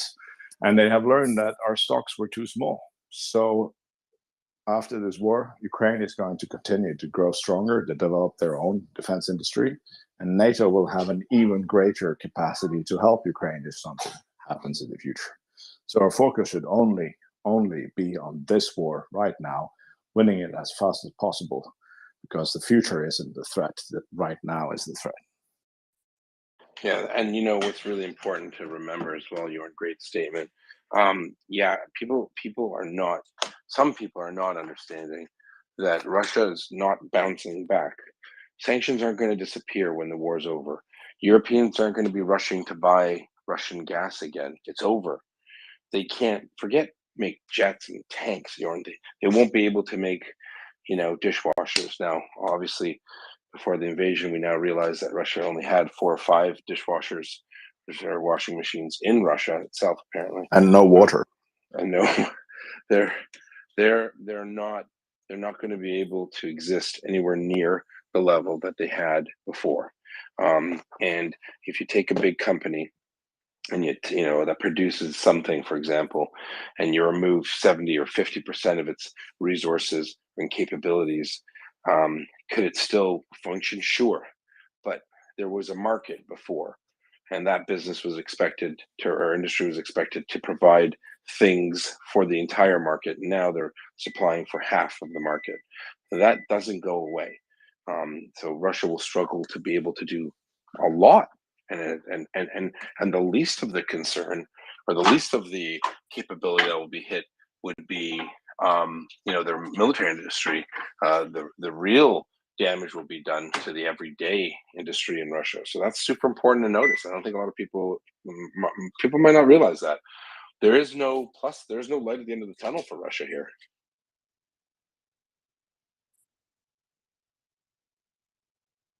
And that's all I have to say about that, said Forrest. I completely agree, and I agree that it's not an unlikely outcome that Russia breaks up. And a lot of people are afraid of that. I'm not that afraid of that. Yeah, the nukes are going to be a problem, but we have the world's most powerful and effective defense organization behind us, and I'm confident that they have intelligence agency and operatives ready to follow each one of those nukes if something breaks up after the war. Purchase them. Yeah. Frankly, be the highest bidder. Oh yeah, I mean, when you've got a bunch of Russian generals and a missile command there realizing they don't have a country worth defending anymore, that they might just be like, you know what, I'll take my 10 million and I'll run, and I'll go live in wherever. And because another conversation I don't want to really get into right now is from the very beginning, after watching Russian forces conduct themselves in a Russian manner, I thought to myself, I guarantee you their missiles don't work like they say they do. They don't have as many. I'm not sure that this is something to freak out about, or to think that somehow the Russians have this immutable strength in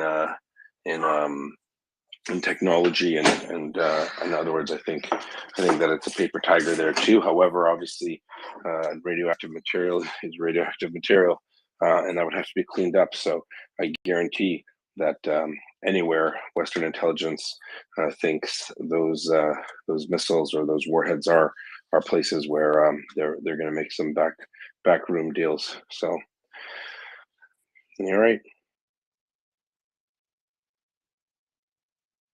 Well, you could. I don't know if you saw, but today, images emerged of a Russian T-90M tank, which single-handedly destroyed, just absolutely obliterated 2 Javelin missiles.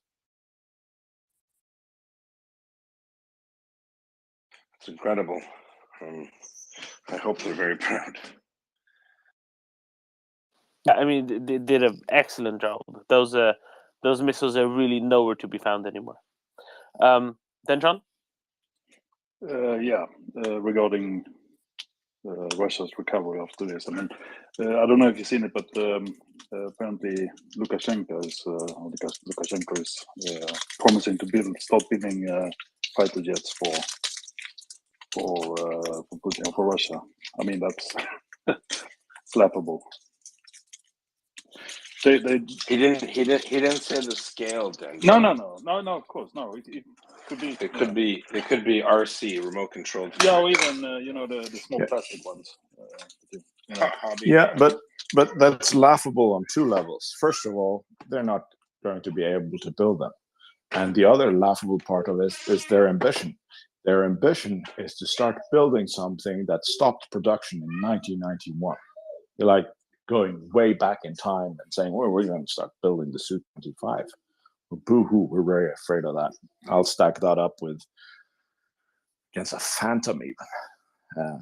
But we have... Skyhawk. Yeah, Skyhawk. Yeah.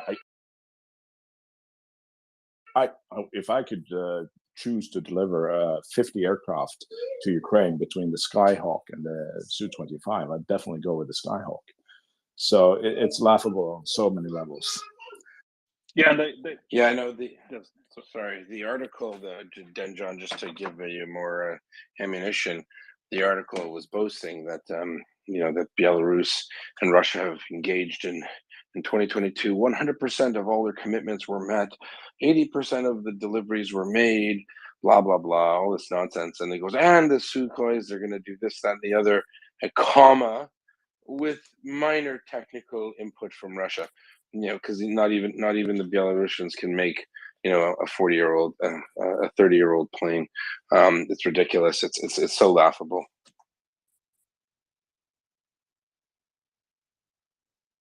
Sorry, Dan. Yeah. Back to the. I mean, that's on micro level, but on the macro level, Russia's recovery. I mean, they lost how many companies?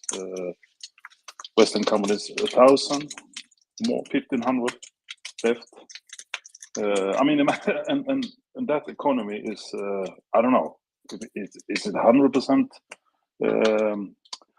relying on importing high technology? I guess it's not 100%, but it's not far away from 100%. So, I mean, what are they going to do? And these companies are not coming back, and they don't have the skills or the. They don't have the skills to build that capacity for themselves. They probably can do it, but can you imagine losing everything and then you have to start from scratch? Everything you need to start developing in every area to get back to where they were 1 year ago.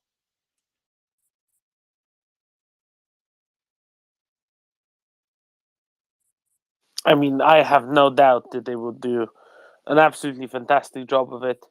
There will be 0 industrial accidents in the process, and I mean they'll end up with eventually developments such as the compact disc, the wheel, maybe even. I mean, it's going to take a while, but look, the advancements they have made, then John, the advancement in just the field of district heating that they've accomplished over recent months alone, it's something that would be unthinkable in any Western country, really. Yeah, I mean that's amazing. That's amazing. But yeah, we're jealous. No, then John, we're not just jealous. We're weak. That's why we can't do this. We would never, come with a spur of the moment decision to say torch a chemical plant just so that you warm up the area a little bit. Yeah, exactly. And regarding heating, now I saw TASS wrote something that this winter we didn't break the back of Europe with energy warfare, but next winter we will. It's come on, they are looking so weak. It's ridiculous. So did they say why? Did they say because they were feeling generous, or did they want to give everyone one last attempt, or what? No, this was just read a kind of heading off. So I don't know if they dig down into it, but basically next winter will be terrible. This winter we were lucky because didn't say that there was no preparation in place for LPG and those kind of things and different suppliers of gas were not in place before the winter. Next winter there is maybe not to cover everything lost from the Russian import, but it's not only to replace. I mean, we'll never replace the same capacity because it will not be needed because we don't need gas for everything. So I mean, it's just ridiculous. They're losing. Not just that though. Europe ended up with more reserves than they ever have in recent years, partially due to the weather, but also because they put their heads together and said, "Let's make this work," and they did. So the Russians can pray for the coldest winter next winter, and it won't make a difference. I'm not sure Russia, as we know it, will exist next winter. Yeah, I think what's her name, Greta Thunberg. She's not criticizing Putin or Russia, and I think she's got a point actually, because what they did will probably is the biggest thing done for the green revolution. I mean, if that exists. Except for the refiring of coal plants, I'm not sure that's the best thing for the green revolution, but I guess everything in equal measure, right? Piano. As long as she can be an agent of those who want to tear down capitalism, all is fine with Ms. Thunberg, right? Come on, please. Yeah, no. Let's talk about professional opinions here, not this woman. All right, even children get a voice sometimes, Axel. Let's. I'm sure Denjon doesn't have a poster of her above his bed. Wait, Denjon, you don't have a poster. I don't have no. I like to sleep at night without fear. He took the poster onto the ferry and lost it. Allegedly. Can I say something about archers, because you talked about it before? Yes, please. Now that they're 12 finally archers coming. are going? No, just first let me say that I know, John, you don't have to. We know you made a mistake. But we will make some for you as well. No, but on a serious note, the defense minister yesterday said that there's a new report or inventory done by the defense forces, which will determine the delivery of archers, and that will be ready on the 3rd of March. I don't think that means they're looking into how many, but this is to set up the logistic chain. I think make sure that everything is ready. So I think on the 3rd of March will be announced how many, but I doubt. I heard that someone said all the archers will go. I haven't heard that. That must be a rumor. I'll be honest, I did actually hear that as well. I read it somewhere really quickly, and then the number 12 came in, but I just double checked and I did not see any all archers I think 36. At least 2. There were 48 archers in principle made, 24 for Sweden, 24 for Norway. But Norwegians said, no, we don't want them because they're late. And anyway, they can't go up a 70% slope when it's covered in ice sufficiently quickly. So we don't want them anyway. Sorry, Domin. So isn't the real question about the 3rd of March revised report more as to whether we get the 122s or not? I think so. I think it's about that in the CV90s more so than anything else, but I might be wrong. But anyway, so Yehuda was asking how many archers there are. So there are in principle 48 archers, but not quite all 48 quite work. There's probably about 46 in practice. And then 24 are with a Swedish artillery unit, and those are fine. And those are not going. And then some proportion of the other 22 or so will go, probably 12. And then maybe some more later on, or more will be used to maintain 12 at all times in service in Ukraine and on a rotational basis. So that's probably the plan there. Sounds plausible. And to Jörn, this not being able to climb the steep hills. Did Norway try to use it as a direct fire thing? This you can elevate the gun and shoot over the hills. That's the whole point with artillery. But anyway, that's Norway for you. Well, I know that this is difficult for you to understand because you don't have hills, just like the Danish. So just take our word for it. But to our earlier discussion, it's actually not a bad idea for them to send all of them, because the success of the archer in Ukraine is just going to mean that Sweden gets their government to fund even more archers in the future. So the Swedish defense will be stronger by sending all of them. And this is something we all can learn from that. Like the Danish also sent all of some of the equipment they had. And Norway should do the same. I agree. I don't think they need them. I think giving them up is a good advertising / marketing strategy. And I'm going to try to remove some speakers that are. But the biggest mistake both Norway and Sweden has done so far is not sending them Stridsbåt-90, and we should, even though they don't know that they need them. Just saying again. They're not there, Yehuda. You can't. And Stridsbåt-90, there's the boat, right? Yeah, it's a very, very, very good boat, even though it's Swedish. It is the Diplomat, for it is a gunboat. Yeah, and it delivers troops anywhere. Except up a hill. Yeah, no hills in Sweden, but there's not that many hills on the ocean, so we'll manage. Then, John, do you have any of those ocean mountains? Yeah, there's Öland and Gotland.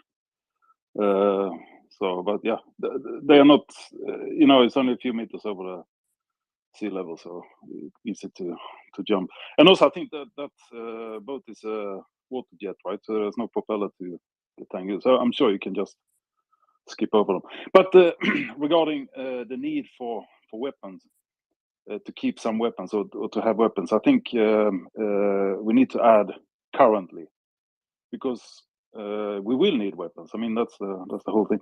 But currently, where they are best needed is in Ukraine, and then we need to arm up again. Doubling, tripling, whatever wherever we end up. But we for sure will need weapons in the future to deter. Yeah, but you'll get those weapons because sending the archers to Ukraine is going to make them so popular that you can double your own stocks and finance that through your export. Yeah, you're right. Actually, I have a very good example. Hägglunds, the one making CV90 and other tracked vehicles. 2021, they had a revenue of 2.5 billion SEK. in 2026, and 22 or something. They say 20 billion out of that was booked in 1 week. So yeah, there's something there.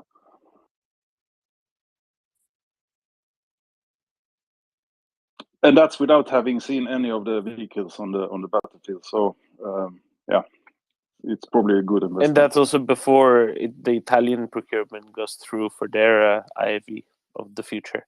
Exactly. I can't add anyone there, Doman, just so you know. I see them, but I can't add them. Yeah, that's fair enough. Here you go. There's you have an Alex. I don't know these people. Just letting you know.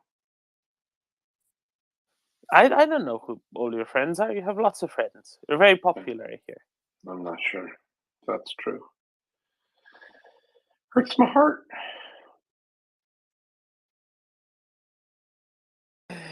You could. There's a news coming out that France is going to be providing Ukraine with AMX-10P. Yes. Which is different from the AMX-10RC. Yeah, it's the completely worst. different. One of the worst tanks on World of Tanks. No one wants the AMX. If it gets hit by a pebble, it blows up. I'm just kidding. No, well, I'm for not this kidding. It is a bad platform. I mean, I'm not a fan of it, but whatever. Yeah. But which one? The P or the RC? Neither. Well, the P is not a tank. The P doesn't I know comport it's to be a AP, tank. I It's know, an but IV. It's IFV, but I still don't like them. So you don't want them? You don't think Ukrainians should want them? Well, for Ukraine, you ask me.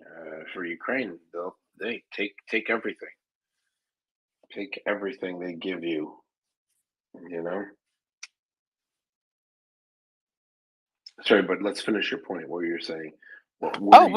I was wondering if you had any strong opinions about it, and clearly you do have strong opinions about it. No, I'm indifferent. I don't. I mean, I don't know. Listen, I'm not the one receiving it. So I mean, I prefer other things. The Caesars. I think they should stick to what they're good at there.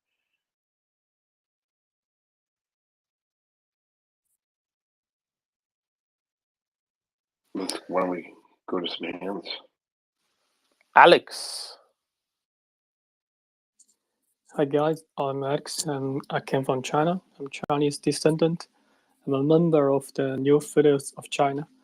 And we launched a rescue campaign 1 year ago, and the border between Poland and Ukraine, where maybe we are the first organization, only one to escape the Ukrainians or anybody outside of Ukraine. At the beginning of the war, we used bus to drive them outside. We set the tent and the border, town Medica between Poland and Ukraine.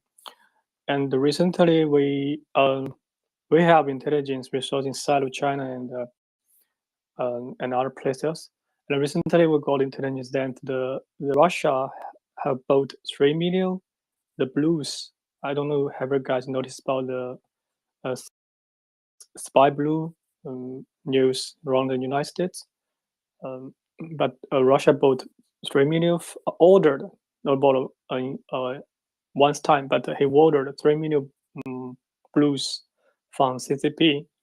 And I think the blue not only have the function of civilians, also can carry the weapons, even bioweapon. We don't know about that. But be careful. Can you think of any good antidote for mysterious balloons? Yeah. Shooting him down, I guess. Was there a smarter answer that was expected? I was hoping for some sort of a direct energy weapon or something. Direct energy, yeah. Well, that's shooting him down as well. Space lasers, I don't know. I know someone with a space laser. Tillman, I have to pop. Is Markers coming up? Who's yeah, coming sure. up? All right. And in a couple of hours, just under 2 hours, we'll have Peter Duran join us. And he's bringing some friends with him. He's bringing some little green men. Apparently, they're no actual friends of his. He just knows a bit about them. And we're going to be talking about deterrence we are going to be continuing the story of freedom of what Ukraine had to go through in the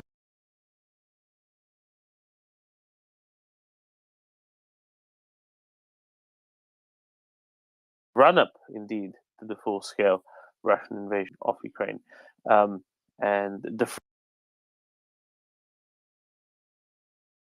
into eastern Ukraine under the guise of little green men. So that's up in a couple of hours. In the meantime,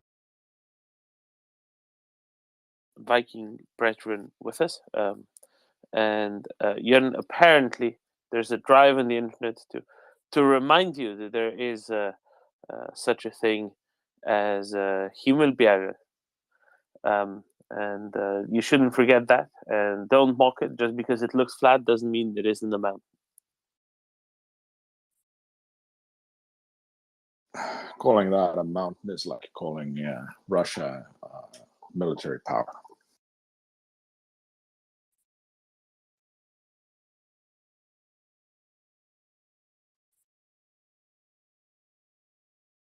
Then John? Yeah, I want to remind John, this is not a, the Nordic Scandinavian fishing contest. We have Kebnekaise.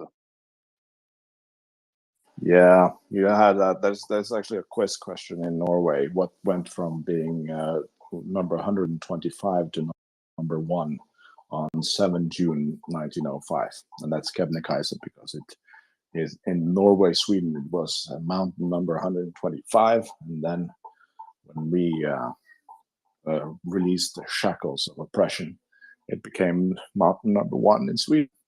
And the Vengeance is tragically one of our Hercules flew into it a couple of years ago, so we lost 6 airmen because they, just like the frigate, they were doing some tactical flying and just managed to hit the tip of it.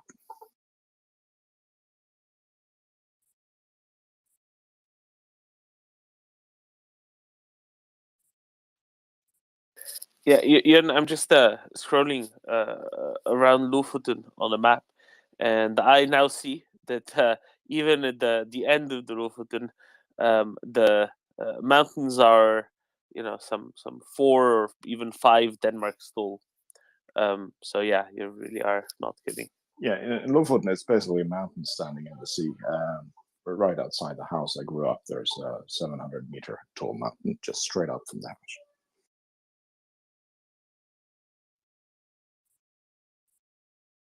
I mean, what is it with these meters? Just say, 5 Denmarks, easy. 700 meters, that's like 6.7 Denmarks. Okay, well, whatever it is. I meant 67.5 Denmarks. Then John? Okay, let's try. I take one for Sweden and Denmark. Sweden and Denmark, we have West Coast and East Coast. Real West Coast and East Coast. We have so many fjords. Our coastline is the 2nd largest in the world, and we have coasts in every direction. And if we flip over, our north tip is in Rome. So yeah, and we have islands in the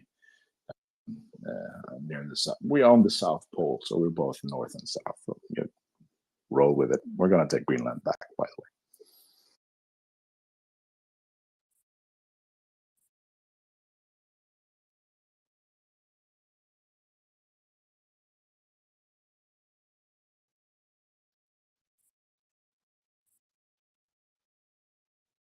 Oh my, this bird, fly on.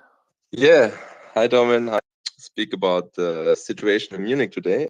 As you all know, the Munich Security Conference is ongoing since Thursday or Friday, and I actually was absent from MriyaReport these 2 days because I watched a few of the sessions, which were very interesting. And yeah, I think the Munich Security Conference hasn't been so important for a long time as this year. Probably, maybe last year it was, as we all remember, it was 2 weeks, I think, before the invasion, or 1 week, 2 weeks, I think. So yeah, and there, so for the and in this year everything changed, as we all know. But anyway, what I can talk also to a few things I observed during the sessions on the Munich Security Conference. But what is also interesting is the situation in Munich at the moment. Today there are, as I see it, 7 demonstrations from all different colors, I would say. And just to give you an idea what is going on there, I just would name them and tell you what they are. So first we have the anti-security conference demonstration, which is traditionally taking place when the security conference is running in Munich. And they expect about 2,000 participants, and it's basically a left-wing, traditional left-wing demonstration against the NATO security alliance, more or less. And then we have the pro-Ukraine demonstration with a few politicians like Marie-Agnes Strack-Zimmermann, also Anton Hofreiter, and this is very great, the Ukrainian Nobel Peace Award winner Alexandra Matviichuk. She will also speak there. They expect around 1,500 or 2,000, and I hope they will have more participants at the Odeonsplatz. So yeah, this is the pro-Ukraine demo. Then we have a demonstration about Iran. The organization Women Life Freedom Munich is demonstrating in solidarity with the protests in Iran. They expect 500 participants. Then we have a very special demonstration. It's called Munich Stands Up. And this was they kind of started their existence during the pandemic, and they consist of from Corona Leugner. What's this in English? The denier? Yeah, Corona denier, exactly. And it's Corona deniers, exactly. yeah. And they found now a new motto: "We want peace," and yeah, it's all kind of obscure people like Jürgen Todenhöfer, a former journalist, or Dieter Dehm, one of the big Russia friends of the Linke, and they expect 4,000 participants. And yeah, this is kind of a left wing, but also how you call it, Verschwörung. With flavors of hazelnut, walnut, yeah, chestnut. conspiracists also, yeah. So they demonstrate at the Königsplatz. Then we also have a right-wing demonstration from the AfD and Compact magazine, and there we have I would say the big known right-wing fascists from Germany. They will gather there. No number is named how many they expect, and it will be interesting because they, as far as I understand, this one and the last one I have to name, it's an a demonstration against this right-wing demonstration.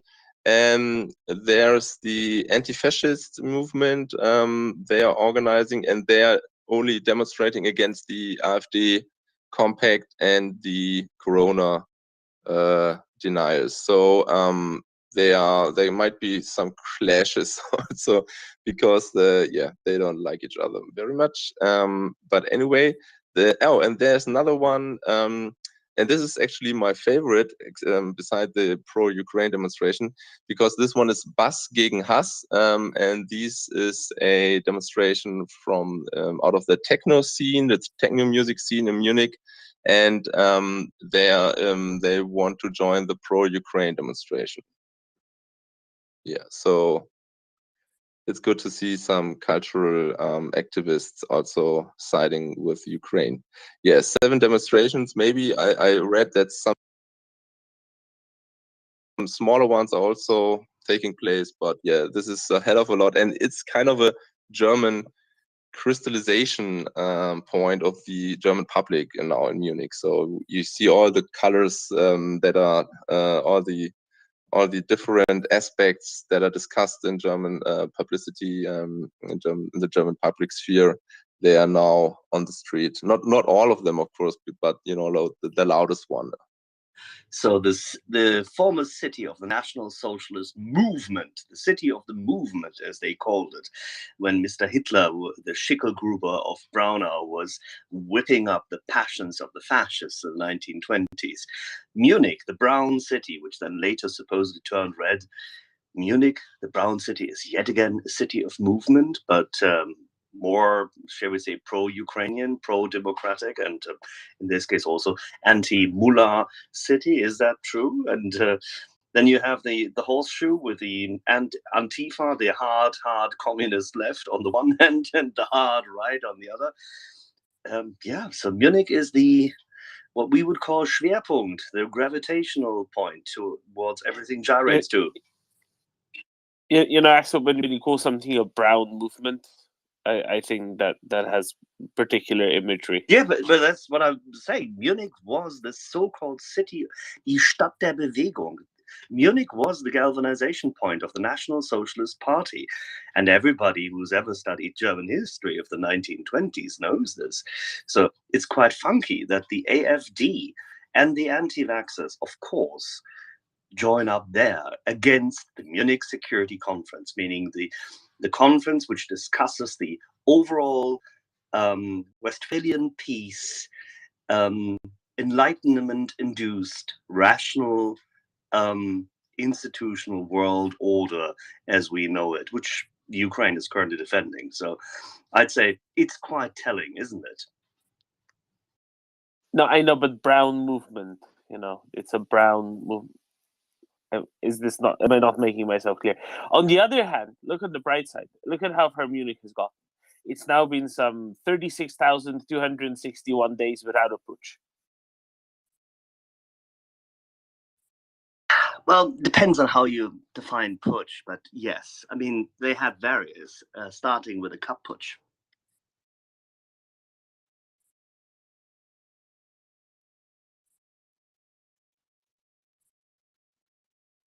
Oh my. So, Freebird. Let's talk about about the conference and what he observed during those wonderful streams and meetings, because they were streamed on German television. Not really, unfortunately. The Bayerische Rundfunk streams a few, and Phoenix also. But I was really disappointed that most of the sessions haven't been streamed to television. So you have to go to the website. But there, all the sessions which are taking place in parallel at parallel times, you can watch them. And I didn't manage. I only picked up a few. I watched yesterday the session about hybrid warfare and hybrid threats. This was especially interesting because not only the Swedish defense minister was there, and he talked about the activities that the Swedish government activated, or the information campaign they made for the Swedish people, but also the Moldovan minister for, I can't remember any, but she was telling about the different threats and activities that they experience in the last month.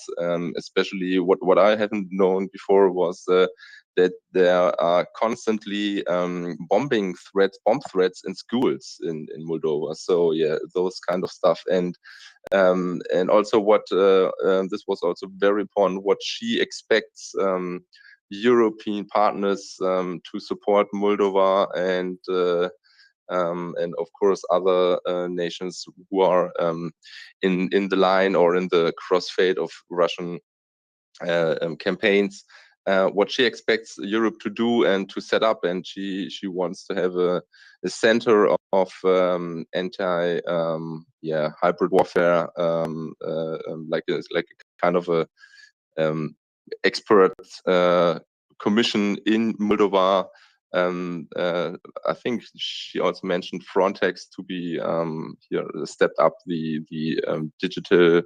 At the digital front, they should be strengthened. So there are different aspects in this kind of sphere which was very interesting.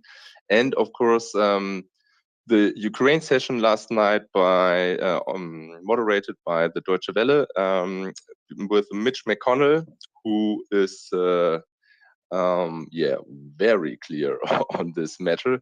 I haven't expected it that clear. I mean, I knew his position, but he was very clear, very short.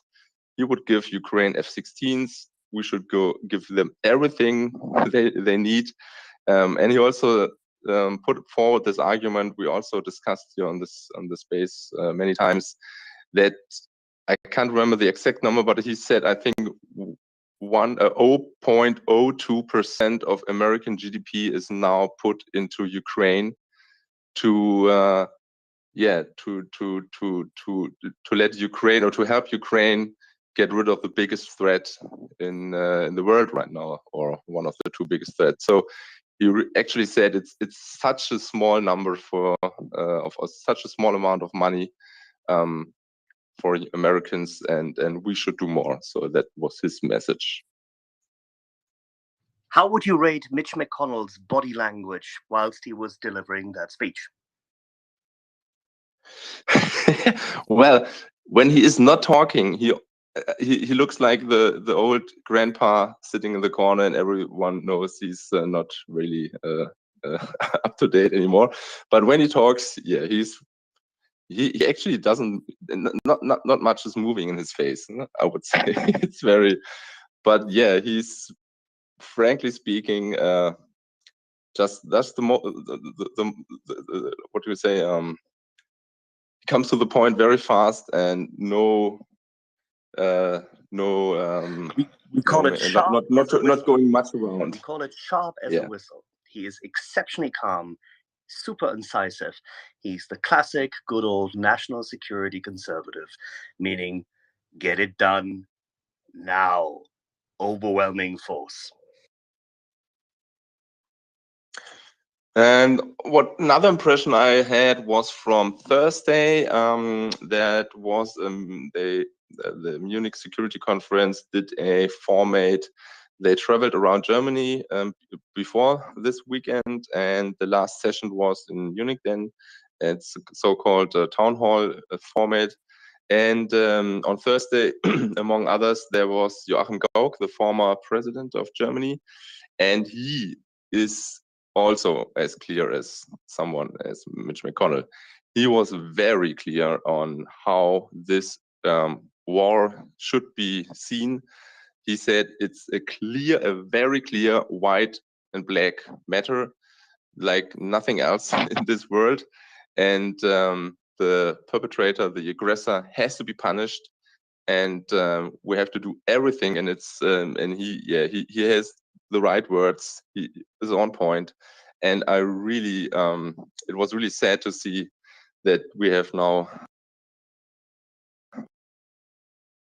more, because I think with Gauck as president, the German public would have moved much faster towards more support of Ukraine. I'm pretty sure.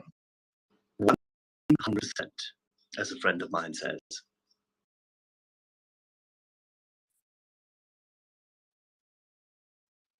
Oh, and of course today, or actually in 45 minutes, another very interesting session is starting regarding Ukraine.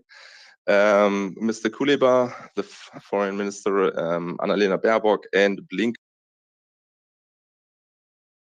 will be sitting together, discussing the Ukraine war, of course. So I will log off from MriyaReport at this time.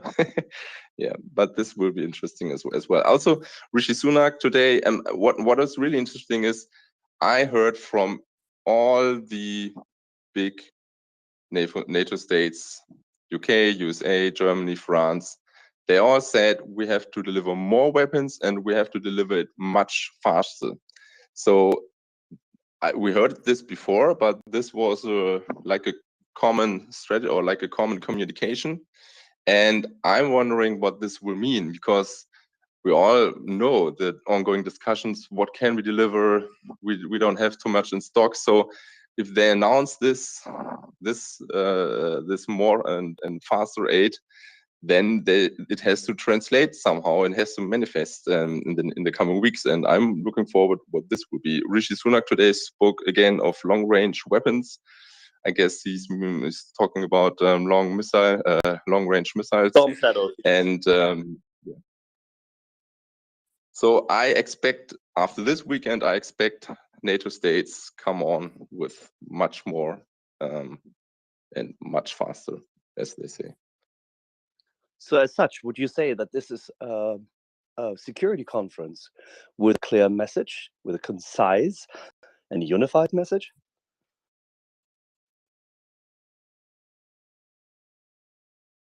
Showing unity, not the mangling dishy thing we saw with the leopards and in the past week or months.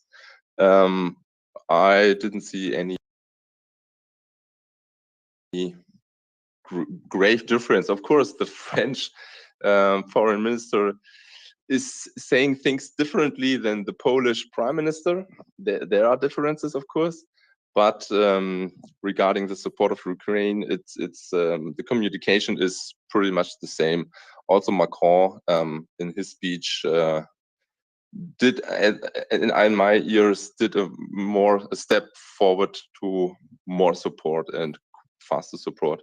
Not his Scholzing as he did in the past, like our Chancellor said. He didn't retreat as fast as normally a French president does, right? Yeah, exactly.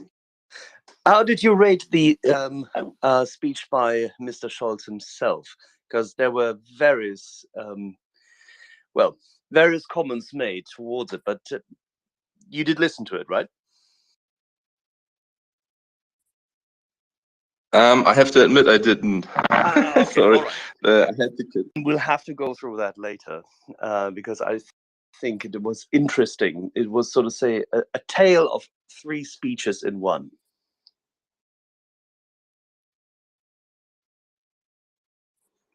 Can I note a couple of things in the meantime? I want to note that it was the Moldovan internal minister, so Minister of Internal Affairs, who was speaking. Vic says hi. And also, French presidents only managed to retreat so quickly because of hydropneumatic suspension that allows them to drive off even when all the tires are blown out. Yeah, and don't forget the podium was very, very close to the, say, background in the hall, so he couldn't really retreat much. But they did have this little podest which they always carry around for Macron not to vanish behind the podium. Can I make the podium shorter? Just takes a saw and some wood breaking skills. Well, it depends on what it's made of, but presumably it's made of wood. I think it's quite fascinating. You know, this year the Mediterranean Shipping Conference, Munich Security Conference, because there is this ability to have a message of unity, because no one anymore gets told off for being too hawkish on Russia. No one anymore is called, that they're paranoid that Russia's a threat because they have come through on it. And finally, the excuses have stopped being made about, oh, how we understand Russia, how it's all about this mysterious Russian soul and whatnot. And it's really refreshing that things can just move along properly accordingly and not have to bother with any of that.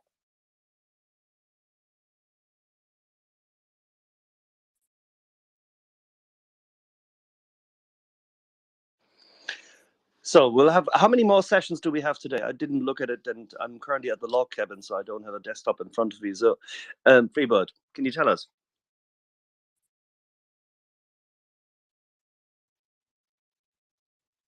Yeah, wait, I'm looking right now.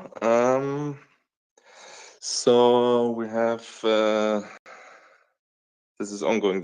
Yeah, the panel discussion about the visions for Ukraine at 3:15, 3:30 or 3:30. We have panel discussion about Sahel zone with some members from Africa.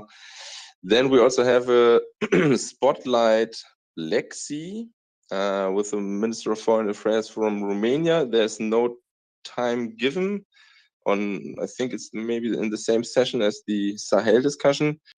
And then we have also the Arctic is a topic, and on a roundtable we have a panel discussion for the resilience in Europe's northeast with Boris Pistorius, defense minister, the president of Latvia, and the prime minister of Norway. And also, which is yet yet another step. It's a long list. I understand this. I think it will take me some time. But you see, this is the point. The Munich Security Conference has a number of topics which all pertain to what is geostrategic relevance today. Many items, don't forget, in Africa, Wagner, as an extended arm of the Russian GRU, has been active and has been insidiously supporting areas of conflict and seeding more and more discord, whipping up violence, and even partnering up with Al-Qaeda. And then we have the Northeast, where Norway, Sweden, Finland, Iceland, everybody has to deal with both the suppression of Russia, then its insidious attempts in Alaska, and the North Pole. I mean, this is a relevant conference. So I can only recommend to people, you don't have to go off MriyaReport all the time, but these panels will be you can review them over the coming weeks, and there is a lot of information there.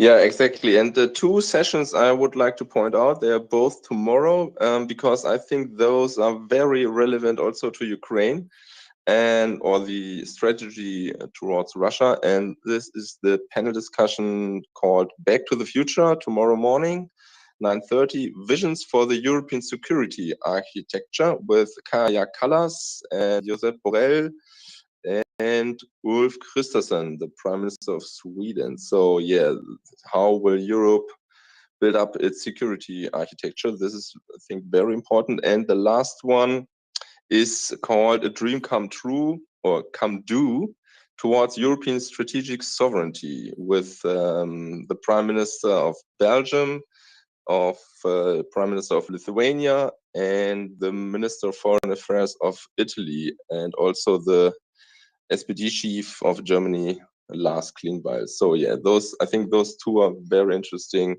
about the visions of the European future.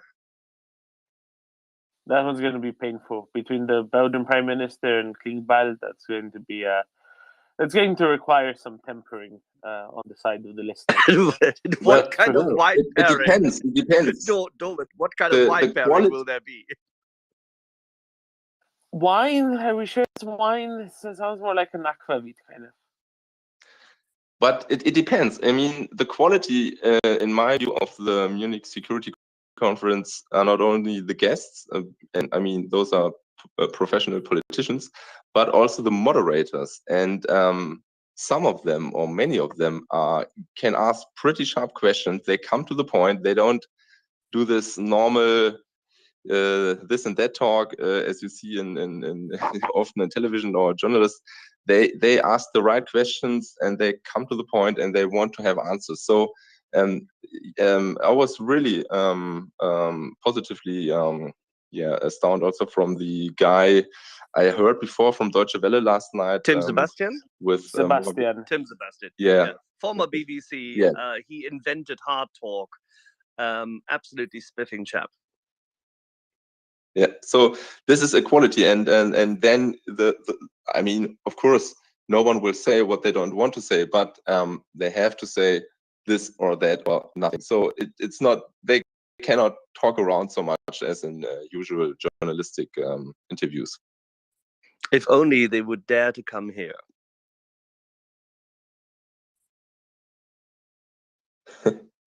Yeah. Yes, I would absolutely love it if, say, Kaya Kallas dared to come here. Yeah, well, but you're a Kaya Kallas fanboy. I'm not. And of course, it's very easy because there are few people in highest positions of power who have been speaking with utmost moral clarity out on this for the last at least 54, 55 weeks. Yeah, well, let's put it this way: if it weren't for Mart Lahr, she would not even be in office. Let's put it this way. That's fine. Because without him paving the ground as a trailblazer, this would all not exist. Without Lennart Meri, she wouldn't be there. And I'm not so sure that she is the best choice going in future here, but that's a different thing. She is doing a damn good job. For good choice. She's a damn. But then, what? Then you're just saying you're spoiled for good choice if you're saying that she might not be the best choice going forward. Yeah, well, it's like it's so complicated. Imagine for a second that this was the situation in Germany, how different Europe would be. What? At the point in time when Kaya Kallas came into office, she was the only relevant choice because none of the others who could have been chosen wanted the job at that time. You wouldn't believe how difficult this was here.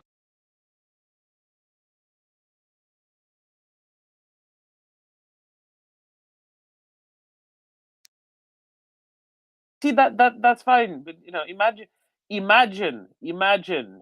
the Chancellor of Germany, how different the world would be. Oh yeah, well, this is what I'm saying. You are spoiled for good choice. Of course, but then again, it was pretty close, though, man. Yes. It was pretty close. Imagine Baerbock would have won or would have been stronger than the SPD, and then we would have somebody. Axel wouldn't like that much, but she would have been a much clearer voice, like other female politicians we have. So yeah, the situation wasn't so unlikely. I am not sure that Miss Baerbock is such a grand leader as you project. No, I wouldn't say that, but she would have been a better leader than Scholz. And as we all know, that's not difficult. And this is not hard, of course.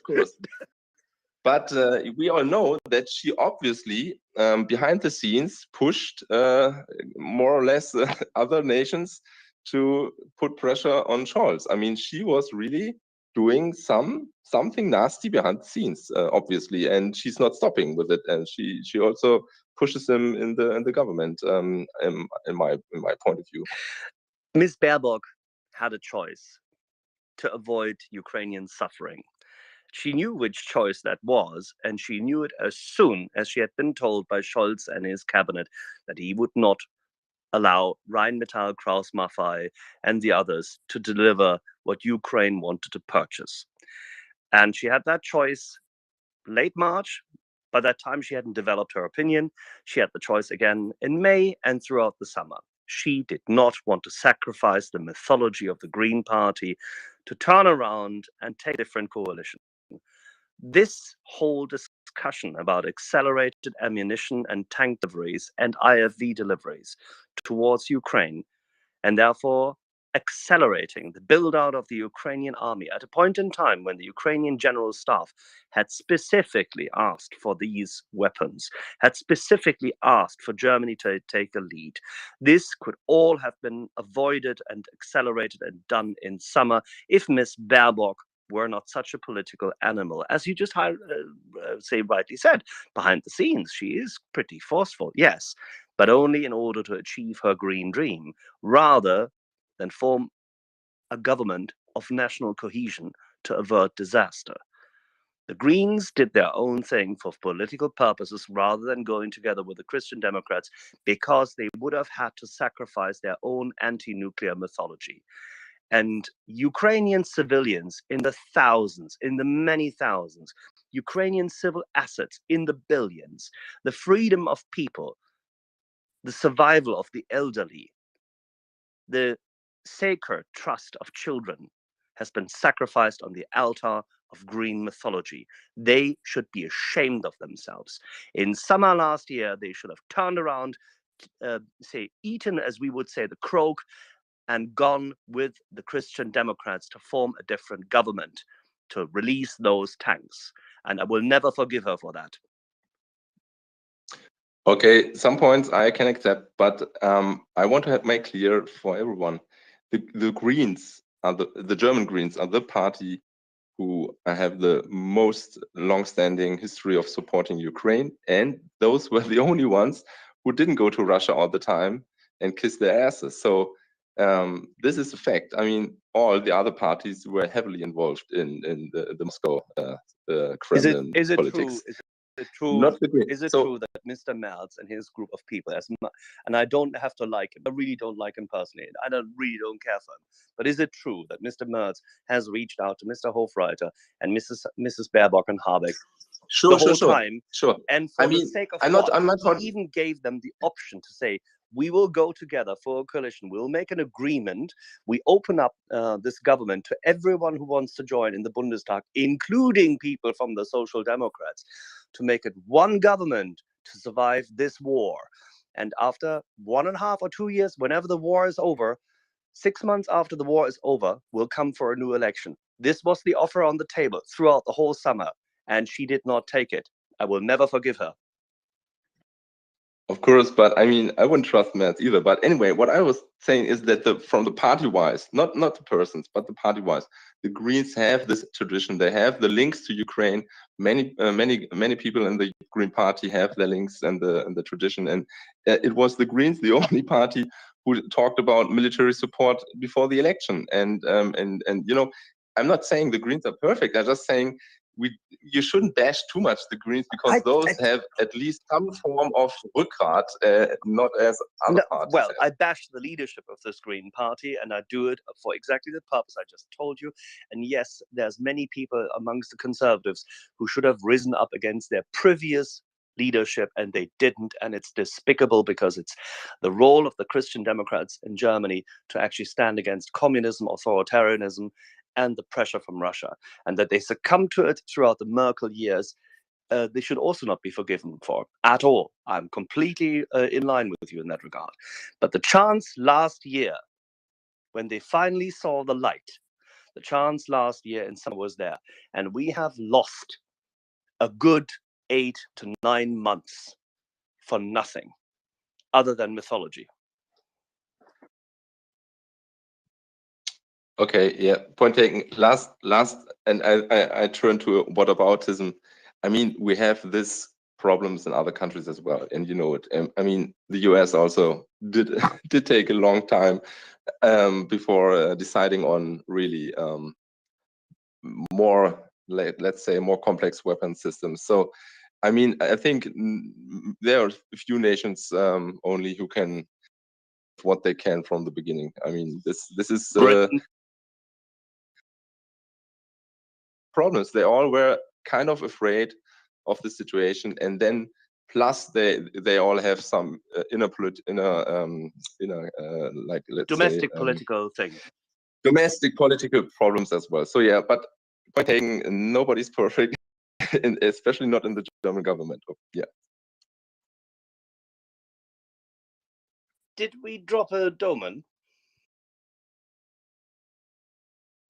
I think he will. He's going forward to the session of the Munich Security Conference. So Oh yeah, of course. I He has to told him to. moderate it. No, he just crashed out, so he'll be back in a few minutes. Oh God. I asked him for the wine pairing and he went down in the cellar.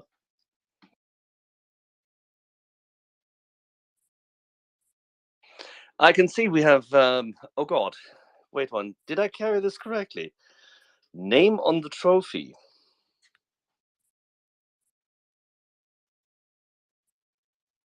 Whoever that is.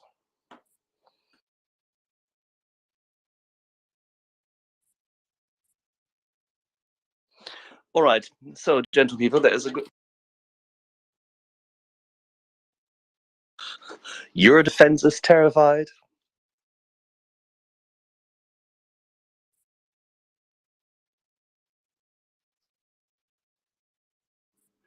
Joanna, Mokas, take it away.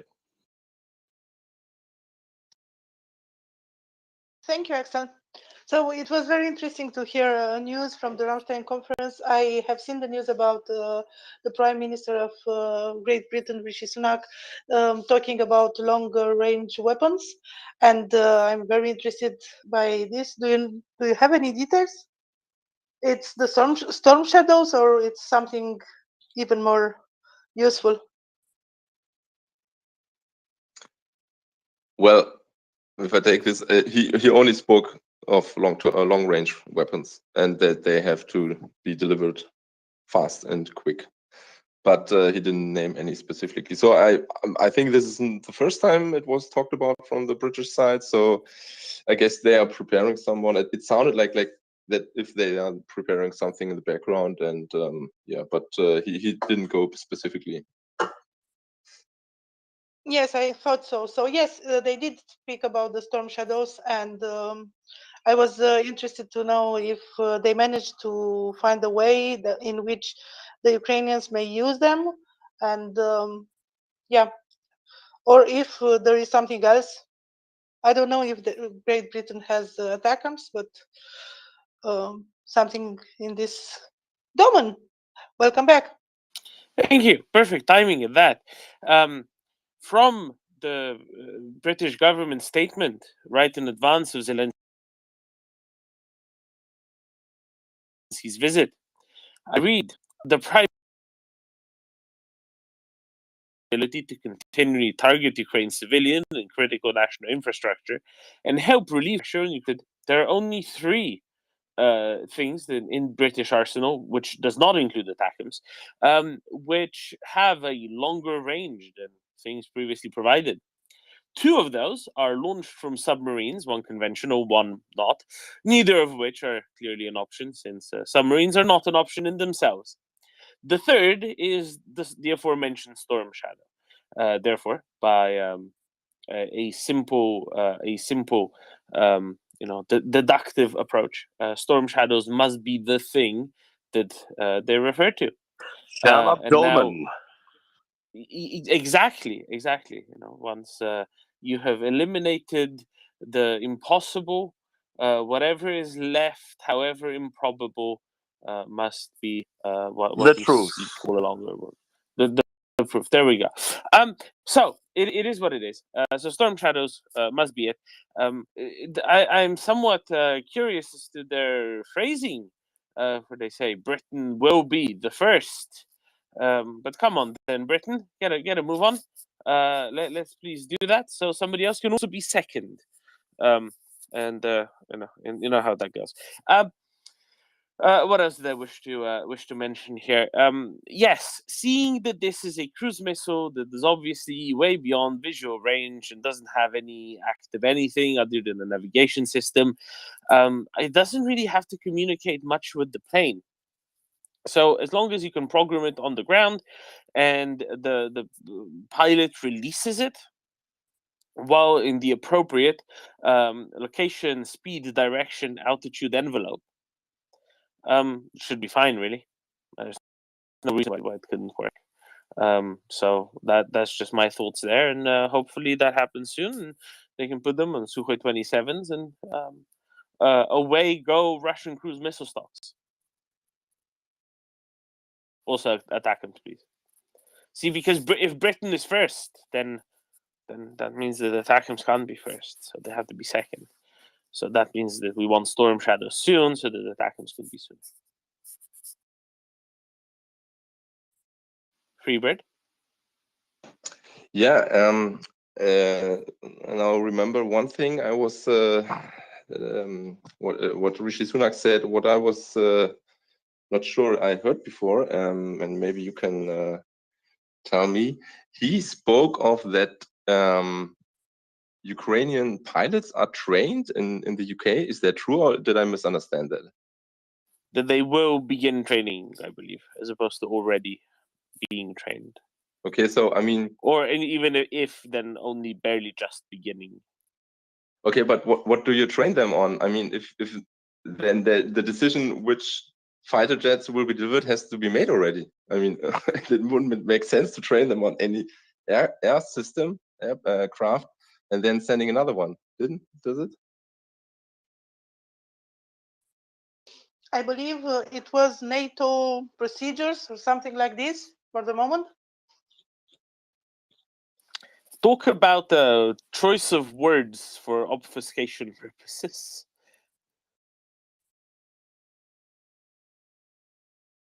No, I trust that whatever, there is at least something that has already been picked out that would be included in there. But I at the end of the day, it doesn't really matter until it's delivered and until it can be used. And in due course, in the fullness of time, etc., it will have been. There was some comment reported today by someone who's generally all right with these things. Something about typhoons only coming after Russia's kicked out. And maybe that's basically saying, well, Ukrainians will succeed already this summer in kicking Russia out altogether. So they literally won't have the time to get trained on typhoons on time, which is the most generous possible interpretation of that reported statement. But I'd be quite all right with that. Freebird, what noise does a typhoon go when it passes a bird? Well, if it's above light speed, sound speed, I mean, it's maybe just ping. I don't know.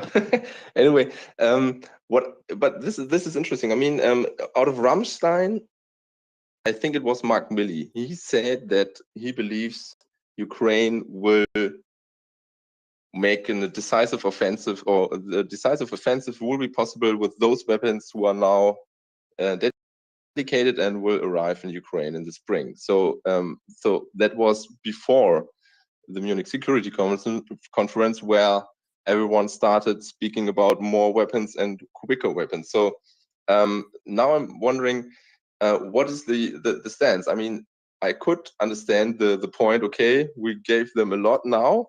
Now they should be able to win, and then we can see further.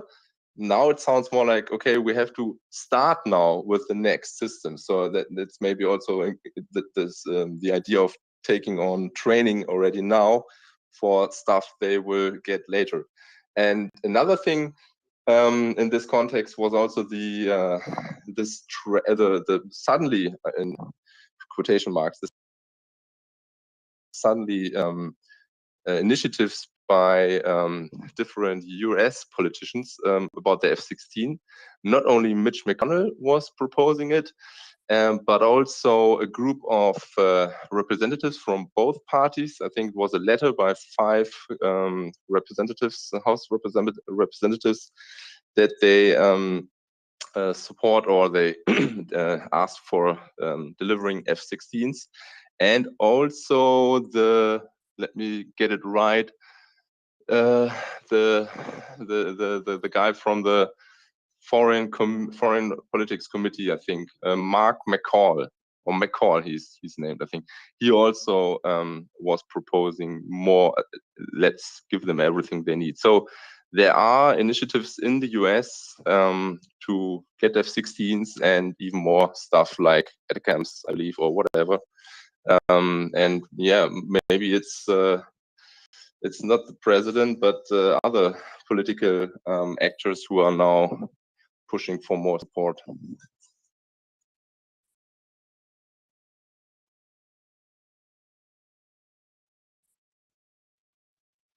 Oh yeah, and I mean, as you said earlier, from Mitch McConnell, for example, right?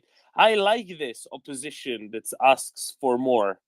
This is the correct opposition attitude to be taking.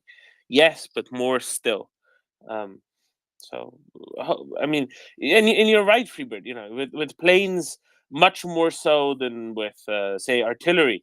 You always need to be planning well ahead because of the timeline that it takes for learning how to use them, maintain them, how to use the weapons on them, how to employ them differently, and whatnot. That's absolutely crucial. No question about that.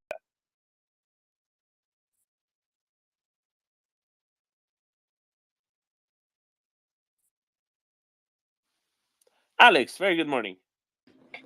Good morning. Yeah, regarding this Storm Shadow missiles, I don't remember where I read this, but it looks like they are launched from air, which means they will require airframes, which again, what kind of solution is what is the timeline? I know that Poland is considering giving to Ukraine, probably already gave some modernized Russian airplanes like MiGs. It wasn't really Russian, it was Soviet airplanes, which Poland probably bought when it was part of Warsaw Pact. But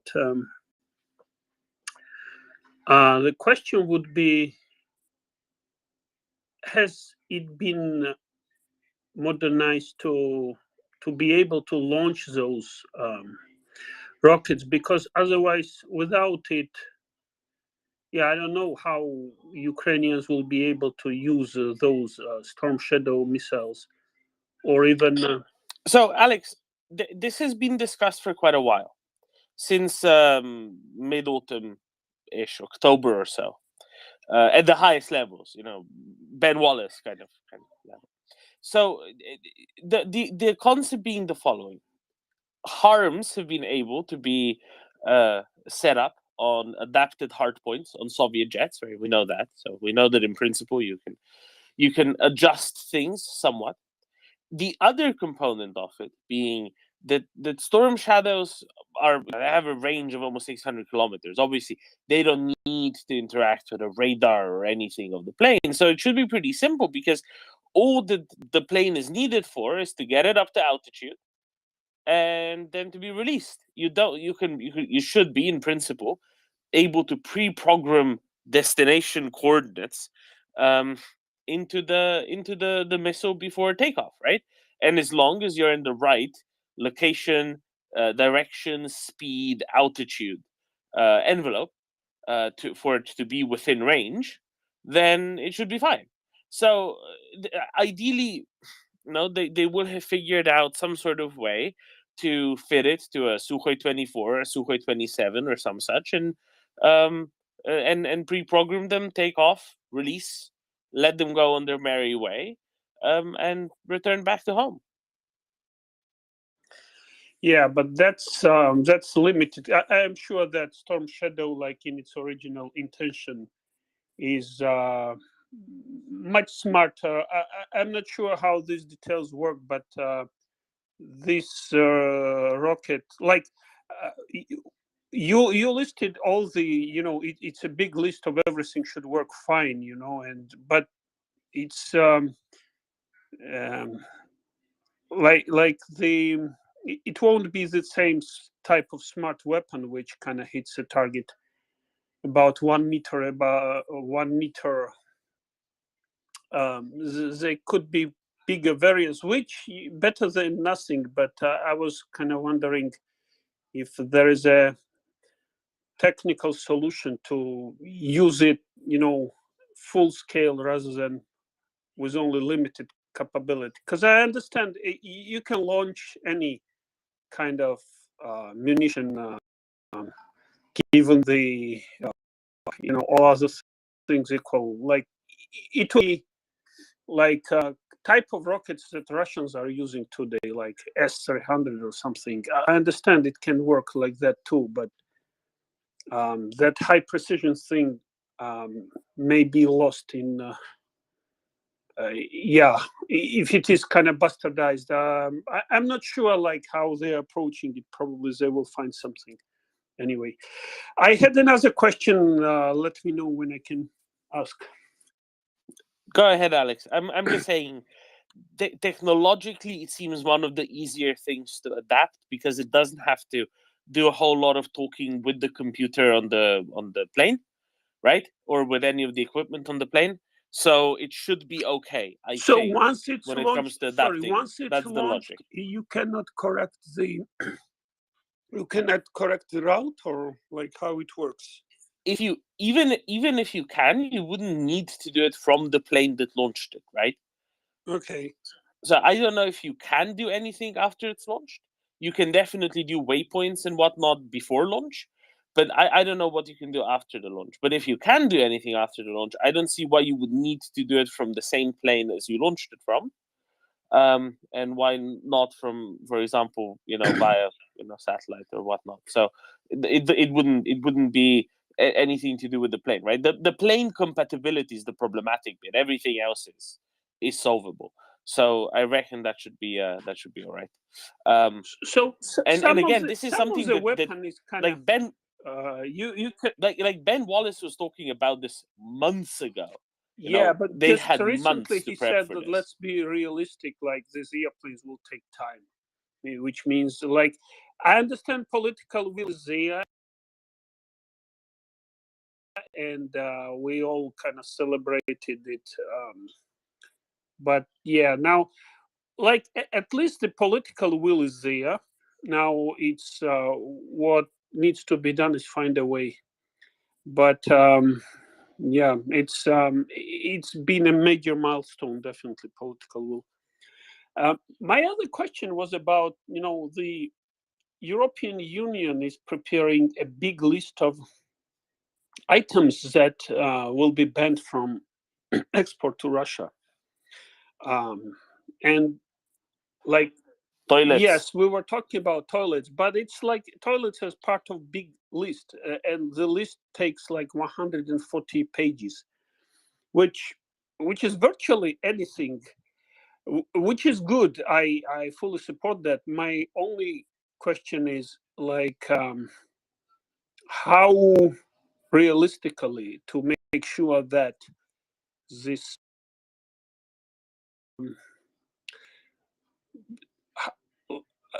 I'm not sure how these things work. Again, no human can go through a list of 140 pages to make sure that item is not on the list or is not kind of labeled differently, not what it is, but something on the name, which kind of makes it the whole thing more difficult. So is the electronics somehow involved, like but it does require like very sophisticated scanners and machine learning that can recognize basically the stuff from picture. It's a hell of a lot of work. It's probably easier to ban everything and then kind of the onus be on importer or exporter to prove that the items they are sending is not on the list. So yeah, the permit will take a long time, but it will work. Like again, 140 pages. Like, can you guys imagine like a custom official going through that list? That will be a nightmare. It's again easier to ban everything and kind of look for exceptions. Yeah, what are your thoughts about it? Actually, let me pass this to Freight Monkey, who might have a clue about how stuff is done on the import export side of things, and then I will tell you an anecdote. But I need to find the name first. Freight Monkey. I'm probably the wrong person to ask for that, but I can imagine that for businesses, it's just not really worth. It might get to the stage where businesses that traditionally have done have been importing or exporting a lot to Russia will just not see it being worth it at all, right? But I don't know the specifics. I'm not able to offer any kind of expertise there, I'm afraid. I had a little question which might be a follow-up to this. I see now I was getting a haircut, and during that time I've seen that message coming up on the board saying that the US has formally determined that Russia has committed crimes against humanity. Now, if I'm not mistaken, the US has already formally determined that they had committed war crimes, but now it's crimes against humanity. Does this give any? Does this lead to any kind of escalation from the Americans? Does it allow them to do something that they haven't done before in terms of sanctions? And at this stage, are we basically full on with what can be done, or is this more just I'm not going to call it a feel good announcement, but is it more just symbolic? It's important. Like, this matters. This isn't just symbolic. This does actually genuinely matter. It makes a difference because it is very difficult for the government of the United States of America to, then say no, but something else, they're putting pressure on themselves, and it also means that they're recognizing the pressure on themselves, and it means that they cannot afford for themselves to be seen as standing idly by when this invasion of Ukraine is happening. So it's kind of like it's kind of like an insurance policy where they're not then able to reduce or lessen or whatever else their own support for Ukraine, but also it is saying to the world that the United States have decided that Ukraine will win and the justice will be done. And that's a pretty strong signal, because usually, especially when it comes to matters of kinetic warfare, what the United States decides is what happens. That's typically what happens of late. So, Trade Monkey? That's very positive. A few months ago on this space, there was a whole discussion about whether the US would label Russia a state sponsor of terrorism. I did not really follow up what happened there. Has that been done or not done? And with this, with what Kamala Harris just said, is it one step towards this, or is that am I basically behind the curve here? Maybe. So it hasn't been done, and it hasn't been done seemingly because labeling it a state sponsor of terrorism comes with some very, very specific rules and specific effect.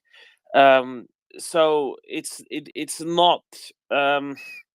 It would lead to particular things having to be done as an automatism, especially with respect to how seized assets were treated. Seized Russian assets were treated, and because of that, they seemingly decided not to do it, not at this stage, because it might possibly plausibly harm certain what can I say?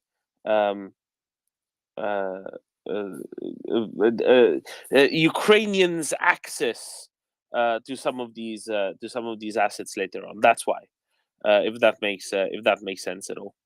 So just for a bit of context there. Yeah, thanks. I'm going to stay tuned on that. That's it's very interesting developments. Thank you very much. All right. So Alex, I just wanted to answer the whole customs thing a little bit more. It happens a lot, right?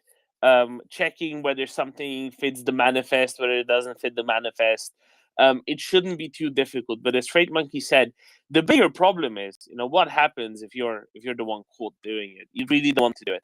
It also just pushes up the prices of all of these things for the Russians, because it's more of a hassle of getting them, and it's more of a it's more of a mess, right? It has to go through Turkey or Georgia or Kazakhstan or something, and it's more expensive to ship, and it's just more of a mess. There's more friction added. So even if they do end up getting some of these things, there's more friction added in the process. Now, imagine that there's friction added in all manner of ways here, and all manner of different things, and you need more than one component to make whatever you're trying to make, right? So forget remodeling a bathroom. Think of things that matter in a military sense. It's just harder for them to get it because they cannot rely on the usual global system of logistics, which has been rather optimized by now. But let me read out the anecdote properly, because I keep telling it, but it's not. I never say it quite right. So this will be a story. I'll try to do a Peter Duran story of freedom kind of thing, but it'll be much shorter. And it's not me writing it; it's the good people of Hambledon. But they're absolutely fantastic, and I don't think they'll mind me sharing this out in voice. So we shall go into a time machine of our imagination back to May 1972. Queen Elizabeth II was about to make a state visit to Paris as part of warming diplomatic relations between the two countries, leading to Britain's entry into the common market the following year. One of the events was to be a dinner that Her Majesty will be hosting at the British Embassy for the French President Georges Pompidou. Shortly before her visit, Stephen Spurrier, a famed wine merchant, received a phone call from none other than Major General Sir Guy Salisbury Jones, who was not only the Marshal of the Diplomatic Corps at the royal households, but a pioneer in the world of English wine, and had planted 4.5 acres with Chardonnay vines in Hambledon, in Hampshire. Sir Guy had called to suggest serving his white wine at the dinner for Pompidou. Wouldn't it be greatly amusing to serve an English wine to the President of France? He said. Stephen Spurrier agreed and ordered 5 cases of Sir Guy's wine for the planners at the embassy to put on the menu. Just 2 days before the event, however, Spurrier got a call from a customs agent at Orly Airport. The Hambledon wine had arrived, but there was a problem. With only a couple of days before the dinner, Spurrier raced to Orly to see the customs agent, who told him that unfortunately, the wine could not be imported into France. But why not? Asked Spurrier. It has arrived, and here are the papers. Because, sir, you see, the English wine does not exist. This custom agent replied. Here is my list of goods that can be exported from England to France. There is no wine. There is no such thing as English wine, so it cannot be cleared through customs. I just cannot clear what does not exist. So Spurrier was trapped in this maddening French logic that has driven the English crazy for 1,000 years. Frustrated and seeing no way around the standoff with the law-abiding civil servant, Spurrier reluctantly returned back to Paris. The next day, he called the customs officer and asked for a second try. Do me a favor, Spurrier said. It's only 60 bottles. Let's just pretend that it's French wine. I'll pay you whatever I have to. I am sorry, monsieur, said the official. I cannot do that. We will have to send the cases back to England. No, don't send them back to England. I'm coming down to Orly, said Spurrier. The customs agent replied, no, it's no use, monsieur. There is nothing I can do. When Spurrier returned to the airport and walked into the customs agent's office, he saw that 5 cases of wine are on the floor next to the man's desk. And I said, but it's there. You see the wine, he said with growing exasperation. Well, of course, monsieur, it might physically be there, but the wine does not legally exist because it is not on the list of exported English products. So Spurrier lost his temper rather, and asked the customs official, does your job exist? Do you like your job? Well, you see, in about 2 hours, your job will no longer exist because this wine is supposed to be served tonight to President Pompidou and the Queen of England. If the wine is not there, you will be held responsible.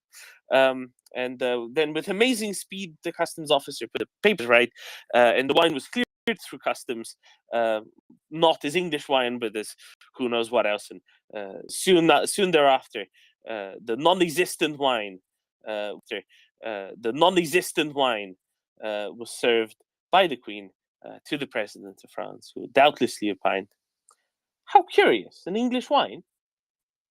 But see, Alex, this is but an illustration that many things can be done, that many things are there in the world of customs that can make the life of the Russians who wish for certain things a right pain.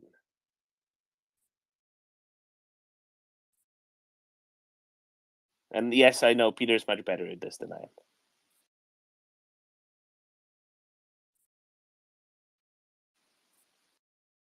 am. Freight Monkey, was this a reasonable iteration?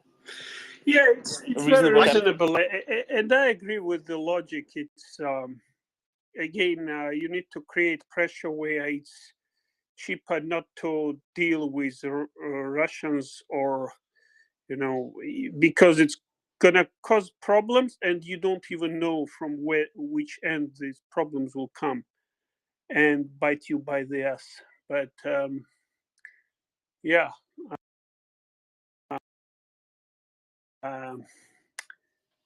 More effective. But anyway, if there was segregation of duties, in the customs, so that no custom officer can pretend, and can forge the papers, that would be even more, and that wine would never get into France, right?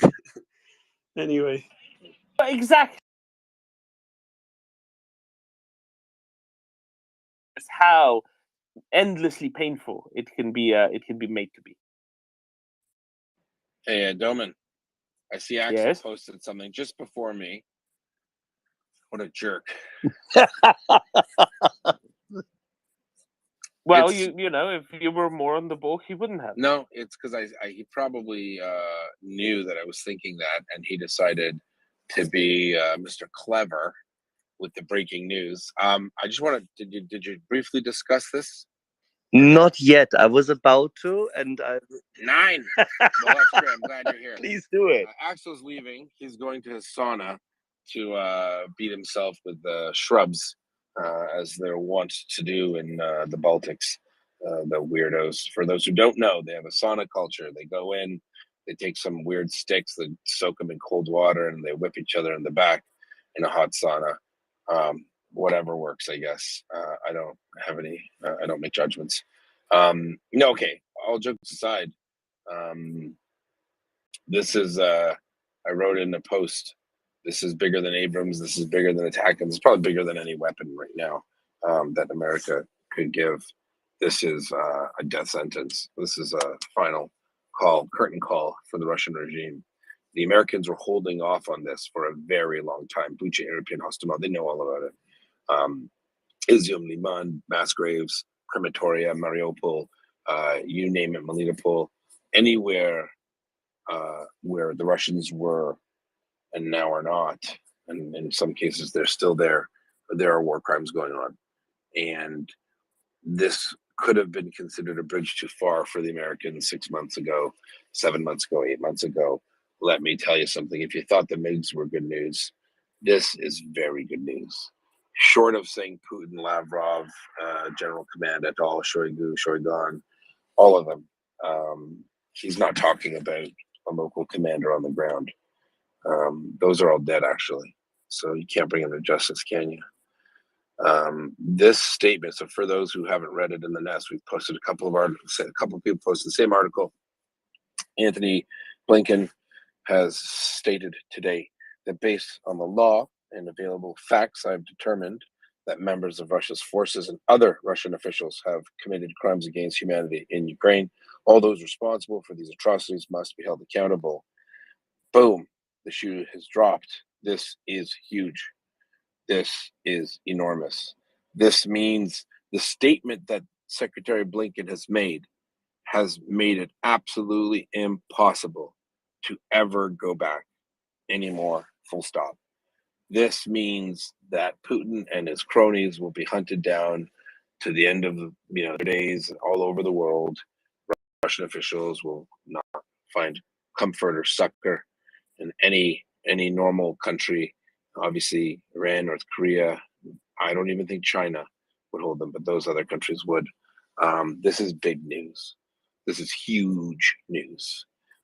This is definitely a tightening of the noose. This is an invitation for a one-way ticket from sunny Moscow to gloomy Den Haag, The Hague. And it's actually really, really a beautiful thing to see. I hope people don't. I hope people take on board just how important it is. The Americans have said it outright. Yes, we're beating you on the field. Yes, we're doing that. You know what? By the way, you're never escaping. It's over for you, right? He didn't say the names. He didn't say Putin. He could have, but there's a question mark, and he's doing it on purpose. He knows who ordered everything. Anthony Blinken doesn't wonder, and gee whiskers, I wonder who's in charge of this war. Gee whiskers, who decided to set up mobile crematoria in Ukraine? Who decided to task units, lead mounting units to murder and terrorize Ukrainian civilians in Irpin and Bucha? It wasn't Shoigu. It wasn't Gerasimov. And it wasn't Chechen clown TikTok leader Kadyrov. It was Vladimir Putin. Everyone knows it. So this is basically, this is past the point of no return. The West has said, with their allies, they've gotten together and said, look, this happened 7 months ago. It's still happening. We're calling it out. It means we're all in. We're not walking away, because America wouldn't be able to walk away from it. Once you've declared war crimes have occurred, it's incumbent upon you and your country and an international community to pursue it. And America does lead the way in the international community, whether you like it or not.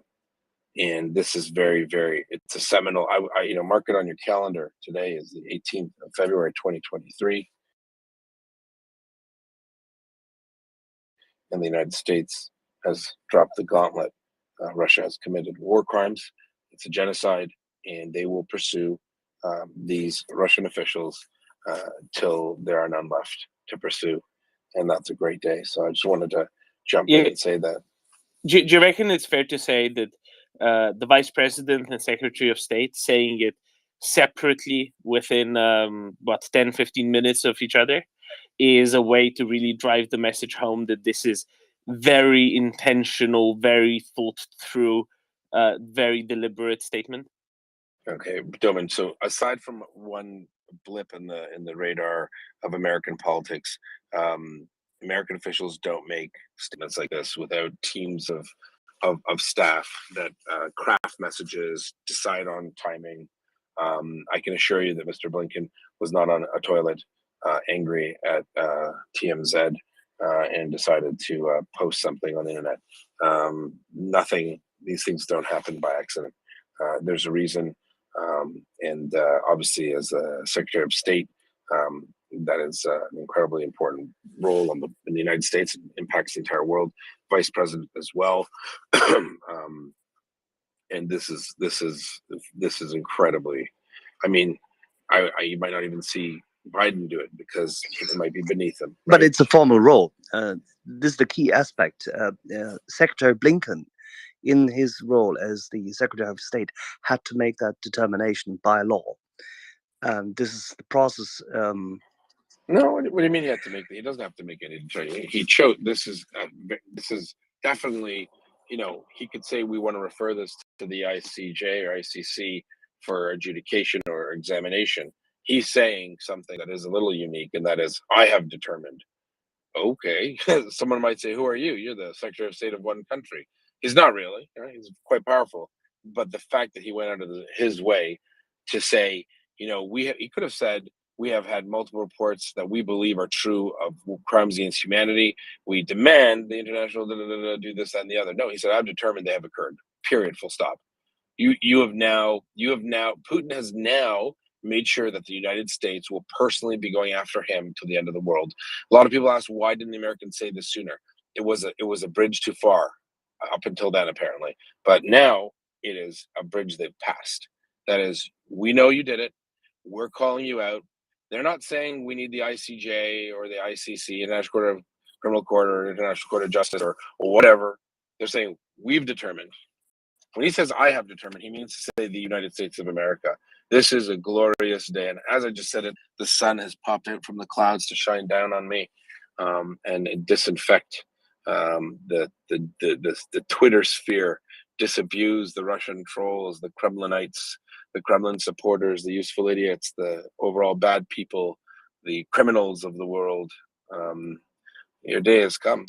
And if it's not today, it'll come soon. Yeah, I'm just supplementing what you indicated and said, but it is the role of the Secretary of State to do so. It is his legal role, and that's why it is so important. I completely agree with you. And state sponsor of terrorism and the determination of war crimes having occurred, leading up to this, therefore, then legal obligation of the United States of America to pursue that is vested in the office of the Secretary of State, which is why it is so important. And I'm very glad that he made that statement. I find it stunning. Yeah, and I just want to be clear though. I'm going to push back. It's not his role to determine a war crime outside the United States with non-Americans. He can say what he likes, but what I'm getting at is he can declare what the American policy is. He's saying though that crimes against humanity have occurred in a different jurisdiction. But he's saying you're gone.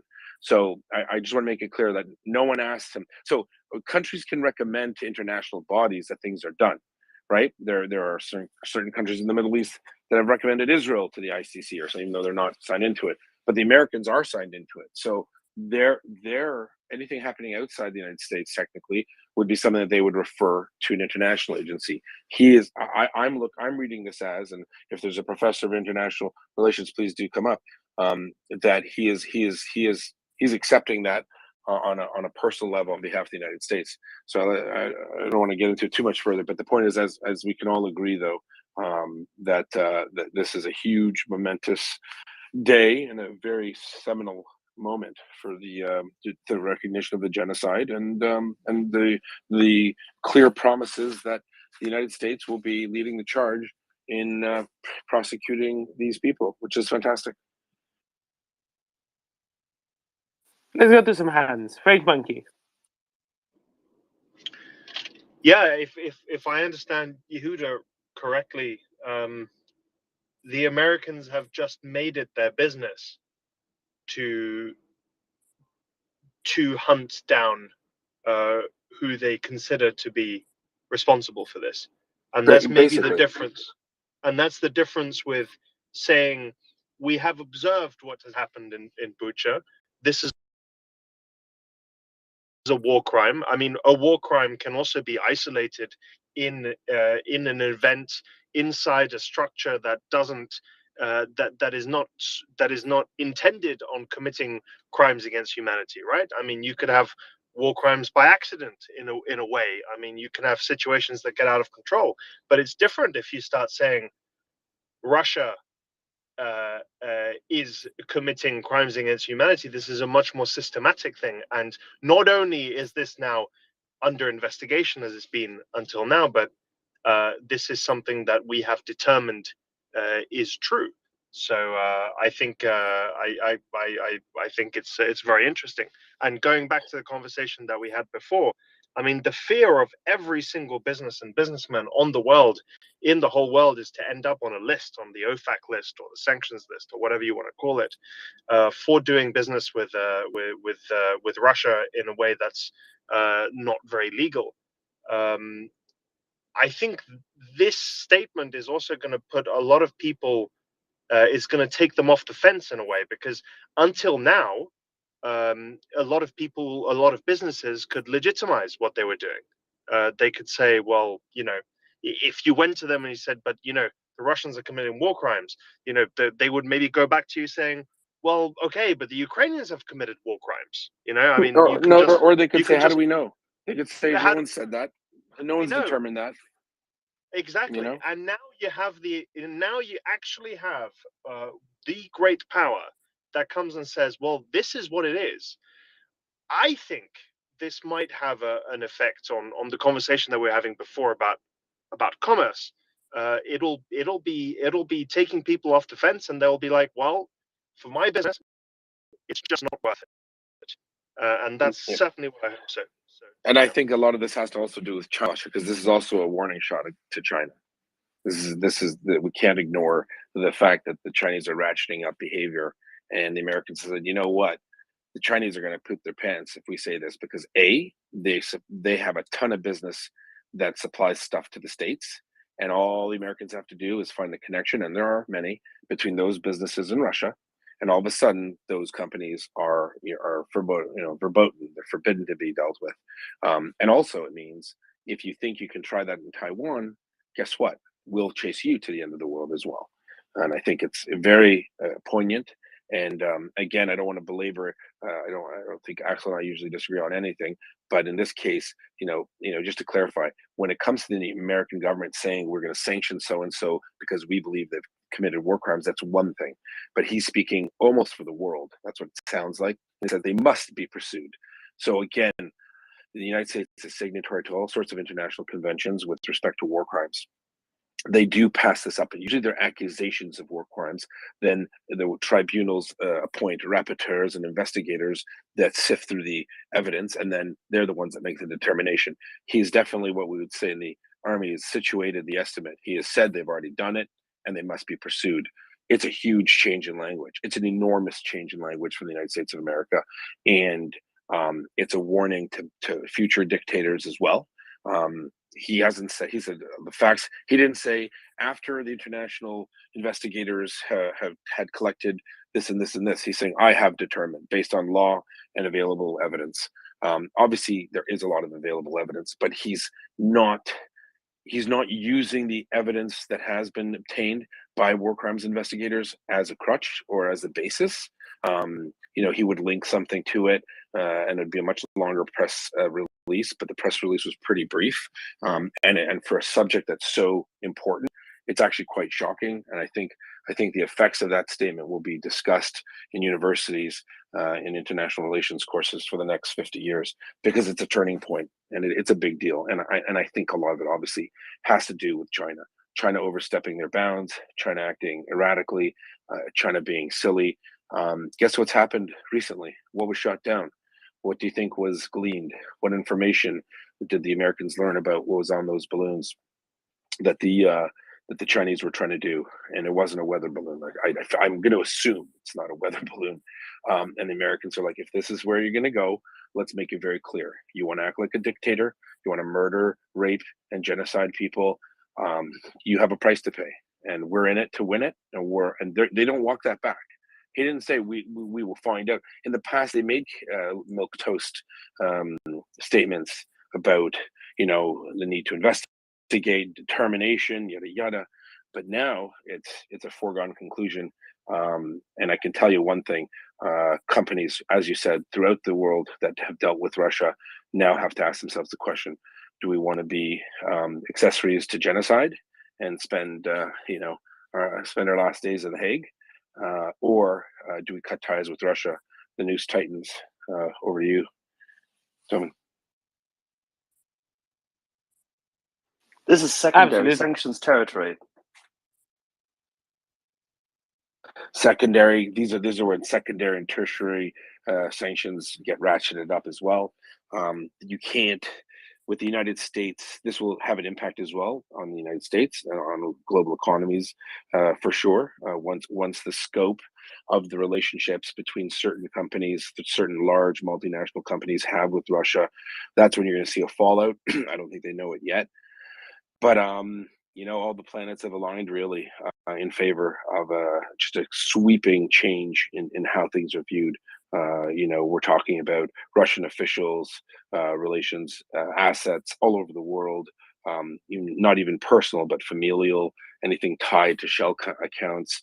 Treasury Board has been making a list. The U.S. Treasury Board is filled with some of the smartest economists in the world and investigators, and they're looking, and they've been finding, and they've been saying to the president, probably, sir, we have X amount, we have $500 billion in assets from these people, they're all in different accounts or this, that. Whenever you say the word, war crimes are done, you've determined it, well, guess what? We can shut it down. We can shut a lot of things down. So this is definitely a beautiful day.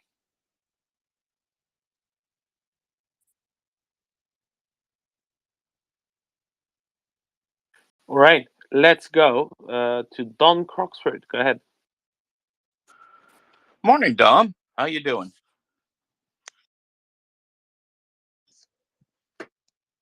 Anyway, Yeah, Yehuda, go ahead.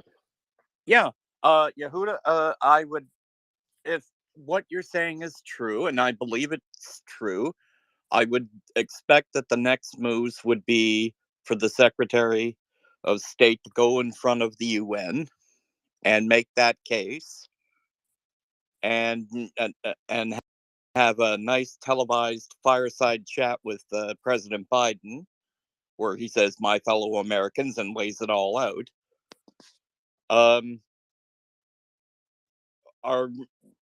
Do you think that this is anything more than just a sanctions grab, or do you see this as casus belli? Yeah, so I thought it was clear. I'll say it again. No, this is a very monumental decision. He doesn't require a fireside chat with the president because the president told him to put that in writing and issue the press release. So this was all coordinated with everyone.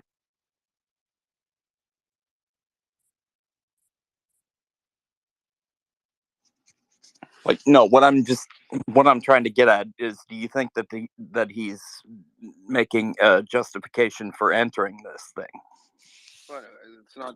Well, it's not like entering what casus belli, a cause for war. He's not. They're not invading Russia. In going into Ukraine. No, he's not. I don't see that at all. They've made it clear that Ukraine needs the weapons and material.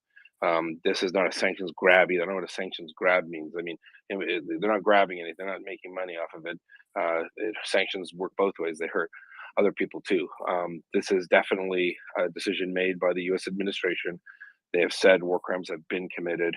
Crimes against humanity have been committed. The implication on that, the dominoes that kicks off down, are unstoppable, and they're plentiful. So it is overwhelming. This is something that the souls and memory of all of those Ukrainians murdered by the Russians are probably a little, might be a little eased by the thought that the world community, especially led by the United States, has made that determination that crimes against humanity just I can't stress, and this isn't my I can't stress, and this isn't my opinion, so I'm not sure if it's true. It's what Blinken himself said. That's what the Vice President of the United States said, and it means that there is no going back. There is no withdrawing from Ukraine, and you can get to a jail cell. So, hope that helps. Yeah, thank you. Tommy. Yeah, so I wanted to ask about this. Does this mean something like what's the level of effort or action that the US will be willing to take? Is this like, are we talking Eichmann style pursuits? Are we talking Osama bin Laden hunt? What are we talking about? Well, I don't know. I guess all the cards are on the table, as the Americans would say. It's going to be an Eichmann-style pursuit. I think. I'm not sure the difference between the two. Just technology, but I mean, Putin and his regime that concocted this plan and did all of the legwork and the logistics for it, they will be held to account. And that means that there is no time limit on it. It's not like he can. I don't know how long. Oh, straight your monk, Doman, please. I don't know how long Mr. Putin has left on this planet due to his conditions or just his general age. He's probably like the third oldest man in Russia at 70 or something. But there will be other people who worked for him and followed his orders and murdered people and created a genocide. Conducted a genocide. So they're all on the hook. They're all on the hook, and that didn't name them. He probably couldn't put enough. He doesn't have enough paper to fill to write out all the names of Russian officials who participated in this genocide. So they will hunt them down, just like with Milosevic and Karadzic and all the others. People will be held to account, or the Rwandan genocide. They'll get them eventually. Russia's not this big boogeyman superpower that can just dictate to the world what it wants. It hasn't been for a long time. It's been living on credibility, borrowed credibility from its past, and that ship has sailed. So, and it includes, by the way, the genocidal approach and the crimes in Crimea since 2014, just as well. By definition, it's a good support of Ukrainian sovereignty.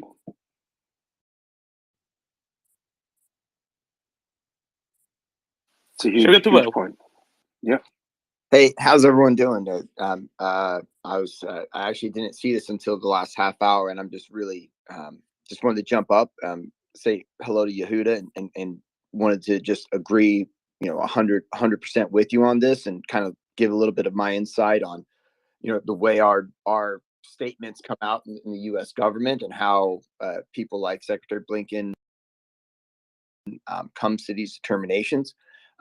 Just when I look at this statement, I will say that this statement will probably go down as one of the most important statements in the first year of the war from the United States of America and our government and our administration, that represents the voting people of America and the taxpayers that live in this country.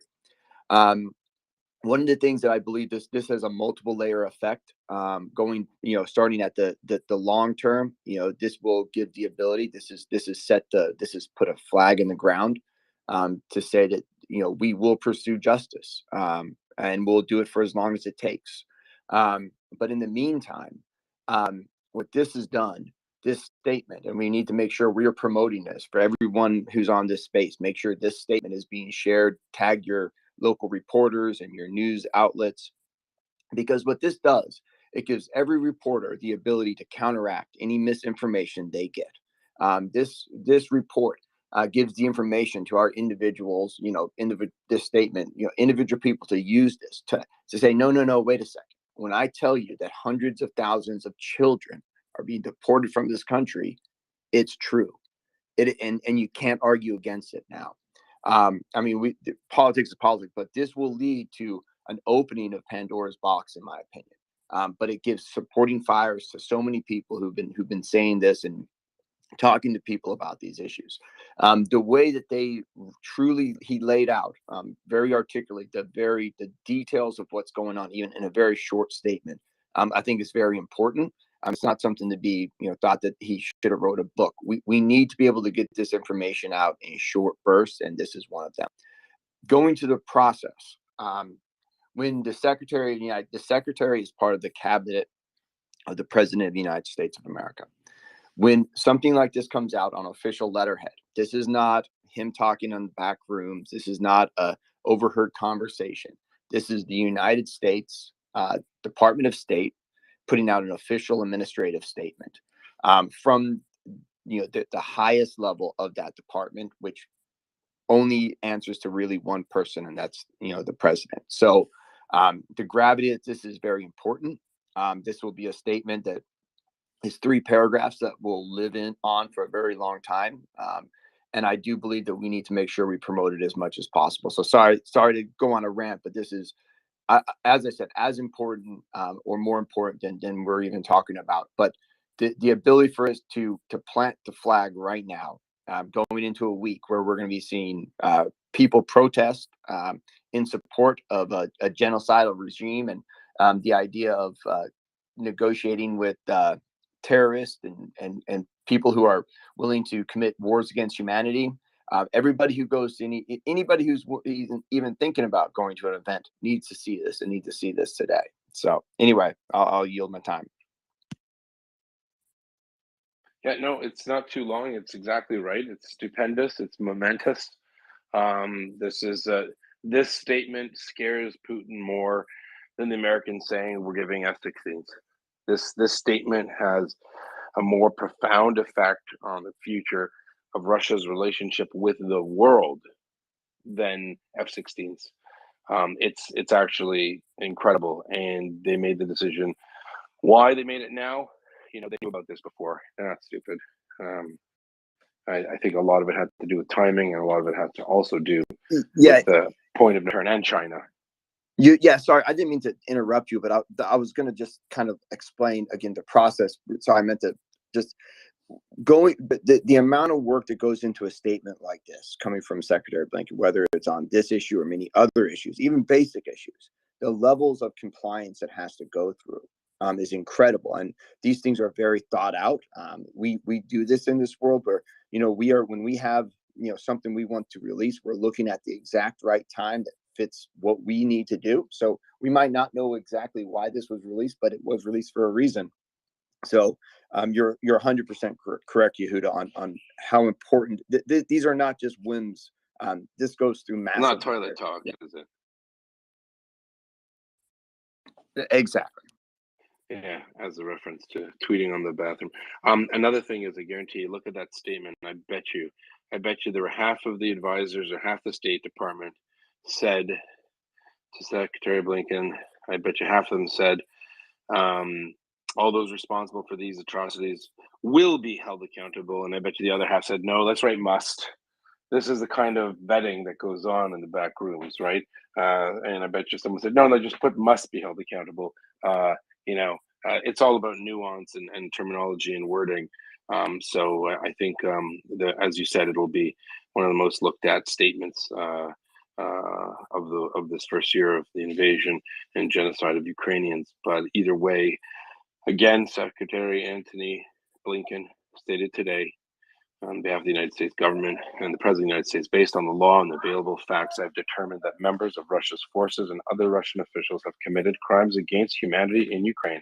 All those responsible for these atrocities must be held accountable. If you change must to will, and I bet you in one of the drafts will was in there, and no one likes sweeping statements, but I guarantee you that might have been part of the initial drafting. This is a monumental decision, proclamation made by the United States. It is definitely that flag, that line in the sand, that the Americans have accepted that legally, publicly. They are duty bound, legally bound to pursue those who commit crimes against humanity. And the Russians now know, regardless of the outcome, if it takes 6 months, a year, or even if they retreat and go back to where they came from, that this isn't over. It won't be over until people are held account in The Hague for war crimes, and that in itself is got the weight of 1,000 ATACMS, 1,000 tanks, 1,000 F-16s. I'm sure people in Ukraine and the foreign ministry are rejoicing. Thanks. Well, Goldman.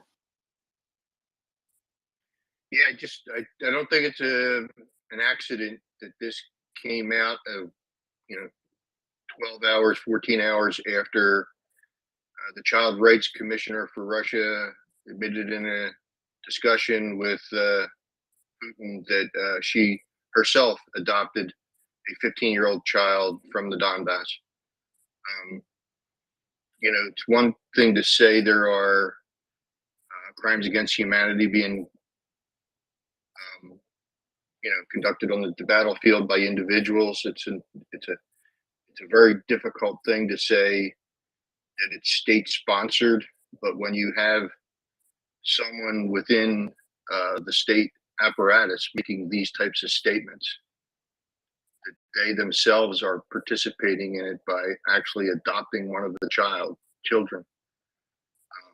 yeah, I'll be honest. I'm not sure that that's entirely the case. This is a very minor official in the Russian government. I think a lot of this had to do, although it's just another straw on the camel's back. I think it's a tipping point. I think the Chinese behaving the way they are is probably probably the major tipping point in my estimation. Okay, I'm just telling you what I think. That it's hard to make a connection to it being state sponsored legalistically, and this is clearly a legalistic connection that's been made because the statement is so strong. Yeah, I guess my point is the individual you reference is not really running the state and has no real say in anything. But she's part of it. she's with Putin making these statements. It's not like she's making individually. Video I'm looking at, and I don't know the transitions, but Anton usually is pretty good. She's with him making these statements and thanking him for it with Putin. She's thanking Putin for enabling her to adopt a 15-year-old child from the Donbass. Yeah, no, I know. Again, a lot of reasons for sure. I suspect, on balance, it's some of the bigger issues. And either way, point it taken. happens. Yeah, exactly. All right, who's next? There is it. Laughing Tom. Who is that? Waypoint. Yeah, hey everybody. I was watching the Vice President's speech earlier on as well, and well, before that, I thought the Americans are going to say something now that's going to change things even more. I mean, I must admit, I shed a tear. The implications, I understand what the implications mean. My father, he guarded Rudolf Hess, so I know exactly what it means and what's coming the Russians' way. Absolutely amazing. After listening to Herr Scholz last night and what he said, the way he spoke, and then Rishi Sunak, and then what he said about giving long range or longer range weapons, whatever they're going to be giving, and when I heard that, then I knew there was something going to be coming, and it's what we want to hear, without a doubt. We want to hear that this is happening. By the way, it's really windy. I'm walking. It's really windy. If you can't hear me, then just say and I'll go melt down. All good. Oh, very good. I'm lost for words now. I mean, I expected this to come personally, because we've all heard what's been we've all seen and heard what's been going on, and the red line.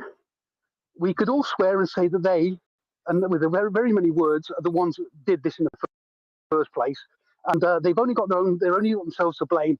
They will be hunted down with every single means that the West has got, and this will also be, I think, this for the Chinese, and Yehuda was exactly correct.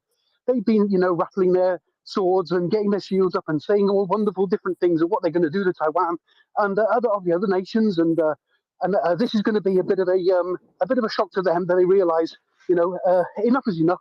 We're not messing around. The West, as a whole, NATO, the NATO states will arm up and make sure that they are ready for anything that's going to come their way from anybody. There's going to be a lot of harsh words, a lot of threats from obviously from the Russians. I can imagine the Chinese just keeping their gob shut because they now realise that we're not messing around. And yeah, what an amazing day! It's a really great day. But most of all, for the Ukrainians and every single person that's sadly lost their lives because of fascist Russians and the motherland, Russia. Thank you very much. Thanks for that, Waypoint. And another really important thing to note is this isn't the United States or the international community making a determination on crimes against humanity for Rwanda or Serbia. This is the world's only superpower, making it clear that the world's second former superpower has committed crimes against humanity. It's a big deal. It's a big deal because it's a big check to sign, really. And the Americans signing that check today, that has to be cashed one day. So they don't sign checks that they can't cash. And they've made it clear that Russia, we've got your number. So thanks for that.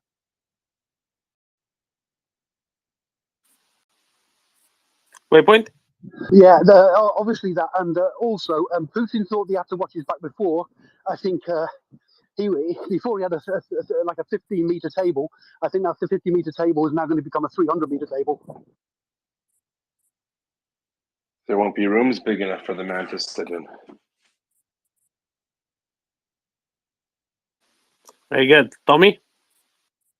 Yeah, just a quick point, because I think you could have misunderstood me regarding the Eichmann and OBL comparison. I just meant the kind of methodology that Israelis are usually more dagger while Americans are more hammer. That's all I meant. So you mean, will they capture him versus blow him up somewhere? Yeah, basically, whether it's going to be more clandestine or more obviously military and so on. What I want to ask is though, if, as you say, the Americans have now signed the check, does that mean that since we're aware of the facts on the ground, but in the unlikely eventuality that things start going Russia's way on the battlefield for whatever reason, the Americans are now saying, well, even if that happens, however it happens, we're going to be on the other side?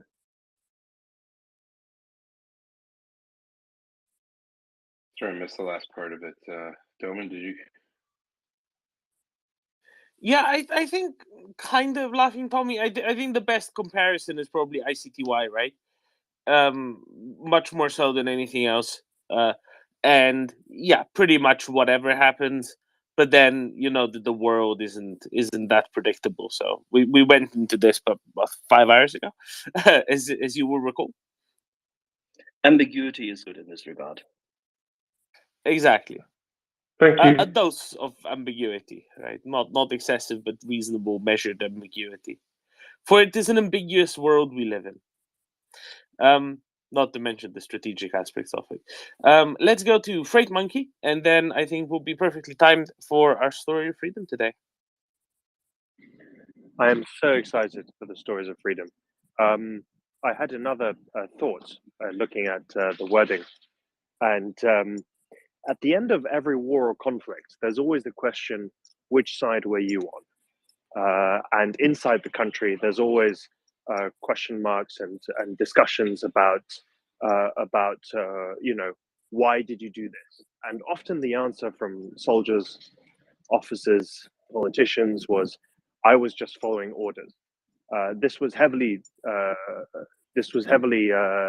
noticed, of course, at the end of World War II, and it led to all kinds of reforms. And we thought, we need to inculcate ethics, and we need to, in military decision making, this should all be part of what we teach, and soldiers should not disobey illegal orders, etc., etc., etc. Now, when the Americans go out and say that, they haven't quite gone out to say that it's systematic crimes against humanity, in which case you can actually use the word genocide, but they're getting there. We know it is, but that's not the point. But anybody who will say, I was just following orders, will not be able to have that excuse. Now, of course, in Russia, all this matters a lot less because I don't think they really care, but it is very important to note that they're not only saying that we can go after Putin and, a few politicians at the top, but it's essentially everybody. It's everybody down to the enlisted men. And it's, well, we warned you. We put it out there. So there's no way now you can say, well, we didn't know. We were just following orders. So that's the thought that I had. On that note, I'm getting a bit fat, so I'm going to go to the gym. I'll put myself down to listener, and I'm very excited for Peter Doran. Is Peter Doran here? Oh my goodness. Hey, Yehuda, how are you guys this morning? We're well. Are you 2 minutes early? I know.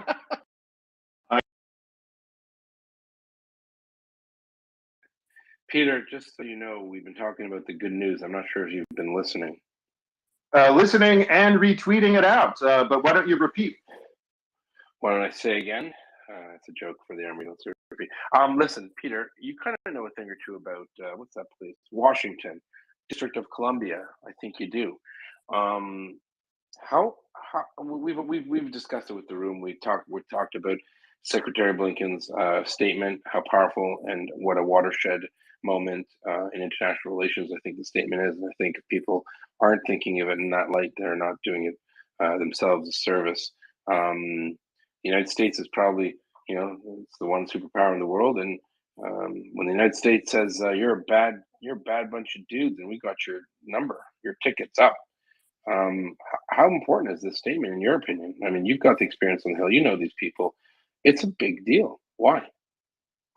Yehuda, at the end of World War II, the Allies intentionally ignored Russian crimes, Russian war crimes, Russian crimes against humanity. And they kicked the can violence down the road. That can landed precisely in our lifetime, in our era.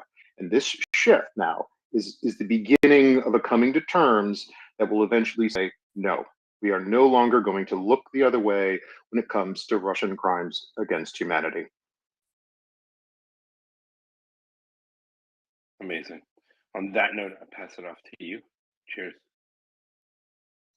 Thank you, Yehuda. Just a quick sound check. I just want to make sure our sound is okay here, Domi. It's peaking just a little bit. So if you move the mic maybe 5 to 8 centimeters further away, it'll be perfect. That's going to be a problem because the microphone is in my ears, but I'll see what I can do. I'll try and just keep the sound okay there for you. All right, so hey guys, welcome back. We're almost there. We are almost to the end of our multi-part series that started now, I believe, almost 3-4 weeks ago on the roots of the war for Ukraine. Now, for everybody who's been following along on this journey, I do want to recommend Winter on Fire, the documentary film about Ukraine's Maidan Revolution of Dignity. I think it does a pretty good job of capturing the pivotal people, context, and events that would oust Russia's corrupt puppet leader in Ukraine from power in 2014. And to be honest, I knew when we began this journey to understand the roots of the war for Ukraine many episodes ago, I knew that I was just never going to be able to do justice to the Maidan the way it is captured and presented in Winter on Fire. And so that's why, for this segment, I wanted to pick up where the postscript of that powerful nonfiction documentary film ends. It is in the aftermath of the Maidan and the start of the war for Ukraine in February 2014.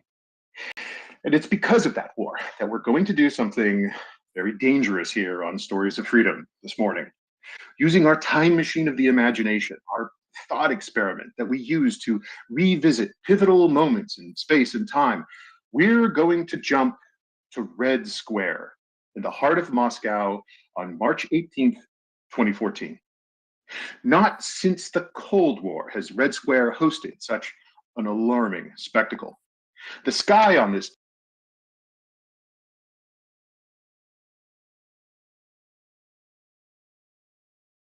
waving ensigns of the Russian Navy, the orange waving ensigns of the Russian Navy, the orange and black bicolor of the St. George's ribbon, and flags from Russia's conquered lands. And they keep chanting and cheering and whipping themselves into a shared, almost ecstatic psychological state.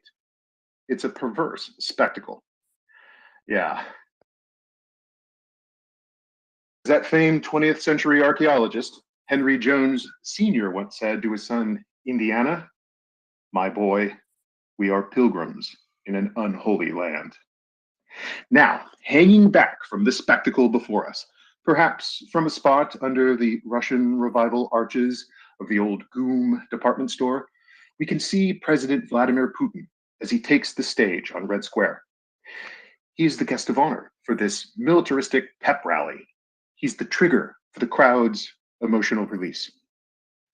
It's on this stage, just a stone's throw from the embalmed corpse of Vladimir Lenin, that Putin has come to gather a crowd of thousands to celebrate him and his military annexation of Crimea just 1 week before.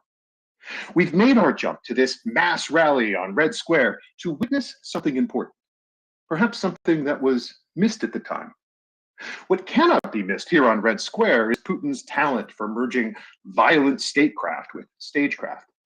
Flanked by 8 enormous jumbotrons and crowned by this dubious proclamation, "We are together," Putin is taking a victory lap after his illegal annexation of Crimea. This is a calculated display of bravado. Its immediate purpose, the purpose of this spectacle before us, is to lend the illusion of finality to Russia's brazen land grab in Ukraine. It's all fake finality, of course. Yet one element of this jingoistic performance by Putin is real and very final. He has ascended the stage to bring an undeniable end to President Barack Obama's vaunted rapprochement with the Kremlin. Some foreign policy ideas, well, they die a quiet death in obscurity. Here on Red Square, Putin wants to ensure that President Barack Obama's signature reset with Russia dies a very public death live on international television. It might not seem like it, but this is the epic conclusion of our stories of freedom for the war for Ukraine. So, okay, let's be honest here. This was almost certainly not what President Obama had expected when he dispatched his secret letter to Moscow during his very first weeks in office in 2009. But here we are, reaping the harvest of yet another mistake. But remember, we're here to learn from these mistakes. Now, as everyone might remember, Obama had replaced our old friend from last week's episode, George W. Bush. And after Bush's laughing and joking with Putin in Bucharest, America's failure to, and I should say, we remember America's failure to secure NATO membership for Georgia and Ukraine. Well, good old Vladimir took the opportunity to promptly invade Georgia. The US-Russian relationship had careened off the road and into a ditch as a result. Now flush with hope and an optimistic, yes, we can vision for America and the world, Obama decided that he had the magic, that special mix of charm and good intentions to finally understand Russia, to talk with Russia, and to reset the relationship that all of his predecessors had botched up. It was time for a reset. So, in his secret note to Putin, Obama offered some mighty gifts and a really big trade. In exchange for Russian help on Iran, Obama promised in writing to squash the Bush administration's missile defense plans for Europe. That was something that Russia really wanted. And Obama, well, he put it on the table. This trade, this quid pro quo, was the origin of the Obama reset. It represented the first in a series of misplaced assumptions and false hunches that now, sadly, predictably, embarrassingly, met an ignominious death at the red walls of the Kremlin. So, as we've seen through this series, the West continually based its policies, built up over decades, on a wobbly scaffolding of hopes, dreams, and terrible assumptions about Russia. Fresh into the White House, America's community organizer turned president was doing much the same to immediately repeat many of the same mistakes of his predecessors when it came to Russia. The first and most basic of these errors was to assume that history had ended in Europe, or at least that, as a geostrategic theater, Europe was going to be a quiet region. The second misfire was to assume that, well, if troubles did arise in Europe, the Europeans and the European Union, they'd be able to quell any dust-ups along their periphery. The third mistake was to prioritize grand bargains with large powers like Russia, even at the cost of neglecting traditional allies like the United Kingdom or vibrant ones like Poland. And the fourth and perhaps most dangerous misread was that the Kremlin was willing to act as a responsible international partner. Whatever the flaws of Putin's Russia, this White House clung to its belief, at least in its earliest days, that Russia was a country with which the United States could do business. And then came the invasion of 2014. Russia's initial invasion of Ukraine first unfolded with a series of pre-dawn raids across Crimea, most notably at 4:26 in the morning on February 27th, 2014. Around 50 heavily armed Russian special forces, all wearing a mishmash of military uniforms and random civilian clothing, but not wearing any identification. Well, this unit smashed open the doors of Crimea's parliament building with a battering ram. Once the thick wooden doors gave way, the soldiers, they rushed in to clear the entryway, only to be held up by a simple turnstile. Now, there were no metal detectors at the entrance to Crimea's parliament building, but there was a turnstile. And this last line of resistance created a comically surreal and rather embarrassing scene for our Spetsnaz forces as they imagine the scene. You have this menagerie of heavily armed Russian Spetsnaz patiently waiting one by one in the entryway to ka-chunk, ka-chunk, ka-chunk, pass through the lonely, polished metal turnstile. It could not halt Russia's advance, but our turnstile could slow them down. Way to try your best, hero patriot turnstile. Okay, once inside, our Russian special forces, they went about their terrible business. They had come to enforce a military coup in the Anschluss of Crimea. All around the city that morning, the capital of Crimea, Simferopol, similar groups of special forces were seizing the airport, seizing critical government buildings, taking up positions at crossroads, and taking control of infrastructure nodes and other logistical centers. But there in the parliament, our group of special forces had a very special mission. Their breach of Crimea's legislative building was meant to accomplish two tasks. The first was to hoist the Russian flag over the parliament building, and the second was to take some hostages at gunpoint. Once inside, this group of soldiers found a local, a handful, we don't know exactly how many, but it was a group of local parliamentary deputies. They were holed up in the parliament building overnight. Literally under the gun, these deputies were forced to vote to hold a regional referendum in a few months' time, and that referendum would decide if Crimea should join the Russian Federation. Now, did it really matter that Crimea's citizens had already voted in 1991 to leave the Soviet Union along with the rest of Ukraine? Did it really matter that Ukraine's constitution didn't allow for such a local referendum? And did it really matter that Crimea's constitution didn't even have a mechanism to allow for such a vote? No, not at all. Only the guns mattered. Only the soldiers mattered. Russia was making a statement. Your old world, your Western world of rules and laws, that world is over. Russia was declaring there in Crimea that morning that there was a new world where only the gun, only the brute decided what was right or true. So, going after these deputies, they voted to have their sham referendum, and then after they had that first vote, they voted to dissolve the government of Crimea. In very short order, Russia's Spetsnaz units had handed control of the Crimean capital over to a self-styled mayor who assumed command of the city's riot police, and the coup was complete. These were the little green men of the Crimea annexation. Well, all the way back in Moscow, Putin's phone immediately started to ring off the hook. He took a series of calls from German Chancellor Angela Merkel, the same person who had voted to veto Ukraine's membership in NATO just 6 years earlier. Next came a call from British Prime Minister David Cameron, and then from the President of the European Council, Herman Van Rompuy. They all wanted to know, what on earth is going on in Crimea? And Putin, he played dumb. It is our best understanding that on these calls, Putin acted as if he was just as bewildered as all of the other world leaders. He absolutely denied that Russia had any involvement in what was going down in Crimea. Those certainly weren't his soldiers, he told Western leaders. But you know, if that new fellow down there in Crimea, the one who's calling himself the prime minister, well, if he happened to ask Russia for help, and wow, it seems that he's, look at this, asked us for help, well, then Putin wasn't going to ignore his pleas. There's clearly a legitimate role, Putin would say, for Russia to help restore law and order down in Crimea. And obviously the EU and Western powers, they're in favor of law and order. Don't you agree?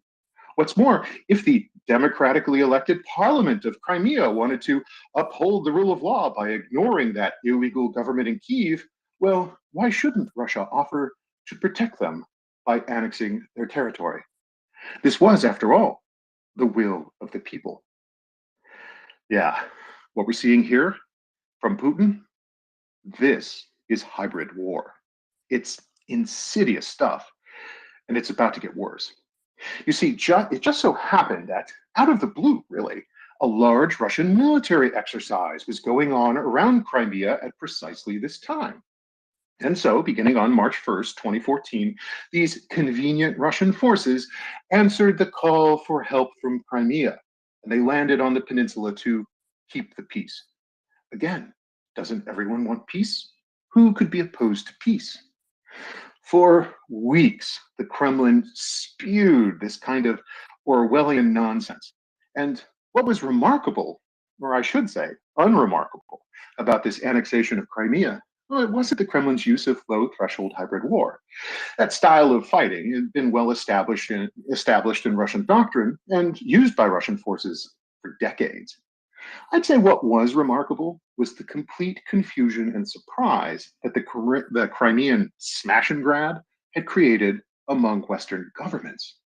After all, it was Germany and the United Kingdom and France that had previously vetoed Ukraine's membership in NATO because it wasn't necessary.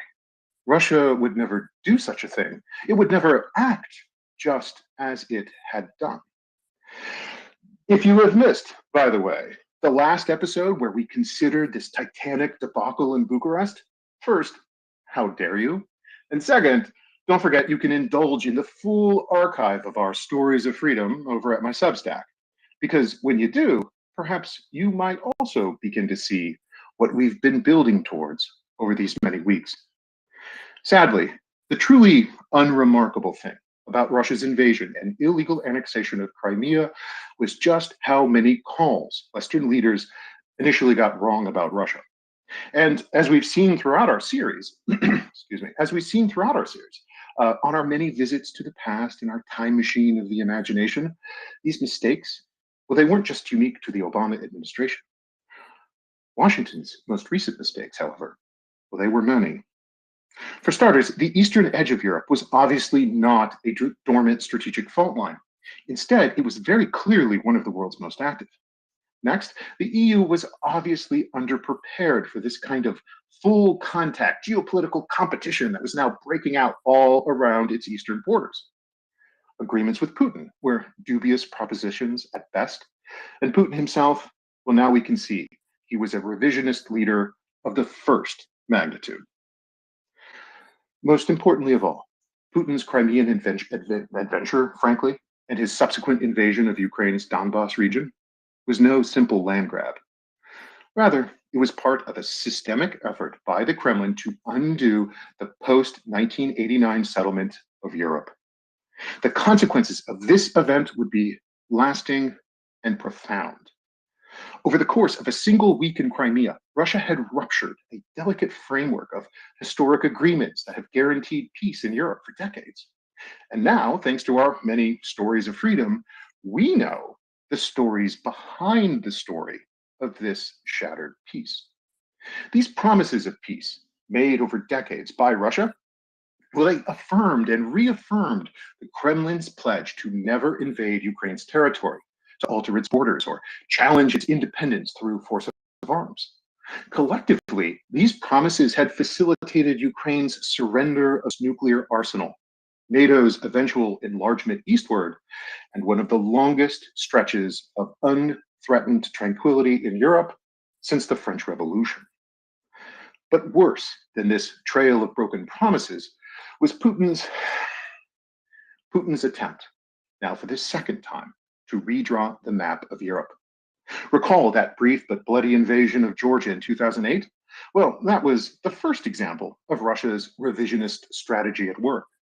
Russia's invasion of Ukraine now in 2014 represented a second try. Indeed, the one dangerous question that now presented itself to the United States and NATO in 2014 after the annexation of Crimea was this: how might we deter Russia from widening its invasion and taking more land? Only with the hindsight of history, we can begin to see that that never really was what was happening. The West was not deterring Russia.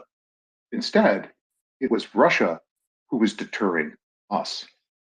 And the problem was nuclear, quite literally. So, to understand what was going on here, we have to revisit a fellow named Paul H. Nitze. If that name sounds perhaps familiar, if it rings a bell, that might be because Paul Nitze was one of America's great strategic thinkers. So much so that he was a co-founder of Johns Hopkins University's School of Advanced International Studies, which now bears his name, and for good reason. Nitze holds the record for serving as an advisor to every American president from Truman to Reagan. He was a leading architect of the policy of containment and a hawk among the hawks during the Cold War. Nitze was also a fanatical skier and the product of that wide open, sun-tanned, freedom-loving American West of the 20th century.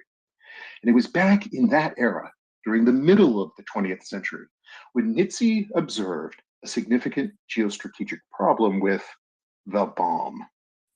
Whether or not atomic weapons were ever used again in warfare, Nitze foresaw, the very fact of their existence and the possibility that they could be used, well, that would affect all future wars.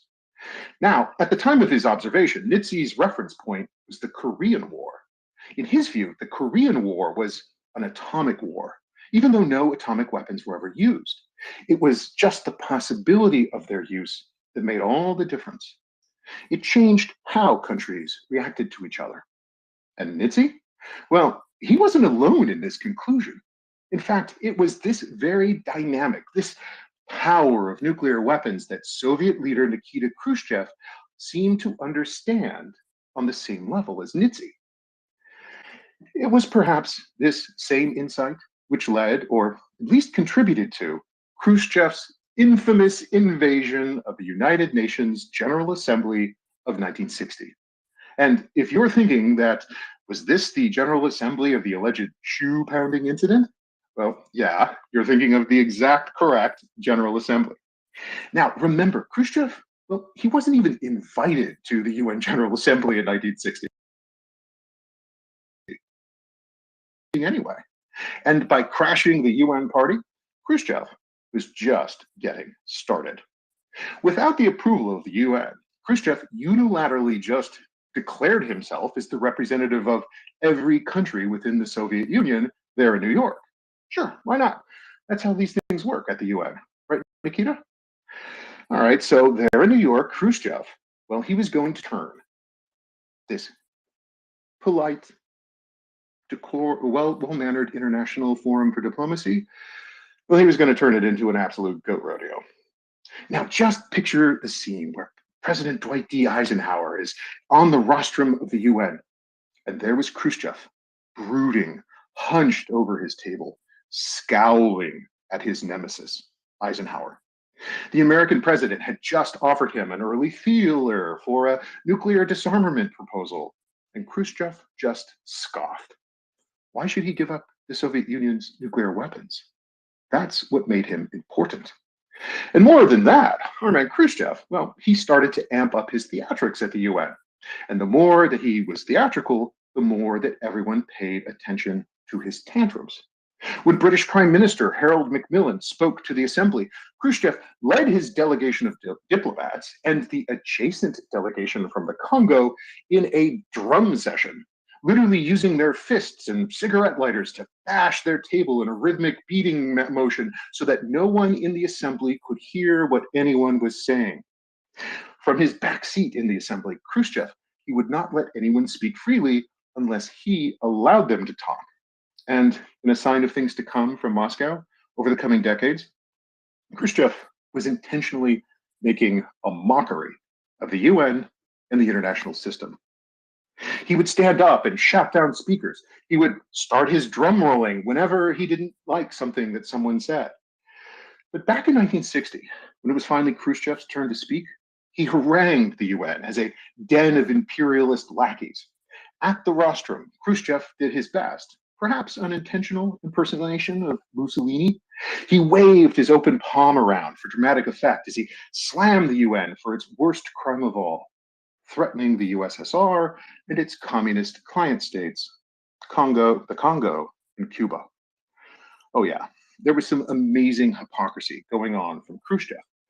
He was, however, in actual fact, doing something specific. Khrushchev was trying to make a point at the UN. His theatrics, they were designed to communicate a message. This was his United Nations, and everyone else was just living in it. Now, one man who we know very clearly gave Khrushchev's actions and his theatrics a rather close study was Vladimir Putin. Whereas back in 1960, when the world paid attention to Khrushchev's blustering, his storming, and his table pounding, Putin paid attention to something else. And we know this because he revealed his insights in a series of public statements that he would make in 2014. You see, Putin also saw what Palnitsy and Khrushchev had perceived. Khrushchev could act like a boorish bear on the international scene because his nuclear arsenal gave him power. It was a power that made the USSR different from the little countries, the non-nuclear countries that did not possess the bomb. While non-nuclear states, well, they had to play by the international rules. Khrushchev could do whatever he liked in the world, and certainly at the UN, because no country, and here are Putin's words, no country would start a large-scale conflict with Russia on account of its nuclear weapons. Even sanctions would be carefully calibrated to never hurt Russia too much. In fact, this blackmail of sanctions, Putin actually called sanctions blackmail. Well, the West would never get too aggressive with their blackmail because if they did, it would create, according to Putin, discord between large nuclear powers. Because of his nuclear arsenal, the Cold War because of Khrushchev's nuclear arsenal, as Putin saw it, the Cold War Western powers decided that Nikita is best left alone. And who was Nikita now? Vladimir Putin. Standing there upon that stage on Red Square, flanked by his 8 enormous jumbotrons, and having whipped his crowd into a frenzy, Vladimir Putin was now at his most bombastic. "We have already achieved much," he declared. "There is still..." And there was a lot more of this jingoistic drivel that day. Putin, well, he also denounced the United States, for example, for behaving rudely and unprofessionally towards Russia. And worse, he claimed that the Americans had crossed a line by opposing his invasion and illegal annexation of Ukrainian territory in the first place. Think about that. America had crossed a line by just opposing his will, his domination over just part of Ukraine. Now, in our stories of freedom, we have thoroughly debunked Russia's many lies about its claims on Crimea, and we've covered the status of Sevastopol's, the naval base in Sevastopol in particular before. So I'm not going to rehash that now. But the key to understand, the key to remember is how Putin perceived the West's reaction to him. In the immediate aftermath of this Crimean land grab and the invasion of the Donbass, well, the Obama administration played directly into Putin's hands. On the good side of the ledger sheet, the Obama administration did identify 2 important objectives for America's punitive sanctions against the Kremlin in retaliation for what they had just done in Crimea and the Donbass. The first was to impose economic costs on Russia. The second was to incentivize Russia to evacuate Ukraine, to take its military forces and return them back to their original bases. Here, the Obama administration, well, their early